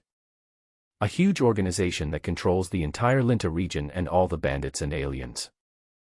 However, the Tianyi sect is not as arrogant as the other sects in other regions, so it is not well known and is only known among the high-level officials in the Linta region. But no one will underestimate him. The fact that it can be listed as one of the 12 heterogeneous sects is already a testament to its strength. The leader of the Tianyi sect is ranked first on the Linta region Hunter Guild's wanted list. His name is Poison Taoist. This time, Zhou Cheng planned to sell Du Xiu to the Tianyi sect. Within the outliers, there is a reward for geniuses in each city, and the price is not low. The place he was going to this time was a base of the Tianyi sect. When the other members of the team heard that Zhou Cheng was planning to join the aliens, they were surprised, but they all shrugged indifferently. "I'm not scared, but I'm a little surprised. What does it matter if I'm a weirdo or not? As long as I get your milk, I'm your mother. I don't care about that." "Haha, it doesn't matter, just give me the money." They have a weak concept of good and evil.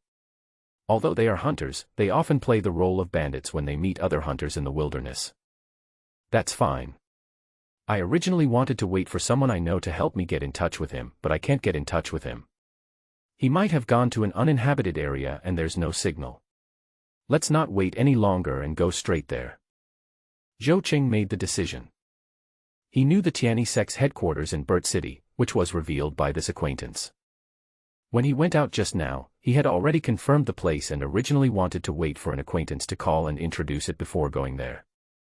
But now that the people from the consortium have intervened, Zhou Qing can't wait any longer.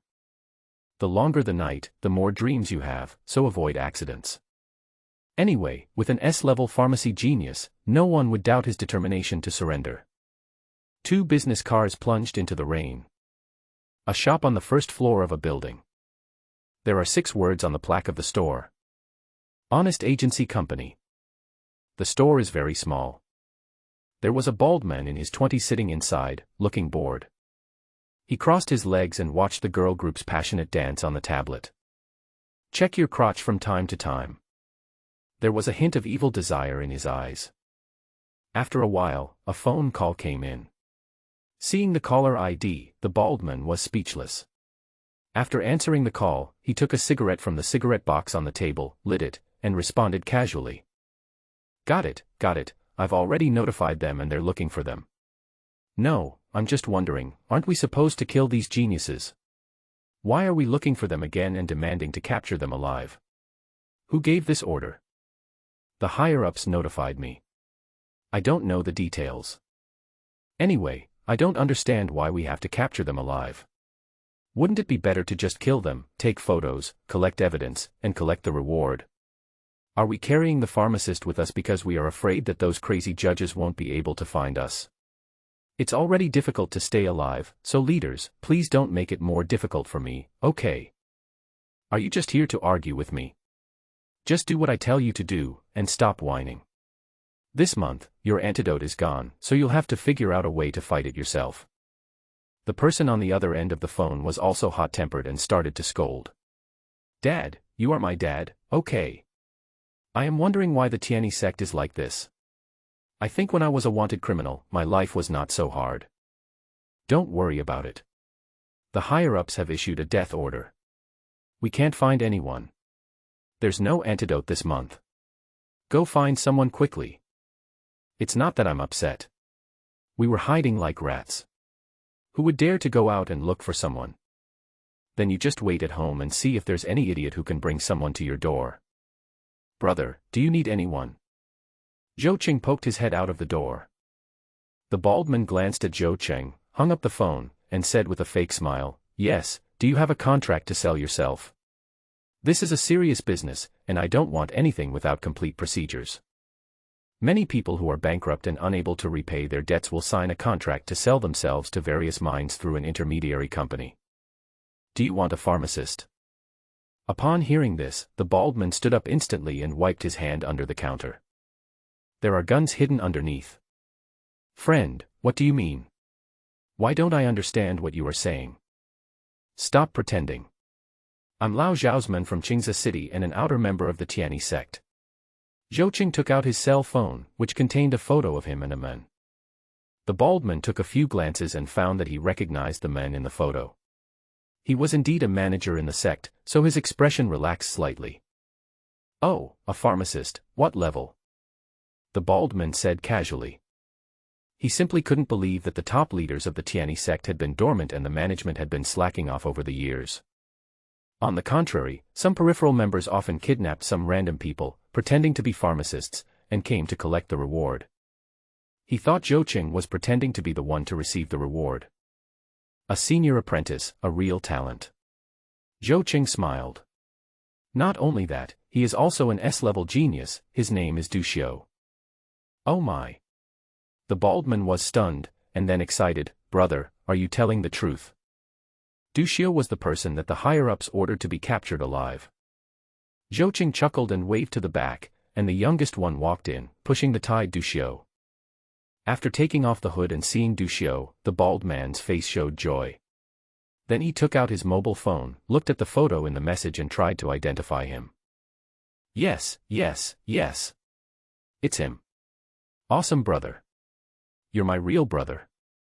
After confirming that it was Du Xiu, the bald man wanted to hug Zhou Qing and kiss him twice. Brother, I've delivered the person to you, but you can't let me give him away for free.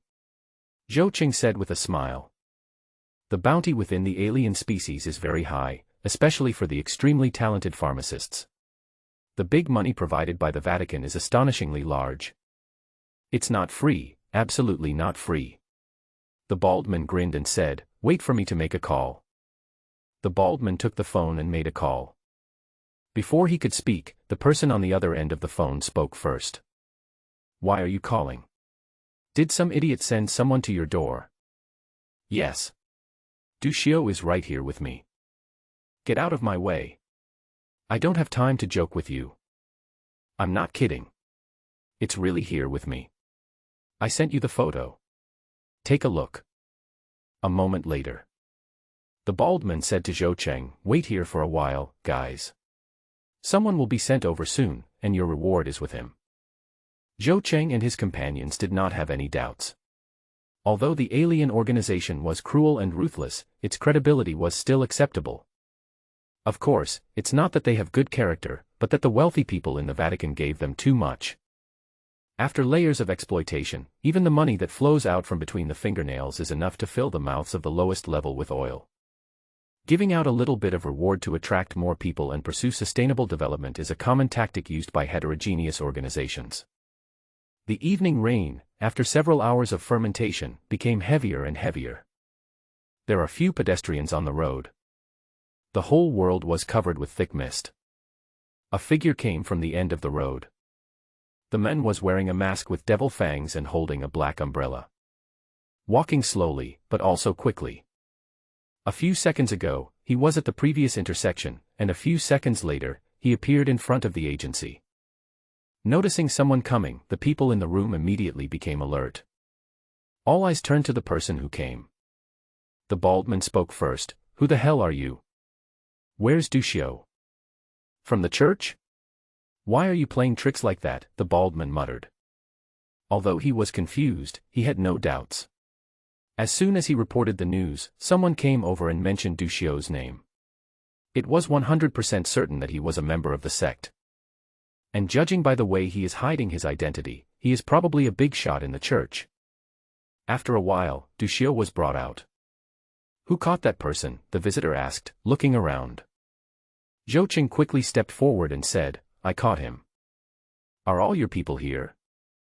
Zhou Cheng thought he was asking about the number of people who had joined the sect, so he casually replied, "They are all here." As soon as he finished speaking, a dark force instantly burst out from the masked men. Everyone, including the bald man, was knocked against the wall by this force. The huge impact force made these people feel as if their internal organs were about to shatter. That's not all. The dark force continued to erode the bodies of these people. Their eyes were filled with fear, but they couldn't say anything yet. Their bodies turned into a pile of rotten meat emitting a foul smell at a speed visible to the naked eye. The masked man untied the ropes on Duccio. The rope was untied. Duccio took off the blindfold and removed the tape around his mouth. He moved his hands and feet. After 2 days of being tied up, his hands were extremely sore. During these 2 days, he was completely surrounded by a feeling of powerlessness. He is annoying. Seeing the masked man turn around and leave, Duccio followed quietly in silence. The decaying flesh of the room stimulates the senses, the fear of this period, the relief after being rescued. So many emotions mixed together. 2 people walked in the rainy night.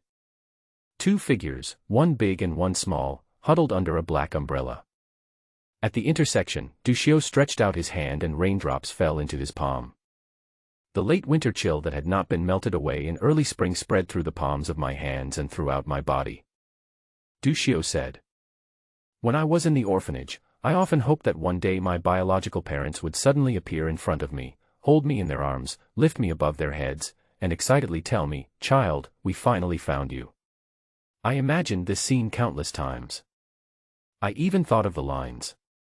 I will stand on tiptoe, wipe away their tears, and tell them in a very casual manner, 'Don't cry. I have lived a good life during these years of waiting for you. From now on, our family will never be separated again.'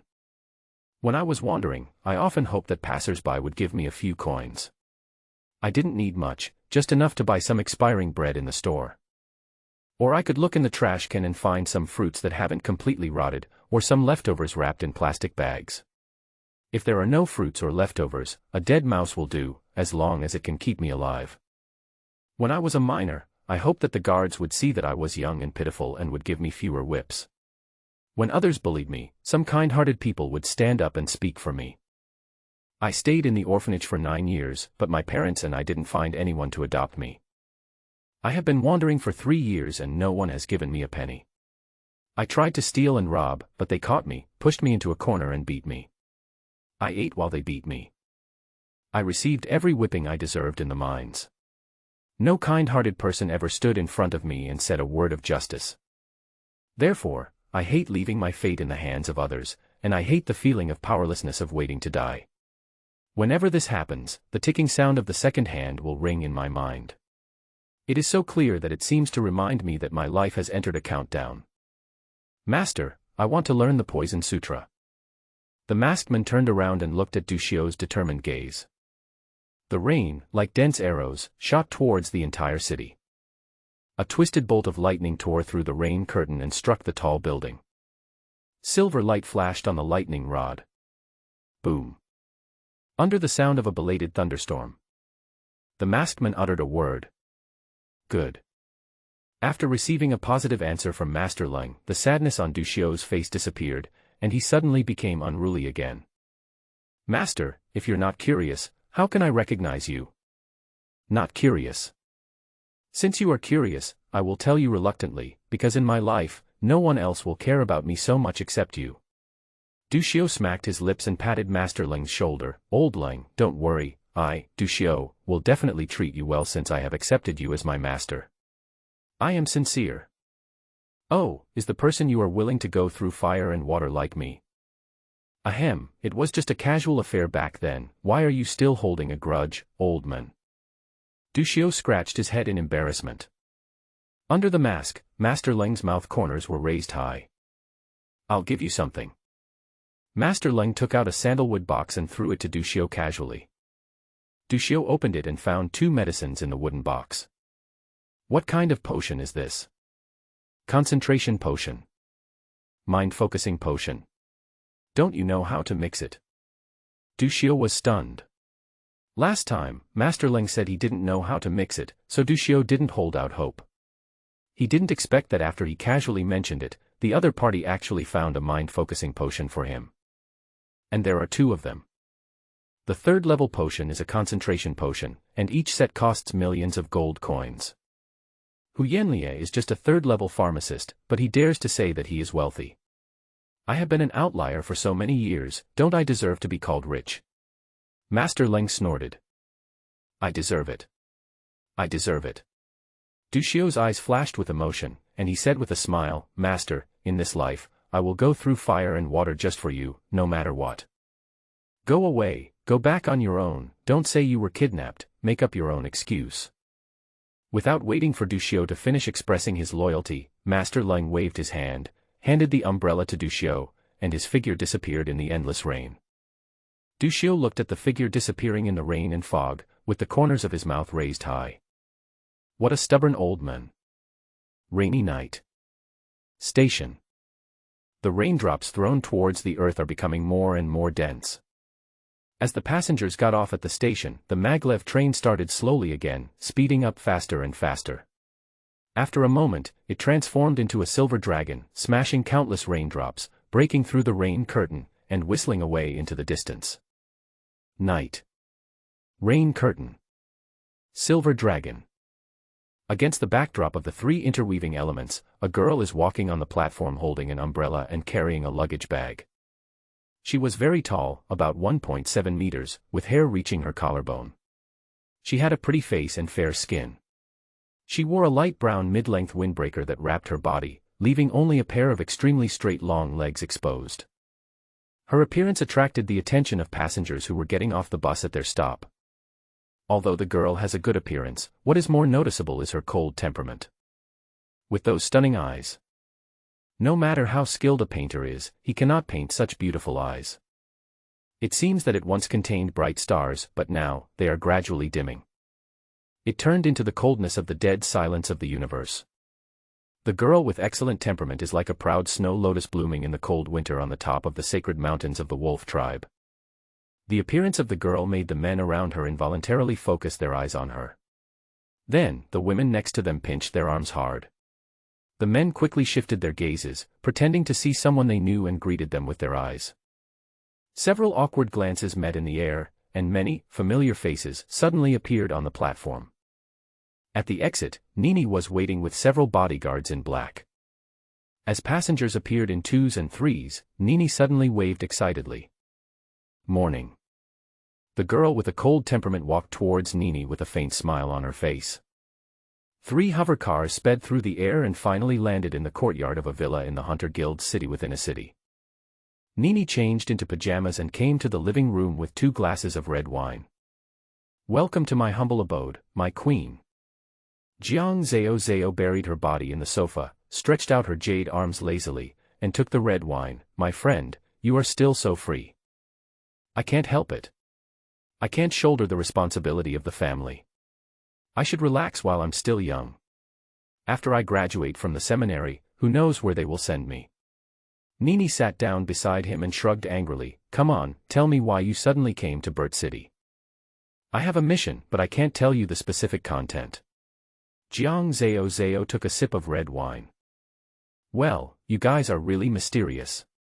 Okay, I'm not interested in these things anyway. How long will I stay in Burt City this time? I guess I'll have to stay for a while. We'll have to wait for notification on how long it will be. Jiang Zhao shook his head. We haven't seen each other for 3 years, and I feel like you've changed a lot. Nini looked Jiang Zhao up and down and smacked her lips. You weren't like this before. You teased me every day and were full of evil fun. How come you've become so cold now? You want to be so cool. Jiang Zhao showed a trace of fatigue in her eyes. It's too tiring. I don't like my current life. I just mean, I don't know why you are tired. You are so talented, and your family values you so much. More importantly, Nini looked at Jiang Zhao's pretty face and said sourly, you are still so beautiful. You are so beautiful that I can't accept it. I don't know why you are unhappy, and I dare not ask. A hint of cunning flashed in Jiang Zhao's eyes, and her cold temperament disappeared in an instant. She frowned and sighed, I'm afraid you will never understand my troubles. These are troubles that only outstanding people can have. I really envy you. You will never have the troubles that I have. Nini snorted coldly, if I could beat you, you would have been thrown into the yard by now.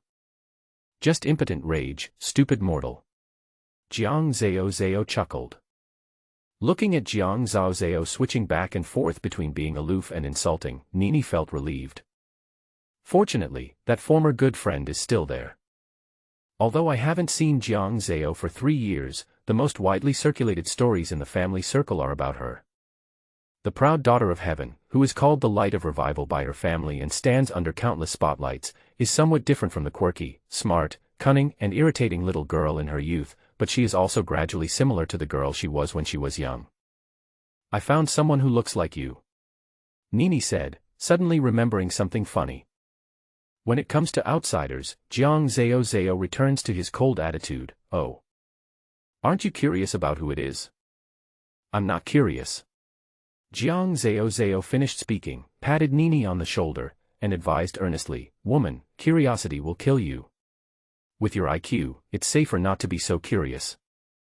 You'd better quickly turn into that quiet ice beauty. Please. Nini was speechless. Just be happy. There are so many talented young men in the empire lining up to chat with me. Jiang Zhao raised his eyebrows and said narcissistically. Tisk. Nini pouted, and then said, by the way, don't we have to carry out the mission with others? Is he sneaking out again this time? That's not the case. My cultivation has improved recently, and the elders have relaxed their control. Nini suddenly looked at her and asked in surprise, awakened. Are you surprised? Jiang Zhao stretched out, revealing her perfect body curves, and said calmly. There was deep envy in Nini's eyes. Hunter's Guild, God's Judgment Hall.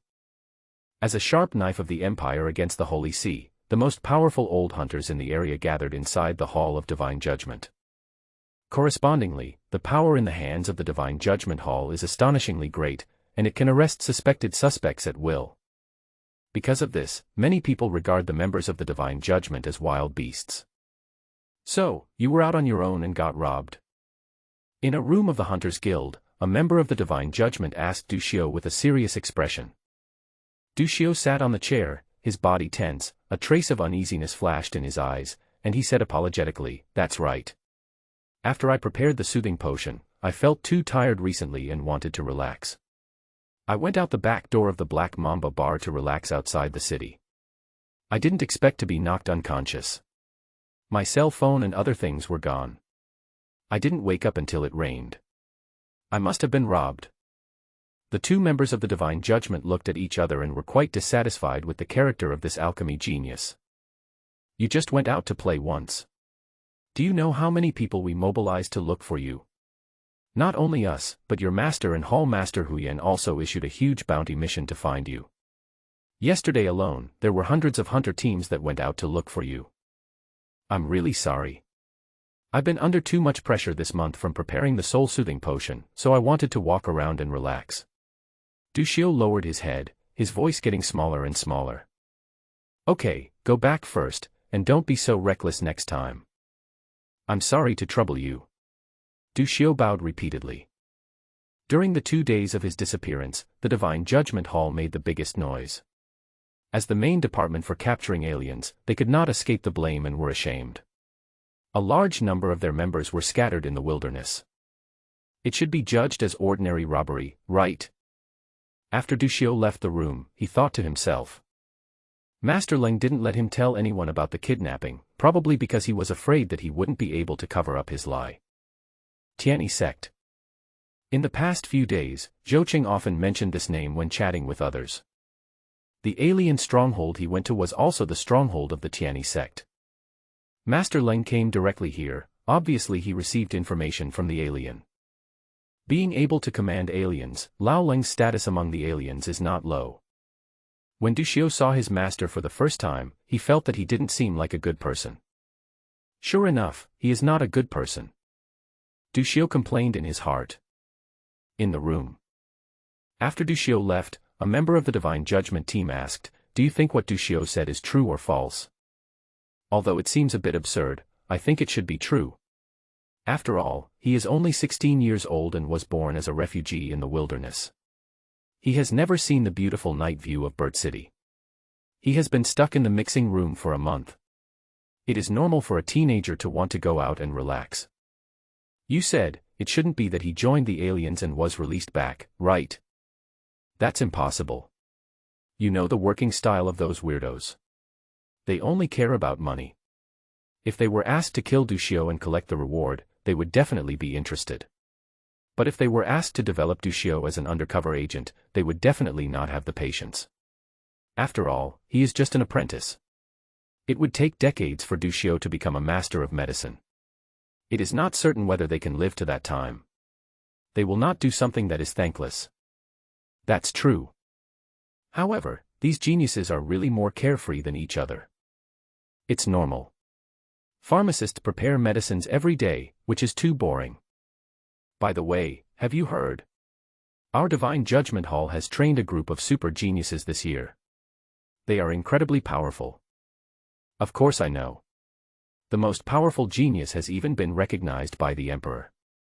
The Emperor's weapon that has been silent for hundreds of years now has a master again. There aren't many imperial artifacts in the entire empire. After Du Xiu left, the two members of the Divine Judge chatted. Outside the Divine Judgment Hall. As soon as Du Xiu walked out of the door, Ding Yao grabbed his arm and asked worriedly, "Junior brother, did they do anything to you?" As the violent organization of the Hunters Guild, everyone is extremely afraid of the Divine Judgment. Terrible rumors about them are also widely circulated. Ding Yao has always regarded Shinsai Hall as a dangerous place. Nothing, just asking where I've been. Du Xiu felt warm in his heart and said with a smile. Junior brother, I'm not saying anything bad about you, but you really got into big trouble this time. Don't be so impulsive next time. You should admit your mistake to Master and say a few nice words. After Ding Yao finished speaking earnestly, he was worried that he had said too much. However, you don't have to blame yourself too much. I know you are under a lot of pressure. If you feel upset in the future, you can talk to me. Don't handle everything by yourself.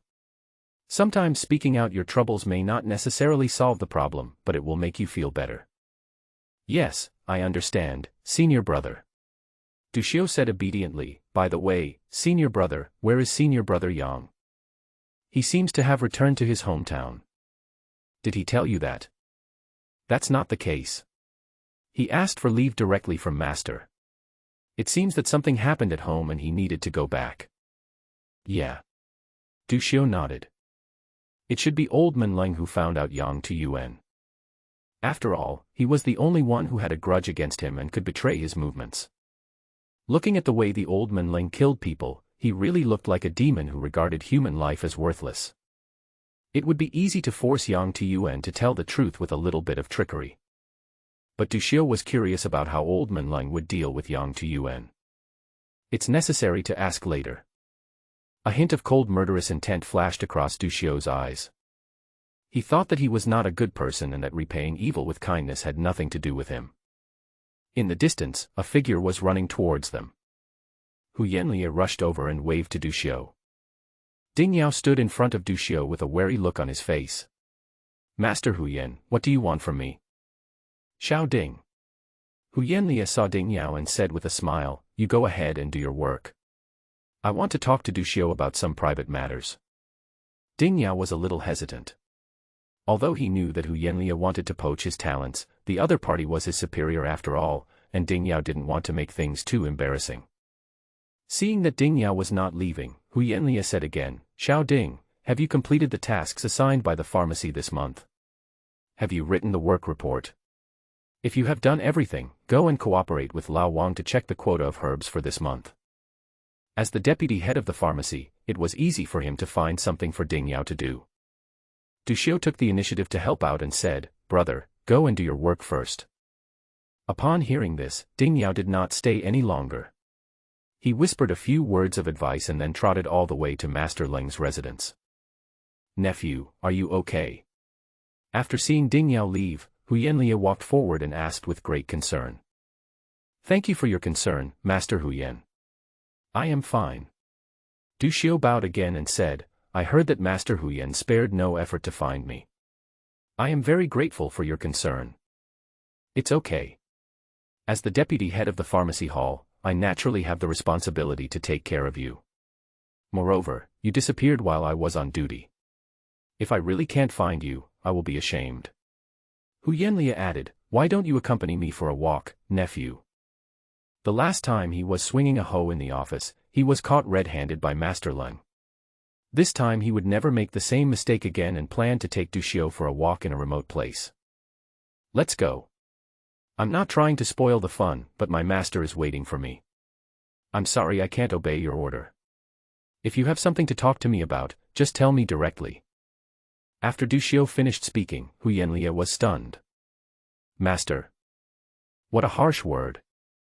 Hu Yanlia blinked at Du Xiu and said, oh, that's right. I can't put the gold coins in my card anymore. Can you keep them for me for a while? Du Xiu frowned. Master Hu Yan, what do you mean? I don't understand. Hu Yanli was surprised. Has this kid's appetite grown again? Nephew, why are you playing dumb?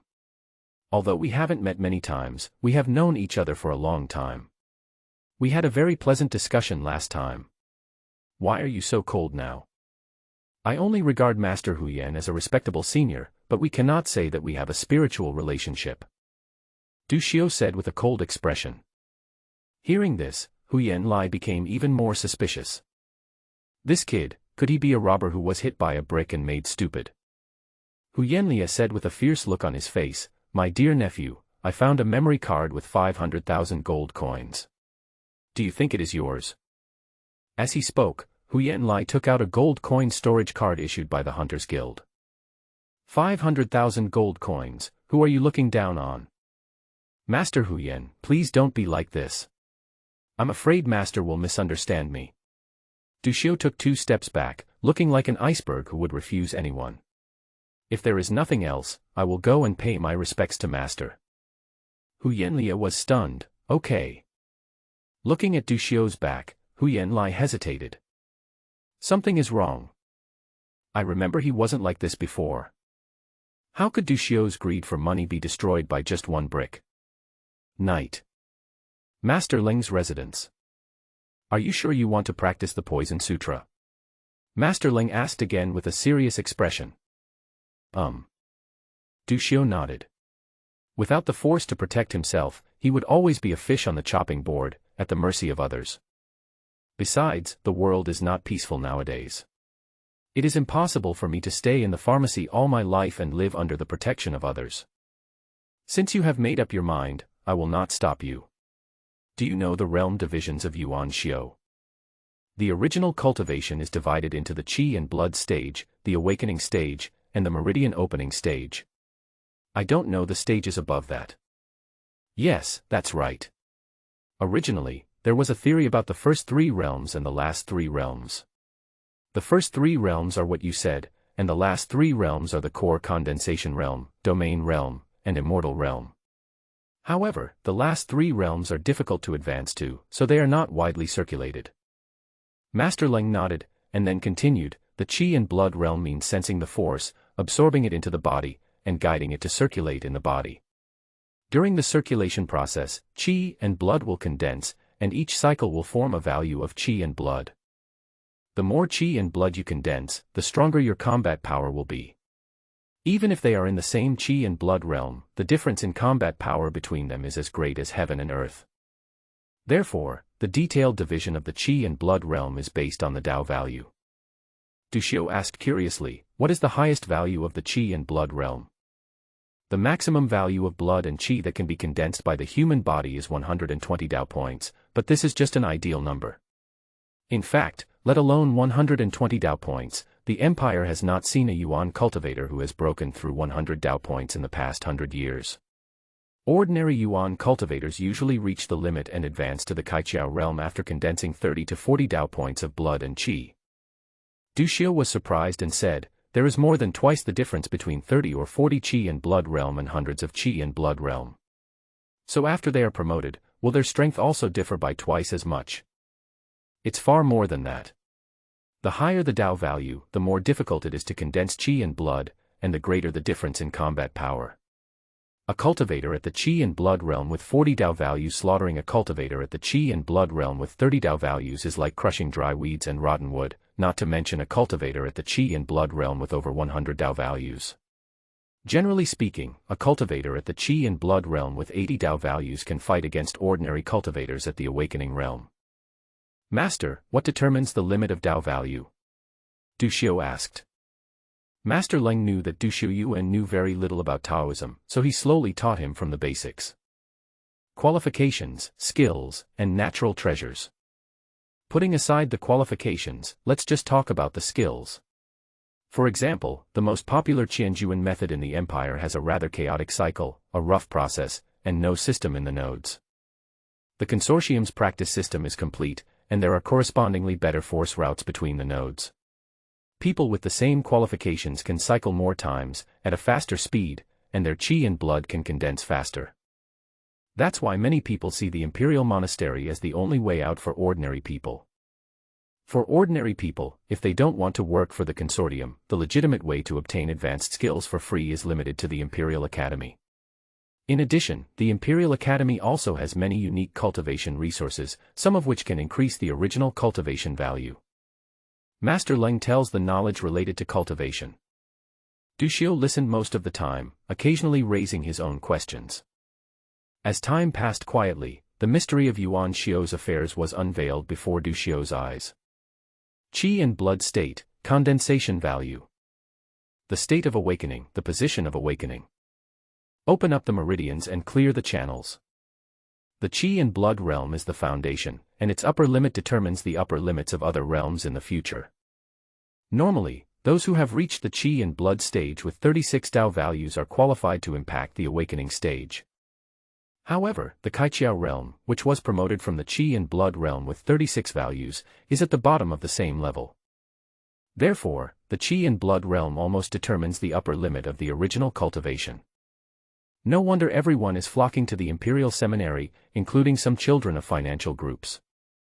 In the House of the Bronze Tree, Many people lamented that the competition in this imperial monastery was fierce, and that many opportunities were released in this session. Those so-called opportunities are probably opportunities that can increase the upper limit of the original cultivation value. Seeing Du Xiu lost in thought, Master Ling asked, "How is your talent in cultivation? Have you sensed the force?" Du Xiu was silent for a moment. "Not yet. My original talent for cultivation seems to be just average." Du Xiu didn't know how specific it was. Master Ling nodded, no surprise. Although the pharmacist talent is more difficult to obtain than the original cultivation talent, it does not mean that the original cultivation path is easy. Du Xiu's talent in alchemy is incredible, but that doesn't necessarily mean he has a high talent in original cultivation. The two are not on the same track and cannot be compared. He had already anticipated that Du Xiuyuan's talent was average. It's okay. Force potions can help ordinary people sense the force. I have prepared 3 sets of first-level force potions for you, which is more than enough. Master Ling handed the box containing the force potion and 2 books to Du Xiu. This is the Poison Sutra. After you sense the force and draw it into your body, you can practice according to the force nodes above. After the first cycle is completed, come to me. The Poison Sutra is different from ordinary exercises and needs to be paired with corresponding poison potions. For details, I have my practice experience on it. You can take it back and have a look. Du Xiu took the medicine and the book and bowed to Master Ling, saying, "Thank you, Master, for teaching me and clearing my doubts. Okay, I'm tired, you can go back. Disciple has one more thing I want to ask you." Du Xiu was about to leave when he suddenly said, "Explain." "My disciple is in danger. It must be Yang Tiyuan who caused the trouble. I didn't see him in the pharmacy. I wonder if Master knows where he went." It was indeed his doing. "He is dead," Master Ling said expressionlessly. Du Xiu was stunned. As far as he knew, Yang Tiyuan had been his apprentice for 3 years.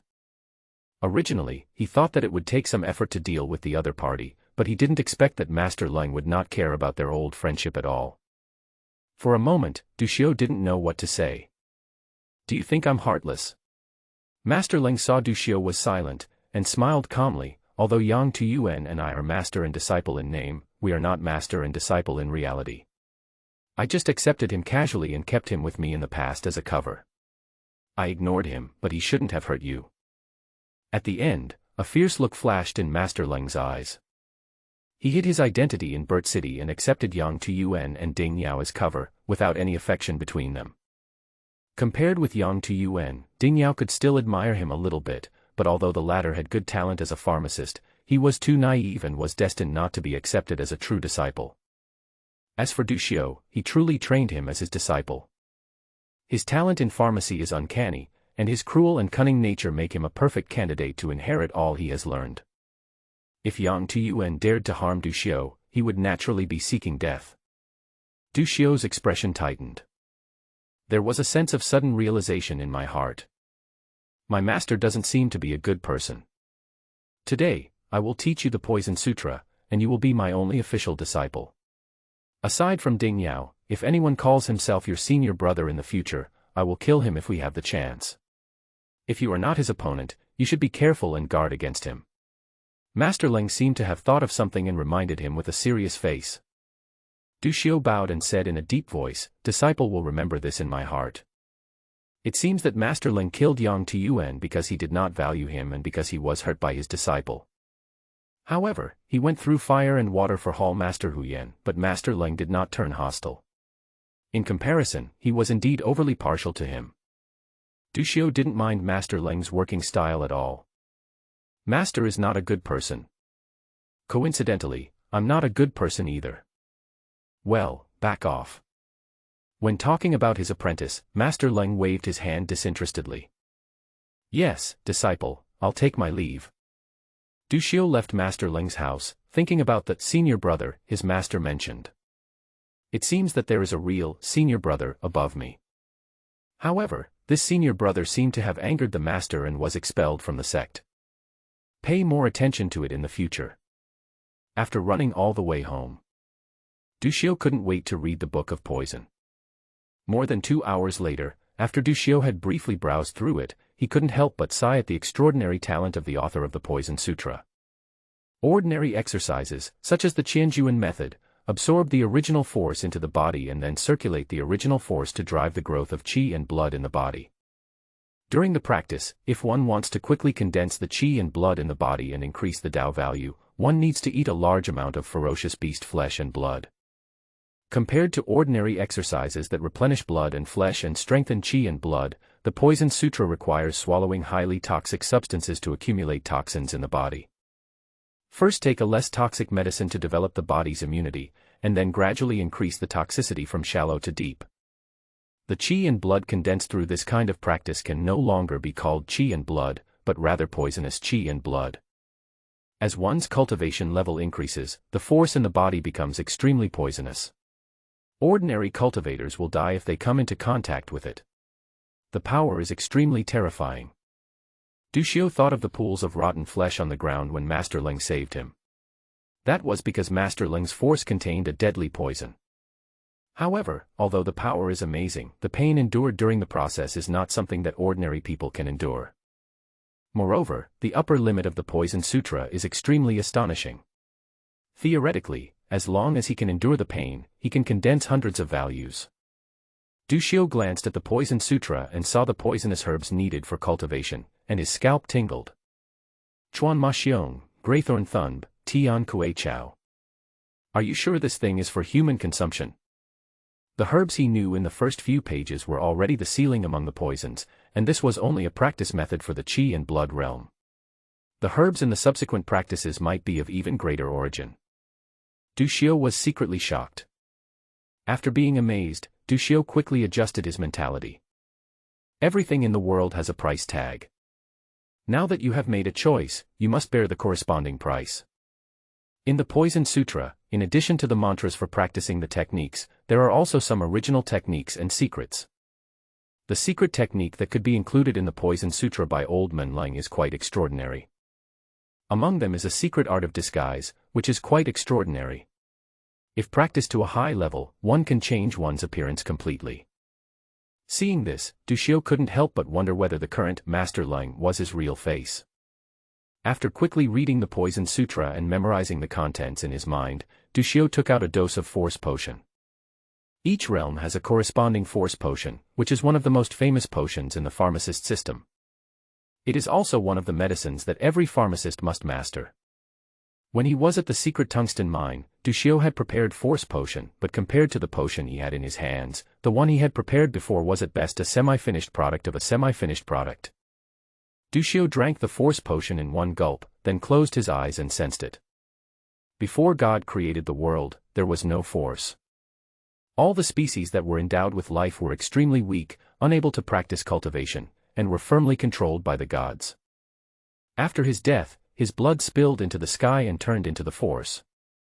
From then on, all the species that were endowed with life broke free from the shackles of cultivation, were able to absorb the original energy into their bodies, strengthen themselves, and possess the power of the gods. The force is the most generous gift to the world after the death of God.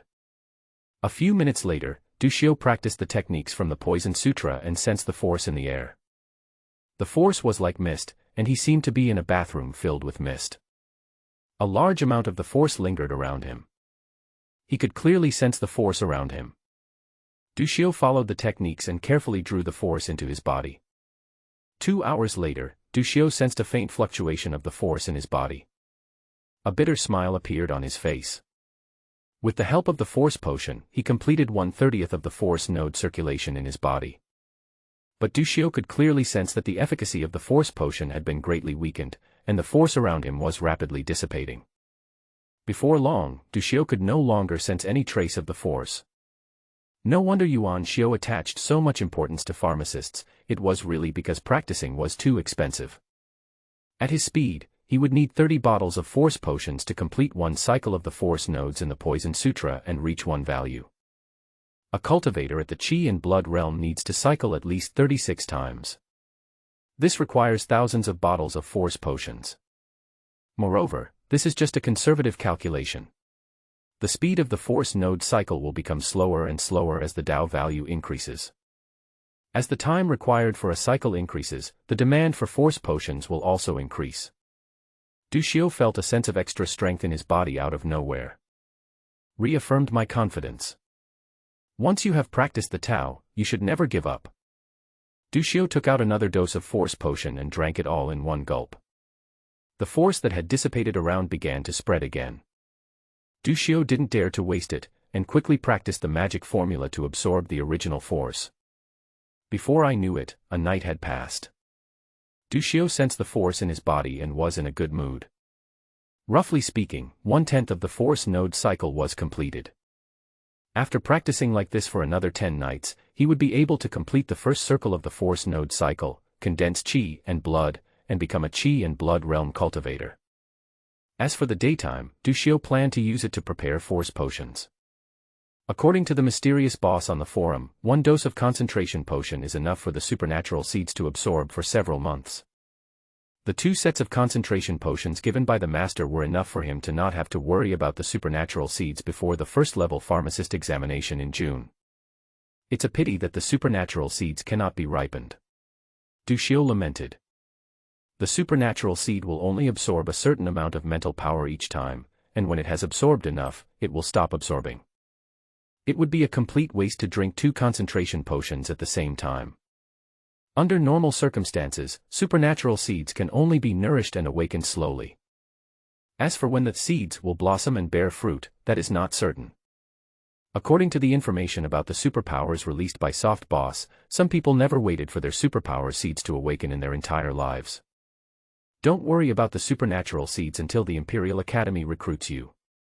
The problem right now is that we need to prepare some force potions. Dushio thought secretly in his heart. He has already learned all the basic formulas of alchemy, so it shouldn't be difficult to prepare force potion. But the current problem is still poverty. Lack of herbs. The Silver Fox Hunters gave him a total of 150 sets of soul-soothing potions and herbs last month, which included the share for this month and next month. It would be really inappropriate to ask for herbs again. Furthermore, even if he had the nerve to ask for the herbs, the other party would not be able to give them to him immediately. As far as he knew, the Silver Fox Hunters had gone to the restricted area of the wilderness to open up new land, and they wouldn't be back for a while. Looking for some tips from the chef? Let's just forget it. The old man just gave me 2 sets of level 3 concentration potions. He doesn't know how to mix it, so he must have bought it with money. He went to ask for pocket money just as I was bleeding heavily. He's a bit lacking in taste. It is better to put the diluted soothing potion on the market. At present, Dushio still has some successfully prepared soul-soothing potions. Now that we have the mind-concentrating potion, the soul-calming potion is a bit useless, so we might as well sell it for money. However, Dushio didn't dare to release the complete soul-soothing potion. Although the master has a high status among the aliens, who knows if some young and inexperienced alien will carry out an assassination attempt. The aliens have always mainly used assassination to deal with the imperial geniuses. Dushio didn't want to attract other people's attention at this time. After making up his mind, Dushio came to the mixing room. He still has more than 100 doses of soul-soothing potions. After preparing the herbs for the Silver Fox Hunter group, Master Leng sent people to the preparation room to deliver 20 sets of soul-soothing herbs every day for the next half-month. Unknowingly, he had accumulated so many potions. Moreover, as he mixed the potion more and more times, he didn't know if it was an illusion, but he felt that the quality of the soul-soothing potion he mixed was getting higher and higher, and its efficacy was stronger. Unfortunately, no one can answer this question for the time being, and these medicines cannot be seen in public. Dushio casually took out a dose of medicine and diluted it skillfully. It took an entire afternoon to dilute 10 doses of complete soul-soothing potions into 40 doses of semi-finished products with only 20% to 30% potency. First, take 10 pairs and put them on the platform for sale. Dushio was calculating the cost of the herbs for the Force Potion. Force Potion is the most famous among the first-level potions, and a dose of it costs about 10,000 gold coins. A set of herbs for brewing a Force Potion costs about 4,000 gold coins. Force Potions are typically high in cost and low in selling price. You know, like the Soul-Soothing Potion, which costs 1,000 gold coins, it can be sold for a minimum of 7,000 gold coins, and is often sold at a premium to 9,000 gold coins. The cost of force potion is 4 times that of soul calming potion, but the selling price is almost the same. Of course, this is not the pharmacist's change of heart. It's the high-pressure policy of the Hunters' Union. This is true not only for the first-level force potion, but also for the second-level and third-level force potions. The cost is high, but the selling price is not high. The reason is that the force potion is the most commonly used potion by the original cultivators and the one they rely on for survival. The price of force potion is too high, which will affect the growth of the Empire's force cultivators' strength. Therefore, the Hunters Guild has set a price limit on the force potion, which is a necessity for repairing the original power. Pharmacists working in the pharmacy are assigned the task of preparing necessary potions such as the force potion every month. This is to ensure the supply of necessary pharmaceutical materials. As compensation, the Hunters Guild turned a blind eye to the cost and price of other non-essential potions. As long as there is a need in the market, the pharmacist can be as cruel as he wants, because it's a 2-for-1 situation. 10 sets of semi-finished soul-soothing potions can only buy 10 sets of force potion herbs. This is far from enough. Dushio did some calculations. The early stages of potion preparation would inevitably fail, and he was no exception. After wasting hundreds of herbs, you can finally get started. In fact, Dushio's efficiency is still terrifying. Basically, after wasting nearly 100 herbs, there is an extremely high success rate. In comparison, ordinary pharmacists usually waste hundreds, even thousands of herbs to get an entry-level potion. This is why many pharmacists, at a young age, are burdened with debts of hundreds of thousands or even millions. Even so, the success rate of ordinary pharmacists in preparing medicines is pitifully low after they get started, and they can only slowly increase the success rate by preparing large quantities of medicines in the later stages. In the pharmacy, many pharmacists rely on a few famous potions to live a life of idleness and wait for death. Dushio hesitated for a moment, but decided to only take out 10 semi-finished soul-soothing potions. 3 days ago, he had just given Wang Dahai 10 semi-finished soul-soothing potions. Now he took out 10 more, which was already a lot. A normal pharmacist can only make dozens of potions a month. For this new senior apprentice, he can produce 20 semi-finished products this month, which is already a high productivity. Wilderness Resource Trading Market. As the only original repair trading place in Burt City, a large number of hunters gathered here, going in and out to receive and assign tasks. Pharmacy Trading Hall.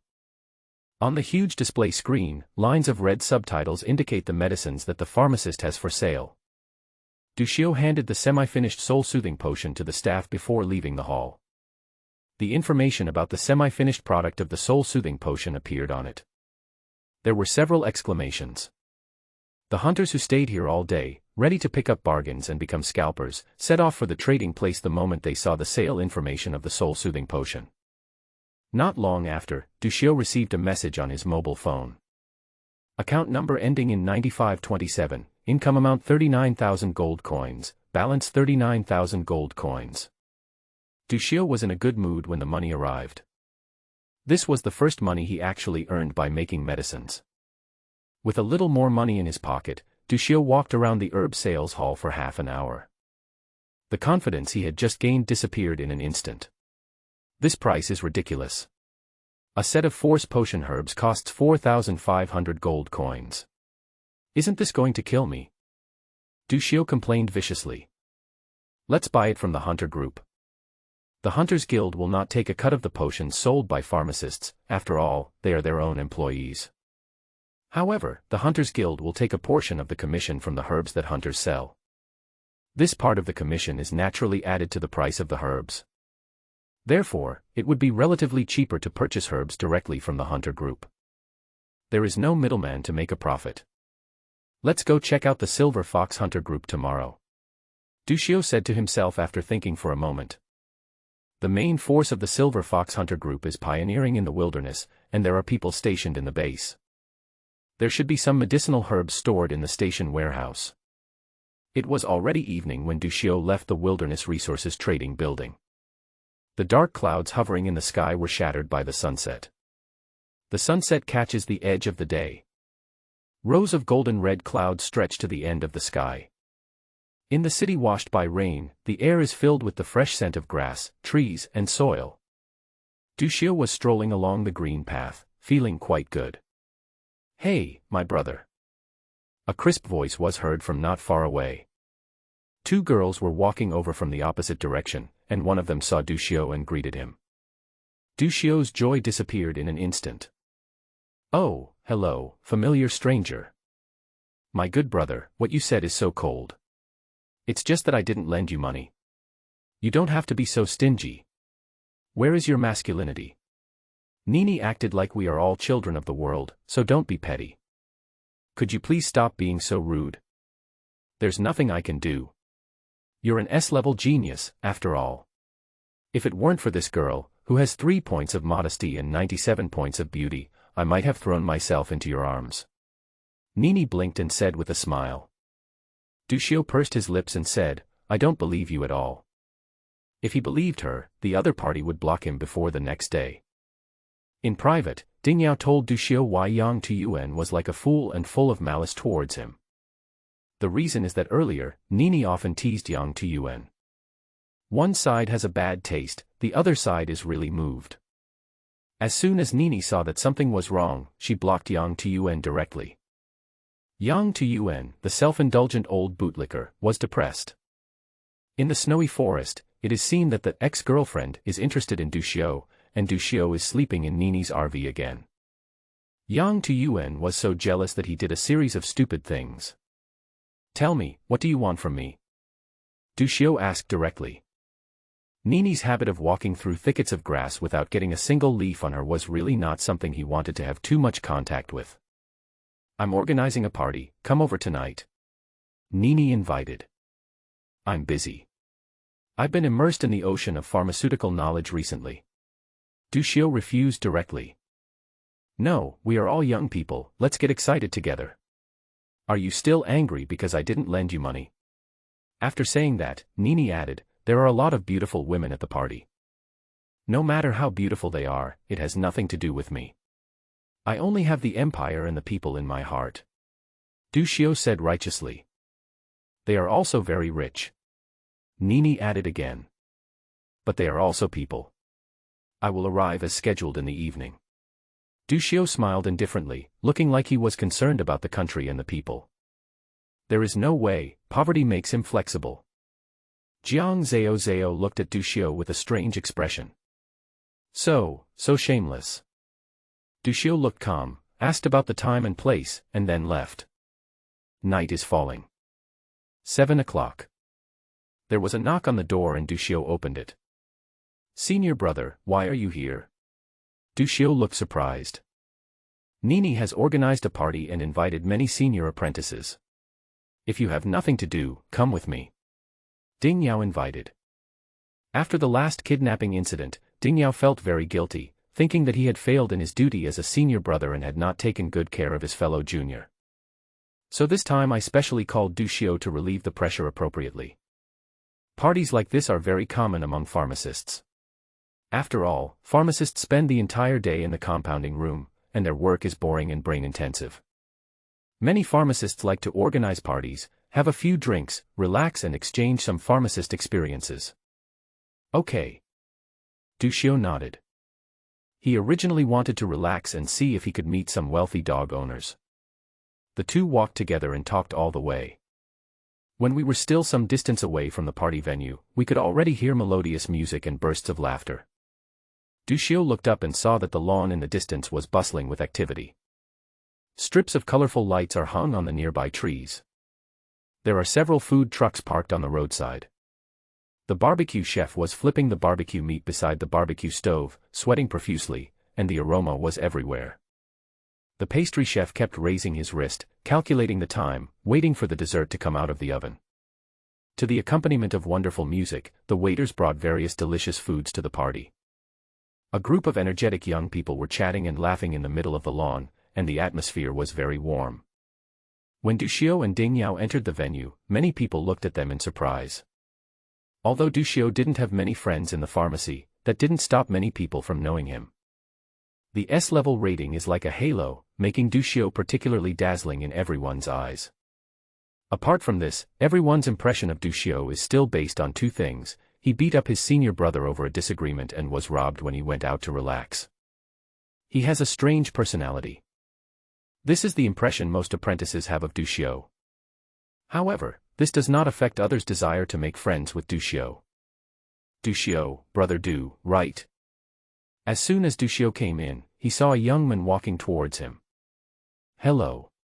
Du Xiu responded politely. Li Huiping, I took the advanced apprentice exam with you.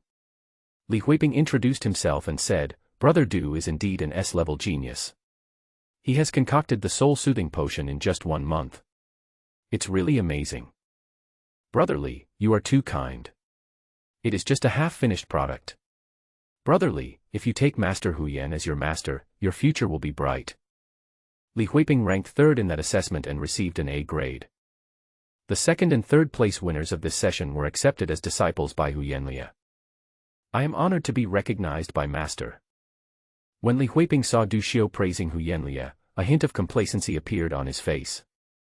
In fact, judging from the attainments in pharmacy alone, apart from the elusive head of the pharmacy hall, Huyanlia is firmly ranked 1st in Burt City. The fact that he was accepted as a disciple by Huyanlia shows that his talent is indeed extraordinary. The other pharmacist apprentices saw Du Xiu and Li Huiping chatting freely, and believed that the former was not as eccentric and difficult to get along with as rumored, so they all came to make friends with them. For a moment, Du Xiu became the focus of the crowd. Ding Yao was very happy. His junior fellow apprentice was usually taciturn, and he was also worried that Du Xiu would get sick if he stayed in the mixing room all day. Seeing the situation today, he actually underestimated his junior brother. Du Xiu didn't need him to lead him into the pharmacist circle, and Ding Yao also exchanged his experiences in pharmacy with people he knew.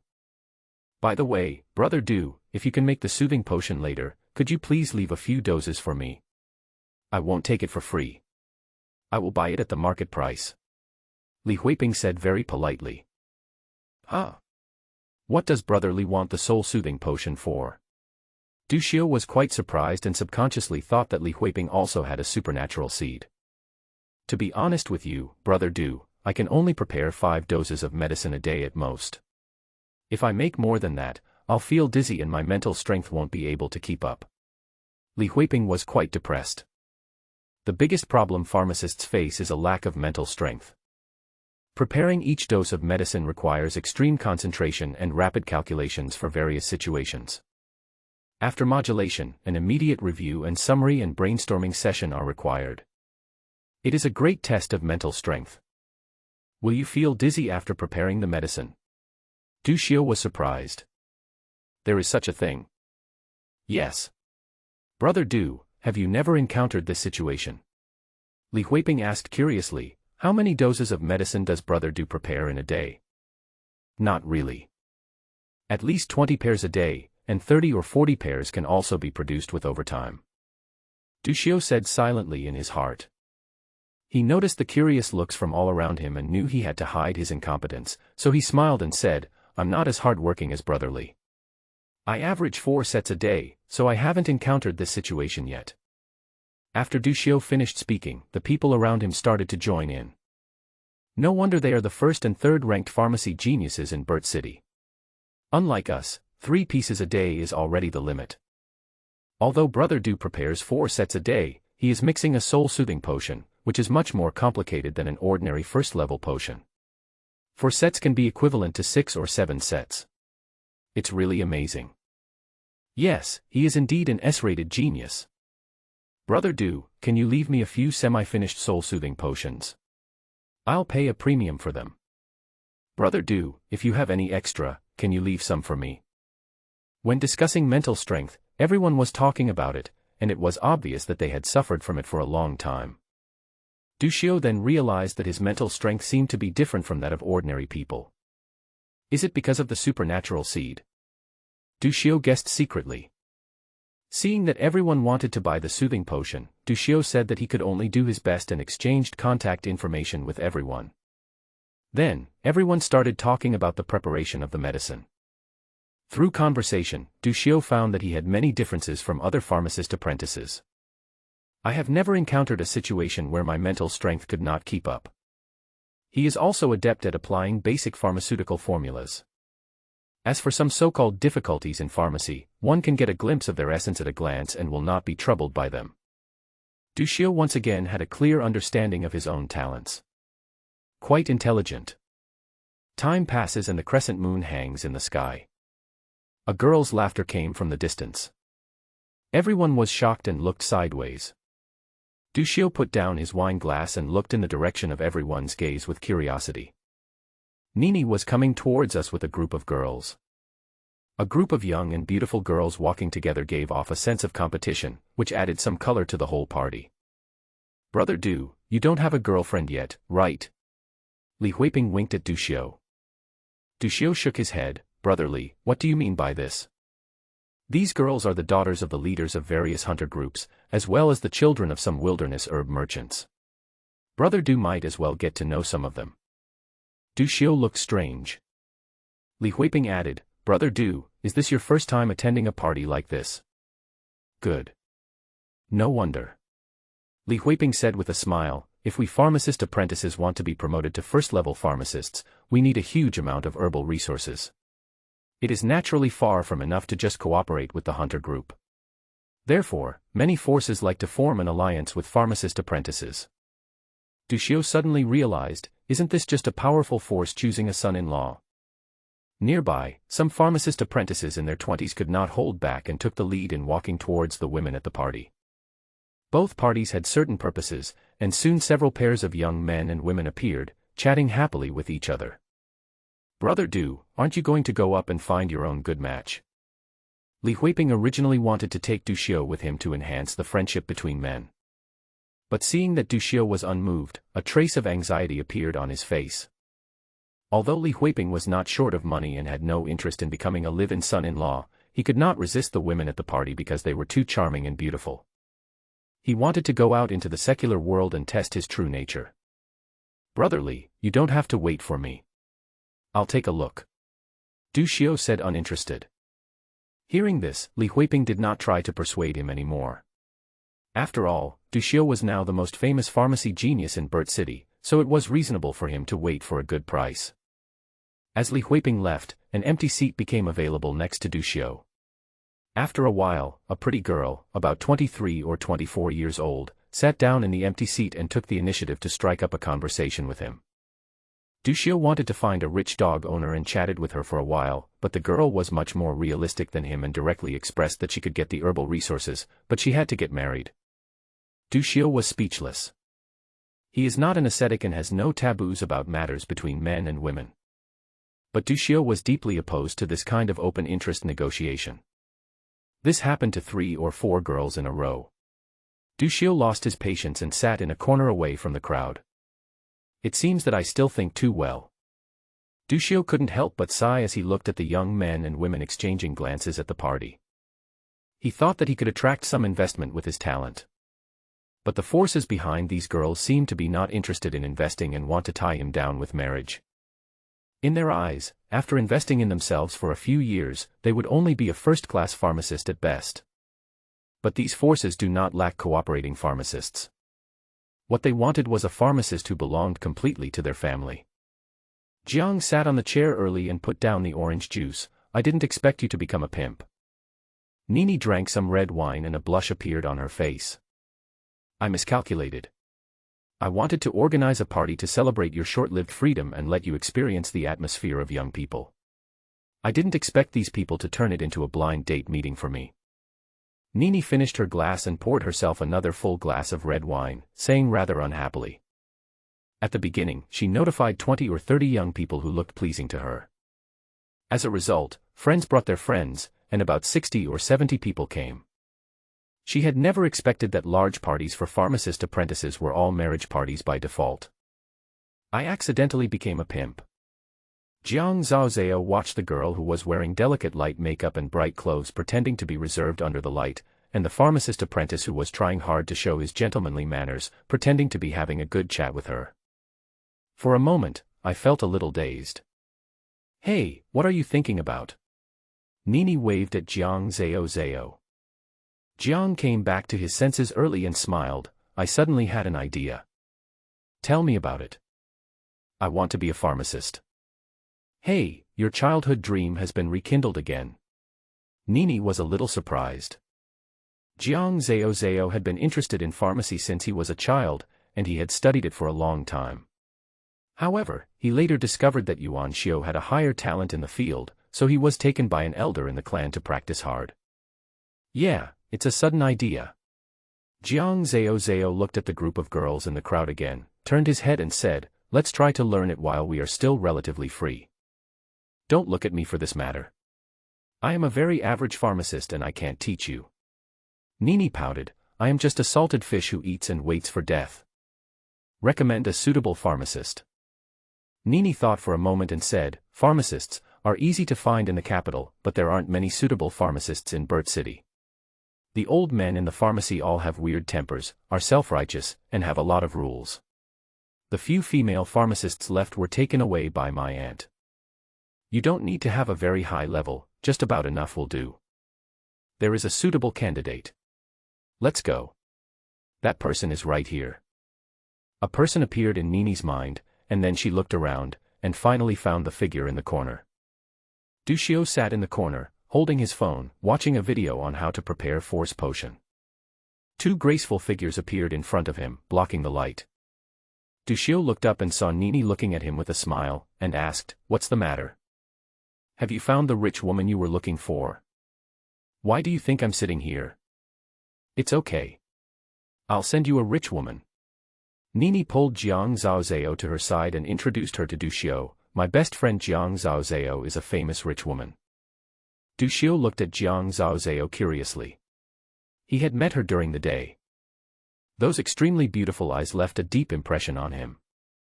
Jiang Zhao looked at Nini and blinked, as if asking, is this person reliable? Nini gave her an affirmative look. Du Xiaoning concocted the semi-finished Requiem potion, which is definitely the best among senior apprentices. There will definitely be no problem teaching Jiang Zhao. How about teaching my best friend about pharmacy during this time? Nothing, no time. Du Xiao simply refused. Paid teaching. How much? As long as you teach well, there is no limit to your education. Du Xiao looked suspicious. Did the big dog come so suddenly? At this time, Jiang Zhao frowned slightly and interrupted, have you practiced the force? She felt a faint fluctuation of the force from Du Xiao. Are you Yuan Xiao? Du Xiao looked at Jiang Zhao with surprise. You are a cultivator, why are you studying pharmacy? Don't you know that different trades are like different mountains? Du Xiao complained. Jiang Zhao was slightly stunned, feeling angry and amused, then why are you, a pharmacist, practicing the force? Friend, can you compete with me? Mr. Du is quite intelligent in pharmacy. Du Xiao pretended to be cool in a nonchalant manner. Jiang Zhao sat in the chair next to him with a smile on his face. Talent. This was the first time in her life that someone showed off their talent in front of her. I'm sorry, I originally practiced Taoism and have made some progress. Du Xiao and Jiang Zhao looked at each other. There is a sense of tit-for-tat here. How far have you progressed in pharmacy? Du Xiao asked. I have learned the basic formula. Have you ever successfully brewed a potion? Do I need you to teach me if I've already mixed it? Jiang Zhao squinted his eyes, looking at him as if he was a fool. Okay. Du Xiao looked at Nini, I will definitely teach your friend a lesson. I'm a specialist in dealing with all kinds of stubbornness. You guys can talk about the details, I won't accompany you. After Nini finished speaking, she turned and left. Jiang Zhao's beautiful eyes flickered, what a coincidence, I am also good at dealing with people who are stubborn. If you don't understand anything about your force training, I can guide you. Du Xiao thought in his heart. He actually had a few doubts about the practice of the force. After a brief silence, the tension between the two faded slightly. Du Xiao couldn't help but ask, how many hours do you usually take the force potion for? Force potion? What do you use that for? Jiang Zhao asked curiously. After she finished speaking, she seemed to have thought of something and raised the corner of her mouth. Oh, sorry. I can't answer this question for you. I have never taken force potion. The force usually comes to me automatically. Du Xiu was stunned, then pretended nothing had happened. Oh, I haven't taken it either, I'm asking for my friend. Jiang Zhao smiled and said, by the way, I heard that people who can't sense the force can rely on taking force potions to sense the force. However, the duration of a dose of force potion is not calculated in hours, but in days, usually 3 to 5 days. So, tell your friend a message, don't force it, he has given up this option. Du Xiu was stunned. Usually 3 to 5 days. What the hell was going on for these 2 hours? Is it waste? When Du Xiu was doubting himself, Jiang Zhao gave him an affirmative look. As if to say, yes. See you in the pharmacy at 8 o'clock tomorrow. After Du Xiu finished speaking, he left without looking back. Night. Du Xiu woke up from his sleep. Depend on. The heart of Tao is broken. I was wondering why practicing the force consumes so much potions. 3 bottles of force potion were used in one night, which cost 30,000 gold coins at market price. Even if we have a mine at home, we can't afford such waste. The next morning. 8:30. Du Xiu yawned and came to the pharmacy. In front of the pharmacy, a graceful figure has been standing in the cold wind for half an hour.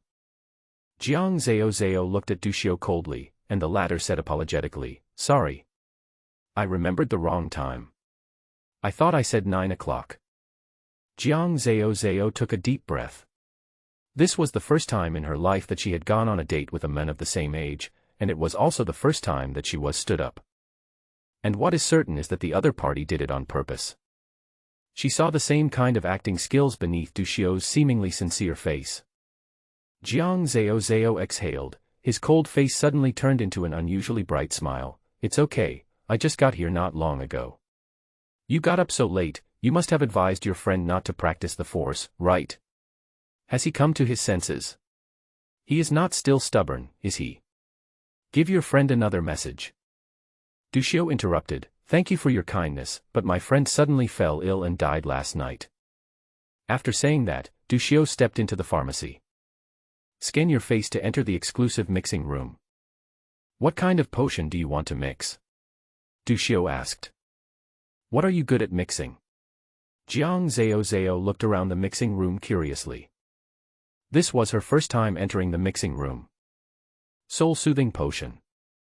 You can also mix soul-soothing potions. Jiang Zhao asked in surprise. She was very familiar with this potion. What's so surprising about this? Du Xiu showed a hint of pride on his face, and then added, no matter what potion you want to mix, you have to pay for the herbs yourself. Then let's have the soothing potion. Jiang Zhao searched through the bag he carried with him for a long time, and finally took out a gold coin card. Here, there are 1 million gold coins in it. Buy some herbs. What? How much? Du Xiu suddenly widened his eyes. 1 million gold coins. Jiang Zhao glanced at Du Xiu and repeated it again. Du Xiu struggled, but his few remaining consciences prompted him to remind her, it's too much. We can't spend that much money. According to the talent of an ordinary pharmacist apprentice, he can prepare about 5 potions a day. The herbs for the soul-soothing potion cost 1,000 gold coins per set, and the daily expense was only 5,000 gold coins. 1 million gold coins is enough for Jiang Zhao to use for 200 days. This is the savings card with the least amount of money I have. Du Xiu turned back suddenly. Jiang Zhao stood under the light, the soft light scattered on her fair face, and her beautiful eyes seemed to contain bright stars. At this moment, Jiang Zhao is wearing a backpack. The milky white backpack on his body. And the charming gold coin cards in the bag. A sentence flashed through Du Xiu's mind. A peerless beauty, isolated from the world. Jiang Zhao looked at Du Xiu's expression, and raised the corners of his mouth. Except for the herbs I used, the remaining money is considered as the cost of hiring you. During this period of time, I will go through fire and water for you. Du Xiu took the card, and a warm smile instantly spread across his face. Let's get started. There are still some remaining herbs for the soothing potion in the mixing room. It just comes in handy. Du Xiu was extremely enthusiastic when he got the savings card. Making money is not difficult. First, break down the herbs and gather the necessary elements for the formula according to the trace elements they contain. You can either remove the toxins from the iron-backed longhorn beetle by mixing it up or not, but you have to replace the bright orchid grass with 7-leaf clover. Pay attention to the color changes. If they bother you, just ignore them. At the end, add the ground beetle's blood. What a pity, it failed. It's because we didn't put enough mingling grass. It doesn't matter. You will fail at first when you first prepare the potion. Failure is the sister-in-law of success. Despite the repeated failures, Jiang Zhaozhao didn't show any impatience on his face. Instead, he seemed to be motivated to fight. The mental state changed from being calm at the beginning to being a high-spirited and unyielding little lion. At night, Nini called and urged her to go back for dinner. Jiang left the mixing room early, dragging her tired body. Du Xiu walked him all the way downstairs. Jiang Zhaozhao stood under the yellow street lights, wearing a light-colored jacket on her upper body and slim straight-leg jeans on her lower body, revealing her straight legs. She suddenly turned her head and said with a sly gleam in her eyes, "I still like your unruly look. You should recover tomorrow." Without waiting for Du Xiu to reply, Jiang Zhaozhao turned around and walked towards Nini. Nini looked at Jiang Zhaozhao with a confused look on her face. What was posted? Did I miss something? Jiang Zhaozhao said leisurely, "It's nothing. He stood me up. I want revenge, but the way he surrendered to money, I don't feel conquered." Nini held her forehead with her hand. For the next few days, the two of them were in the mixing room preparing medicines. The relationship is warming up. Well, seriously speaking, it's become a lot more tense. He would say a few angry words from time to time. Jiang Zhaozhao usually goes home in the evening, while Du Xiu works overtime at night to prepare the force potion. 5 nights later. Du Xiu looked at the medicine in his hand, his face full of joy. Over the past few days, after wasting 40 or 50 herbs, I finally succeeded in concocting a force potion. After returning home, Du Xiu took the force potion, sensed the force, pulled the force, and performed the force node cycle. Suddenly, he opened his eyes and reached for the iron rod beside him. After living as a miner for many years, he developed the habit of always carrying a chisel with him. Master Leng appeared in the room at some point. "You're on guard." Master Leng nodded. "Master, why are you here?" Du Xiu was surprised. Master Leng's whereabouts are difficult to determine, and unless he actively summons someone, it is usually impossible to find him. Master will be away for a while soon and may not be back for a month. During this period, you must practice well. When Master comes back, you have to go to a place with me. Master Leng ordered. "Are we going to the wilderness?" "Don't ask any more questions. You will know when the time comes." "Yes, Master." "Ah. Haven't you practiced recently? How come you only have this little force?" Master Leng sensed the force fluctuations on Du Xiu's body and said with a little surprise. "My disciple has run out of force potion, so the progress is a bit slow."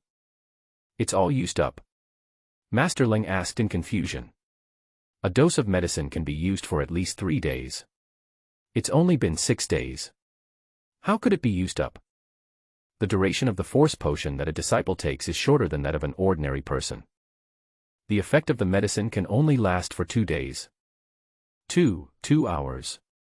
Du Xiu said embarrassedly. Then, Master Leng fell silent. 2 hours.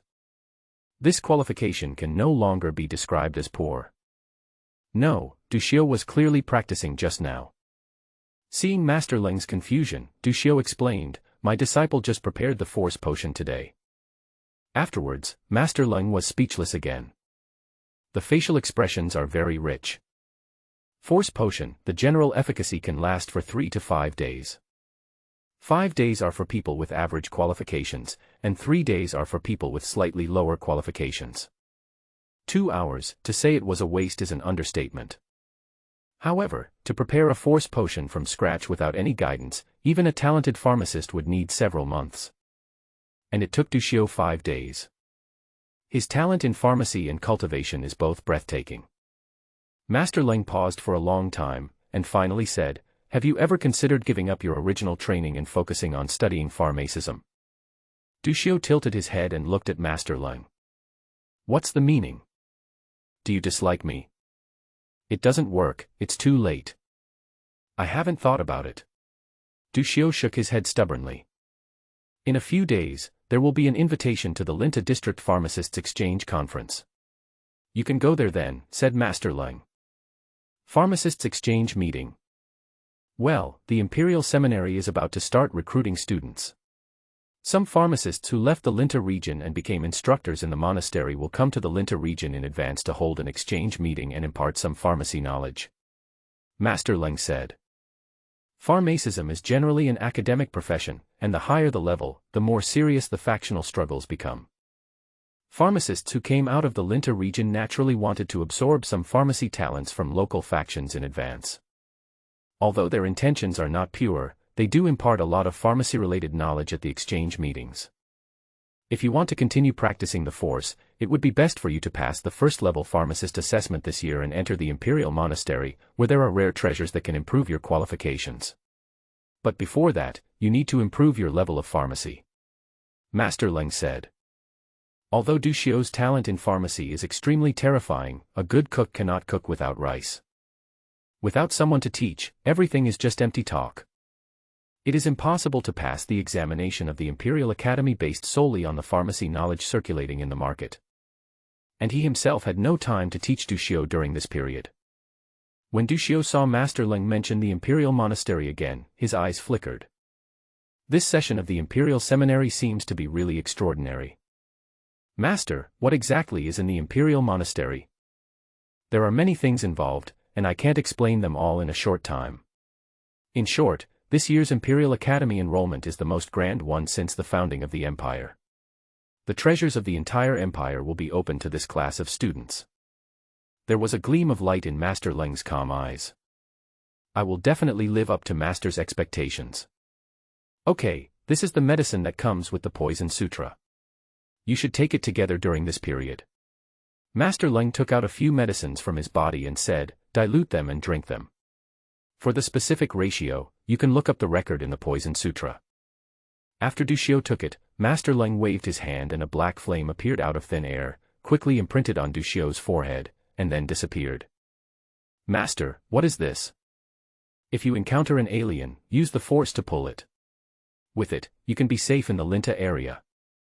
After Master Leng finished speaking, his body gradually faded away and finally disappeared.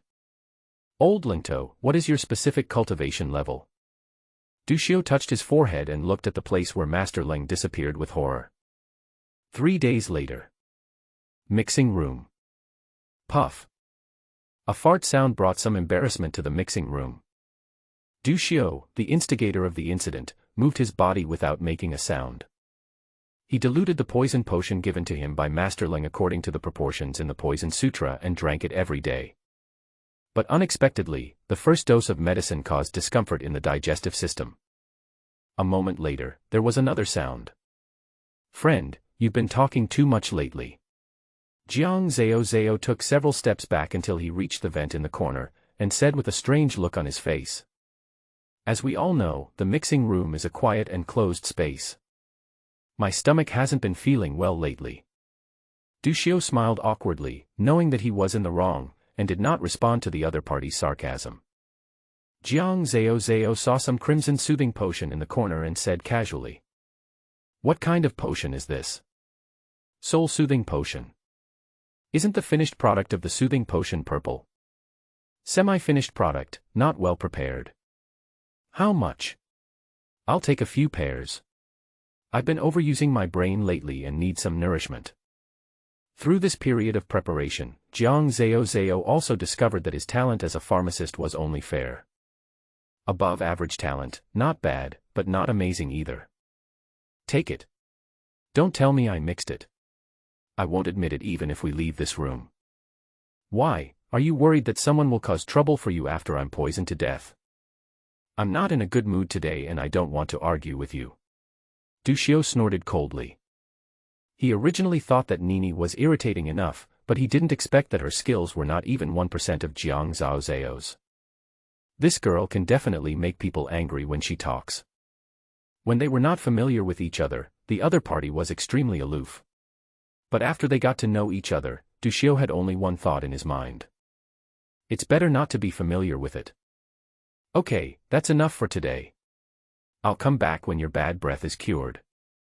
Jiang Zhao casually picked up 2 doses of soothing potions, put them in his bag, and walked out of the mixing room. Bad breath. Damn it. Du Xiu's face was full of black lines. Afternoon. Du Xiu put the prepared force potion into his backpack. Looking at the nearly 20 force potions inside, there was a hint of joy in the corners of his eyes. He was in good condition today and all the force potions he prepared were successful. After packing up his belongings, Du Xiu turned and left. Brother Du. The door to the mixing room has just opened. At the door, Li Huiping shouted hurriedly, as if he had been waiting for a long time. I didn't know Brother Li was outside. Sorry to have kept you waiting. It's okay. I just arrived not long ago. Li Huiping added, my master asked me to inform Brother Du to gather at the pharmacy at 9 o'clock tomorrow to go to Zanqing to attend the pharmacist exchange meeting. Pharmacist exchange meeting. Du Xiu was stunned, then he remembered what Master Leng said a few days ago, okay, I will be there on time tomorrow. By the way, how many people will participate this time? 3. So little. I heard from the teacher that this kind of exchange meeting is quite advanced.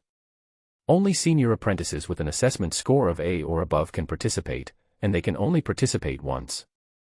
Those who participated last year cannot participate this year, Li Huiping explained. I see. Du Xiu nodded. Then these 3 people should be him, Li Huiping and Hu Chui, the second-place winner this year. This year, only 3 of them were rated above A. Brother Du, remember to bring some clothes. The exchange will last for 5 days. Including the time on the road, it is estimated to take about 2 weeks. Okay. The 2 chatted for a while, and Du Xiu remembered that Li Huiping had asked for a soothing potion at Nini's party. He then returned to the mixing room and took out a semi-finished soothing potion. A few days ago, Brother Li said that he was lacking in brain power, so I specially prepared a soul-soothing potion for him. However, Brother Li, please don't tell anyone else, otherwise everyone at the party will come to ask for it, and I will be exhausted to death and still not be able to satisfy everyone's needs. Du Xiu handed the medicine to Li Huiping with a tired look on his face. Li Huiping took the soothing potion and a warm feeling suddenly passed through his heart. He had just said it casually at the party, and he didn't hold out much hope. After all, the soul-soothing potion was really difficult to prepare. Unexpectedly, Du Xiu actually remembered it and specially prepared a portion for him. I've often heard that Du Xiu is a simple-minded person. After seeing him today, I find that his reputation is well-deserved. Li Huiping looked at Du Xiu's somewhat tired face and felt deeply moved. Thank you so much, Brother Du. As he spoke, Li Huiping took out his cell phone and immediately transferred 5,000 gold coins to Du Xiu. Du Xiu said indignantly, Brother Li, what do you mean? I'm not mixing the medicine for you for money. Brother Du, please don't get angry. Li Huiping said guiltily, I don't want to use money as a dirty thing to tarnish Brother Du's sincere feelings. It's just that I have nothing, so I can only express my gratitude in this way. Du Xiu was a little stunned. It sounds like Li Huiping is quite rich. Du Xiu's expression eased slightly and he asked, Brother Li, do you have a lot of wealth? No matter how humble I am, my father is a herbal merchant, and the Li's Chamber of Commerce is our family business. Oh. Du Xiu raised his eyes slightly, his eyes flashing. The Li Chamber of Commerce is the largest herb merchant in Burt City. They hoard force potion herbs and then sell them off at a higher price when the monastery is recruiting students. This is their usual tactic every year. No wonder Brother Li always uses money to attack others. It turns out that he developed this bad habit since he was a child. Du Xiu snorted coldly, as if Li Huiping was using money to humiliate him. Hearing this, Li Huiping blushed. After the party, the younger generation of the Burt City pharmacy gradually reached a consensus on Du Xiu. He is gifted, has a strong character and a simple mind. Needless to say, he is talented and his assessment scores are far superior to everyone else. He has a strong personality. It was revealed after the incident that Ding Yao used Yang Tuyuan, the eldest brother, to make things difficult for Du Xiu, so he was beaten up. Li Huiping witnessed his simple mind again today. When they first met, Du Xiu took note of what he said about his lack of brain power, and then specially prepared a soothing potion as a gift. If this isn't a simple mind, then what is it? Making friends with money is really inferior. It's better to make friends with herbs. It just so happens that I have a lot of them at home. Li Huiping thought to himself. Brother Du, have you prepared any other potions recently? Du Xiu said in an annoyed tone, I have been researching force potions recently, but the results are minimal and it is just a waste of herbs. Force potion. Its difficulty level is not low. Li Huiping said in surprise, but after thinking about it carefully, he gradually understood. Du Xiu dared to choose the soul-soothing potion as the first potion, so he naturally would not choose an ordinary potion for the second potion. It's better not to mention it. Du Xiu looked like he didn't want to talk about the sad things after repeated failures. Brother Li, you can come visit more often in the future. I'll leave some soul-soothing potion for you to help you mix the potion. But don't mention money in the future, otherwise don't blame me for getting angry. Okay. Li Huiping looked happy. The soothing potion itself is difficult to prepare. A first-level pharmacist has a low success rate, and even if he succeeds, he will keep it for himself. Level 2 pharmacists look down upon it, as they have more expensive pharmacy options.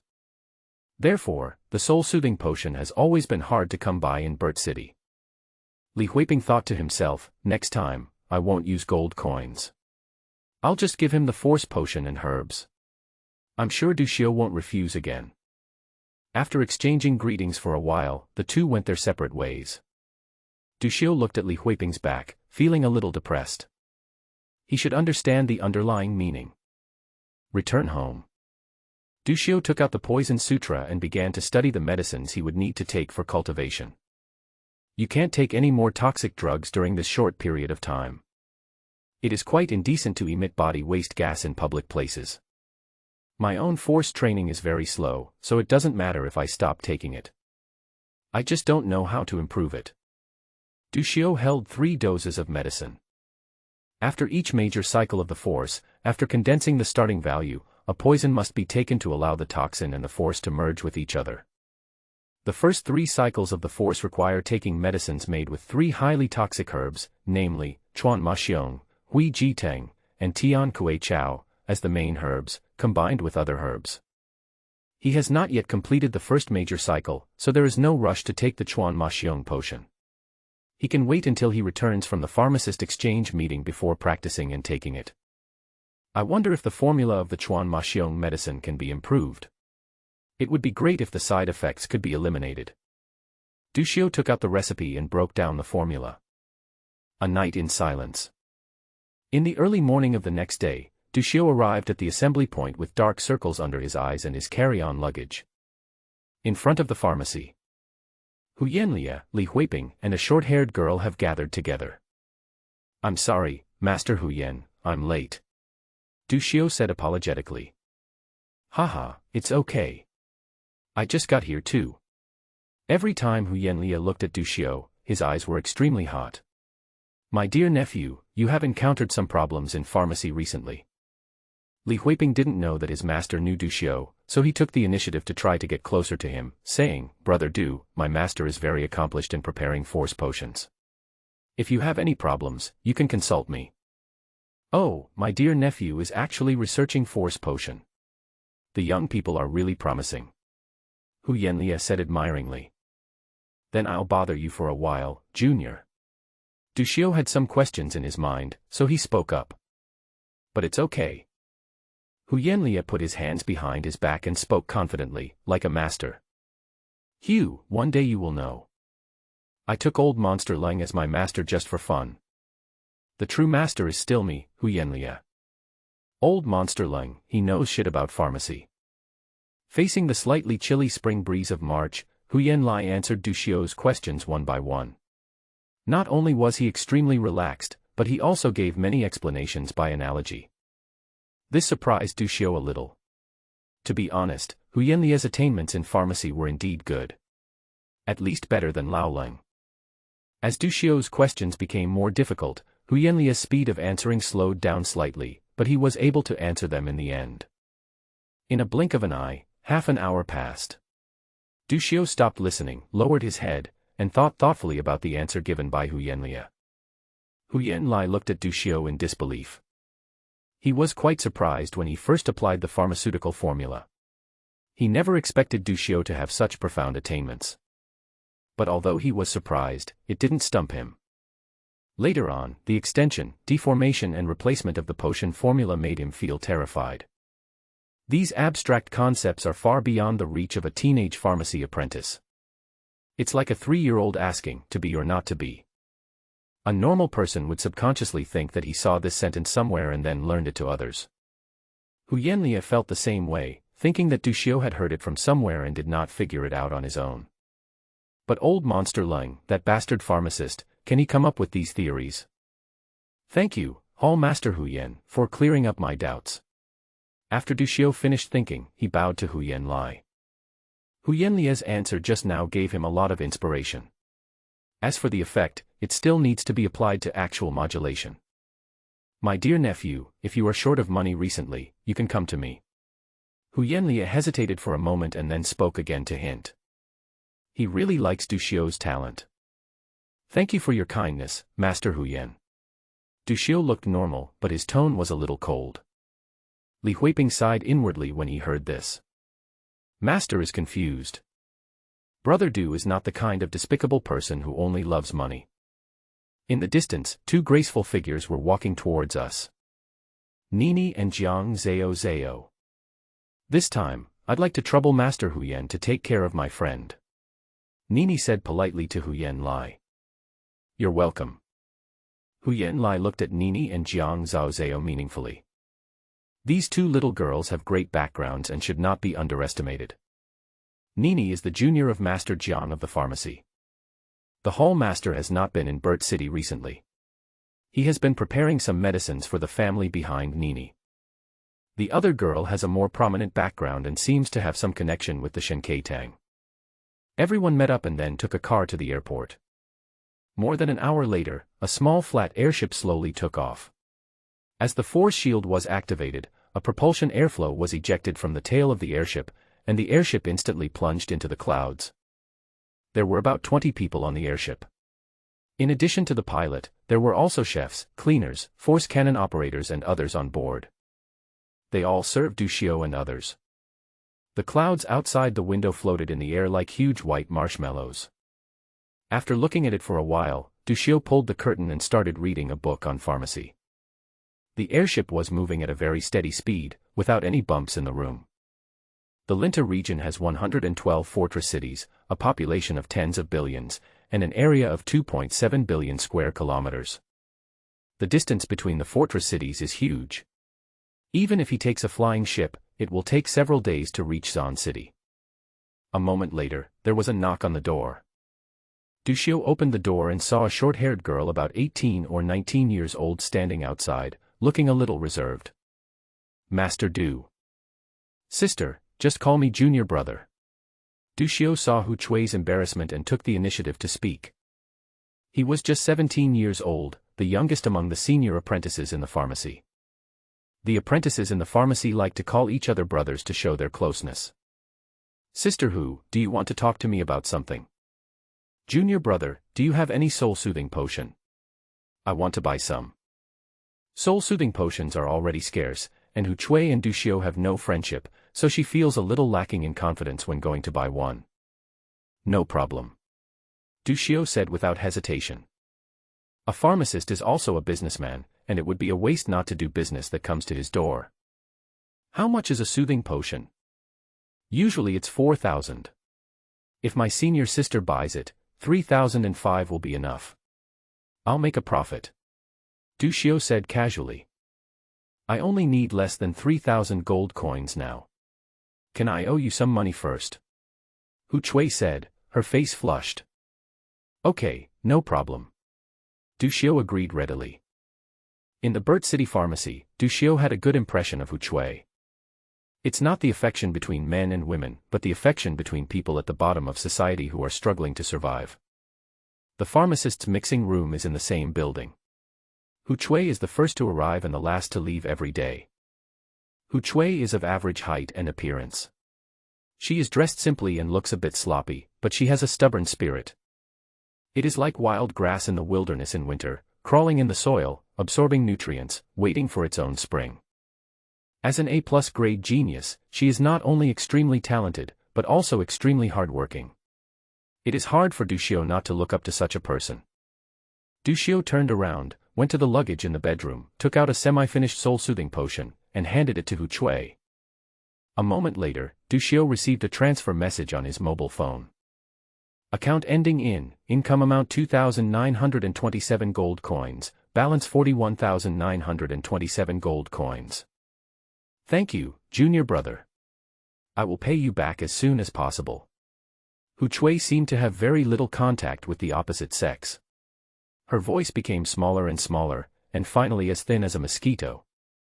Du Xiu looked at the bloodshot eyes and the dark circles under Hu Chui's eyes, and said with a smile, "Senior sister, you don't have to be polite. If you need soul-soothing potion in the future, you can tell me in advance. I can buy it on credit." "Yes, thank you." Hu Chui lowered her head and clenched the medicine in her hand. Just as she was about to say something else, a tall girl with perfect body curves and indifferent temperament came over. Hu Chui took a quick glance and was immediately amazed. What a beautiful pair of eyes. The temperament is also very good. She felt ashamed of herself and dared not look directly at him, so she quickly moved away. Du Xiu's room is at the end of the corridor. The girl came here, definitely to look for Du Xiu. Seeing Hu Chui lowering her head and running away, Jiang Zhaozhao was surprised, but ignored it and walked straight into Du Xiu's room. "Friend, aren't you afraid of rumors spreading when you enter my room like this?" Du Xiu saw Jiang Zhaozhao and said casually, "I am the eldest son of Huang Hua." Tisk. Since there was no one else in the room, Jiang Zhaozhao relaxed a lot and sat casually on the sofa. "When I first saw you, I thought you were shameless. Now I realize that I was wrong." "Right. Mr. Du is more or less a respectable person. You have no shame at all." Jiang Zhaozhao changed the subject. "You came here just to mock me." Du Xiu curled his lips. The way he and Jiang Zhaozhao get along is very strange. Even though they had only known each other for a short time, it felt like they had known each other for many years. It's very relaxing to get along with. Neither of them delved into the other's past or family. They just talked about the facts and cursed at each other. "You're overthinking. I'm not that boring. Let me remind you, don't sign stupid contracts blindly at this exchange meeting." "What do you mean? What kind of contract?" The pharmacist exchange meeting is essentially a place where local consortiums hunt for talented pharmacists from all over the world. Although those academy mentors are mentors, they are also pimps for the consortium. They will tempt the geniuses in various regions to sign contracts with various benefits. The contracting parties are that the consortium provides the herbal resources, and the pharmacists have to join the consortium after graduation. What are the pros and cons of signing a contract? The advantage is that you will have no shortage of resources during your school years, but the disadvantage is that you will have to work like a slave for the consortium for the rest of your life. Also, the regular instructors in the monastery hate the pharmacists from the consortium. Once you sign the contract, the instructors in the monastery basically won't teach you anymore. Jiang reminded him early on. "Don't worry. I regard money as dirt. See yourself as a cesspool." Jiang Zhaozhao scoffed. "By the way, did you mix the soul-soothing potion?" Jiang Zhaozhao asked curiously. The soothing potion Du Xiu gave her was much more effective than any other soothing potion she had drunk before. Don't ask around about social matters. You should practice the force quickly. Why are you suddenly talking about the force? Now that you have cultivated the force, I won't have to worry next time I want to beat you up. I can just use a little force and kill you." Jiang Zhaozhao said with a smile. "Is that unreasonable?" "Oh, why bother talking about those things? Just be true to yourself, and leave the rest to retribution." Jiang Zhao crossed his legs and said arrogantly. Du Xiu was stunned, then he gave a thumbs up and said, I have really learned the truth of life. No, don't learn it. Jiang Zhao hurriedly said, you can't become like this. I hate people who have no manners the most. Du Xiu, you can't become someone I hate. After saying this, Jiang Zhao looked serious, with light and anticipation in her beautiful eyes, as if she was worried about losing something precious. Have you started PUA? Du Xiu touched his chin. With your looks, it seems a bit difficult for you to PUA me. Okay, you think I'm ugly, right? I didn't say you were ugly, it's just that your beauty isn't obvious. Du Xiu, how is our relationship now?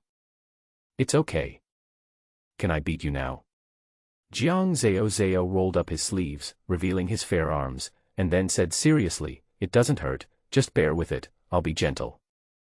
After saying this, Jiang Zhao seemed to realize something, her face turned red, and then she pretended nothing had happened and left the room directly. Leave before social death happens, so that you won't die socially. Watching Jiang Zhao leaving the room pretending to be calm, Du Xiu couldn't help laughing. She hit herself in the face with the wheel of a cart. With Jiang Zhao making such a fuss, Du Xiu had no mood to continue reading. He opened his phone and browsed the House of the Bronze Tree. Not only the Linta region, but dozens of regions in the empire held pharmacist exchange meetings in the past few days. There are countless posts online. There was a ranking list of senior apprentices in the Linta region, which made Du Xiu quite interested. #ranking of senior apprentice pharmacists in Linta district, for reference only, please don't criticize if you don't like it, #1. Li Yuanjin. Age, 19. Location, Wangbei City. Assessment score, SS level. He is the only SS level genius in the Linta region in the past 100 years, and he is also a top genius in the entire empire. More than 10 kinds of first-level medicines have been prepared. Evaluation, it is unique, just deduct 6 points. 2. Sun Peng. Age, 20. Location, Jiangcheng. Assessment score, S+. 9 first-level potions have been prepared. Comment, why am I not SS level? There must be something wrong with the machine. 3. Duanmu Chuang. Age, 19. Location, Chongluo City. Assessment score, S level. 3 first-level potions have been prepared. Evaluation, putting aside the above 2, am I the first? 20. Du Xiu. Age, 17. Location, Burt City. Assessment score, S level. It took a month to prepare a semi-finished soul-soothing potion. Evaluation, after being an apprentice for more than a month, he beat up the senior brother and showed great martial virtue. Li Yuanjin, the eternal god. Rebuilding the glory of Jiangcheng, Sun Peng, and I have no choice but to do it. Why is Duanmu Chuang ranked 3rd? I don't accept it. Li Yuanjin is so strong that it makes people despair. No, why is my name not on this list? This list is not accurate. The silly cup upstairs. Li Yuanjin, the pride of Wangbei City, Haizi speaks. What? He is your father. The top 19 were able to make a finished first-class potion, but this guy named Du Xiu made the list by making a semi-finished product of a soothing potion. Is the OP afraid of being beaten? It is said that Du Xiu was born in the wilderness and has a lot of martial virtues. Be careful upstairs. I would be afraid of him, ridiculous. Rumor has it. Du Xiu has killed someone in the Qi and Blood realm. Master Du, I'm sorry. Does the person above really believe it? Is it a dream for an ordinary person to reach the bloody state of killing? I don't really believe in the murderous Blood realm, but Master Du's martial virtue should be quite abundant. Don't talk nonsense. I know Du Xiu. He is a simple-minded person, but he has a strong personality. Come quickly. Capture an insider alive. Detailed. So has he ever killed anyone in the Qi and Blood realm? I have killed someone. I was chased by a Qi and Blood realm person for more than 10 hours and was ambushed and shot. There is a picture, a sharp look, a pulled trigger, a chic turn, and a raised corner of the mouth. Strong strength, passionate battle, powerful enemy at your feet, contemptuous eyes. Dushio, very loud I ask again, who is the #1 genius in pharmacy in Linta district? Tell the 19 stupid dogs in front to roll down and carry Master Du up. Dog heads save lives. Brother Du, I just criticized you, but I actually think you are capable. I unilaterally declare that Dushio is #1. What? You ask me where I put Li Yuanjin. Just ask him if he can take a beating and that's it. There are a total of 20 people on the leaderboard. Dushio discovered that his name was actually on it. But is this assessment serious?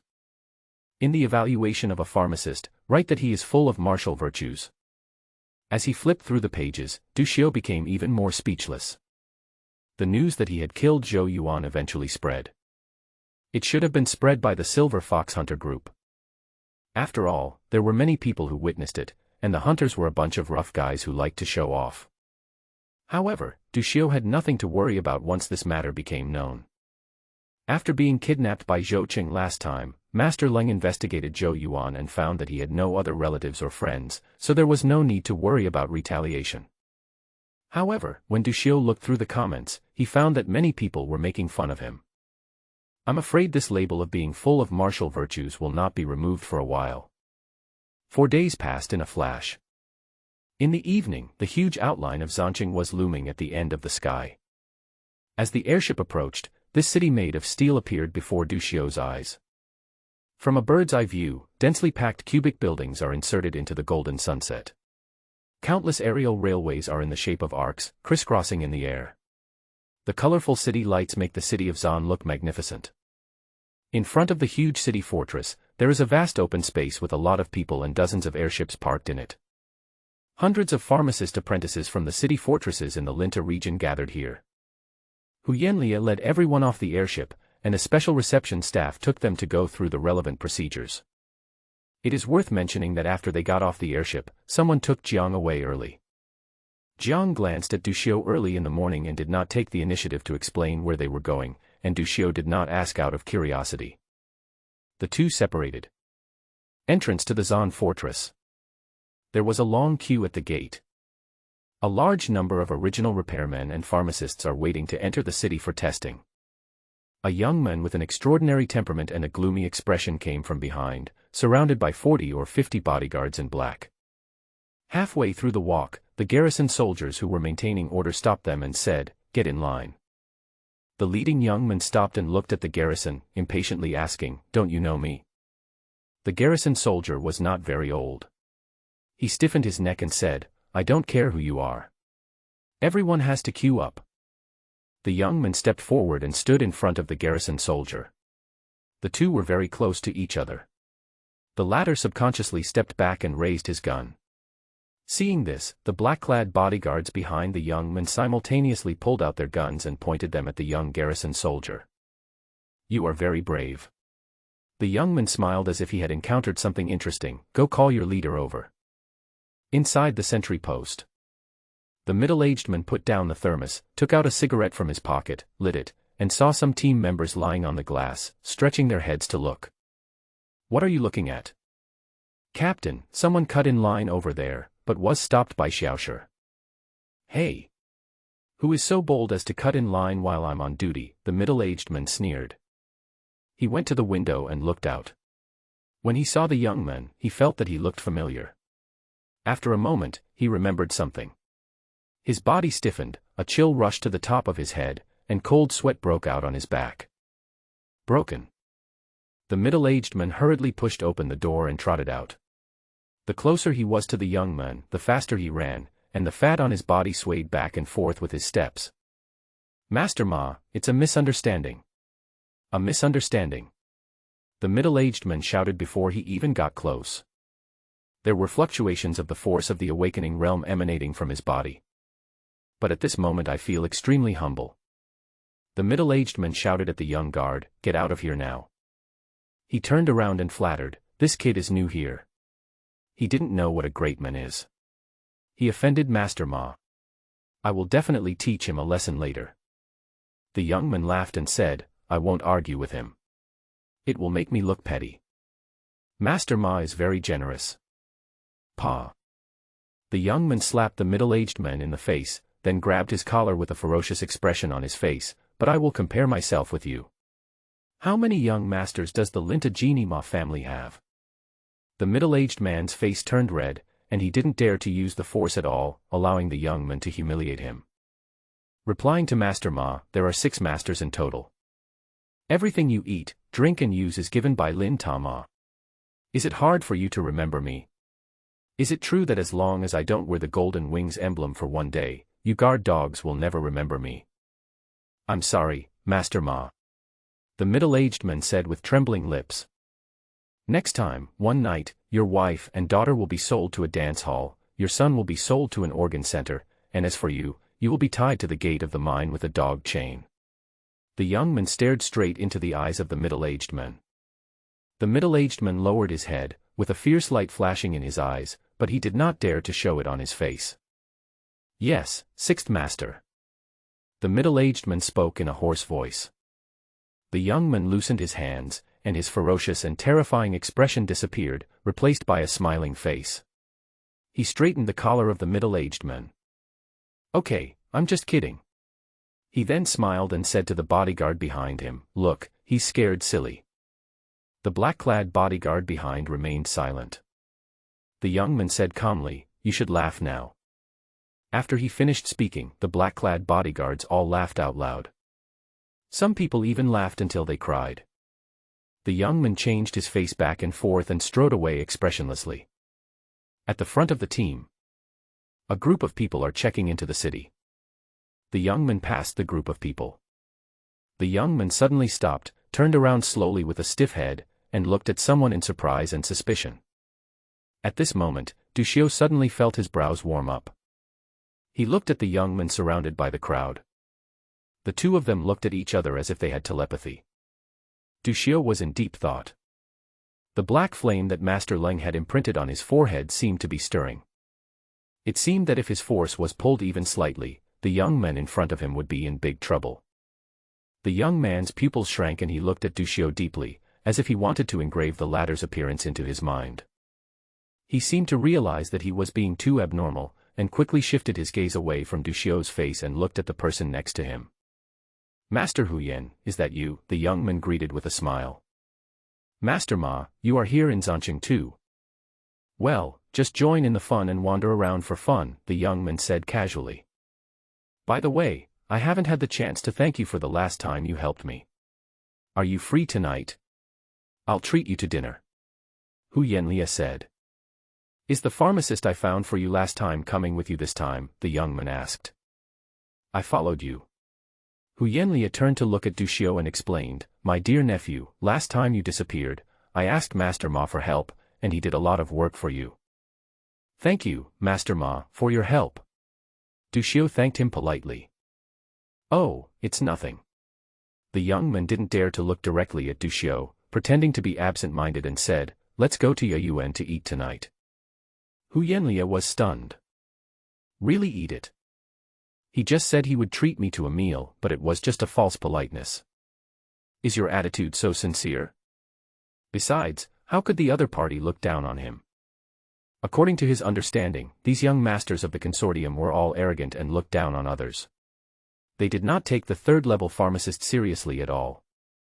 He was already extremely surprised that young Master Ma was willing to help search for Dushio last time, but he didn't expect that he would be willing to entertain him with a meal this time. When the time comes, everyone in Burt City should come. It's fun to meet old friends in a foreign land and have fun together. Okay, I'll be at Yuyuan at 7 p.m., waiting for Master Ma to arrive. Although Hu Yanlia was extremely unwilling in his heart, he still looked very enthusiastic. The young man nodded slightly, then led his men into Zan City, and the people in front retreated. After the young man left, Dushio asked, Master, who is he? Hu Yanlia looked as if he had eaten a fly and his face looked ugly. Ma Juanhao, the son of the head of the Lintama family, was an illegitimate child and was hidden in Burt City. Now I heard that he will be officially married. During dinner, everyone talked less. It is said that Ma Juanhao is moody and extremely cruel. He also has a habit of keeping slaves and killing them for fun every now and then. Master, can't I not go? Hu Chui said with fear on her face. No, you have to go. If he feels embarrassed because you don't go to dinner and causes trouble for you, I won't be able to protect you then. Hu Yanlia said seriously. It's just a meal. It's not worth it to offend Ma Juanhao for this matter. Everyone was silent, looking anxious. Night. Zanqing Building. As a landmark building in Zanqing, it has 188 floors and is 888 meters high. Du Xiu, Hu Yanlia, and others took the elevator to the rooftop of the building. Ye Yuan is located on the rooftop of Zanqing Building. At the entrance, Hu Yanlia submitted the appointment information to the guard and everyone came in. Du Xiu looked up and saw a light blue force shield looming in the sky. Outside the force shield is the vast night sky and countless stars. Du Xiu stared blankly at the beautiful starry sky. After a moment, he retracted his gaze and stepped in.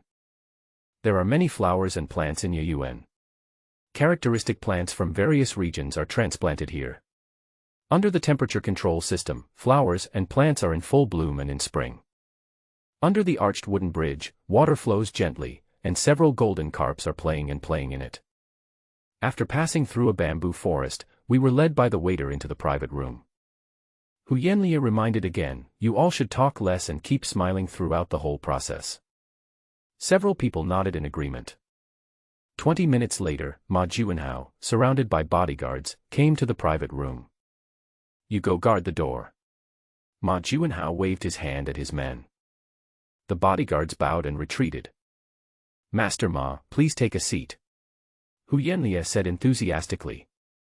Ma Juanhao looked around and sat down on the upper seat without any hesitation. Let's order first. What would Master Ma like to eat? Just be casual. Ma Juanhao was a little absent-minded and didn't seem to take Hu Yanlia seriously. Hu Yanlia held the menu in his hand, and the more he flipped through the pages, the more frightened he became by the prices, and in the end, the corners of his mouth twitched. This price can be described in 2 words. Outrageous. Just as he was looking at the menu and calculating how much a meal would cost, there was a knock on the door. A bodyguard in black came in and whispered a few words into Ma Juanhao's ear. Let him in. Yes. After a moment, a middle-aged man with a protruding belly, big ears, and a slightly bald head came into the private room. Oh. Master Ma. Why didn't you let me know in advance so I could pick you up?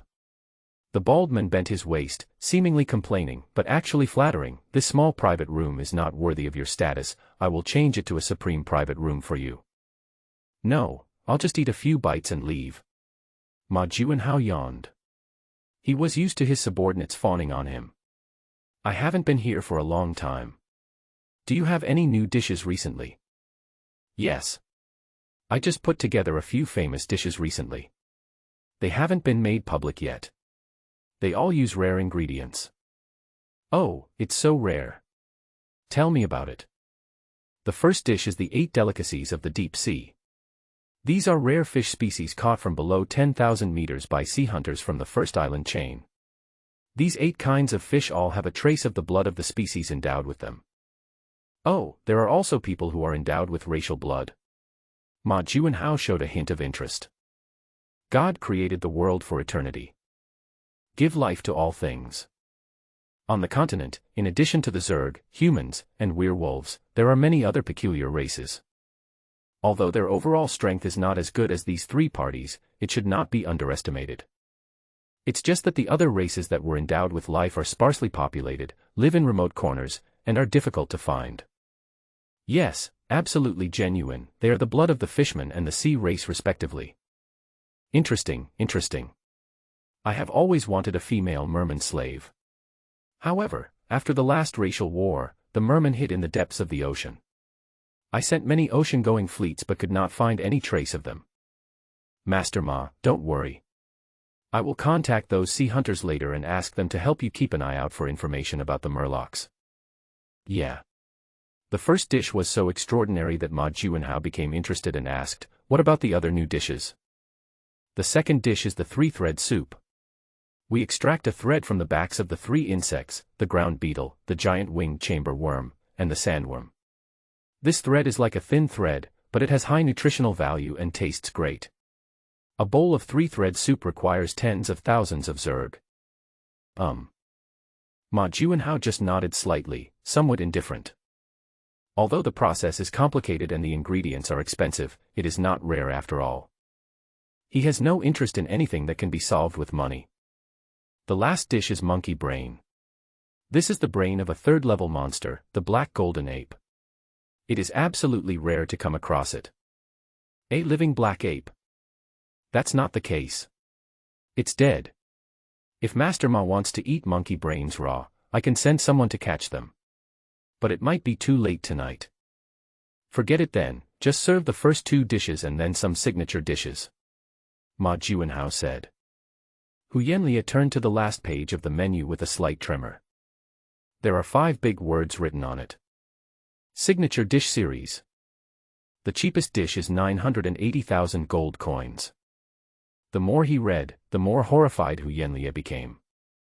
In the end, he couldn't help but tighten his clothes. Why does it feel like I'm standing on a rooftop? It's so cold. After the bald man left the room, he went to the kitchen and seriously instructed the chef about the quality of Master Ma's meals. He then arranged for several waitresses to serve him carefully in the private room.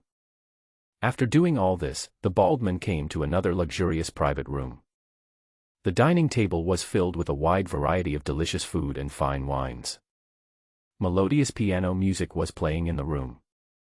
6 old men around 60 years old were sitting at the dinner table, clinking glasses.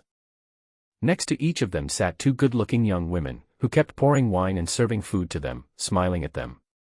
Hey! Lao Wang, you still remember to come back. You ran out halfway through your drink. I have to punish you with a glass of wine. Master Ma, who was sitting in the upper seat, teased. This is the real Master Ma, a 4th-level pharmacist, a mentor at the Imperial Seminary, and one of the mentors at this exchange meeting.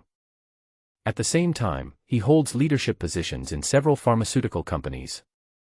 High position and power. Hey, Brother Ma. Please don't make things difficult for me. I have no choice but to do this. I will stay with you guys for a while. I have to go over there to serve the game later. I'll have a drink first to apologize to you guys. The bald man said with a wry smile, holding up the wine glass. Hey, brother, as the boss of Yuan, you are also a well-known figure in the Linta area. Why do you go to the bureau in person? Are you trying to avoid drinking under the guise of alcohol? Master Ma teased. Yuan is the top private club in Zancheng, and is also one of the top luxury clubs in the Linta area. As the boss, the power of the bald man is unfathomable.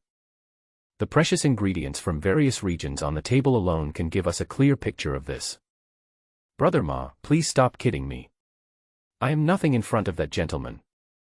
The bald man smiled bitterly and waved at the hostesses. The girls, with professional smiles on their faces, stood up, retreated to the door and closed it. The piano music in the room also stopped playing. Seeing this, Master Ma put away his smile and said seriously, "Who is here?" "Brother, you are so careful." The bald man whispered, "The 6th young master is here." "Which 6th young master?" "Brother, don't ask questions when you already know the answer." "Who else could there be?" The balding man pointed to the sky. Master Ma showed a trace of horror on his face. The 6th young master has been released from the cage. Ma Juanhao is the illegitimate son of the contemporary Ma family leader. This is a tacit understanding among the top management of the consortium. In the past, he was just a canary in captivity and was not put on the public display. A few months ago, the person at the helm suddenly promoted the 6th young master's rank. Some people say that this canary will be converted to a regular employee soon. Regardless of whether the promotion to regular employee is true or false, the 6th young master is a person that balding men cannot afford to offend and needs to be treated with care. Why is he here? Who would have thought that this young master would come over here without even saying hello? Could it be that you want to recruit some talented pharmacists to expand your faction? Then this is your business. How dare I make blind guesses, brother? The bald man looked at Master Ma and said, "This Brother Ma is the 2nd young master's man." Now that the sixth young master is in person, whether the other party draws a line in the sand or shows goodwill behind his back is none of his business. Master Ma lowered his head and was silent for a moment before asking, "Who is with the sixth young master?" "I just had someone check it out. It's from the Burt City Pharmacy." "Burt City, I heard there is a good seedling there," Master Ma said to himself. "Let's not talk about this anymore, call those girls in and continue drinking. Continue to play music." In another private room. The atmosphere was a bit cold and quiet. After the food came, everyone focused on eating. Hu Yanlia tried hard to find some topics to talk to Ma Juanhao, but the latter was a little absent-minded and responded incoherently. Halfway through the meal, Du Xiu got up and went to the bathroom. Seeing this, Ma Juanhao hurried to follow. The bodyguard outside the door wanted to protect him, but was stopped by him. Du Xiu came out of the bathroom and did not go back to the private room directly. Instead, he planned to get some fresh air and wander around. There is always a person following behind me like a shadow. In a secluded place, Du Xiu suddenly turned around and looked at Ma Juanhao, who had been following him. "Master Ma, what's the matter with you following me?" Ma Juanhao stared at Du Xiu and asked, "Don't you have anything to tell me?" "What? What do you want to hear?" Du Xiu was confused. It seemed like he had never met this young Master Ma before. "Stop acting, there's no one around." "I don't understand what you're saying." "You don't understand what I'm saying?" Ma Juanhao sneered, "You guys are really interesting. You don't trust me, so why did you ask me to come? Are you bored?" Du Xiu looked a little unnatural. Outliers. In a sense, he seemed to be an outlier. But how did Ma Juanhao know? Is it because of the black flame mark that Master Leng gave him? Du Xiu's mind sank slightly. He mobilized the force in his body and attracted the black flames in his mind. Ma Juanhao suddenly took several steps back, pointed at Du Xiu and cursed, "Are you sick? If you dare to kill me, none of you will be able to leave Zancheng." Du Xiu looked at the emotional Ma Juanhao and understood what was going on. No wonder Ma Juanhao kept looking at him at the entrance to the fortress. It turns out that by pulling the black flame, one can control Ma Juanhao. To be precise, it is not about control, but about mobilizing and activating the poison in Ma Juanhao's body. This method of controlling people is recorded in the original techniques and secrets of the Poison Sutra. And at close range, the opponent can also sense him with the help of the poison. In a sense, the black flame mark given by Master Leng is a symbol of identity. If someone of an alien species approaches, they will know Du Xiu's identity. No wonder Master Leng told him that the black flame could keep him safe in the Linta area. "Master Kuleng, what is your identity among the aliens?" The black flame can actually control the air of the Ma group. This authority is a bit high. Seeing that Du Xiu was reluctant to speak, the poison in his body was in a state of being activated at any time. Ma Juanhao's face turned red with anger. This guy is simply impossible to communicate with. Neuropathy. A bunch of psychopaths. Ma Juanhao looked at Du Xiu fiercely and said, "You'd better take care of yourself." Having said that, he turned and left. Master Ma, who was drunk, happened to pass by here. I saw Ma Juanhao's furious back and heard the 4 words, "Take care of yourself." He paused for a moment, looking at Du Xiu's profile thoughtfully. Master Ma returned to the private room. One of the mentors said, "Brothers, if you have any favorites this time, let's talk to each other so that we don't have conflicts later." The purpose of their coming here is not only to give lessons to pharmacist apprentices, but more importantly to win over some talented pharmacists. These S-level pharmacist apprentices, who will surely become level 3 pharmacist masters in the future, are highly sought after by all forces. Liu Enjin and Sun Peng cannot be touched. They are talented pharmacists of their level and are admired by the higher-ups in the monastery. If we trick them into our hands now, someone might cause trouble for us. Duanmu Chuang cannot move either. Recently, his family's hunter group has been very popular in Qinshu. They led the team to clear a high-level insect nest and rescued a master of potions. Pick a commoner. Don't fool around with the kids from powerful families. There's no need to be so cautious, right? Apart from the people in the monastery who are specifically named by the Grand Master of Alchemy to be protected, the rest can be won over. We didn't fool him. We gave them herbs and higher knowledge of alchemy. What's wrong with signing a contract to sell themselves for decades? There is no such thing as a free lunch in the world. I agree. Today's young pharmacists are too proud. I don't know what they think. Why do they think that after studying pharmacy knowledge for more than 10 years and getting a good score, they can sit in front of us as equals? Master Ma said, how can their efforts of more than 10 years be comparable to the 1,000-year heritage of our Lintama family? Agree. Sign more this time. Tell me about the seedlings you like, and let me know the details. I want Su Qing. This is the person Miss Ma named. I want Wang Yujin. This is the name that the third young master requested. The 6 pharmacists had relaxed expressions and indifferent eyes.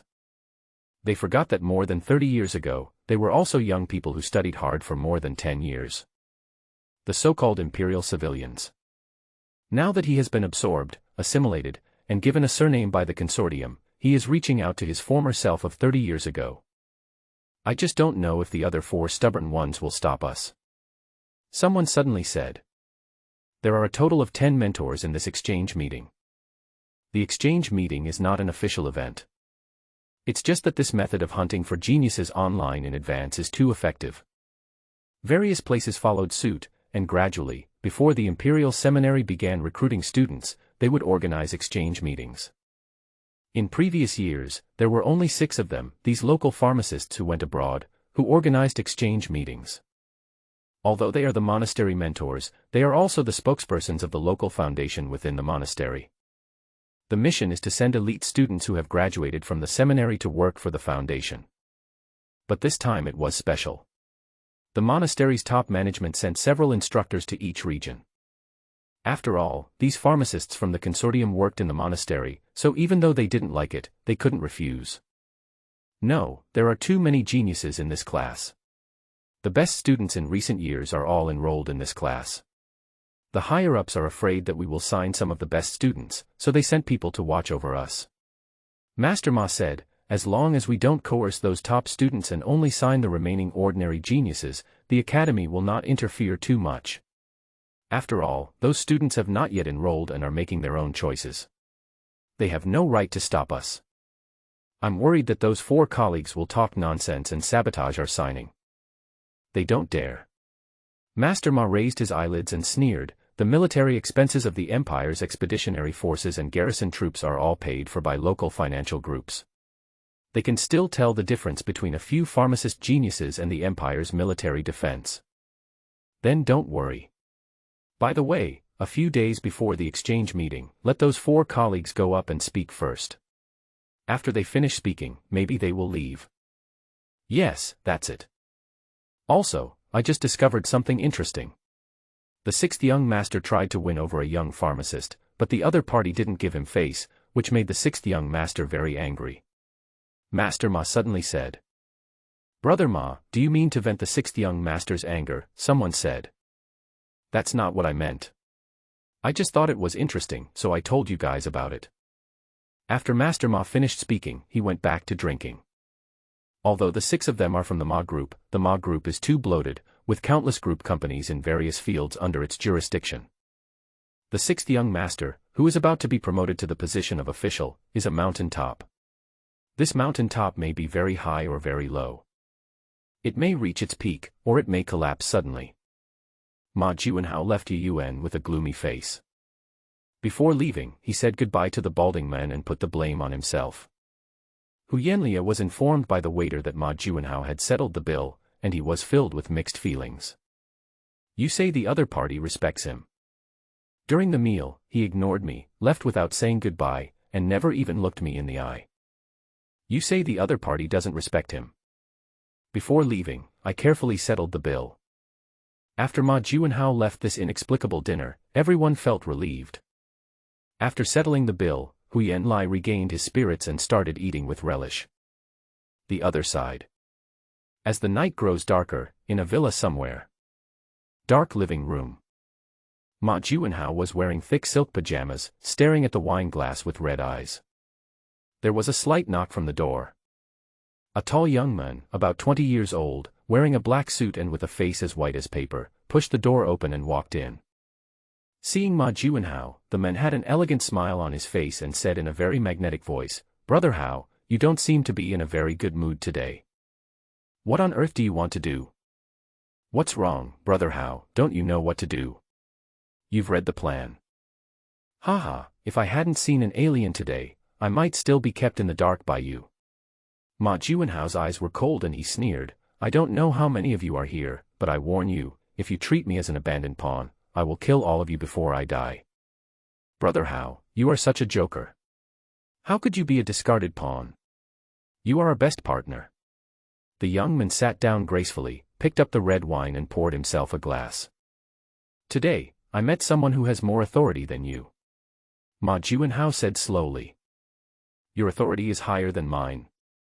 The young man's elegant posture suddenly froze, and his eyes flashed dangerously. "Tell me in detail." "As soon as I got close to him, the poison in my body was activated. I had murderous intentions towards him and the poison showed signs of breaking out," Ma Jianhao said after thinking for a moment. "Impossible. Absolutely impossible." The young man tightly grasped the wine glass. With a bang, the glass exploded and red wine splashed all over him. At this moment, in the shadows, a ball of dark light squirmed and finally turned into a bald man with tattoos on his face. He said with a serious expression, "Being able to activate the poison in Ma Jianhao's body is the highest authority of the Tianyi sect. The poison in Ma Jianhao's body is of a very high level, and ordinary senior officials are simply unable to mobilize the poison in his body." The young man suddenly raised his hand and slapped himself several times, muttering to himself frantically, "Calm down, calm down. You must calm down." The self-mutilating continuous slapping did not calm him down. Instead, he became more and more crazy, and his body was twitching. Ma Jianhao watched all this coldly. Originally, he thought that the Tianyi sect was betraying him and had other sabotage plans, and was planning to use him as a pawn to cover up their identities. That's why he was so angry when facing Du Xiu. But looking at the current situation, there is probably some misunderstanding. These people were unaware of Du Xiu's arrival. The tattooed man showed a strange look on his face. The leader's realm has fallen.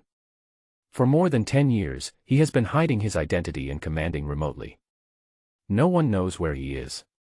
He will definitely not show up in person. Is the young man you are talking about the holy son of the Tianyi sect? Only the leader and the holy son have the authority to completely crush Ma Jianhao's poison.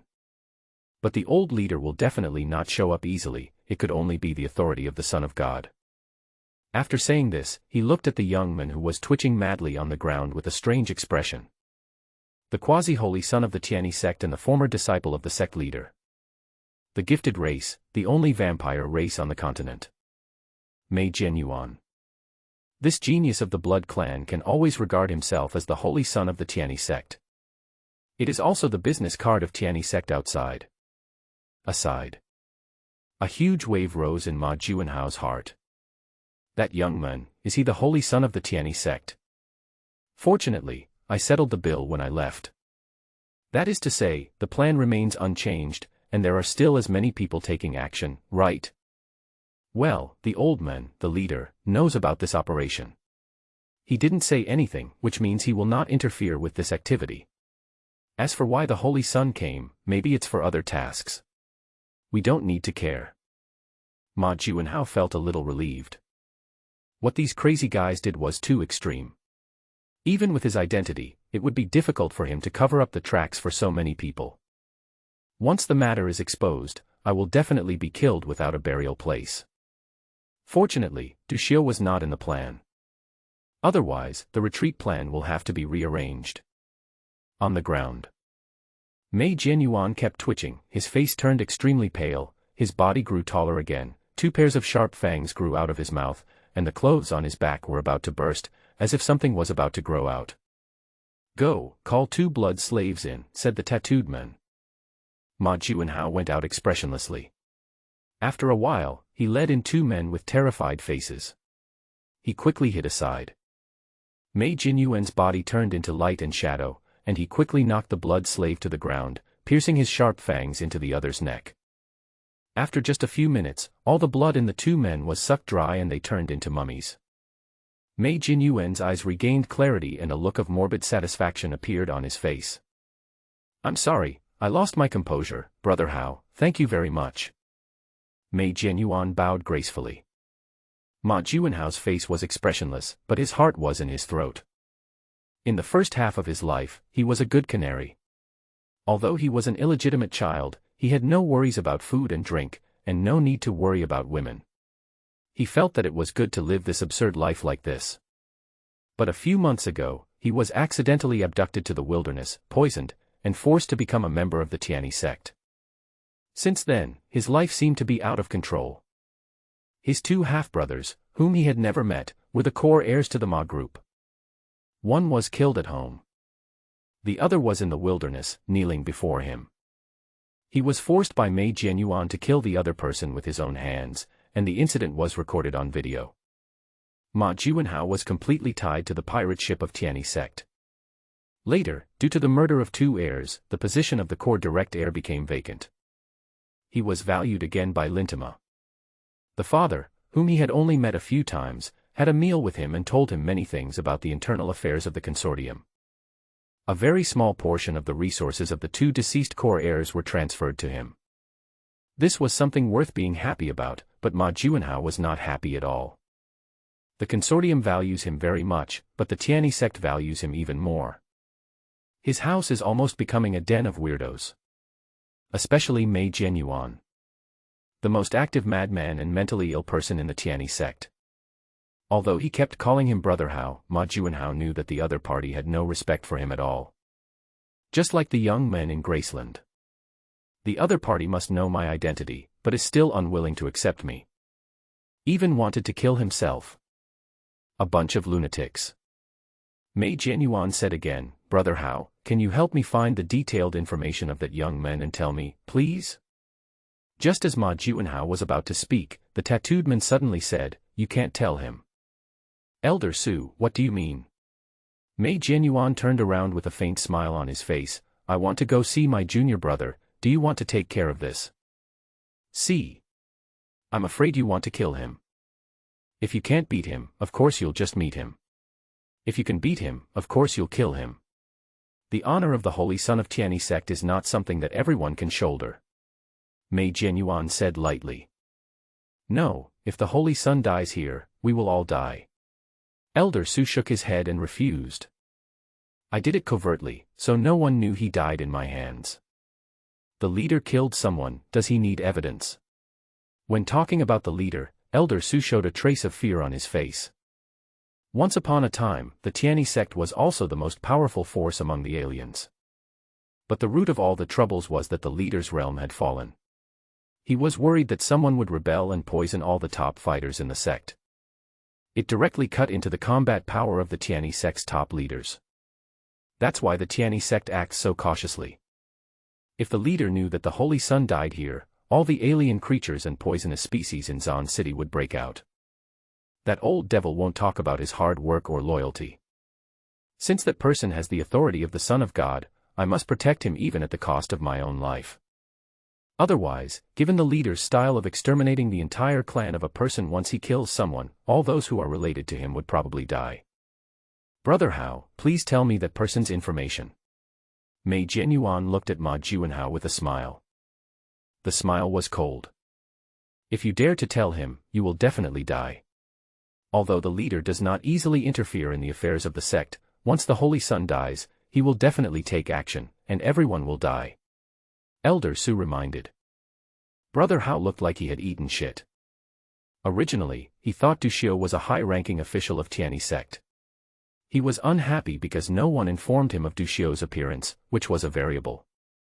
After the misunderstanding was resolved, there was no time to catch my breath. He's forcing me to express my opinion. Ma Juanhao lowered his head and drank, neither looking up nor speaking. It's death anyway. Do whatever you want.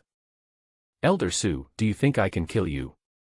A dark force was surging wildly in Mei Jianyuan's body. Elder Su said with an unpleasant expression, you can go find the Holy Sun, but not now. What if I must go? Some sweat broke out on Elder Su's face. Although he was a cultivator at the Tongmai realm, Mei Jianyuan was only a cultivator at the Kaiqiao realm. However, the opponent's racial talents are extremely difficult to deal with, and his personality is paranoid. Once they become enemies, they will fight to the death. He really doesn't want to be an enemy of such a madman. Moreover, Mei Jianyuan was also a very famous genius in the Empire's alien circle. He had crossed the border and killed Tongmai realm master several times. He did not dare to treat him as an ordinary Kaiqiao realm master. I have found some traces of the leader, and there will be results soon. As long as you don't cause trouble for the Holy Sun now, I can hand it over to you when the time comes. When the leader was mentioned, Mei Jianyuan's expression changed slightly and he looked at Elder Su meaningfully. The tense atmosphere slowly dissipated. That's great. I'll wait for good news from Elder Su. I hope my junior brother is alive and well. I'm the only one who can take his life. Mei Jianyuan sat on the sofa, poured another glass of red wine, took a sip, and his face was full of satisfaction. This is the red wine from the Sky Island in Chien district. Yes, this bloody sweetness reminds me of the blood slaves in my hometown. Brother Hao, can you play me a song called Death Nocturne by the Summer Band? Ma Juanhao smiled stiffly. Turn around and play song. Mei Jianyuan closed his eyes, held the wine glass in one hand, and with the other hand, he used the force to conjure a baton and waved it in ecstasy. One day later. Praise the city. Inside the Hunter Guild city. The place was crowded and bustling. Young pharmacists with energetic faces strolled in groups of 3 or 4 on the green path. From time to time, they met acquaintances, stopped to talk, and introduced their friends to each other. My dear nephew, you must listen carefully this time. With your talent, you will definitely gain something. Hu Yanlai said to Du Xiu with a smile. Thank you for your concern, master. Du Xiu replied. In the past 2 days, Hu Yanlia has taught him a lot of knowledge. The monastery tutor must be a 4th-level pharmacist at least. The amount of pharmaceutical knowledge reserves varies greatly between each level of pharmacists. Moreover, there is a huge gap between pharmacists of the same level. There is a 3rd-level pharmacist in every fortress city. But among these pharmacists, there are a large number of fake pharmacists. A mediocre pharmacist who doesn't know much about level 3 pharmacy. He takes the exam every year, and it just so happens that he will be tested on a pharmacy he knows 1 year. He became a 3rd-level pharmacist. Yes, that's right, Master Leng is the scumbag pharmacist. And it's the hard mixed kind. Comparatively speaking, the instructors in the Imperial Academy are much more professional, with extremely solid professional knowledge and are adept at making all kinds of potions. This is also the reason why many pharmaceutical geniuses from fortress cities flock to the exchange meetings. Li Huiping was at the back, looking at his master, and turned his head and whispered, "Senior sister, our master is so good to junior brother Du." Hu Chui, who had been lowering her head and thinking about some difficult problems in pharmacy, raised her head and looked at Du Xiu's back. She said with some envy, "Yes. But junior brother Du's talent in pharmacy is really good. He deserves it." As they traveled together, these young people gradually became familiar with each other and often discussed issues together. Du Xiu can always give the best modulation formula in a straightforward manner. It gives them a feeling of enlightenment. Every time Hu Yanlia saw Du Xiu easily solve various difficult problems. I would scream in my heart that such a rough jade has never met a famous teacher. Old freak Leng is misleading young people. Li Huiping felt a pang in his heart when he saw Hu Yanlia walking side by side with Du Xiu in front of him with a smile on his face. It's not that he was jealous of Du Xiu. I thought about how I served my master very carefully, but he responded coldly. In front of Du Xiu, the master was so enthusiastic, humorous and talkative. For a moment, there was some gap. It turns out that master can laugh too. As time went by, a large number of pharmacist apprentices gathered in a hall. The hall is divided into 2 floors. The first floor has rows of seats, which is where pharmacist apprentices take classes. Upstairs is a private room where the heads or deputy heads of the pharmacy halls from various fortress cities can gather and chat. After everyone was seated, an old man, nearly 70 years old, dressed in plain gray clothes and with completely white hair and beard, sat on the podium. The hall was originally a little noisy, but with the appearance of the old man, the noise gradually weakened and finally disappeared completely. The old man adjusted the height of the microphone and said with a smile, "It is said that this year's Imperial Seminary enrollment is the most intense since the founding of the Empire. I didn't feel this kind of competition in the monastery before, but today, sitting in this position, I found that it is indeed well-deserved. There are so many pharmacist apprentices with A-level scores or above in the Linta district alone. Looking at the entire empire, how many good students are there? This is a blessing for the empire, but a misfortune for you, because the competition is even more intense. It is also a misfortune for me, because I don't know how this old bone will be tortured by you students this year." The old man's complaining opening remarks caused laughter from the audience. Private room upstairs. Hu Yanlia and a dozen old friends sat on the sofa, looking at the old man through the floor-to-ceiling windows. The sound of the microphone was clearly transmitted into the private room through the speakers.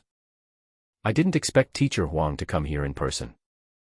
I haven't seen Mr. Huang for almost 30 years. I wonder if he still remembers us." Ah, the SS-level genius teaching assistant teacher back then was so high-spirited and energetic, but now he has a completely white beard and looks very old.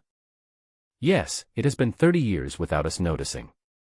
Not to mention Teacher Huang, even we don't have as much energy as before. Hu Yanlia said sadly. The people in the box were all fellow students from the same class. Although they were not familiar with each other in the monastery, after returning to their hometowns and holding high positions, they often visited each other due to their friendship with their classmates. Now when I think back to the past, I feel a lot of emotion. Time is really scary. When I was young, I was in a rush and was troubled by all kinds of things. I felt that the days passed by were like years. I wanted to get through these terrible and difficult days as soon as possible. When one day I can handle all the problems around me properly, I suddenly realize that I am no longer young. One cannot be youthful and feel youthful at the same time. But there will always be someone who is young. Someone sighed. Everyone's eyes were fixed on the tender faces full of collagen downstairs. Top talents selected from various fortress cities and tens of billions of people. Go ahead. Go to the Imperial Monastery and squander your talent and youth. That was the most romantic and crazy memory in the life of an Imperial citizen. Downstairs. Huang Lao waited until everyone finished laughing, then said, "As you all know, I am here to explain pharmacy knowledge. Before that, I would like to ask a common question. What do you think of pharmacy? You can think about it. Of course, I also know that some people will think that my question is old-fashioned. Yes, 40 years ago, when my teacher asked me this question, I also complained about him in my heart, thinking that this old man is too troublesome. He should just teach the class, and why bother with all these fancy things?" The apprentices in the audience couldn't help but burst into laughter. "See, I guessed it right. I knew someone was complaining about me in their heart. You don't have to answer this question, and I won't ask any more questions, because when I was a student, I hated questions. When I was asked questions, I would lower my head. My classmates nicknamed me Quail. Damn it, I get angry when I think about it now. If I wasn't bad at fighting, I would have taught that classmate a lesson." Mr. Huang rolled up his sleeves and said indignantly. Everyone burst into laughter. After the audience quieted down, Mr. Huang's smile faded and he looked a little serious. "Let's get back to the point. Whether you want to gain fame and fortune through pharmacy, or realize your ambitions, or simply make money, I support and respect it.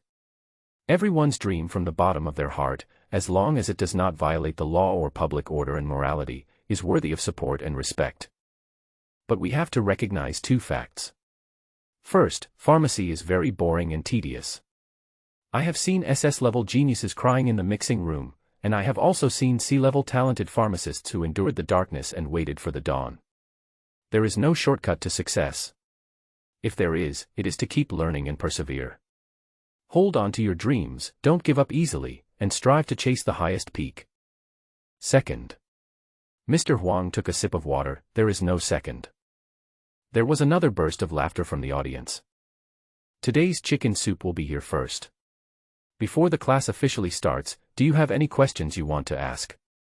A girl in the audience raised her hand. Du Xiu looked at Hu Chui beside him in surprise. It was she who raised her hand. "Student, please tell me." Hu Chui mustered up her courage, stood up and said, "Teacher, if one day I find that my talent has reached its limit, what should I do?" Mr. Huang did not answer, but smiled and said, "How could you have such an idea?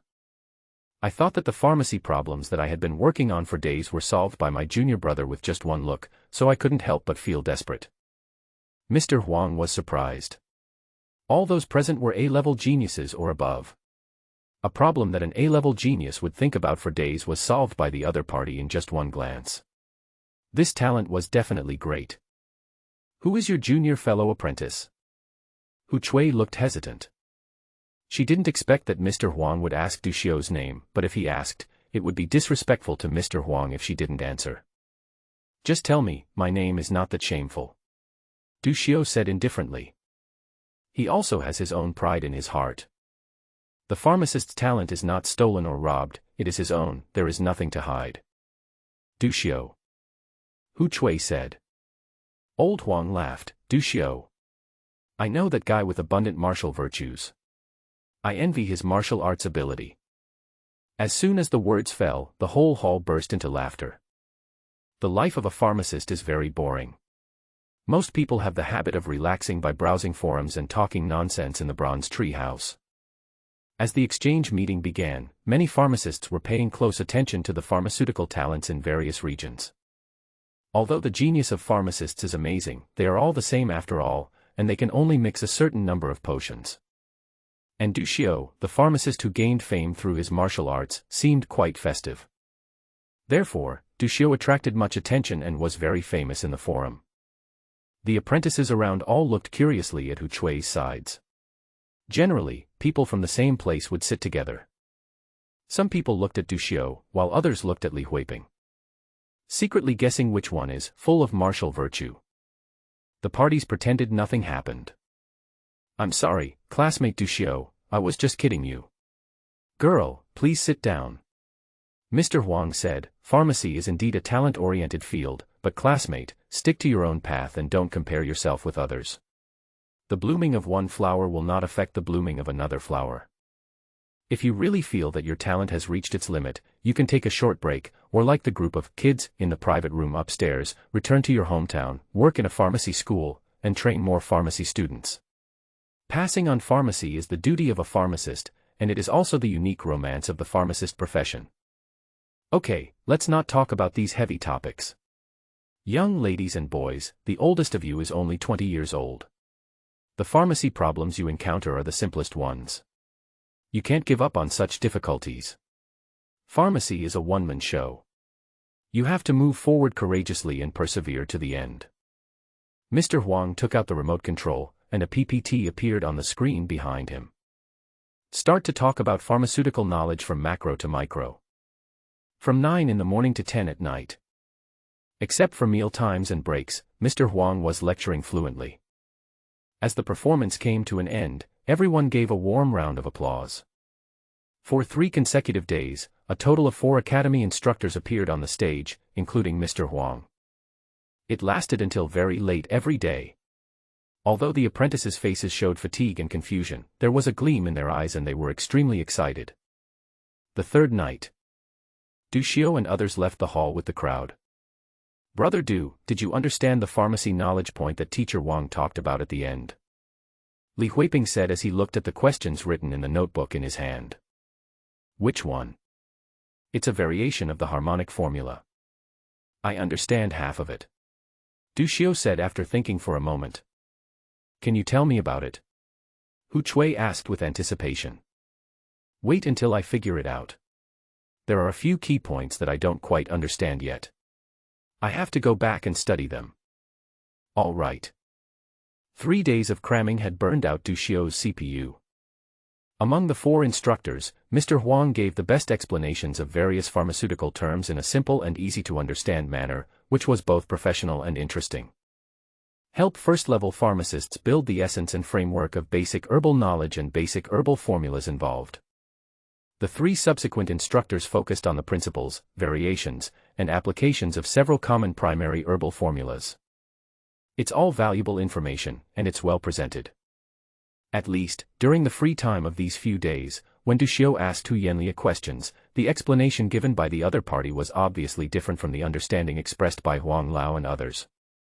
In the middle, Du Xiu discovered a very serious problem. He had a misunderstanding of some basic formulas. Master Ling told him all the deviations. As expected, Lao Ling misled me. In the field of pharmacy, a good teacher is indeed crucial. No wonder all the heads of various pharmacies graduated from the Imperial Seminary. Without entering a seminary, it is useless for ordinary people to learn on their own, no matter how talented they are. What's the use of having a great literary talent if you can't even recognize all the characters? No one will read your free novels, let alone reward you. In order to avoid assassination by aliens, pharmacists live in a building with layers of guards. Several people walked together in silence, each digesting what they had learned during the day. Back in the room, Du Xiu took the soul-soothing potion and thought to himself, is the potion I prepared considered a mid-grade potion or a low-grade potion? The same kind of medicine is divided into perfect, high-quality, medium-quality and low-quality medicine according to its efficacy. Especially for high-end medicines, the efficacy and price vary greatly between different grades. In addition, apprentices learn basic pharmacy knowledge, and first-level pharmacists learn elementary pharmacy knowledge. And so on, elementary, intermediate, advanced, master, grandmaster, and hall. As the level increases, the difficulty of the knowledge learned by pharmacists increases by dozens or even hundreds of times. Not bad, it's interesting, and not difficult. However, my basic knowledge has been led astray by Lao Ling, and there are some flaws in the connection with the elementary knowledge. I need to sort it out again during this period of time. After Du Xiu finished thinking, he drank the soothing potion in one gulp to replenish his brain power. I hope tomorrow's instructor can continue to maintain his standard. With anticipation in mind, Du Xiu fell asleep. The next day, many apprentices came to attend the class on time again. After the first 3 days of study, everyone was extremely excited. The apprentices who can come here to study are all geniuses from all over the world, and their acquisition and learning of knowledge are absolutely top-notch. The ability to identify the level of teachers is also top-notch. Before you see the sun, you can endure the darkness. But after seeing the level of the seminary instructors and thinking about what the teachers in the pharmacy said, it was a bit uncomfortable. Therefore, most people want to take advantage of the remaining 2 days to absorb some useful information. Master Ma walked onto the stage amid everyone's anticipation. Opening the teaching PPT, his personal photo and the lines of personal achievements below caught the eyes of many apprentices. After introducing his achievements one by one with a hint of boasting, Du Xiu saw 4 words on his face. I'm the boss. After complaining a little, Du Xiu focused his attention on Master Ma's teaching. It's human nature to like to show off. Soon, Du Xiu became a little confused. What this instructor said was a bit strange. For example, what we are talking about now. On the importance of medicinal herbs in preparing medicines. Master Ma discussed from multiple perspectives how the quality of herbs will directly affect the results of preparing medicines. Many examples are given to strengthen the argument. Then expand on which regions have good quality medicinal herbs. As time went on, more and more people noticed that something was wrong. There's no need to talk about this, right? The quality of herbs is indeed important, but if we can afford them, we are already good enough. Are we qualified to be picky? Under the podium, many apprentices were whispering to each other. Quiet. Master Ma shouted sternly. The noise from the audience suddenly stopped. After Master Ma finished talking about selecting herbs, he began to talk about the learning efficiency of pharmacists. The central argument is that young pharmacists are in the golden period of learning pharmaceutical knowledge. During this period, they need to prepare a large amount of herbs and develop their hand feel to help them move to a higher stage. In the afternoon, several more tutors came up and asked and answered questions. They also often instilled some ideas while explaining pharmaceutical knowledge. For example, for people of ordinary backgrounds, cooperating with big forces as early as possible can give them more resources. For example, there are not enough instructors in the seminary and it is difficult to balance teaching the students. Du Xiu was only interested in learning more about pharmacy and was not interested in the so-called experience learned after entering school. But when he looked around, he saw that many students were quite interested. Dinner time. Hu Yanlia called a few people to his presence and warned them, if someone wants to sign a contract with you, you'd better think twice before doing so. Contract. What contract? Is it the contract for our cooperation with the hunter group? Li Huiping asked, puzzled. No, it's a contract signed with the consortium. You two better think it over before making a decision. Hu Yanlia said to Du Xiu, my dear nephew, please don't sign it. The contract signed between the apprentices and the hunter group has the pharmacy as a backer for the senior apprentices, so the other party certainly doesn't dare to play tricks. But the consortium contract is not necessarily the case. A common contract includes a provision for career-oriented training. To put it bluntly, you are in the seminary and you should attend classes as required. I will provide you with resources for you to prepare medicines, and after you graduate, you can come and work for me. As for regretting not wanting to come after graduation, sorry, the terms are within the terms, please pay compensation. Not only did the parties involved lose everything, and according to imperial law, the debt will be passed on to future generations. Even our descendants will not be able to finish it. The reason why Hu Yanlia did not persuade Li Huiping and Hu Chui to give up was still due to their talent. No one knows how far the two can go. It could be a third-level pharmacist, or just a second-level pharmacist. But when working with a consortium, there is a guarantee. At worst, he's a third-level pharmacist. But for the second half of your life, you will have to transform into a ruthless pharmaceutical machine. There are pros and cons to each. But Du Xiu doesn't have to worry about this. After Hu Yanlia finished speaking, Li Huiping and Hu Chui were both silent. They remembered what a mentor said today. Genius is just the entrance ticket to the monastery. Today, there are hundreds of geniuses of the same level in one hall. In the Linta region, there are also talented people who attended the exchange meeting in the past 2 years but did not come. There are also geniuses from dozens of other regions. The competition is extremely fierce. Several people ate in silence. There are classes in the evening, and the apprentices eat here in groups of 3 or 5 according to their regions. There was a noise coming from not far away, and everyone was attracted over. Master Ma and 5 other mentors appeared in the cafeteria. They went to different tables separately, asking about the apprentices' well-being, family situations, future career plans, etc. After the greetings, he looked worried again and said that resources in the imperial monastery were tight. The students asked what to do. The mentors looked hesitant and stammered, then came up with a solution. Seek support from the consortium. Several students looked confused and didn't know how to gain support from the foundation. Everyone was asking questions. Master Ma gritted his teeth, looked around, and said, since the students have this need, I'll give them a call. But I can't guarantee that it will be successful. We can only try. Whether they are willing to help you and in what way, you still need to take the initiative to fight for it. By the way, if you want to increase the chances of success, don't set the conditions too high. Stop when you're ahead. You should know that it's very difficult to get the damn consortium to pay out money. The apprentices said hurriedly. Don't worry, Mr. Ma. Teacher Ma is really kind. That's great. I was a little anxious about the future during class just now. Not long after Master Ma finished his call, several arrogant members of the consortium came to the cafeteria. They glanced around with disdain, then set their sights on Master Ma.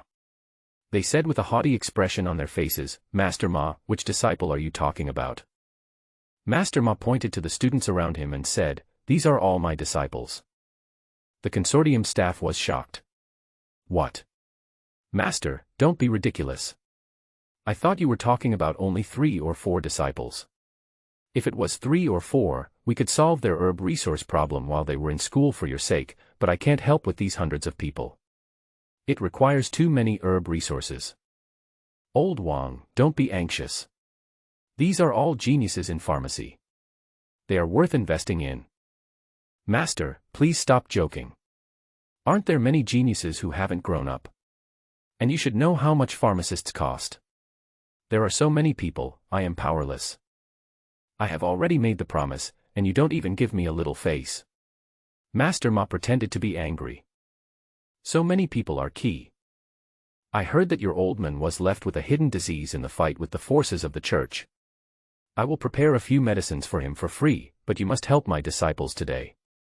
Master Ma gritted his teeth and then said seriously, Old Wang, don't let me make the mistake of making a friend like you.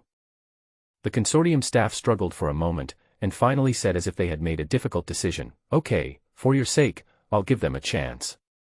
Let me make it clear first, the number of places is limited. Okay.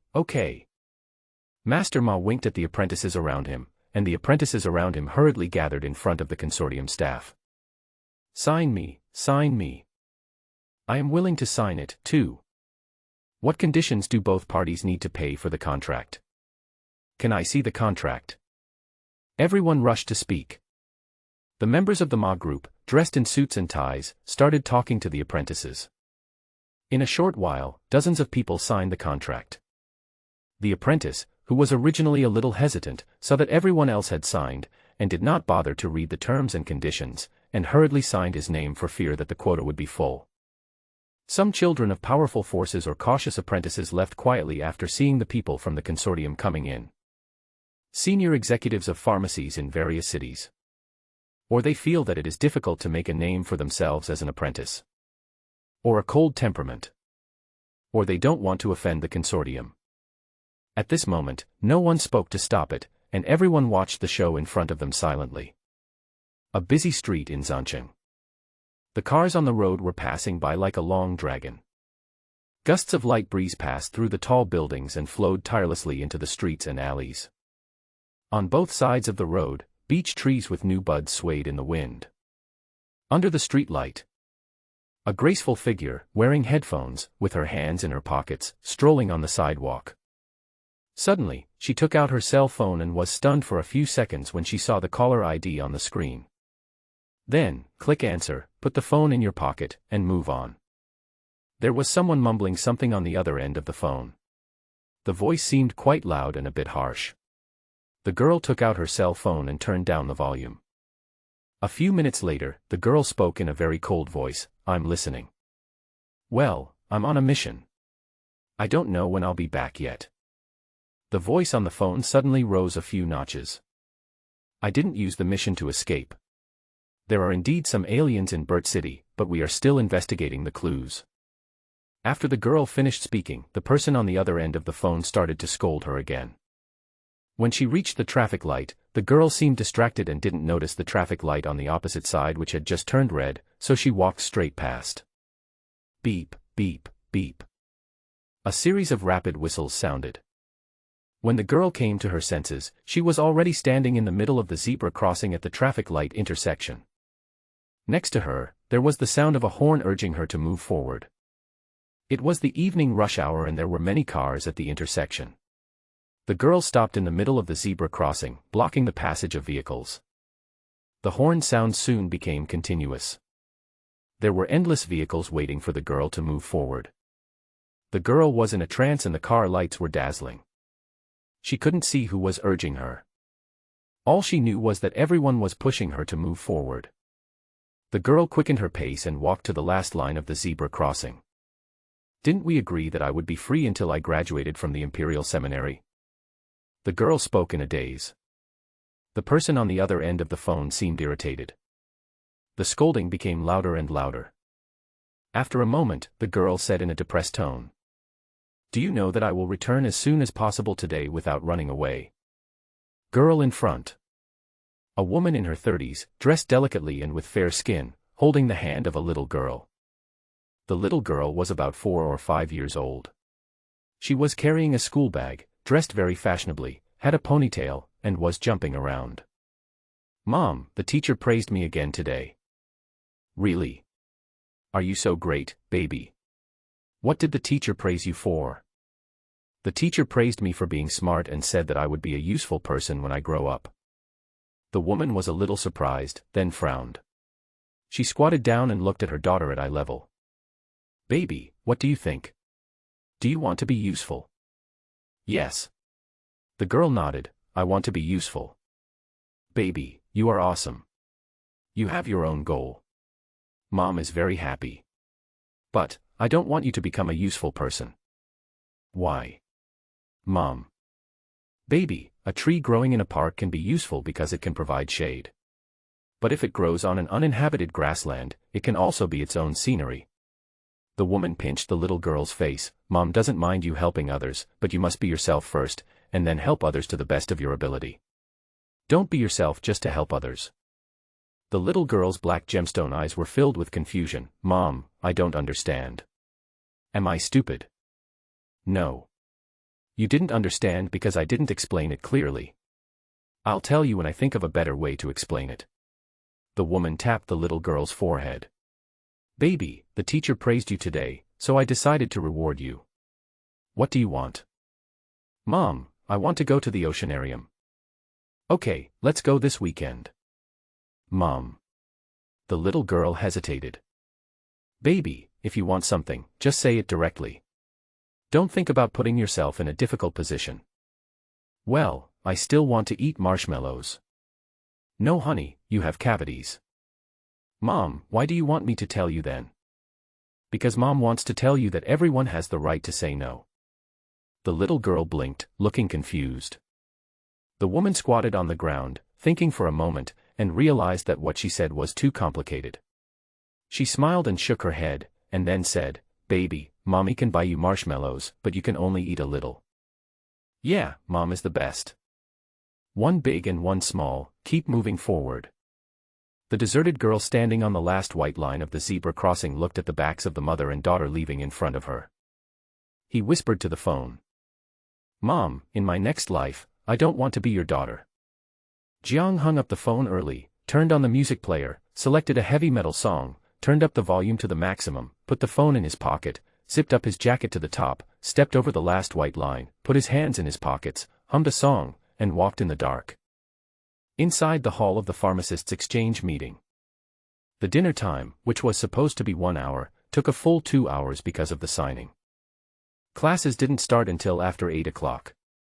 Several instructors were giving lectures fluently on the stage. Duxiu no longer had the heart to listen. Although the tutors had some private work to do during the day and instilled some ideas about leaning on a big tree for shade, they did still contain some useful information. In the evening, it turned into a monastery survival experience lecture.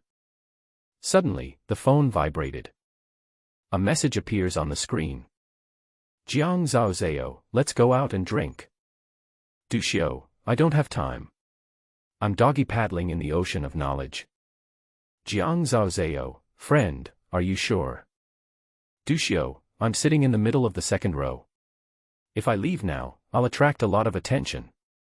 Jiang Zhaozhao, that's your business. I'll wait for you at the door and give you 3 minutes.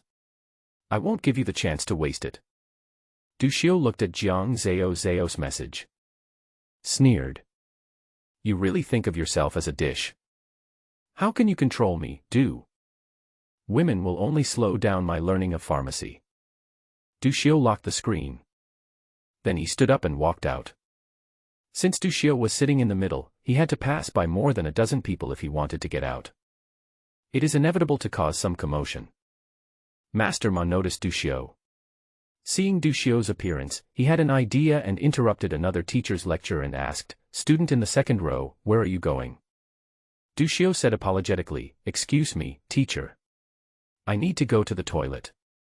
We just started class, why are you going to the bathroom? Your study attitude is really problematic. Now, immediately, sit back down. Master Ma scolded harshly. After Master Ma finished speaking, the instructor next to him looked at him with a reproachful look in his eyes, clearly saying, A student goes to the toilet. Why are you so nervous? Just let him go. Master Ma pretended not to see the complaining look of the instructor next to him, and instead looked down at Duxiu in the audience. Duxiu had no expression on his face and walked away. If you can say something useful, I will give you some face. Acting tricks so many students into signing contracts with the consortium. Now they want to use me as a warning to others. I really give you face. Seeing Duxiu walking out in front of so many people without giving him any face, Master Ma was so angry that his face turned red and his neck became thick. He shouted, You must be Duxiu. If you dare to leave today, even if you enter the monastery in the future, you will not be able to escape the charge of disrespecting your teachers in the moral evaluation. Hearing this, Duxiu, who was walking to the gate, stopped. All the apprentices turned their heads to look at Duxiu.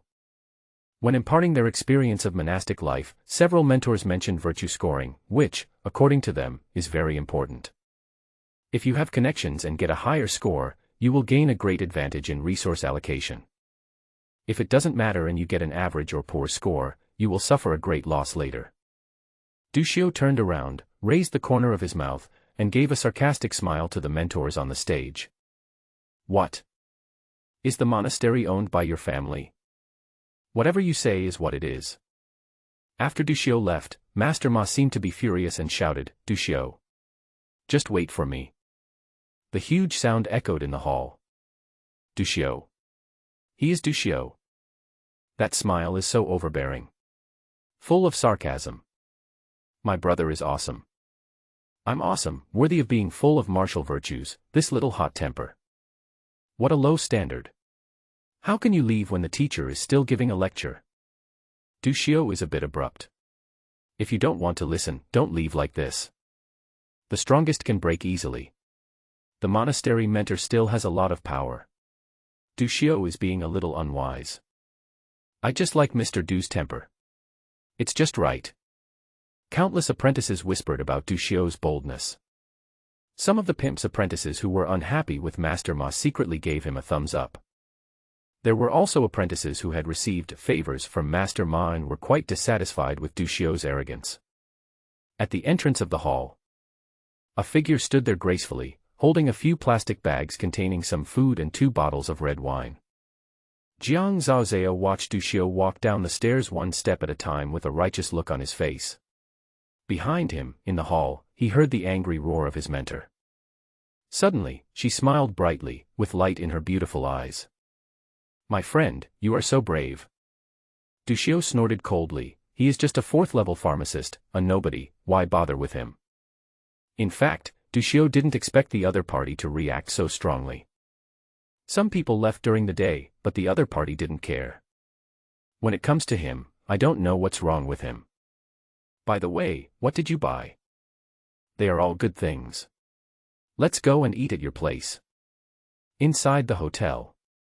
The bedrooms that Zanqing arranges for apprentices to stay in are all suites. Duxiu sat on the sofa and put the lunchbox on the table. A box of peanuts, a box of smashed cucumbers, a box of fried rice, dozens of skewers of barbecue, and 2 bottles of red wine. This is the good stuff you were talking about. Ah. What do you think you deserve? Jiang Zhaozhao said as if it was a matter of course. So you don't treat me as a human being. I have offended the 4th-level potion master and come to see you. Duxiu's face showed that he had suffered a huge loss. Also, what the hell is this fried rice? It's all fucking fuzzy. Where did you buy it? This shop shouldn't have many people doing business. Duxiu took the chopsticks and poked the box of fried rice. The rice grains are mushy. Jiang Zhaozhao didn't say anything, with a look of resentment on his face. Duxiu picked up a skewer of barbecued meat and started chewing it, commenting, don't mention it, don't mention it. Although the fried rice in this restaurant is terrible, the skewers are okay. Seeing Jiang Zhaozhao's tense face, Duxiu suddenly had an idea. This damn fried rice, could it be that she cooked it? Okay, since it tastes bad, don't eat it and throw it away. When Jiang Zhaozhao reached out to take the fried rice, Duxiu was quick to grab the fried rice. After getting the fried rice, Duxiu's eyes gradually became deep. I remember when I was wandering, the first meal I found was a plate of fried rice. I ate that fried rice for 4 days, savoring every grain of rice carefully. As he spoke, Duxiu opened the lunchbox and started eating. Yes, that's the taste. Jiang Zhaozhao looked at Duxiu and sneered, what's that smell? Duxiu swallowed the rice with great effort, it tastes terrible. I knew you couldn't say anything good. Auntie, this is too disgusting. Not to mention the burnt rice, who the hell put sour beans in fried rice? Moreover, these beans are not only sour, but also a bit rancid. Humph. If it's not cooked by me, you don't deserve to eat the rice I cooked. Jiang Zhaozhao turned his head away and said. Dushio said he was disgusted, but his body was honest and he continued to eat. The fried rice was not much, so Dushio quickly finished it, and then said, "What happened? You don't look good." In front of outsiders, Jiang Zhaozhao has always been a cold queen, but when the two of them are together in private, she is a master of bad words and a scheming woman. But today he looks totally at a loss. "Why, is it useful to tell you? You little senior pharmacist apprentice. Oh, you still look down on me, a mere chi and blood realm cultivator. If I were to say, I'm actually pretty awesome. What a coincidence. Maybe I am also very powerful." Jiang Zhaozhao curled his lips and said sarcastically, yes, the force potion can actually last for a terrifying 2 hours. It's amazing." Dushio squinted at Jiang Zhaozhao, not wanting to bother with her, and took out 2 bottles of red wine from the bag. "You didn't bring any wine glasses. What cup do you want? Just drink from the bottle." Jiang grabbed the red wine early and pulled out the cork. The 2 men each held a bottle of red wine and a skewer, and ate and drank without caring about their image at all. Before I knew it, I had finished half a bottle of red wine. Jiang Zhaozhao's fair cheeks were tinged with a blush. She stared at the ceiling in a daze and suddenly asked, "Dushio, what do you think your future will be like?" Dushio thought for a moment. "I don't know what the future holds, but the most likely answer is to become a pharmacist. His practice of the force is really slow. He will not give up on it, but it will be difficult to achieve great success. As for the supernatural seed, he didn't dare to guarantee that it would awaken successfully. Many people who had never failed in spiritual absorption never succeeded in awakening in their entire lives. For someone like him who had failed in spiritual absorption several times, he couldn't guarantee it even more. Pharmacist. The wording is not very precise. He is a master of potions." Dushio cleared his throat and said with a hint of arrogance. Jiang Zhaozhao smiled, rarely without any sarcasm, but said softly, "Well, that's amazing. What about you? What about your future?" Dushio asked back. "Me." Jiang Zhaozhao remembered standing at the intersection, with countless vehicles honking their horns, urging her to move forward. "It's so dazzling, I can't see clearly." "Can't see clearly?" Dushio was puzzled and wanted to ask, but he found that Jiang Zhaozhao's eyes were full of confusion. The two fell silent. After a long time, Jiang Zhaozhao came back to his senses and asked again, "What kind of life do you want?" "Well, I'm a very easygoing person. I'm fine with any kind of life. As long as I'm with the people I love, I'll be happy doing anything," Dushio said with a smile. "I want to hear the truth." Jiang Zhaozhao curled up in the corner of the sofa, hugging her calf with one hand, supporting her chin with the other, tilting her head and looking at Dushio. Dushio didn't know how to describe those eyes. It was like a piece of black fine agate gem inlaid on white ceramic, and the light in the pupils was like the tiny but energy-rich starlight in the darkest part of the vast starry sky. When I was in the orphanage, adults would come to the orphanage to adopt orphans on weekends. Every weekend, I would wash my face carefully and stand at the front of the crowd, hoping that someone would take me away. Many of my friends were taken away, and I stood there year after year until the orphanage closed down. I don't know if it was obsession, but because of this experience, I longed for a home. I have a home. Jiang Zhaozhao looked at Dushio. "Do you have any other experiences?" "And some more." "I want to listen." "When I was 9 years old, the orphanage closed down. I was wandering the streets, had no food to eat, and was chased away by other beggars. I started rummaging through trash cans. The first time I rummaged through them, I found a portion of fried rice. There was also slop from other garbage in the fried rice, and it smelled really bad. I threw it away. The next night, I woke up from hunger and went to the trash can again, but it was gone. I wandered around for a while and was taken in by a begging group. Well, I went through a period of training and begged on the streets for a few years. It was pretty good during this period. At least I didn't have to worry about starving to death, except that I lost my dignity. He sold me to the Ma Corporation and sent me to the mine. Later, an apprentice pharmacist came to the mine. He was very weak and I did all the work for him. He taught me some knowledge of pharmacy. I searched for some herbs and poisoned the mine guard to death. Later, I fled to the wilderness and encountered a consortium convoy. They chased me, but I killed them. Finally, I met my current master and became a pharmacist. That's about it. Duxiu narrated calmly. Do you want to hear my story? Jiang Zhao said after thinking for a moment. Go ahead, let's exchange our dark histories. I don't have any dark history. Jiang Zhao snorted, and then said, compared to you, there's actually nothing much to say. I was born in an ordinary family and was given high hopes since I was a child. They planned my life for me. No more. No more. It's really boring. Duxiu shrugged. Outside. In the corridor, several figures were walking quickly and angrily. Behind the figure, there were a large number of pharmacist apprentices. Master Ma, Duxiu is young and inexperienced, why bother to argue with him? With an anxious look on his face, Hu Yanlia quickly followed Master Ma and pleaded for mercy. After the exchange meeting, Master Ma asked the person in charge of the work about Duxiu's residence, and rushed there directly with a group of mentors. He had a bad feeling and hurried to catch up with them. Master Hu Yan.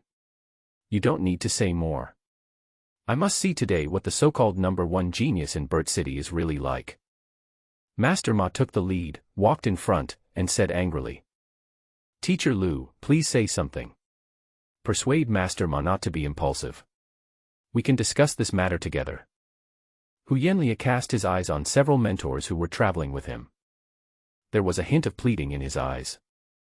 If this group of mentors blocked Duxiu's way, argued with him, and made a big deal out of it, Duxiu would most likely not be able to enter the imperial monastery. The old antiques of the imperial monastery attached great importance to the moral qualities of pharmacists. Every year, there are pharmacists who are rejected from the imperial monastery due to their bad morals. No one responded from the instructors. They had just found out that Duxiu was the apprentice who had offended the sixth young master. Naturally, he was unwilling to speak for Duxiu. Master Ma, please forgive me for my mistakes. Please give me some face and don't cause trouble for Duxiu today. I will ask Duxiu to come to your house to apologize and give you a satisfactory explanation at that time. Hu Yanlia grabbed Master Ma's sleeve tightly. Master Ma looked at Hu Yanlia with a trace of contempt in his eyes. Give you face? Who do you think you are? Several instructors chuckled. Hu Yanlia clenched his fists, his face full of humiliation, and took a deep breath. Teachers, Hu Yanlia is indeed a lowly person with little influence, but I would like to ask you, isn't it a bit too much for you to come and argue with Duxiu just because he left the class? Do you really want to cut off his possibility of entering the Imperial Seminary? At the pharmacist exchange meeting on the first day, Mr. Huang once said that the greatest romance of a pharmacist is to train better pharmacists. Hu Yanlia has also been practicing this concept with practical actions. It's a blessing for the monastery that such a person doesn't enter the monastery. Master Ma came to Duxiu's door, glanced at Hu Yanlia coldly, turned his head and said to the person in charge of reception in Zancheng, "Open the door." The receptionist had cold sweat on his face. He took out the room card from his pocket and opened the door directly. Everyone walked straight into the room. Hu Yanlia hurriedly squeezed to the front and said to Duxiu, "Duxiu, why don't you apologize to Master Ma?" After saying that, he winked at Duxiu frantically.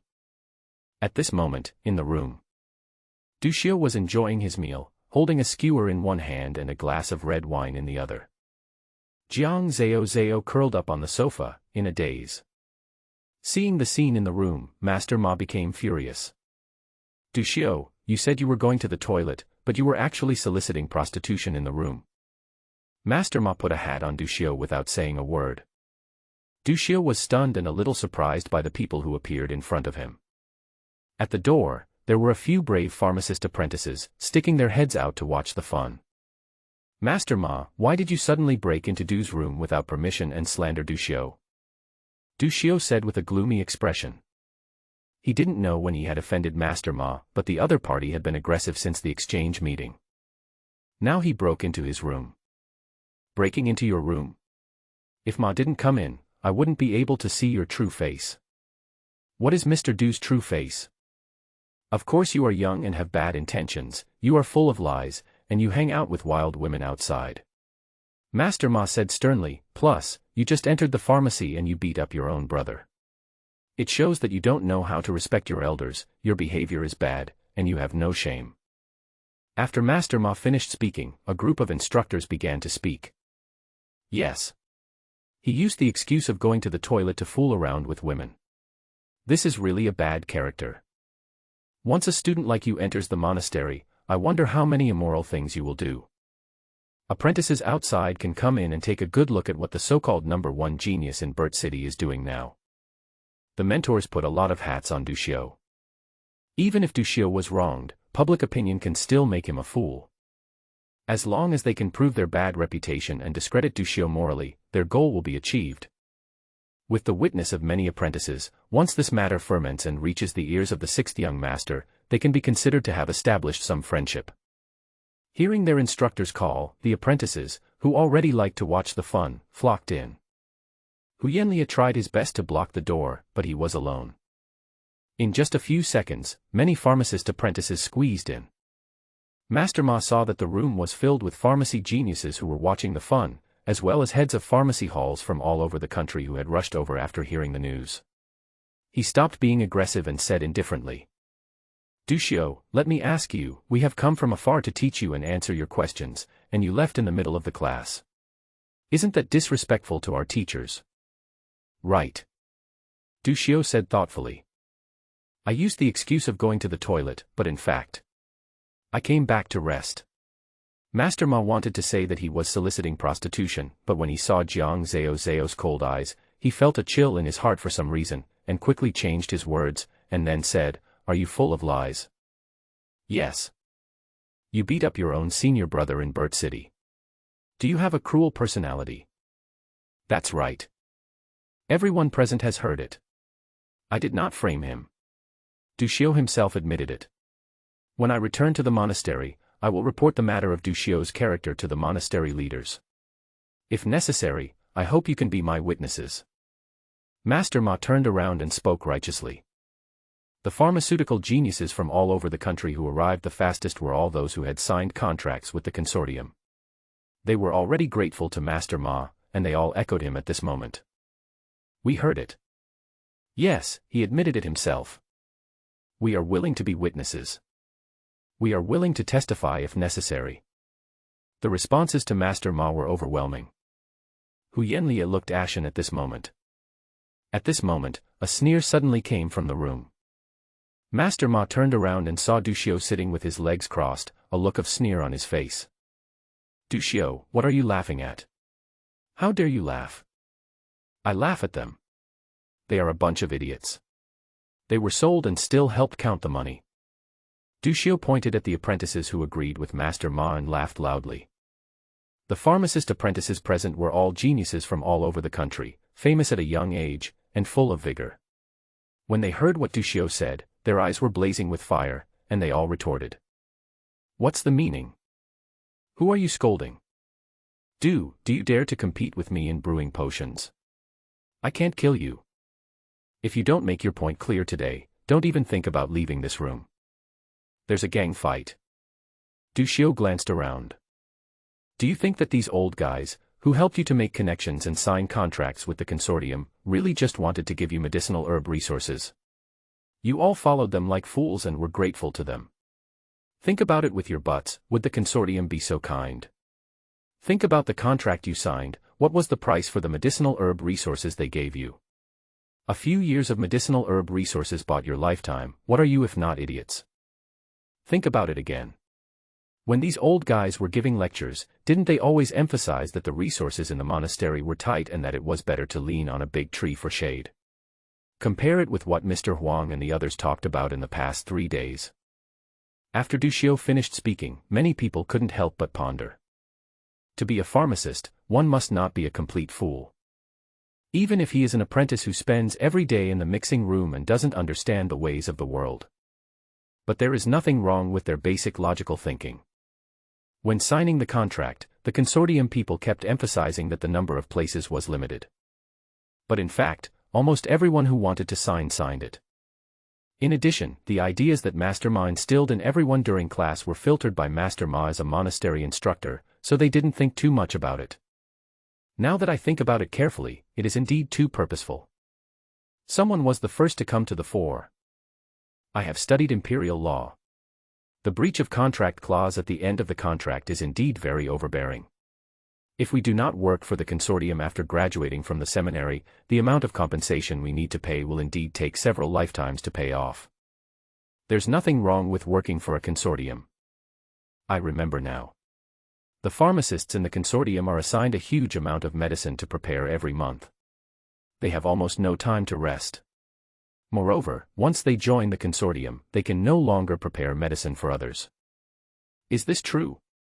You wouldn't bully people like that, would you? Why haven't I heard anyone say this? The media is controlled by consortiums. If they don't want you to know, how can you know? Then why would Instructor Ma let us sign this kind of contract? I give up. How did you become a pharmacist with your brain? This old bonsai must be from the consortium. When signing the contract, he had just finished making a phone call when the consortium's people came with so many contracts. This must be a trap that was prepared long ago. The pharmacy geniuses were furious. The 6 mentors were a little flustered and started to calm everyone down. Master Ma looked at the instigator with blazing eyes. Du Xiao, you dare to slander me. You will never be able to enter the Imperial Seminary again. Du Xiao stood up and said sternly, I admit all the things you said about me, but I want to settle one thing with you. You still have something to settle with me. Master Ma laughed in anger. I want to hear what you want to settle with me. I admit everything else, but you just said that I solicited prostitution and falsely accused my friend of being a wild woman. I don't admit this. Oh, I spoke too quickly. What? Do you still want me to apologize? Jiang Zhao sat in the corner and whispered, Du Xiao, beat him up. Du Xiao turned around, grinned at Jiang Zhao and said, that's exactly what I meant. After saying that, Du Xiao picked up the red wine bottle and smashed it on Master Ma's head. When Master Ma saw Du Xiao rushing towards him with the wine bottle, he was stunned for a moment. In his life, there has never been the concept of being beaten. With his triple identities as a 4th-level pharmacist, an imperial monastery mentor, and a member of a consortium, he was surrounded by people and received compliments wherever he went. He never thought that someone would dare to hit him. And it was just like a gangster in a street fight, being hit on the head with a wine bottle. A stream of heat flowed down from the forehead. Then there was a sharp pain. Then, Master Ma let out a scream like a pig being slaughtered. Du Xiao, how dare you hit me? You are courting death. Marshal Ma roared miserably. Du Xiao succeeded in his attack, raised his leg and kicked Master Ma to the ground, then kicked him hard in the head. Yes. I just don't know how to respect others. I am shameless. Master, do you think I'm in a bad shape? Master, am I cruel enough? Plant. Shout louder. Du Xiao kicked Master Ma on the head, and the latter held his head and shouted for help. Everyone was terrified. Pharmacists are respectable people and have never seen such a scene. By the time they reacted, Master Ma had been beaten into a pig's head. The instructors closest to Master Ma shouted loudly. Du Xiao. Stop it. What are you doing?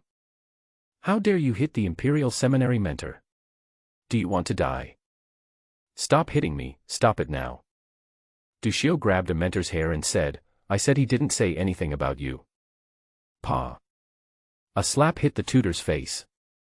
Du Xiao shouted at the group of pharmacy geniuses in the room, get out of here, or I'll beat you up too.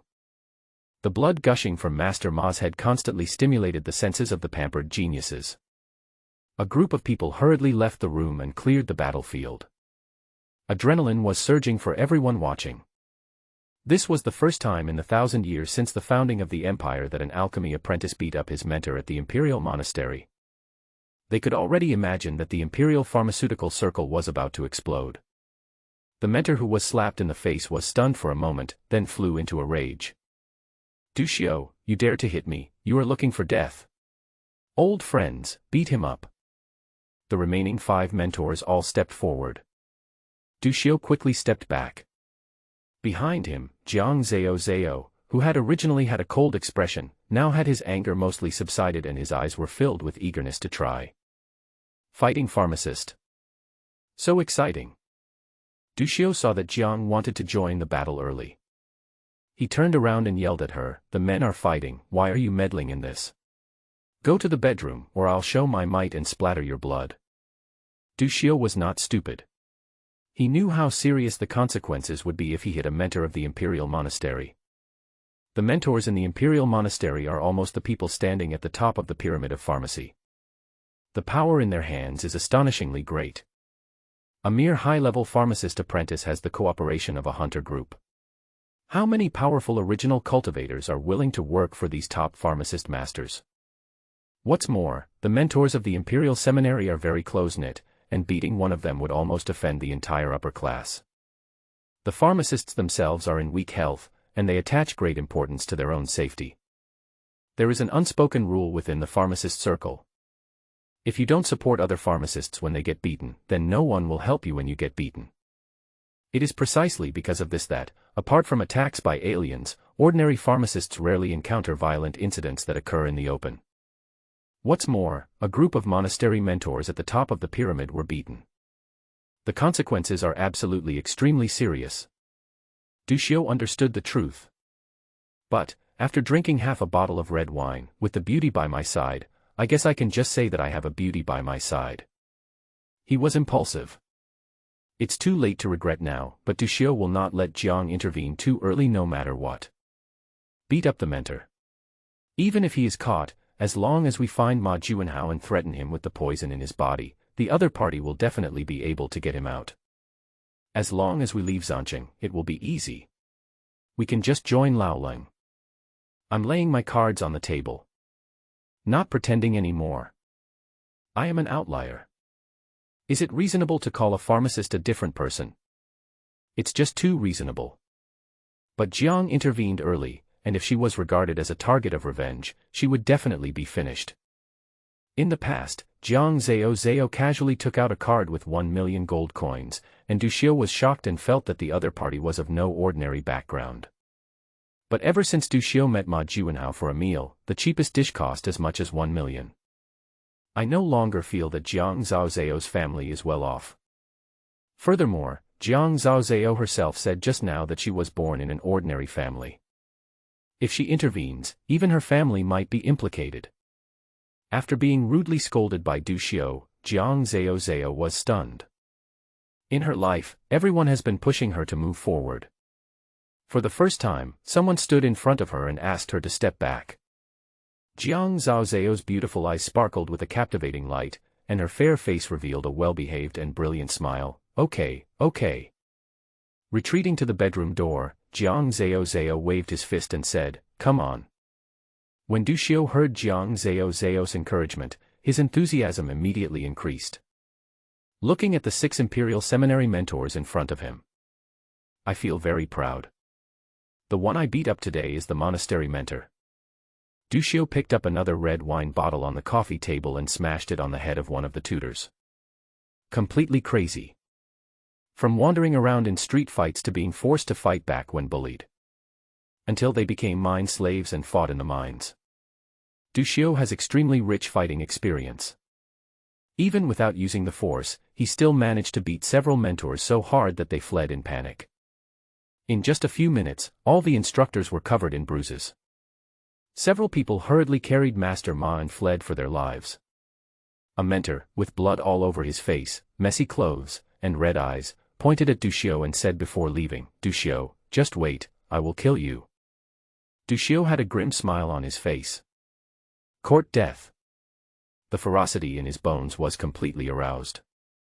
Du Xiu turned and entered the bedroom, and took out the iron rod from the suitcase that had accompanied him for many years and had taken the lives of dozens of people. He then casually picked up the backpack, which contained soul-soothing potions and other valuable items. After doing this job, run away. With a bag on his back and a weapon in his hand, Du Xiu chased after him.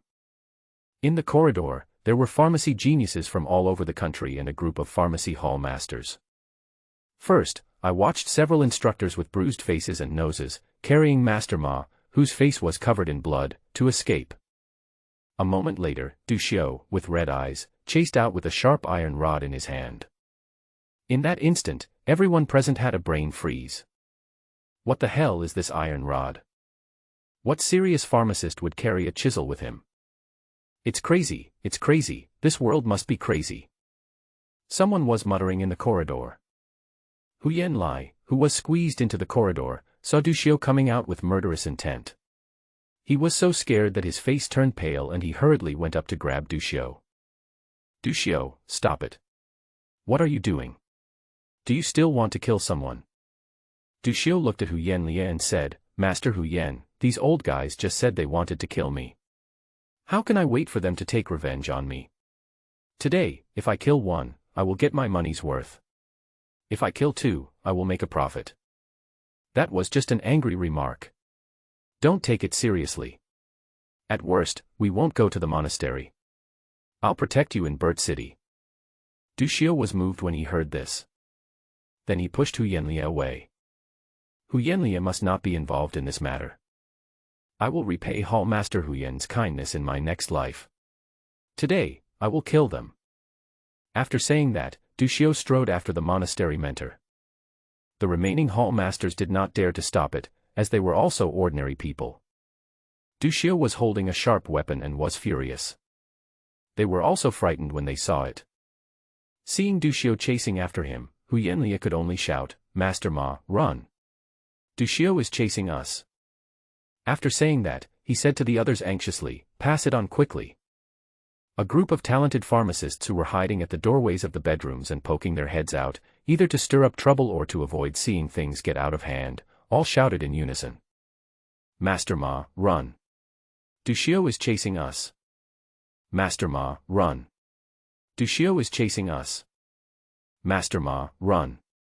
Du Xiu is chasing us. In the empty square, hundreds of fully armed black-clad cultivators stood together in a solemn atmosphere. In front of them, a young man was looking around anxiously. The person who came was Ma Juanhao. He came here for Du Xiu. A few days ago, in Yuyuan, he spoke a little loudly and his attitude was not very good. Although this matter is small, who the hell knows whether Du Xiu will have any weird temper. Although he had not had much contact with Du Xiu, he had heard too many times about the leader's style of exterminating 9 generations of a clan. How could the devil's disciple have a good temper? So, he wanted to see if he could ease the relationship between the two sides. After all, the other party's identity is a bit scary. Holy Son, isn't this the hot favorite to become the next leader? Brother Hao is in a bit of a pain in the ass. No matter whether he wants to be an outlier or not, he has been stuck on the pirate ship since he killed his half-brother, the eldest son, with his own hands. At this moment, the whole building was echoing with one sentence. Master Ma, run! Du Xiu is chasing us. Ma Juanhao listened attentively and felt puzzled. Du Xiu. Isn't this the son of God? What trouble is he in? This is an opportunity to show off. Let's see what's going on first. Save people at the right time. Take action at the most critical moment. He hid in the crowd and told his bodyguard to move closer. At the hotel entrance, the person in charge of signing the contract with the pharmacist apprentice was waiting at the door. At dinner, they signed some people. The purpose of coming here is to strike while the iron is hot and sign more people. After all, the exchange meeting will end tomorrow, and there will be no chance to sign in the future. When they saw Master Ma entering the hotel, they hid aside to avoid suspicion and prepared to wait until Master Ma left before going in to sign the people. But when they saw a group of mentors running out in dishevel and covered in blood, they hurried forward. Master Ma, what's wrong with you? Is there a sneak attack from some alien creature inside? Which bastard dares to bully our beloved Master Ma? At this moment, a roar was heard in the hotel lobby. You old thief! Give me your life! A young man holding an iron rod came running towards them like a god of war. Behind him were all the hall masters of the various fortress cities and the talented pharmacist apprentices who participated in the exchange meeting. A mentor looked at Du Xiu and said in horror, Madman! Madman! This man is definitely a madman. The mentors looked at Du Xiu running towards them, snatched the briefcase from the consortium staff, and threw it at Du Xiu, trying to stop him. In an instant, 7 or 8 briefcases flew towards Duxiu. Duxiu dodged easily, the briefcase fell to the ground, and the documents inside were scattered all over the floor. Those are the talented apprentices who just signed the contracts. Far away, hundreds of original cultivators in black came forward, all wearing the emblem of the Ma group. These people are at least at the Qi and Blood realm, and there is a terrifying fluctuation of the force around them. The mentors seemed to have seen a savior, and for a moment, they cried and shouted. Someone come quickly, arrest this lunatic Duxiu. Duxiu must be arrested today. Heaven will not tolerate Duxiu's death. Someone, teach him a lesson. After the instructors finished speaking, the hundreds of black-clad cultivators showed no reaction at all. The people from the consortium and the imperial garrison were waiting for someone to give orders. The people who maintained order in the Hunters Guild knew that they were from the Ma group and were too lazy to get involved. After all, they come here to fool people every year, so it's hard not to know them. No one from the consortium, Hunters Union, or garrison was able to capture Duxiu. Seeing this, the instructors were stunned. What are you still standing there for? Come on. What are you still standing there for? You don't know me. Duxiu looked at the dark crowd opposite him and stopped. How to solve this situation now? He lowered his head, his brain spinning rapidly, and the expressions on his face kept changing. After a moment, he raised his head, turned around and faced a group of talented pharmacy apprentices, pointed with the iron rod in his hand, and laughed loudly. These people are the monastery mentors in public, but they are the pimps of the Ma group in secret. They deceived the pharmacist apprentices into signing contracts. Duxiu, was upset, so I didn't listen to his rants at the exchange meeting. If he dares to argue with me and insult my friends, I will beat him up. Before he left, he threatened me, so I flipped the table and fought him to the death.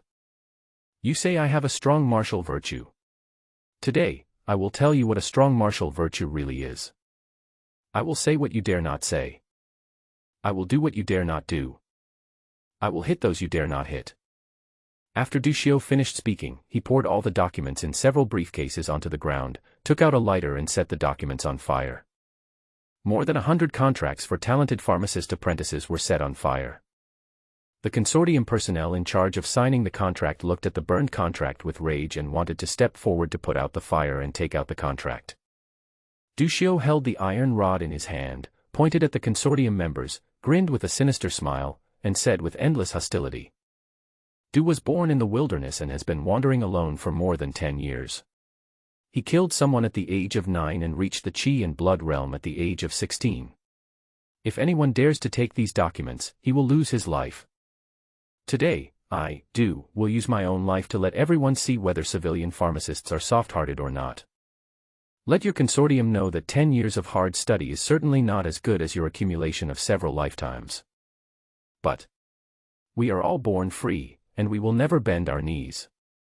Duxiu stood at the door of the hotel, holding the iron rod tightly, standing against the light. Like a god descending to earth. Hundreds of people gathered in the hotel lobby. They stared blankly at the young man who was roaring angrily in front of them. Everyone was stunned. Especially some pharmacy hall masters had complicated expressions. Yes. They have been kneeling for too long and feel that letting the apprentices sign a contract with the consortium is, in a sense, good for the apprentices. But is it really true? A few years of herbal resources in exchange for decades of being locked in the mixing room every day, preparing medicines. The huge pharmaceutical task requires contracted pharmacists to work diligently and like slaves. How many consortium pharmacists have died of exhaustion over the years? A voice sounded quietly. Duxiu destroyed the contract for us, shouldn't we stand by him? In an instant, the group of young people looked at each other, feeling extremely embarrassed.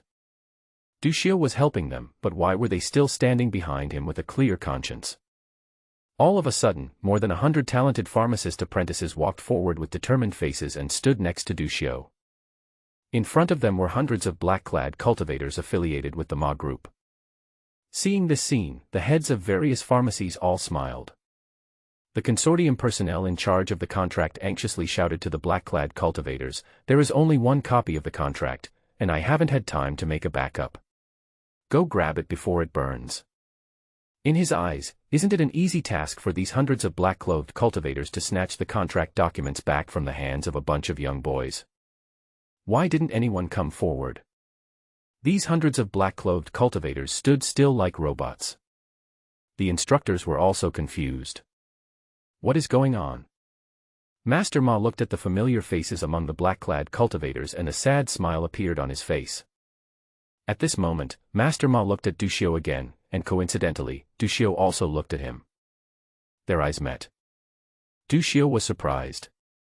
How could Master Ma, who was originally furious, be so calm now? Was he beaten stupid?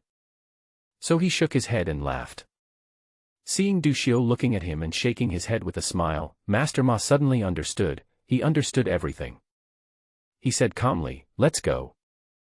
"Brother Ma, are we just leaving like this?" "Listen to me, go now. Get out of here." Several instructors were confused and took Master Ma to the side. When no one was around, someone couldn't help but ask, "Brother Ma, what's going on? Which companies are these pharmacist apprentices signed to?" "There are quite a lot. There are Xingxing Pharmaceutical Group, Liu Yuan Pharmaceutical Group, and Yerin Pharmaceutical Group under our consortium." As he spoke, the men gradually fell silent. Some of these groups are controlled by the second young master, some are controlled by the third young master, and some are controlled by the eldest young lady, but none of them is controlled by the sixth young master. Master Ma smiled self-deprecatingly. "We thought the sixth young master was here for fun, but we didn't know that he was in the elegant garden, and he was acting out a scene with Du Xiu. We foolishly took the bait and went to pick a fight with Du Xiu, who took the opportunity to burn the contract and weaken the power of other competitors. If I hadn't recognized that those Yuan Xiu had seen us in the elegant garden, we might have fought Du Xiu to death. Then the sixth young master would use Du Xiu to get rid of us." Haha, what a good plan. Several instructors suddenly realized. No wonder Du Xiu dared to do such a cruel thing. It turned out that he had someone backing him up. Yes, Du Xiu is the most talented pharmacist in Burt City, and the sixth young master had been hidden in Burt City before. It was reasonable for the two to get to know each other.